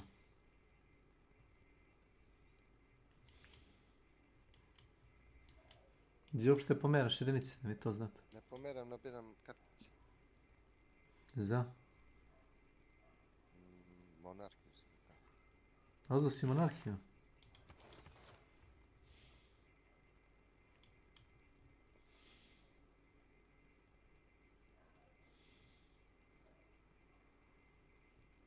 Pa i nije neki bonus, ovo znaš. To si jedino imao dostupno, šta? Ja kad mi to ponudi, ja to ne uzimam bez veze. Uopšte ne biram novu kao vladavinu, onu kao prvu koju mi ponudi. Zašto? A zato što bez veze...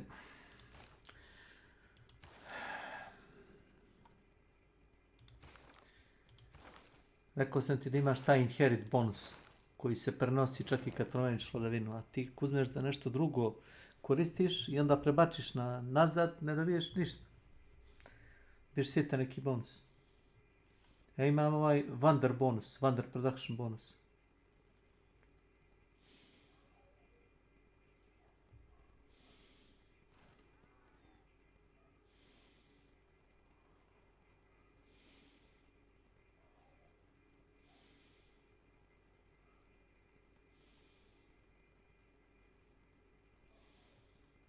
Da biješ ove kartice ti oni ostaju. Misliš da li ti stare kartice ostaju? Da, ove što si dobio na bonus. Da. Ako si sa nekim čudom dobio bonus kao slot za karticu, jel to pitaš? Što sam dobio? Da, ostaju.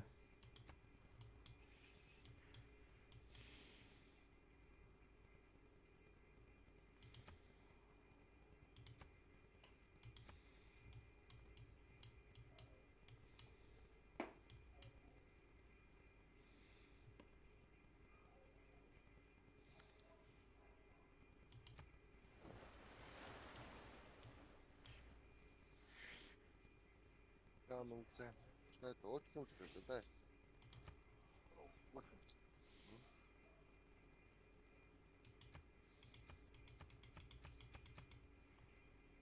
Pa to je... Baš je mnogo.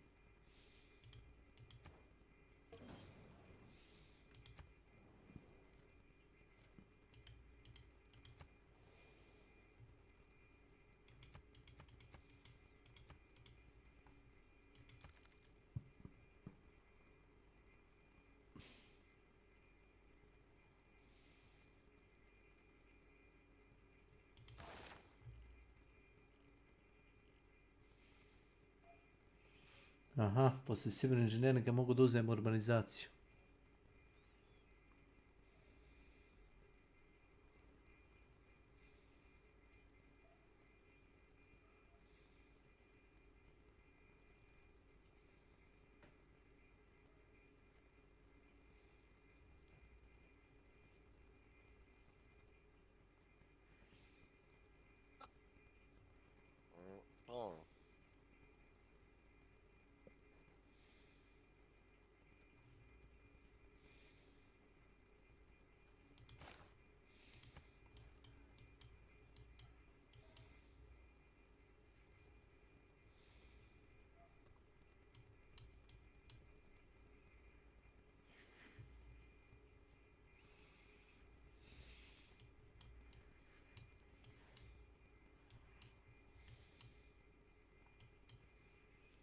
Ne znam da li da oglavim jedan grad ovdje između tebe i mene, između Rima i Smolenska. Nema niđe vode. Ako praviš grad tamo gdje nema vode, tu imaš odmah penal. Da. Ja tu iskreno nisam stio. Bolje nemoj, pušti Rim, nek se raširi. A ne može se raširiti. Ah, šire ti se granica, ali to ne možeš da koristiš. Neće to niko izgraditi. To će biti mrtva zemlja. Ma, ubači ako hoćeš. A neće, to niđe nide. Gdje se ja baču u pustinju je. Što mene tiče, može neko da dovuče grad pa da trgujem s njim. Znači to se neće razviti nikako. Jedino ako tu ima neki uranijum nešto. To još ne znaš. Uranijum, aluminijum, ulje, znaš. To može da ima, na primjer.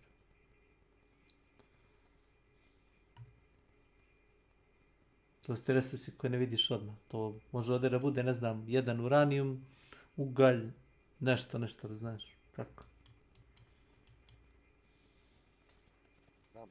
To su obično tajlovi koji niđe ništa nema više, gore tamo. Na tom polarnom krugu, niđe ništa nema od resursa. Međutim, kako otkrivaš druge resurse, tako ti pokaže na mapi.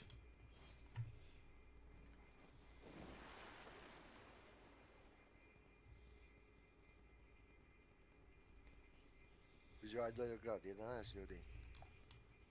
Arhangelsk, vidim, to ti je zapravo grad s najviše populacije. Evo ga, Theodore Roosevelt. If you conduct yourself well, you can consider us friends.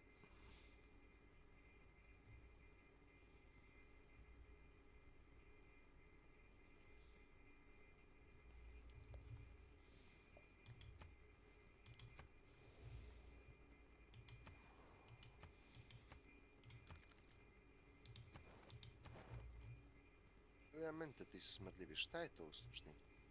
To ti daje happiness. To ti piše, kad klikneš na grad, piše koliko imaš amenities. Ako ti je u minusu, dobijaš više zlata i više produktivnosti. Kad klikneš na grad, recimo bilo koji, imaš tamo, imaš Manage Citizens, Purchase Fate, Change City Production, skroz levo ti je Toggle City Detail. I onda imaš da scrolluješ i da vidiš koliko imaš čega, vidiš resursa, šta ti daje. Onda ideš, prvi, vidiš, imaš tamo kao tek u gornje levom ćošku da imaš amenities. Piše plus 20% citizen growth.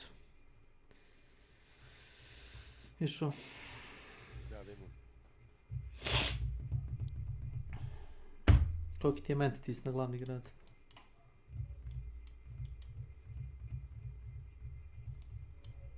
Malo nešto. Pa. Tako nekako.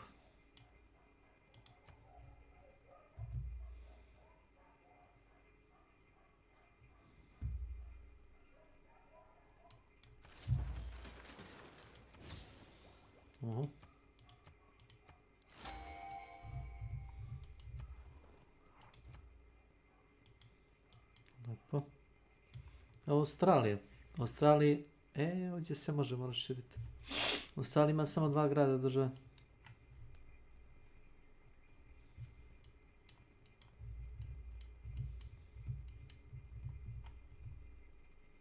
Ima i mleko. To moglo se uraditi.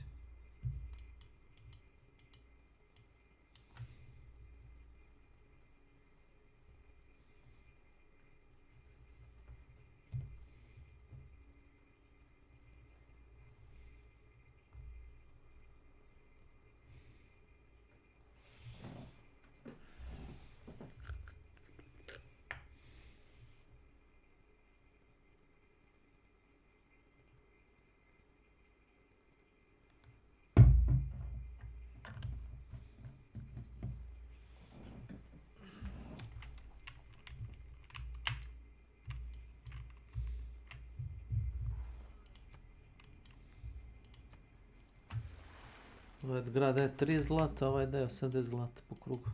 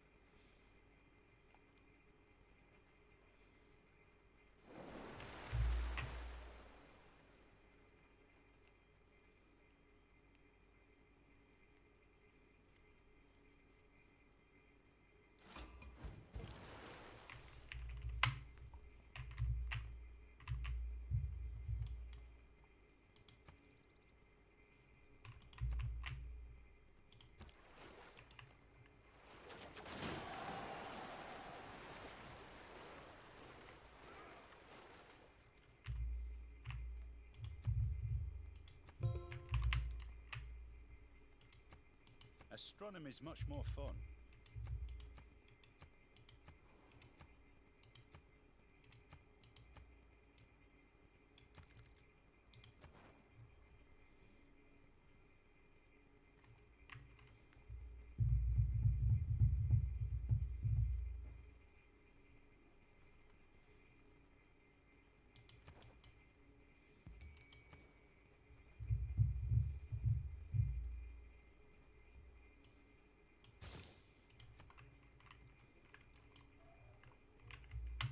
Bok, Ana.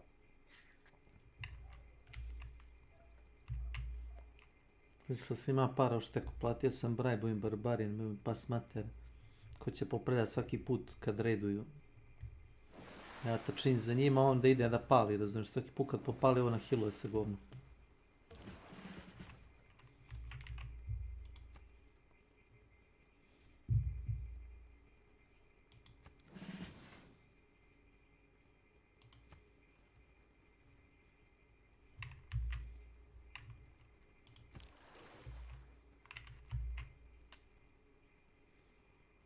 Gdje ti pale batarinče?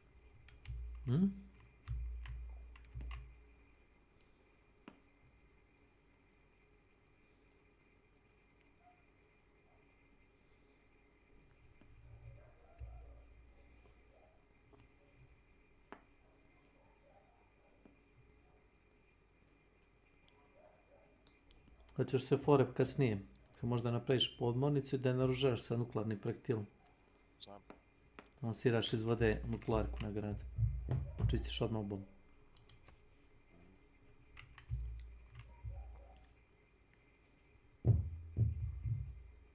Šta znači ovaj merchant? On mi je kao Tesla.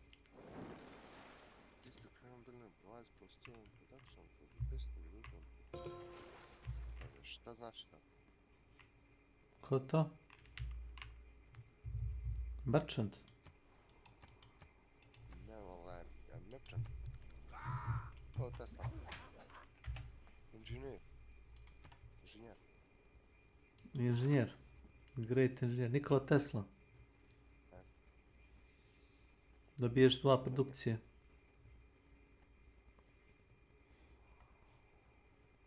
Samo znači to 3 polje dalje. Ma imaš bonuse koje daje svaka zgrada. Znaš. A on ti širi te bonuse 3 polja kao u krug. Tako to ide.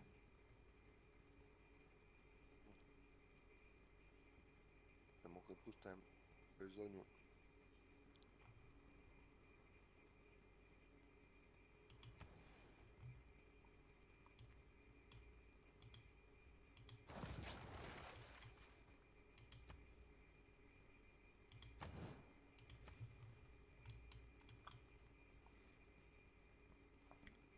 Uzeo sam napravim kolos. Da ti vjerujem. Jel praviš negdje kolosusa? Pravim Forbidden City, daj mi wild card policy još. To znam. Kolosusa ne praviš nigdje. Ne, da ja znam. Šta je No. kolosu? Kolosa Haga Rodis. Sofije, da. KSOF. Ne, to je religiozna stvačica, to mene stvarno ne radi. Ne radi me.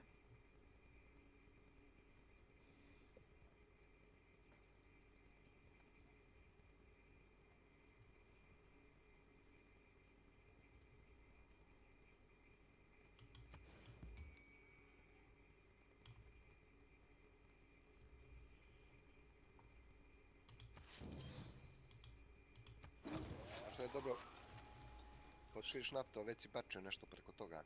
Odmah dobijaš taj resurs. Ako si napravi improvement. Doduše, dobijaš naftu, ali ako napraviš rafineriju, dobijaš više, znaš. Ima razlike. Da i nema. Bitno da imaš taj resurs.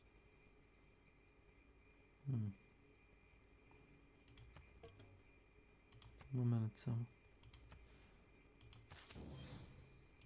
Tako. To ćemo da kupimo, da imam kitove dostupne.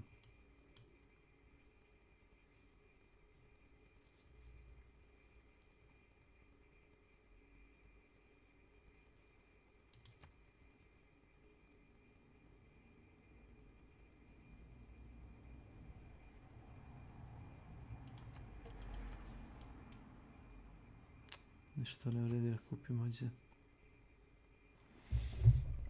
Production started, they also introduced a C drum. You may figure out that's the Roman numeral for 100. And yes, it was a larger 100 round drum magazine. Those were not very popular. They were awkward. They were very large. They were bulky. They weighed over 10 pounds for just the magazine when loaded. So you combine that with over 11 pounds for the gun itself, and you that's a lot of weight to be toting around. So the 50 round drums were much more popular than the 100s. The drum magazine fits in the gun a little bit differently than the stick mags. It doesn't actually use this button to hold the drum in. Instead, you have the two rails that slide into these two grooves, and then you have this slot right here. That actually locks in place around this portion of the magazine catch. We'll go ahead and put it in right here. You want the winder in front, and this is going to slide into the gun right up to there, and then when we push it the rest of the way in, that lug locks in right there. So that's how the drum is held in place. Last point I want to touch on with the magazines before we go to disassembly is that despite being an open bolt submachine gun, the Thompson actually locks open on an empty magazine, which is actually kind of handy. Most submachine guns, when it's empty, your last trigger pull, or holding the trigger, drops the bolt forward, and then you have to recock it when you put in a new magazine. Not so with the Thompson. So for disassembly, we want to take the magazine out. We want the bolt to be forward, like so. We need to make sure it's in full auto mode, which this is. And then the first thing we're going to do is actually just take the buttstock off. The buttstocks are quick detachable. Just push the button and it slides off its little rail on the bottom. By the way, they did put the serial number of the gun on the bottom of the trigger frame here, where you can only see it once you take the buttstock off. Next up, we're going to remove the bottom frame, the trigger guard fire control assembly.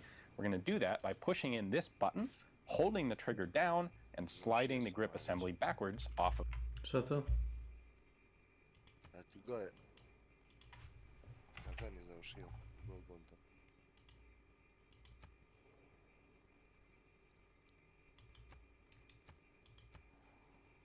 A napravio si ovaj Forbidden City.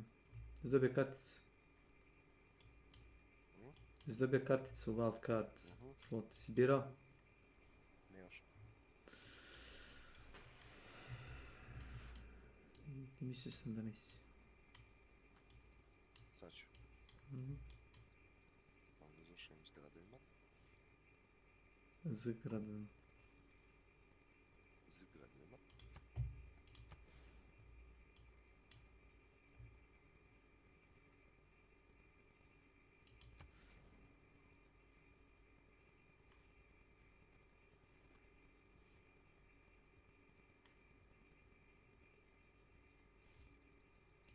Evo, mi nemamo uopšte da biramo one, kako se zovu, mislim da to ima ona ekspanzija, ti je nemaš. Imaš one advisore kao, što ti grade grad.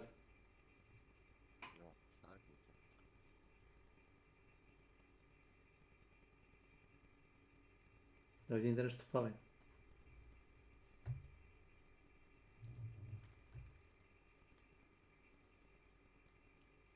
Imaš da uzmeš ono arhitekta, harbor master, general kao da ti brani grad. Of the receiver. There we go. Some of these are really tight, some of them are nice and smooth. Remember to hold the trigger down, that prevents the sear from locking up on any of the internal parts while you're doing this. One of the really obvious signs that you have a 1921 Thompson is this large diameter recoil spring back here. That has a little plunger pin that's going to come all the way out the back of the receiver. So we'll go ahead and push that in, slide it forward, lift it up, pull the recoil spring out of the gun. Next, we can pull out the bolt elements. There are 3 parts there. We're going to pull the bolt back to here, and then we can lift it out. So that's the bolt body. Then I'm sliding this by the charging handle down here, slide this back to this point, and then I can pull out the blish lock. Grip on it. There we go. That's the actual blish lock. And then we have the actuator handle, slide it back to this position right here. There we go. And then it lifts up, the charging handle comes out through that round cut. Now you have stripped the internals from your Thompson gun. I will point out there is one last bit inside here, which I'm going to leave inside here. This is one of the less typical sorts of buffers that you'll find in submachine guns in general.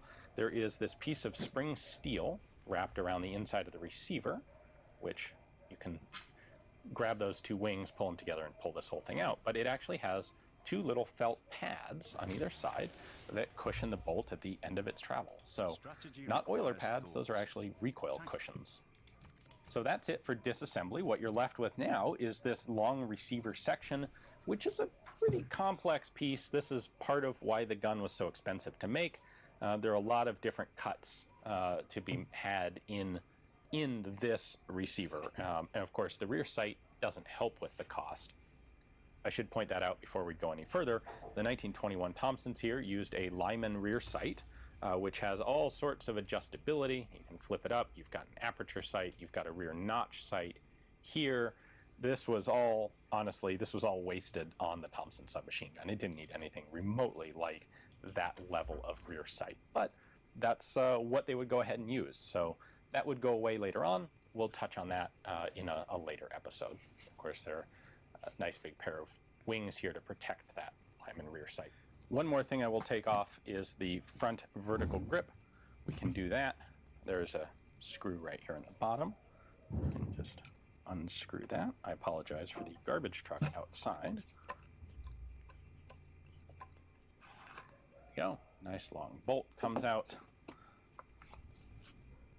And there is our front grip. So this thing, when it's installed, looks like it's just hanging down here really delicately below the barrel. In actuality, that's a pretty stout bar of steel here from the receiver out, and it's got this little tab that rests up against the barrel to help support it. You're not breaking the front grip off of this thing. So the way that this works, we have an actuator, it's called here, which is our charging handle, and it's got this slot to control movement of the blish lock, which is brass. Remember, the blish principle was based on kind of a weirdness in coefficient of friction between 2 dissimilar metals. So we have steel in the receiver, brass in the actual blish lock, and the idea is, if we put this guy back in the gun, go, that comes forward, we have this nice helpful up label here, and I want to drop that in that direction. So now when the bolt's all the way forward, of course the bolt is up here and out of the gun at the moment, when the bolt's all the way forward, this blish lock lifts up in this angled track, and before the bolt can move Pokušavam da vidim gdje ti je Forbidden City.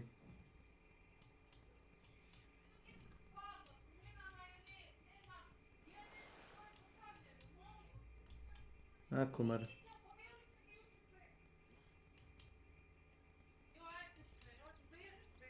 Ne može mi jednako, ono... A ne, pa samo ne može, ovdje hoću da igramo, baš mi se na... Cijeli dan razmišljam kako ću igrati. Mislim da ćeš malo to skoro snimiš, treba bi jedan rođi danas skoro.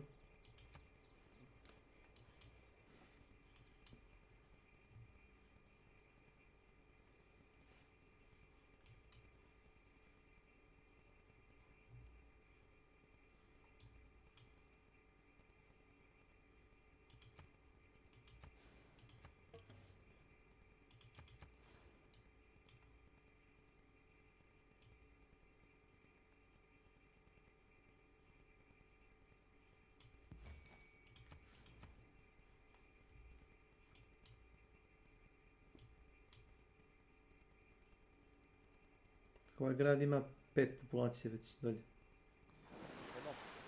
A ovaj dolje grad, na ovom ostrvu ima već 5 populacije. Vidiš?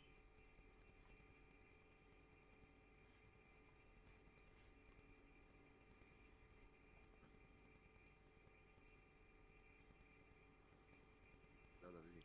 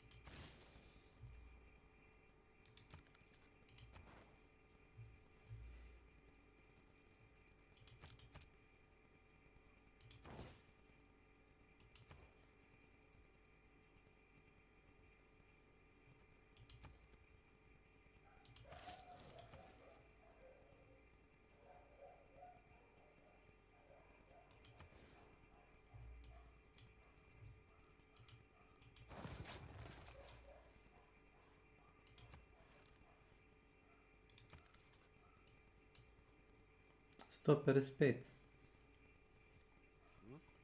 Dobro, nije 155, možeš čekati sljedeći krug da vidim koliko će mi izračunati para po krugu. Baš je jedno jako me keša. Pa ja uvijek idem na keš.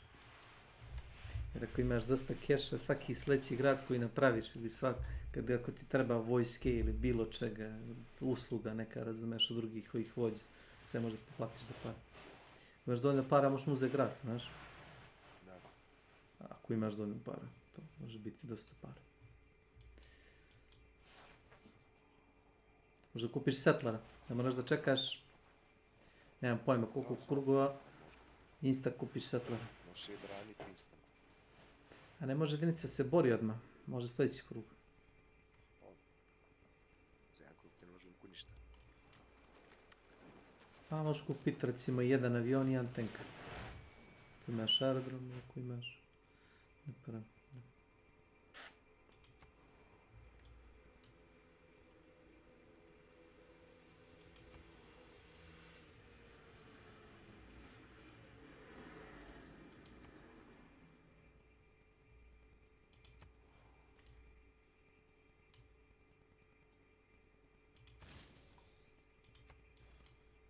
165. Sad mi je izračunan dobro.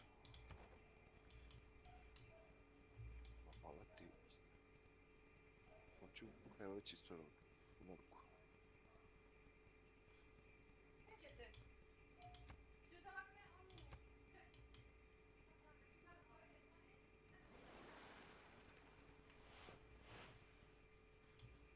Ovo bi trebalo nekako se bit barbarijana. Oni imaju samo brodovi izgleda, nisam vidio da imaju šta drugo. Dobro što im plaća mito svaki krug.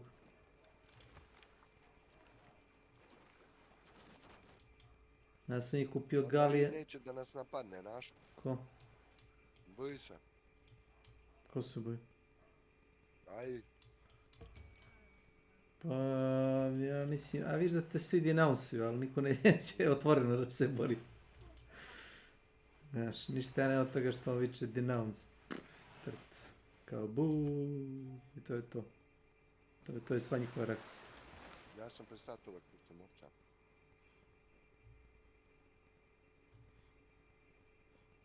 Šta to stoji do krova?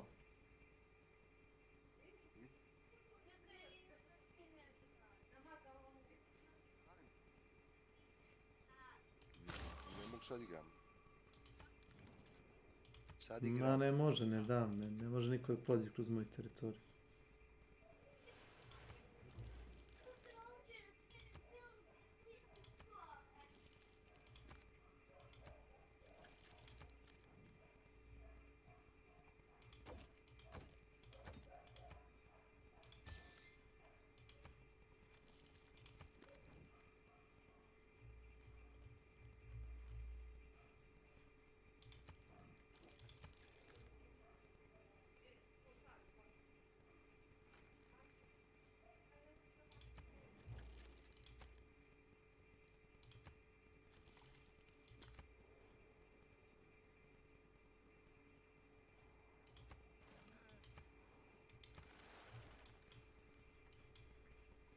Evo sad sam kupio da možemo da prolazimo kroz Indiju.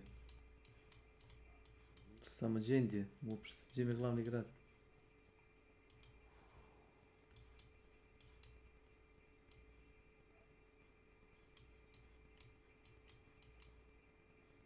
Evo je, Indija je ova ljubičasta boja. Oni su tamo u Švedskoj, Švedska, Nemačka, to je njihov domen.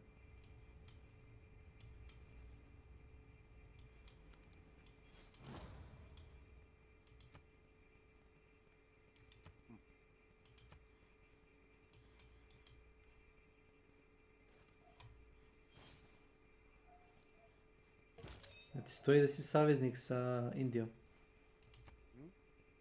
Ja ti stoji da si saveznik sa Indijom? Da.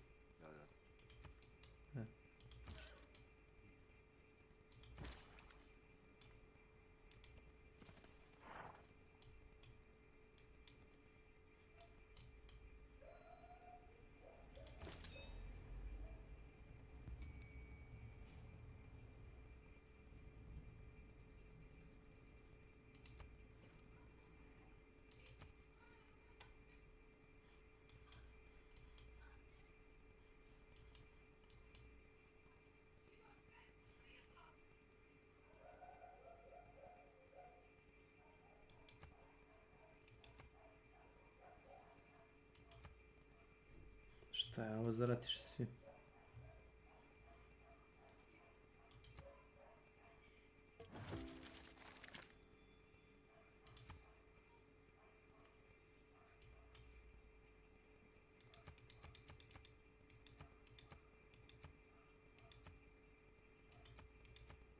A common mistake that people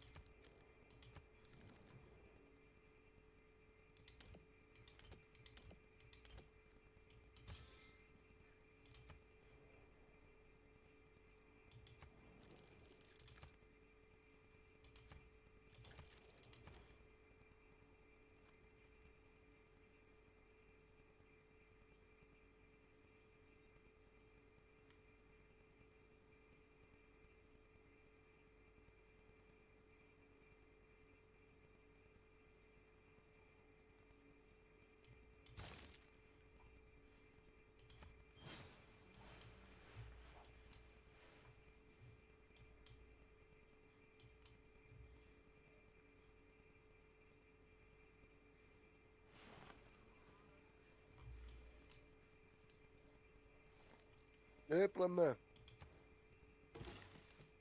Evo, ništa, spadam se. Ma ništa, radio sam cijeli dan. Nije da se nešto borio, ali... O, izvoli.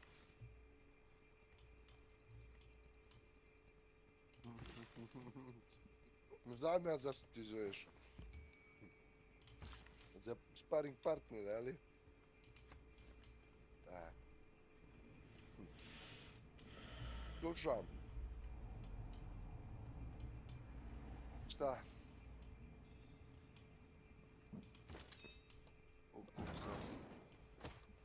Daj, naličet ću, ajde. Ćeš da snimiš pa dješ neće. Ajde. Neću puno ostati, sam da znaš. Pa kažem ti den na rođendan. Ajde. Ćao. Šta kažeš, kume? Kažem ti den na rođendan. Tomo da sunem na rakiju do njega. Tomo. Mislio sam da ne piješ. Koliko ćeš ti ostati na rođendan, kumara? Ne znam, pa sat vremena. Pa onda ću ja... I tanje možeš i ti sat vremena da odeš da popiješ. Pa Trebalo da te zovem kad bude miša. Pa cimni me kad budeš... Znaš kako ćemo, reći mojima da me odbacuje do tebe da probam jednu palačinku, pa će te žena nazvat dođeš doma. Može tako. I onda će ti reći došla ti je kum i tako to, znaš, te fore. To su taktičke fore.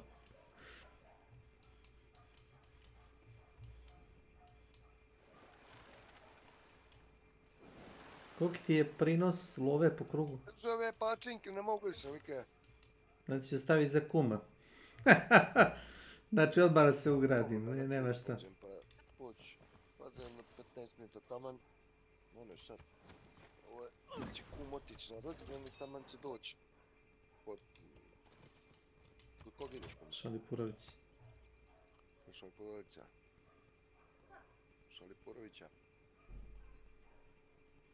Kad će doći vamo da ja dođem onda, razumiješ da mi ti zovneš. Može? Pa to je prevara, to se tako radi. A rekao sam na palačinke, si mu rekao. A ništa onda, doću na kafu. Vrlo jednostavno. A dobro, nisam pozvan kume u redu. Nema veze. A sve u redu, sve u redu. Hoćemo film pogledati neki kum. Skinny Terrifier. Dobro je, u redu, ne namješta, pa nisam gladan, jefot, šta vam je? Nije gladan, gledaj. Ja bi došao svejedno. Kako je to teška žena? Ne, ja se razumiješ, ti rekla da... Pa nebitno, pojeli smo palačinke, pa šta sad? Pojeli smo i zdravo, šta sad? Ej, kum, obrni potpis. Ajde, enter. Škola. Čekaj, mi moram da napravim nešto, stanj. Ajde. Nije tvoj kum gladan.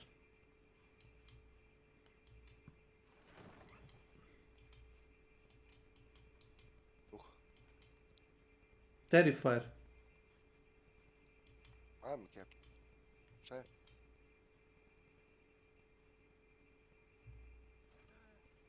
A ako ćemo samo ja i ti da ga gledamo, nemoj da budu tu djeca.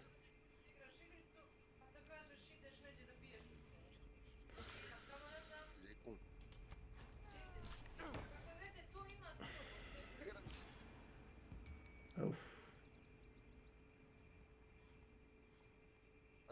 Ja mislim da je pogledaj kume dolje vojsku ovu, Barbarian City.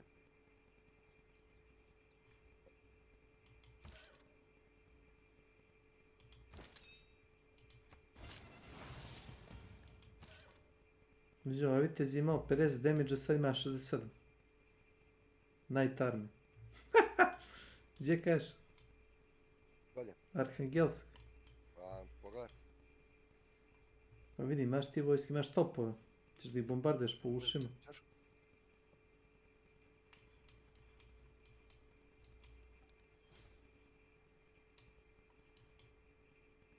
Dolje ću ja da poslušam jedan gad.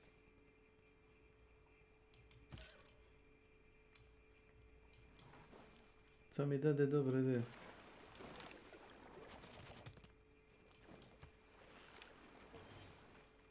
Da pošalje moje viteze da posošu ove barbare. Da mi se poskaču po lubanji.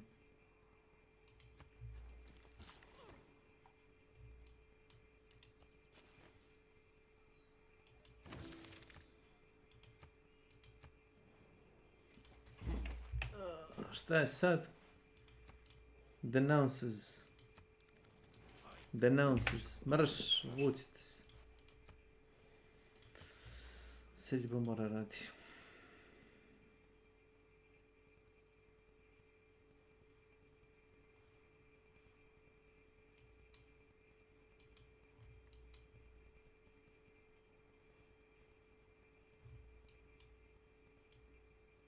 Zašto ja pravim gradove države? Da dobijamo njihove. Svaki grad mi da po jednu trade rutu, znaš. Bitno ti je da možda napraviš harbor ili market. Ako napraviš harbor ili market, možda napraviš trade rutu. I onda iz glavnog grada samo šalje na sve strane. Šako pumpa to pare.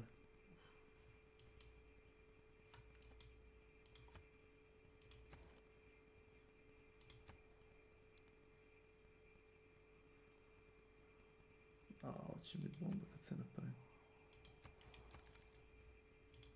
Ma nebitno je sam li sizeren ili nisam. Ono što mi je bitno je, imam te envoje tamo.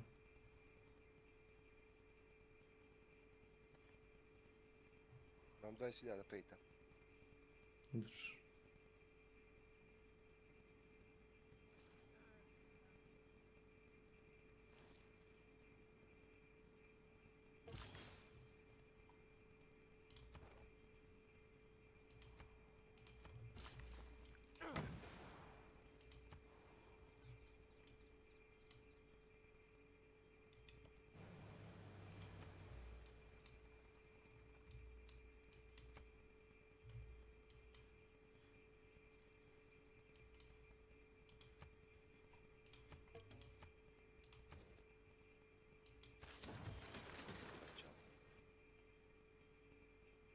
Kako imaš influence spojena po krugu? Zanima me prosječno koliko ima igrač. Bez ikakvih bonusa. To ti je gore levo. A imaš trade ruta, pa odmah desno pored imaš ono kao ambasadu i čovjek. Mala ikonica.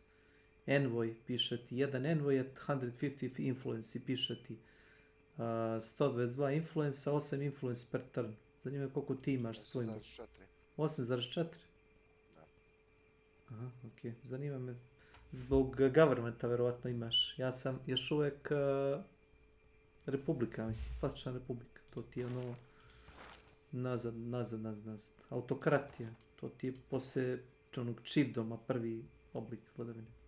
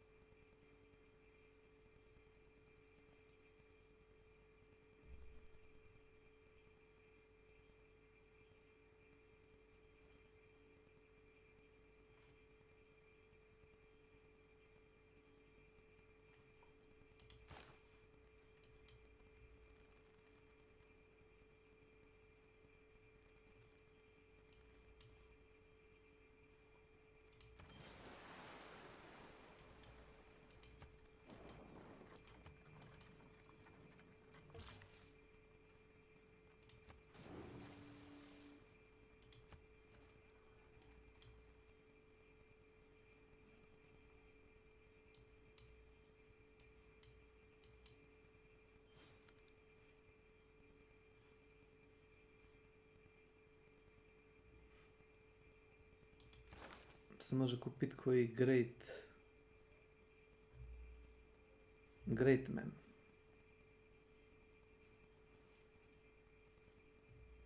Moguće da ovaj ušao i uzeo. Ko? Stockholm. Stokholmski sindrom. Settler 140. Ko ti uzeo Stockholm? To je grad država. Islam, šta? Stockholm mi je uzeo, brate, hladni kamp. Šta vi? Bolje kupi tu njihovu jedinicu, imaš para. Ne, pa ne znam čih topom. Viš da imam top. Da, oni imaju masketmana. Streljat ćete. Ti imaš artiljeriju, on ima pešadiju sa puškama, kapiraš, ima razlike. Ti ćeš njega izbombardovati, ali on kad tebe napadne direkt, razbucat ćete, vidiš.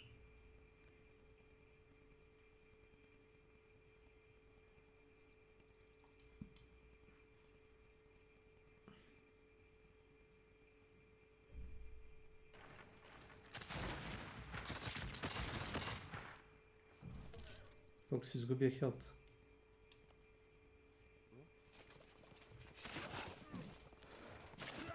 O, kako sam ih pogazio. Sa vitezima. Ho, ho, ho, ho, ho. Jako ima savremeni grad, već vidiš. Onaj... Koji ti je savremeni grad? Da, vidim. A šta imam, neke barake ovdje. Nije, i meni je kao modern grad isto. Samo što ja imam kao industrijsku eru, a ti si kao u moderne era. Da, moderne era. Da.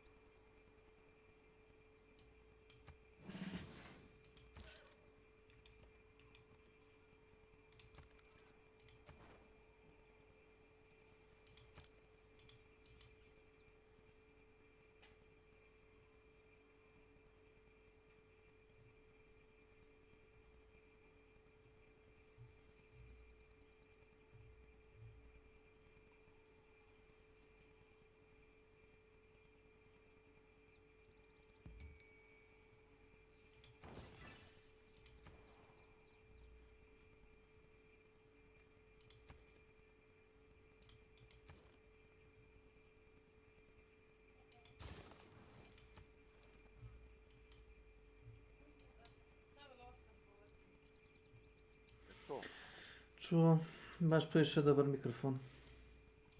Pozdrav kuma. Interesno nafte, ali? Mene nafta. Nafta ti je, ne možeš ni da je dovatiš. Koliko je daleko. Mali je Australiji nafte. Ko vidiš Australiju.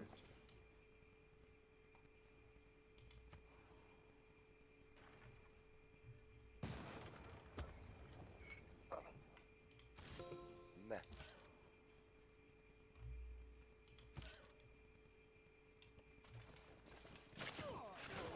Nema nafte. Kako sam ih iznabada. Pregazio sam ovaj kamp, znaš. Iskoristio sam onoga kako zove generala da napravim od vitezova armiju. Jedno 20-30% jači. Pregazio sam kamp iz poteza. Ne znam koliko je tebi trebalo da razbiješ taj kamp dole, vi ne ga biješ. Ne bijem njega, bijem drugo. Znači, nafta ti je... Vidiš i tuđe ti ova konjica stoji. Gdje, ovi vitezovi gore? Heavy chariot. A, znam. Tu? Tačno tu. Naos. Tu u fortu. Znači, treba mi grad tu. Tačno sam znao će to biti. Ne znam šta se radi. Kupit će i napravit će grad tu.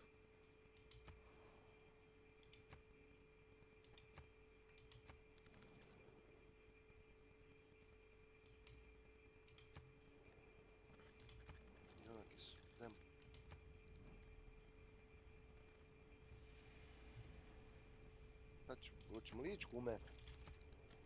Ajde snimaj, ako ćeš da snimiš. Ajde pa ti kad dođeš ovdje Milena nek me zovne, ja ću doći. Ajde snimi. Tako samo iPad Aaaa, ručno snimi, oli. Hajno. Ajde, obrni ga. Meni se pravi ovaj, kako se zove, za trade route, ovaj banter. Ajde. Čekaj da vam mislim.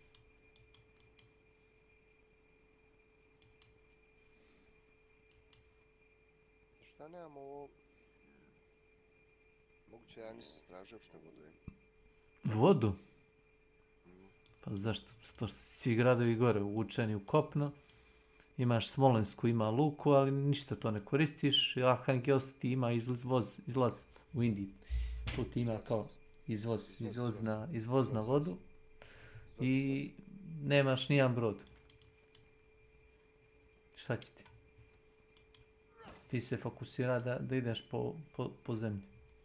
Nije to dobro ti činjeno. Dvije noge.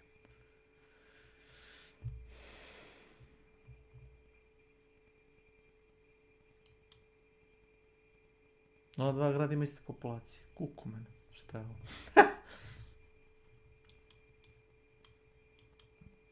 Samo snage.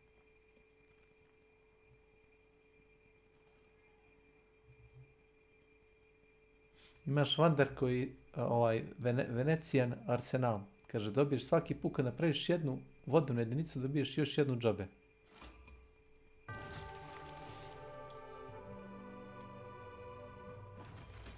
What can be labeled, packaged. Topa. Pa ja ste rekao će ti gubiti. Ti mene slušaš. A nisam ni gledao.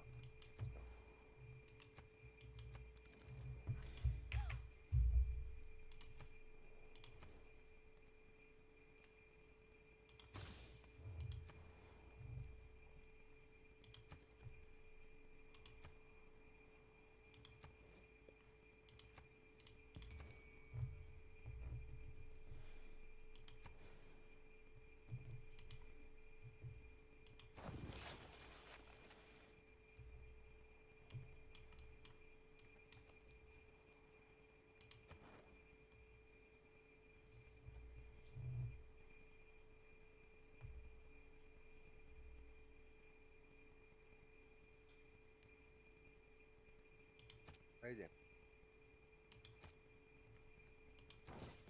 Volim da imam svoje prste u Goranu u svakoj vladi. Zato svaki put kažem ti kad dobijem Vandar, dobijem 2 čovjeka, znaš, neđe da stavim. Samo ih šaljem. Snimio? Ili si okrenuo krug? Okrenuo sam. Dao sam. A još ova kuga. Da im samo kako će ovaj grad se ponašati onda. Šta te zanima? Koliko ćeš imati populacije? Koji grad? Produkcija Jaroslav.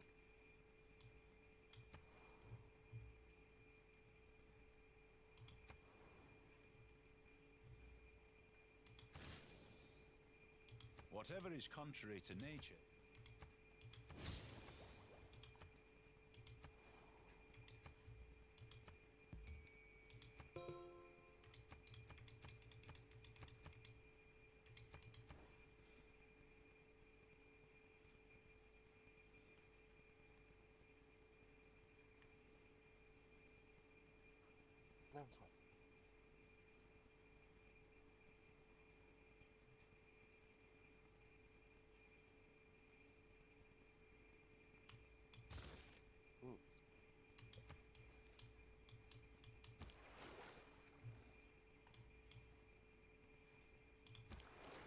A da je ovo za koz, čovječe.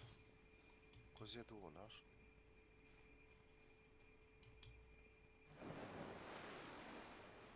A evo, prebaci krug.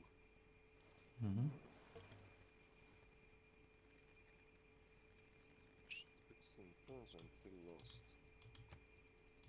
Aha.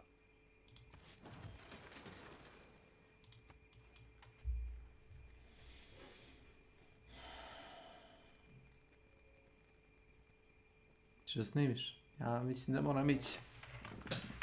Mislim da moram.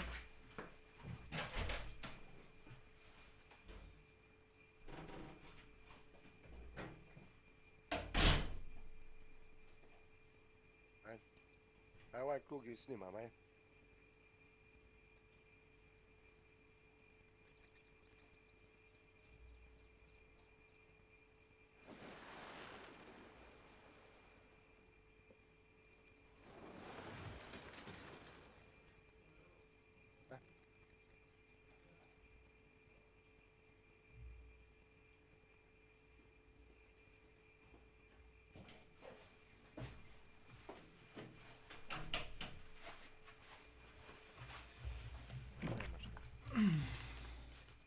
I? Nije mi ono. Pada kiša, ne znam li si siguran da ćeš da ideš kod toga Toma. Baš je ono vreme ogavno. Znam da te zva i tako to, ali... Stigne samo ti mi kad dođeš ovdje, ajde. Ajde. Gdje je Milan ništa od pravoslavni ovdje u sobu, nema ga. Nemam pojma. Makiću. Makiću. Neki je došao. Ne, to se ja Makić. Gdje si, Snake? Upiti Frost. To bi rekao Milan, the God forgive us all. Snake, jesi pokupio Warhammera, Vermintide? Jes, to je bilo, ja sam to kupio. Jes. Ja sam to kupio, bilo nešto jeftino na Rusima. Ali bilo je skoro džabe. Nego poenta je bila, sjećam se da sam igrao, mislim baš Drakulom, da je bilo ono kao, imao si igraš 3-4 mape i sve ostalo ti je DLC. Ako jedan ima DLC, može i ovaj A dobro, ali jedan mora bar da ima, razumeš. And achieve your vision for the future of civilization. You chose the sunny ways, Wilfred Laurier, and made cheerfulness and courtesy the character of the Canadian people. Where others look to divide and sow mistrust, you inspire cooperation and understanding. Show the world that a unified people can forever stand the test of time. Second.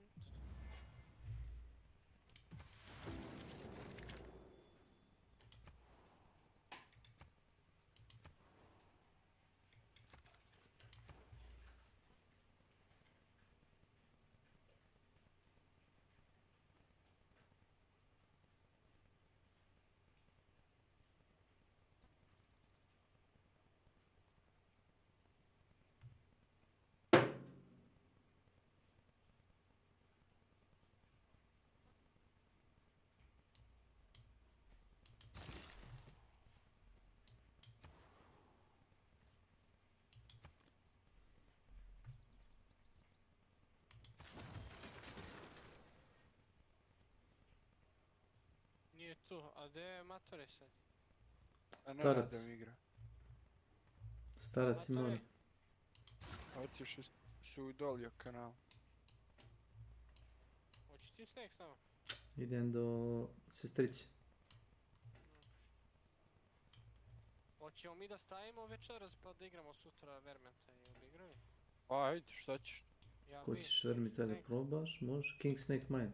Ne da probam, nego da igramo, brate, šta to je? Pa čekaj, Snake, jesi ti to igrao ikad? Jesam s Drakulom. Možemo opet, šta? Šta nećemo Kešu mi, pravimo pauzu pa ćemo... Ma da, nemaš, ne vredi. Šta ne? Malo ćemo napraviti pauzu pa ćemo igrati. Osta manje nastavim da se skida Vermenta. 100 i nešto giga, majku ti jebe. Treba, imam ja memorije, to kupit ću. Bolje Left 4 Dead da skinem. Bolje Left 4 Dead da skinem, ili no moram in hell, bar ćemo ga, znam da ćemo ga igrat. Dok ovo skinemo, usarat ćemo se. Nije dobra igra. A ti doneseš taj kompjuter, ti mi to sastavimo, pa da igramo fino ko ljudi sve. Jaaaa. A neću, čekaj, kućište, pa šta da ga sastavite? Ovo je strašno, brate. Koliko si ti to kućište platio? 3000. A nije mi stigao sad. To najduže čekaš, brate. Da, zamisli to. Ne verujem, ne verujem. Ne, imam ja jedan bolji predlog. Imaš i ti jedno novo kućište da mu daš Imam ono pa kad staro mu stigne... mogu da mu dam, znaš ono koje mi služi kao, ono kućište koje ima kao podnožje bolje od toga što on ima. Neću, znaš šta je point, sljedeći vikend ne radim. Ili može, svakako ne radim u ovaj četvrtak. Ma ne, možeš i radim dan doći, molim, to se stavi za jedno popodne, za par sati, to možemo napraviti. Možeš čekat vikend. Stavi vikend da ti je slobodan, da ga bar koristiš sa vikenda. Bravo, u četvrtak. Onako ja imam Ja mi se ovaj Vermintide, Peđa. Onako imam slobodan dan zbog zuba, pošto stavljam implant, pa operaciju neću moći kako već. Neću moći na posao sutradan. Ali moći ću bre do vas. Boli kurac. Evo ja. Pišete. Evo.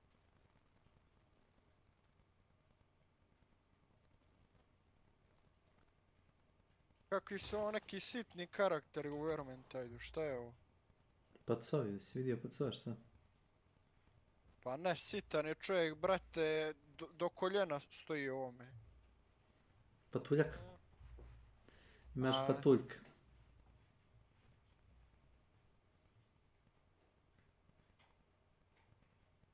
Čovjek nosi sablju, šta je ovo jebate?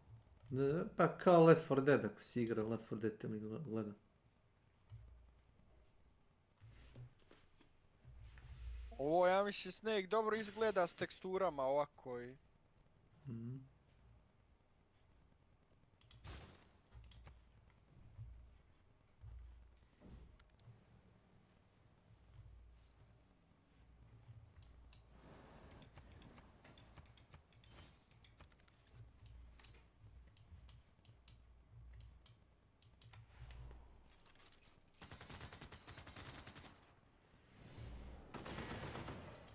Zeleno su health i ljubičasto stamina, je li Peđa? Zavisi kako koji karakter imaš i onoga kao žensku, ne kao mage, ona baca vatrne kugle, munje i to.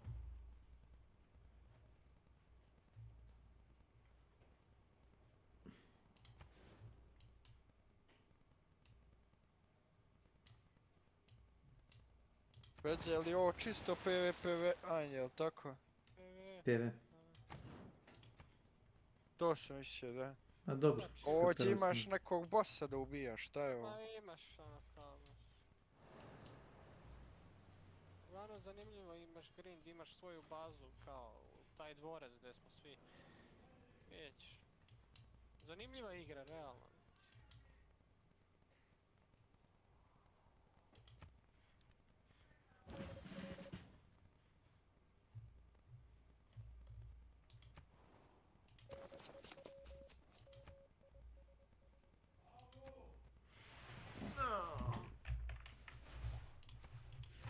Da. Dolazim. Se ka zapeta puška uda.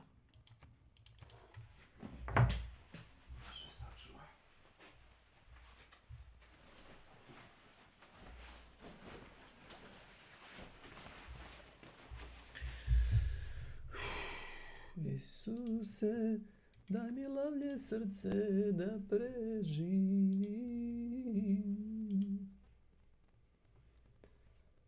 Da.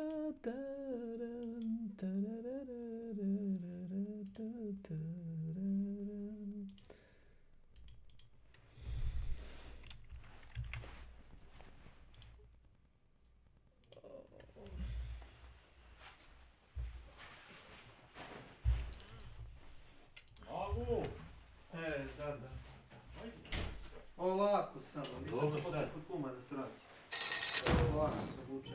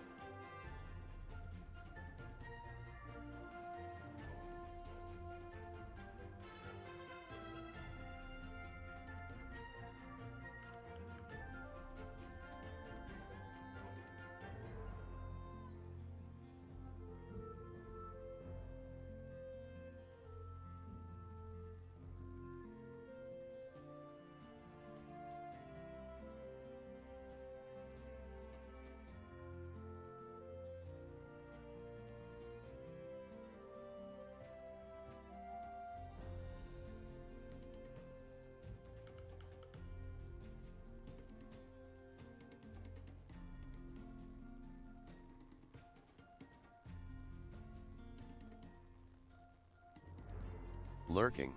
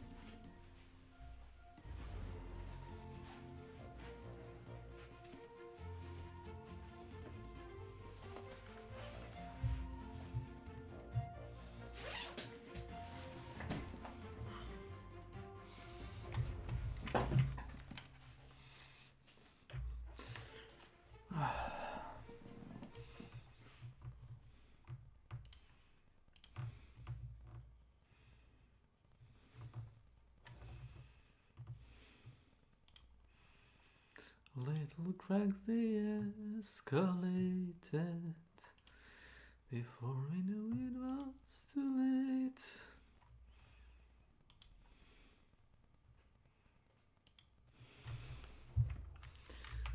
Good luck. Hope you are having fun.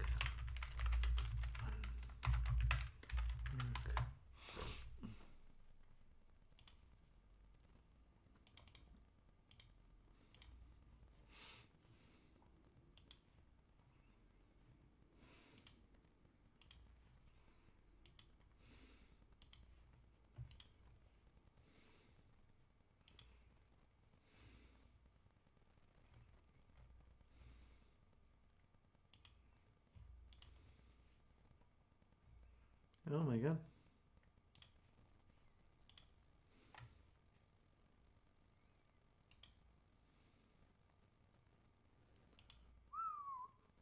Što su stavili... Dobrodošli. Kakva to separacija?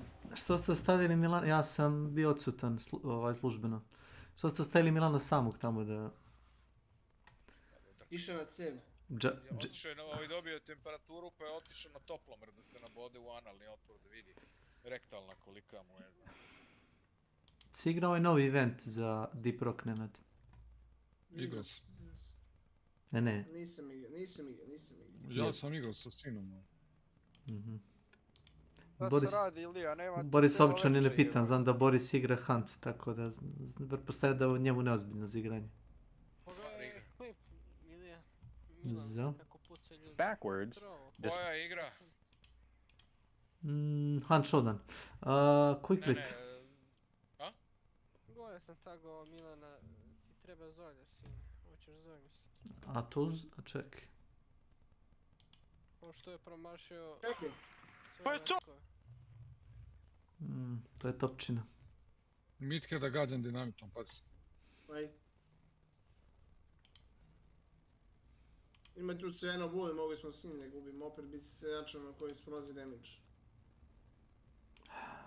Bače, nekremanse, Mislim da sam završio misije.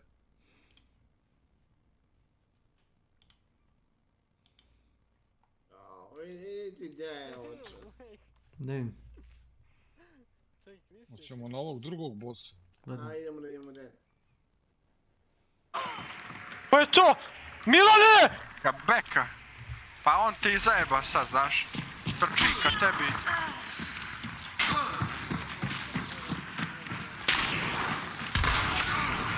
Bravo, još čem. Jedan liko to. Milane, jebem li ti sunce za ovo, idi ubi ga.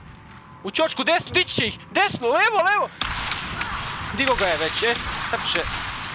Promašio, sve živo, sablja. Moj Milane, slepče. To je umetnost. Previše ga pritiskaš, Drakula.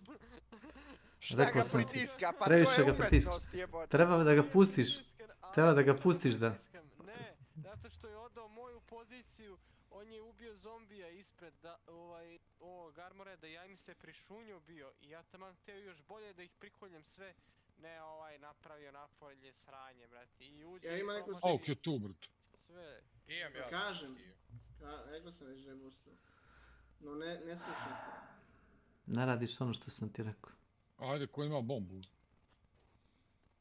Samo još da ga potrefim, jebi. A kad ono zaskiči, onda ga pogodi. Kad zaskiči, stat će ispred tebe i onako će zaskičiti. To, beš sad. Bravo. Pauk. Šta je smile, Peđi? Redko retardiran mašivač pauka, evo. Što? Smile. Smile, izašao je film, dobar horror film. Neka ciganska kula koja ide i ubija ljude. Rar BG da skineš film. Ciganska? Čekaj, kako misliš ciganska? Neka iz Saudijske Arabije, šta? Pa, viš kakav je face. To ako hoćeš da gledaš film. Sad će vidimo. Treba da pogledam onaj Terrifier. Ali ovo je creepy, baš je horror. Teo bi kuma da ubedim da pogledam s njim Terrifier, ali...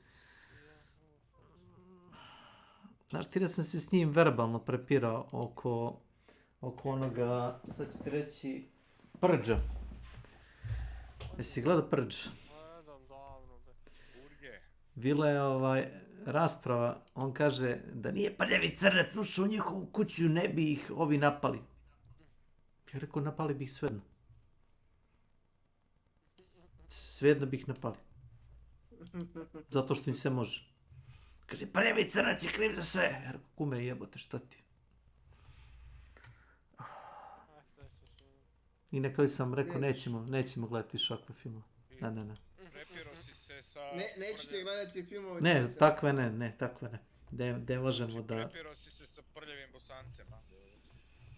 Ne znam. Buba. Ne želim da kažem da si u pravu, da nisi u pravu. On zna šta je. Svemirec. Čuli bi mene, buba. Sa svemircem, da. Da, leti. Ti bačija bubu. Nije. Nije sam.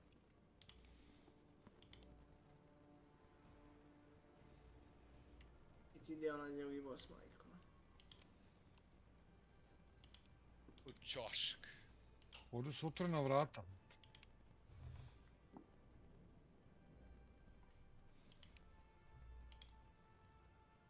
Neko nije za tvoje.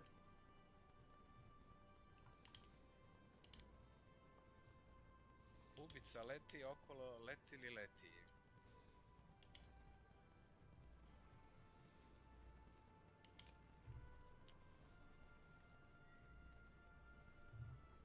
Ne leti više. Ne leti, ti će mater pičko da mu mater njemu da mu njemu. Je. Milane, čuti. Milane, idi na cječu. Aj, evo, šta ste radi? Što ga pučaš?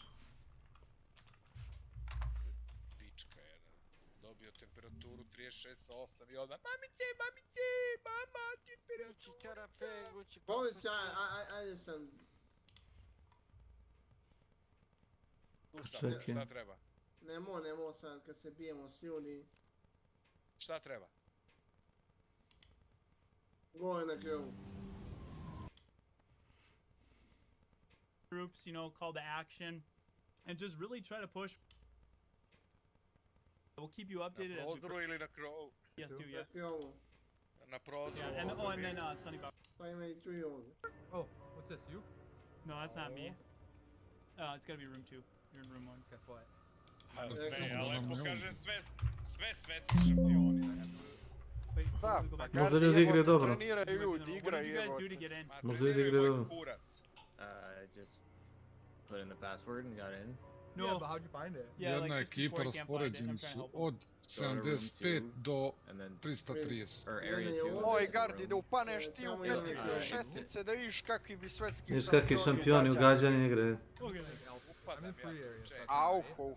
I kako prolaziš? Ne sam prođi. Oh, you want me to Oh yeah. So wait, so I start by going to free area. No. Wait, are you on file 1 or file 2? Which I'm on file 2. Are you on file 2? That's what I was asking. Oh my god, yeah, we're on file 1, bro. Oh no, Alright. We'll eventually begin playing, guys. Don't worry. 2 seconds. We're gonna get there, and if you're watching the replay, there's a timestamp. You can jump right to the gameplay. Tu vidio svetske šampione u gađanju. Oh no, you want to build anticipation? Did you... We already got it. It's already... Evo druga ekipa dolazi. Smirite se sad malo.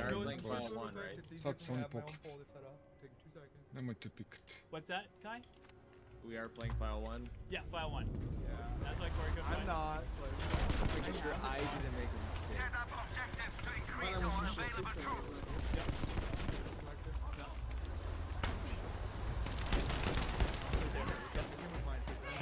Yeah, massive. Got it. Yeah, look at there. Oh god, that gave me a little bit of panic attack. I didn't get a panic attack, I just thought, I was like, what is going on with this? Hey, but everybody's still coming by, guys. Thank you for coming by. Alright, Corey, that's no G fuel for you.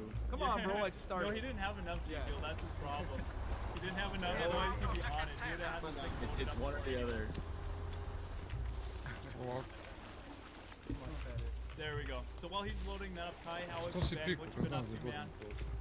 I've been Nije good. da I'm preuzeo neki currently odgovor, je. finalizing the script for Resident Evil Village Secrets and Easter Eggs. I'm super excited because I've learned a whole bunch of stuff that I'm like, whoa, this is awesome. That's so much fun. Dude. That's so much fun. I love. I actually put your videos on just like when I'm at the gym, or, like in the bathroom, when I just want to hear like fun facts. These are ones I've already watched. I love it. Oh yeah, watch again. And I love the montages where you put them all together as one long video. It's good stuff, man. Well, that actually surprised me because I was traveling and moving at that point, and I didn't know what to do. So I was just like, well, people aren't gonna like this, but I'm just gonna do a compilation, and it got so many views. I was like, oh, okay. Dude, people love the compilation videos. By the way, speaking of Outbreak, I'm in the middle of covering 25 facts on each of the characters, and it has been so much fun because I am learning all sorts of stuff, not just about the lore, but like actual gameplay techniques that I never knew, where I was like, what? Like, I had no idea about so many things. Like, I just did one on George, and he's a beast. Yeah, really? So you're gonna show us some stuff tonight? Oh yeah. Yeah, this game is like the characters very like incredible. Like I don't think a lot of people, obviously people didn't give it a chance back then, but when you just deep dive into it, what they can do, and like the team synergy with certain characters, it's freaking insane. Oh yeah. Yeah, you gotta drop some of that knowledge This game has so on much. It's got so much under the hood that I mean I didn't even know about. I was just like, what? Yeah. Yeah, there's I learn a lot watching your videos. That's why I like that you do those. Well, thank you, because they take forever to research. And I have to verify and make sure it's not bullshit. It's like, I used to not do that, and then there's a lot of stuff in older videos that people are like, that's not true, and I get the same comment over and over again. I'm like, I'm sorry, I didn't check. Next time I will. Locked and reported for harassment. That's funny. Alright, love it.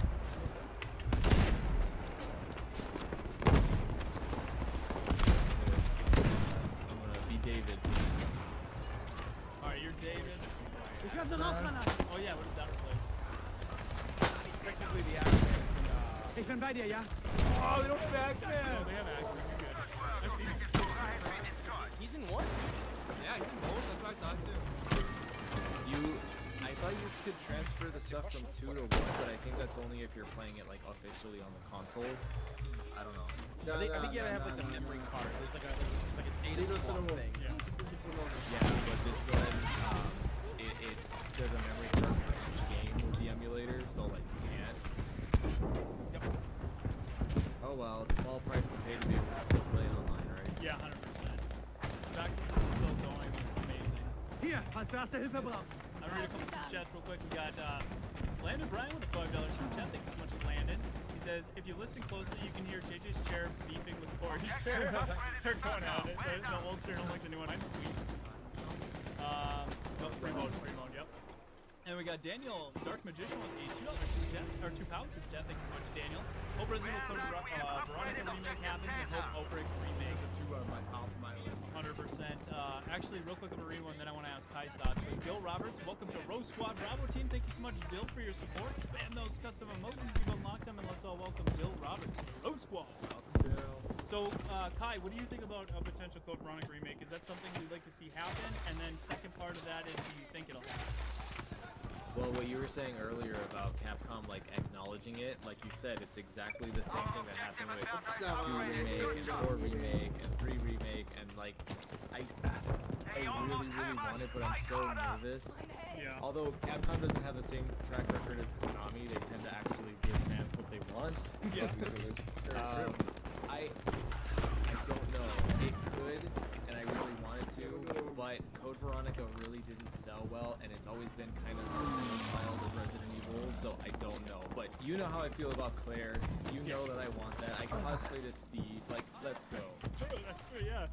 Let's break it going. Yeah, you're right. It didn't sell well, but I think that's because it released from the Dreamcast, and that was just an up-and-coming system. Also, if Resident Evil 4 remake sells a lot, right? Makes a lot of money, it's really well received like Resident Evil 2 remake, then there's no reason why they wouldn't dig through their vault and say, okay, well, what's next? It just really depends on how much the fans want to see it. And I kind of can, you know, the videos I make, the Resident Evil 3 one, when I put a video out, it did 1 million views like within a month, or not even a month. It was crazy. This one hit 100,000, which is a lot. but depending on how like how much this video goes off, kind of shows kind of how many people want to see it. Right now it's doing really well, so I kind of want this video to keep climbing just to like get bring dich wieder auf die Beine. Capcom to see like, oh my god, this many people are interested in the Code Veronica release, well, let's do it, you know? And that's just one way to push. There's other ways to get online and use the hashtag, ask Capcom, but I just want to drive the hype going, right? Because if we were ever going to get one, now is the time where we would let them know. Yeah, maybe I should make a video too, so we should just really like be like, Capcom, let's do it. I'm gonna do it. Pa mogli smo zajedno onda, brate. Even if it's not. Hoćeš da igraš to sam, da ga... Pa da, ljudi iza. Sad ću pasti, Lija. You know what? I am. But I've for been kids. actually, hold on, I'm just writing in my list real quick because I Yeah. have something to say about Code Veronica. There's something unique about Code Veronica that is different from all the other remakes. Code Veronica is the only one that needs one gameplay-wise. Yeah, because that's true. out of all of the Resident Evil games, that's the one that has the most problems with gameplay. Like, normal. No. Tu smo svi skupi. Oh, we're at Jack's Hey, bar. right back at you, buddy. What do you want? Yeah, right. Dude, this is the best bar out of all the Resident Evil games. This is my favorite. Well, yeah, it's our original. Let's go! Oh, I'm not the axe man. No, you're not. Oh, hey guys, I got some. alright, let's see if I can do my 4 slash. We got Colonel Sanders here. Oh, Colonel Sanders. Vi niste uzeli neke mase Oh, I gotta tamo. move. I gotta block this door. So we got Hunk without his mask, who's Steve Martin. We got dude over there just showing us his knife skills. You're really good at that knife. Now how about you help, you son of a biscuit? And then we got Colonel Sanders, and then we got Yoko, who's running around somewhere. Eat Probably more chicken. the only one beating the game right now. Wait. Yeah. Okay, that one's in. I can't even get to Oh, guys one can thing let I us know learned down about below, David, Yeah. his flame sprays are OP because if you spray a zombie once, they'll just continue to burn until they die. So Oh, they're really? essentially one-hit kills. Yeah. So if you find any bug sprays, give them to me, and I'll set everybody up. I forget what bug spray. Kojem, ja njemu. A on tebi da pomogne. I actually have that. Here you go, dude. Ima jedan, a ovamo ima 3 čoveka. What do you have, Tony? Epitine, I got the pesticide spray. Oh, I also need a lighter, so hold on to that. I can probably. There, yeah, I think there's one in the upstairs area, if I remember right. Ići će mi ovo ovdje što sam se ubio jeb. I already did. Nobody blocked the door. Oh, you Neki ga digne da se pokolju. They got in. I tried to block it, but my freaking barrel got Oh, that stuck. guy's so weird, dude. Alright, I'm gonna try to stay with you guys because I have a really bad habit of just like being like later and running way ahead. I do that Try all to the time. stay with us. We were pretty bad last year. Everybody was. Yeah. I like that you're Colonel Sanders. I'm Colonel Sanders, dude. Eat more chicken. You got finger licking good. Nisu uzeli neke Plate mase. too. Can't do a southern accent. Lick the table Oh, while my. you're at it. Oh, Oh my my. I can't do a southern accent. Pingo je, jakoš. Kimo ispred tebe. Well, hi. Well, hi there. Yeah. You want some How chicken? y'all doing? Thank you, guys. I needed that. I need a reference, you know. Good day. Hey, I'm originally from Texas. Oh, perfect. Texas. Although nobody where I'm from talks like that, yet somehow I can still do that accent. I have no idea how or why. Home away from home, baby. Hey, follow me. All right. This way, guys. Let's go through this door. Nobody unlocked it. Who's got Yeah, the because key? someone's got to get the key from the bathroom. Yeah, I think Kai's in the What bathroom. difficulty are we on? Hey, Kai. We're on normal. Hey, Kai, where you going? I'm gonna kick this in. I didn't get that key. Hey, Kai. Wait, who has the key? It's supposed to be... It's in the bathroom. We Kai. opened it. Let's go. Let's go. Got Move it. out. I'll wait for everybody because I'm a good team leader. Colonel Sanders. I'm the colonel. I know. Jel ima hila? Get in there, Colonel. Ima jedan tu negde kod mene i ja sam ga Zakio uzeo. sam se, Do zakio pola sam je. se. Nema veze, ajde iskoristit ću ovaj moj, evo, šta da radim.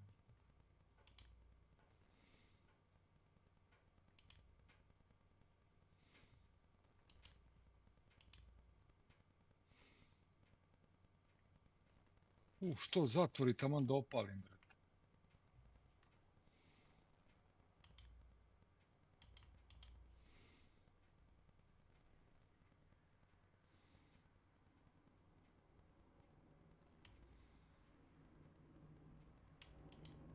Ja ću prvo nešto koji izginem, nemoj da se cimate po mene.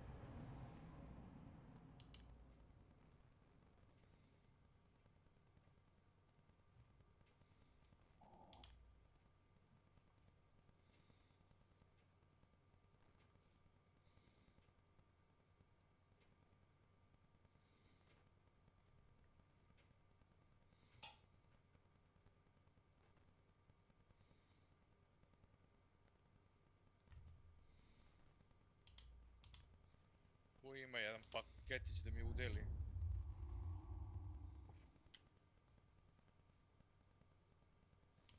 Dvojicu sam ubio. Iza.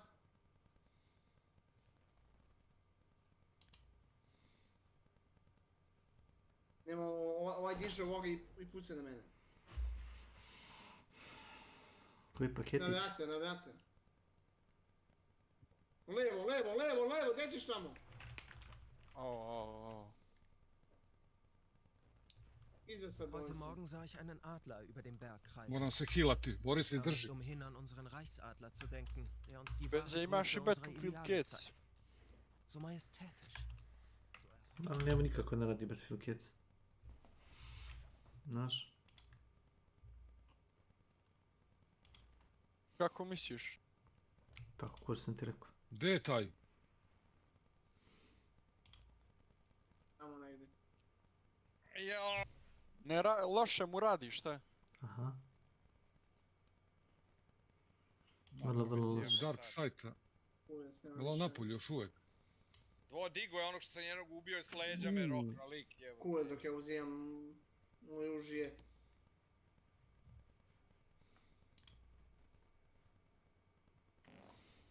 Nema šta.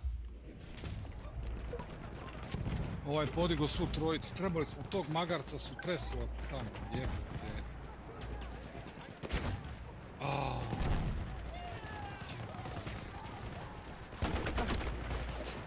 Ovog crnca gunrunnera smo trebali. A to taj što je bio tamo sam napad. Ja sam s njim plao, ja sam ubio ispred jednog i sad je on digo tog. Digo je svu trojicu. Ali što se oni nisu pobili međusobno, nego su samo na nas? Ne znam, zato što su šupci. Ti bi da se oni bi između sebe, šta?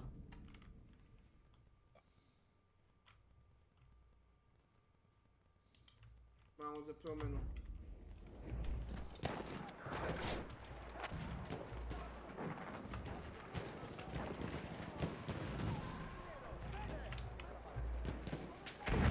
Ecco dei proiettili!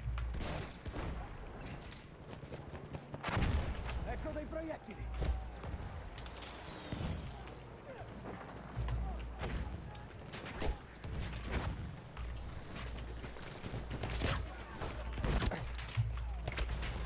Quest line, nema samo ostalo. Destroy doors, dobro.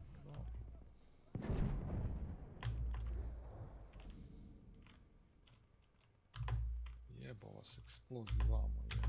Doze moje bundeve 16 komada, koliko je to izvodljivo jednom mjesecu? Ali uzmi, ne, uzmi da završavaš i 14.16 završim po jednu. Nema, 16 nije ostalo samo, 14 sam uradio. Au, tebi se povežeš. Pronte delle munizioni! Ništa uzmi to. Tek sam sad vidim lovca.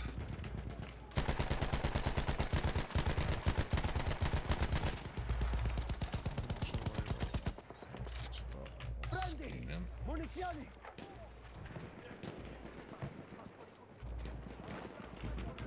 Proiettili! Ecco qui! S ovim moram da lupam brata, je. Samo sekund. Tu ćeš lako da ideš. A to izlupaš odmah, ja sam 12 vrata izlupio dubinu. Nemam 12, mislim da je 6. A ne. 6, odmah u početku što gledaš. Ecco! Munizioni!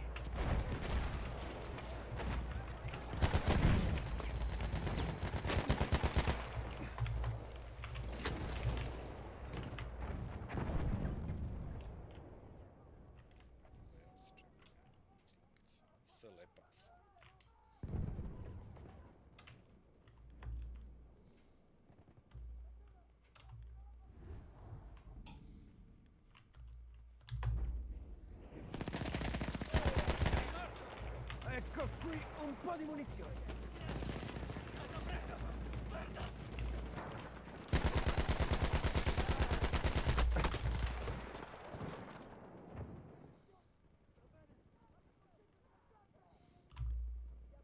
Half of our forces remain.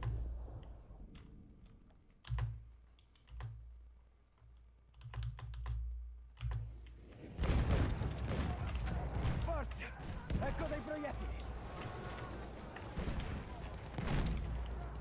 Munizioni avanti!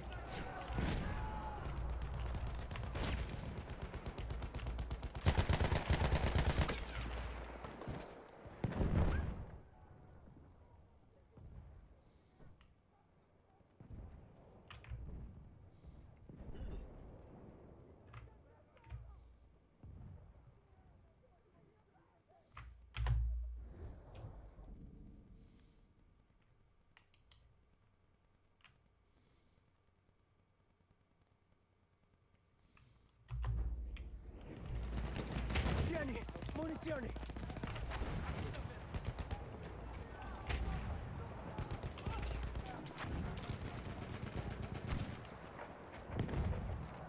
Ecco le munizioni!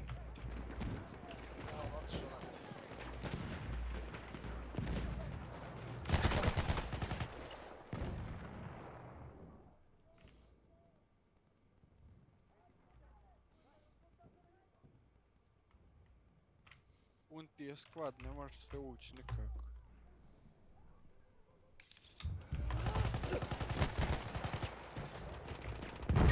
Pun server, šta? Možeš ući u drugu ekipu. Squad ti je pun. Pa čekaj, onda idi u drugi squad. A? Sam izabereš drugi squad. Samo da vidim. Squads. Idi na Inc. To ti je... Ovdje je posište. Uvijek i bundeve ovdje, brate. Ajmo. Ali gdje će ti, ja mislim, dobro doći snajper.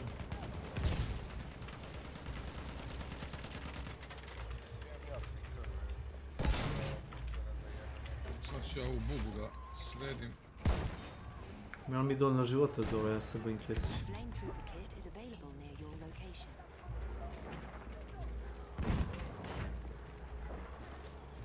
Ovdje ima 3-4 bunde. Ecco un po' di proiettili! Pronte delle munizioni! Samo ga sačkaj kad zaskiči onda. Da, čekaj, doći.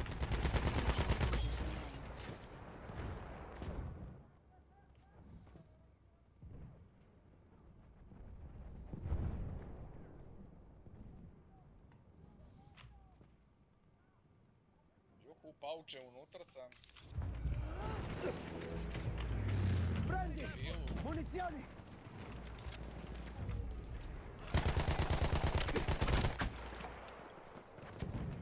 Sad mi je jako loše za kiča. Je ponašao? Ne, nisam bacio, nego stojao mi je u proredu ispod.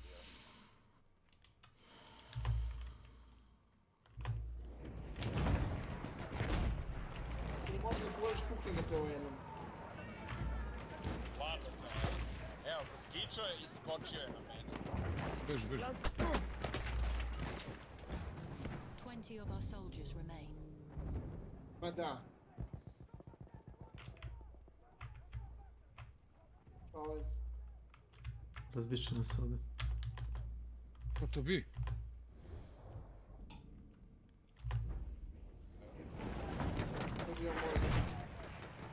Tvoja stiki, što si ti promašao, ja moram naprijed ići.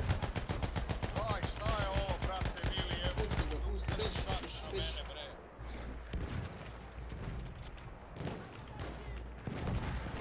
Pusti da mene. Ostavi ti je čekić. A? Ostavi ti je čekić.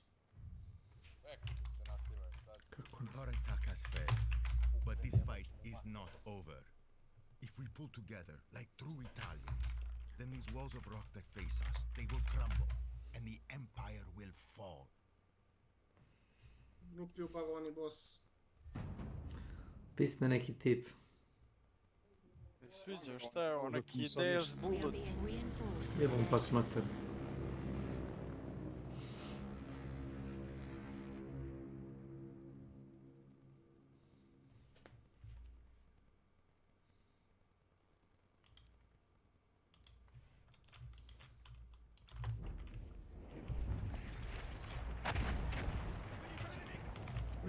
Ti što radiš?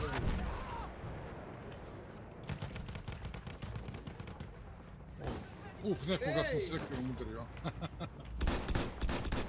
Slučajno, ne nada. Mene ne ubiš. Za malo, a?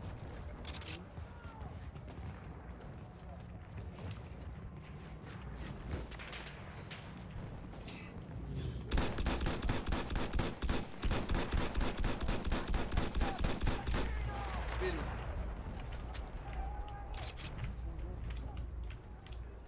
Imam 5 bunda.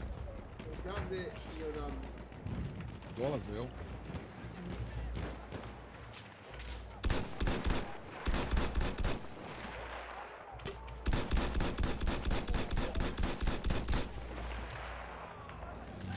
I između one i sa počinkom.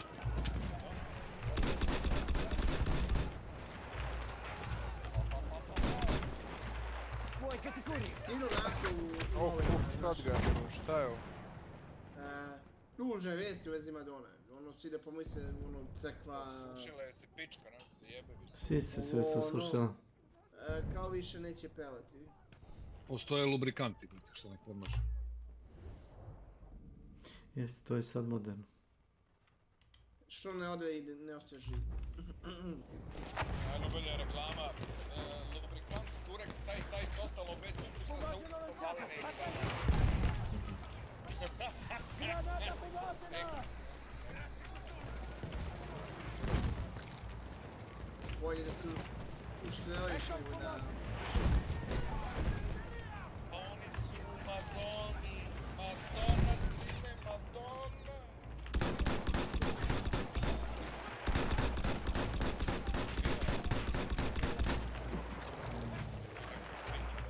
Granata fumogena!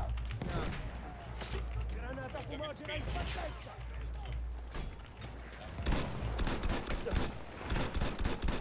Idemo su tvoje.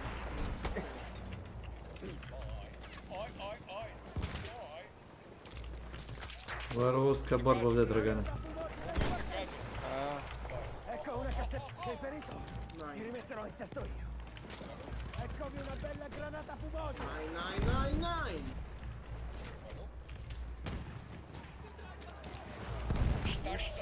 Lancio un fumogena! Lancio una granata fumogena!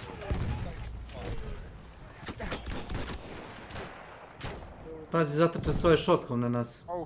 Ubili te. Jeba mi majku. Ide, vidim da ovo... Bacite granat. Gdje na kraju? Bravo. Pinguj. Tu, na 285. Ja sam se došao dakle. Ako ovo nije bio headshot, ne jebite me, brate mili, više. Ne jebite me. Dobijem...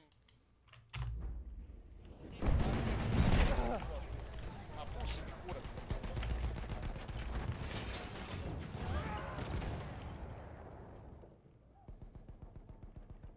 Ma da, ti znaš da sam ja iza scena.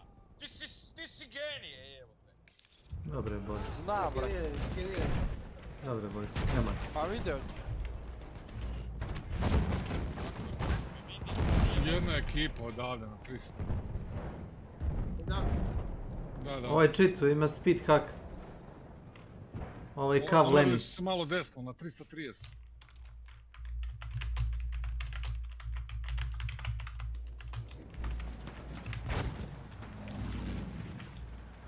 Malo pe sam ga vidio. Nema da idem kod tebe da pomognem.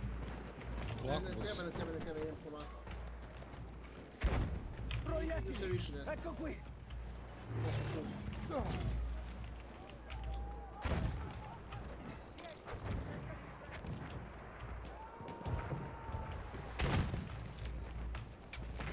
Ecco dei proiettili! Ima jedan je ispred tebe. Znam.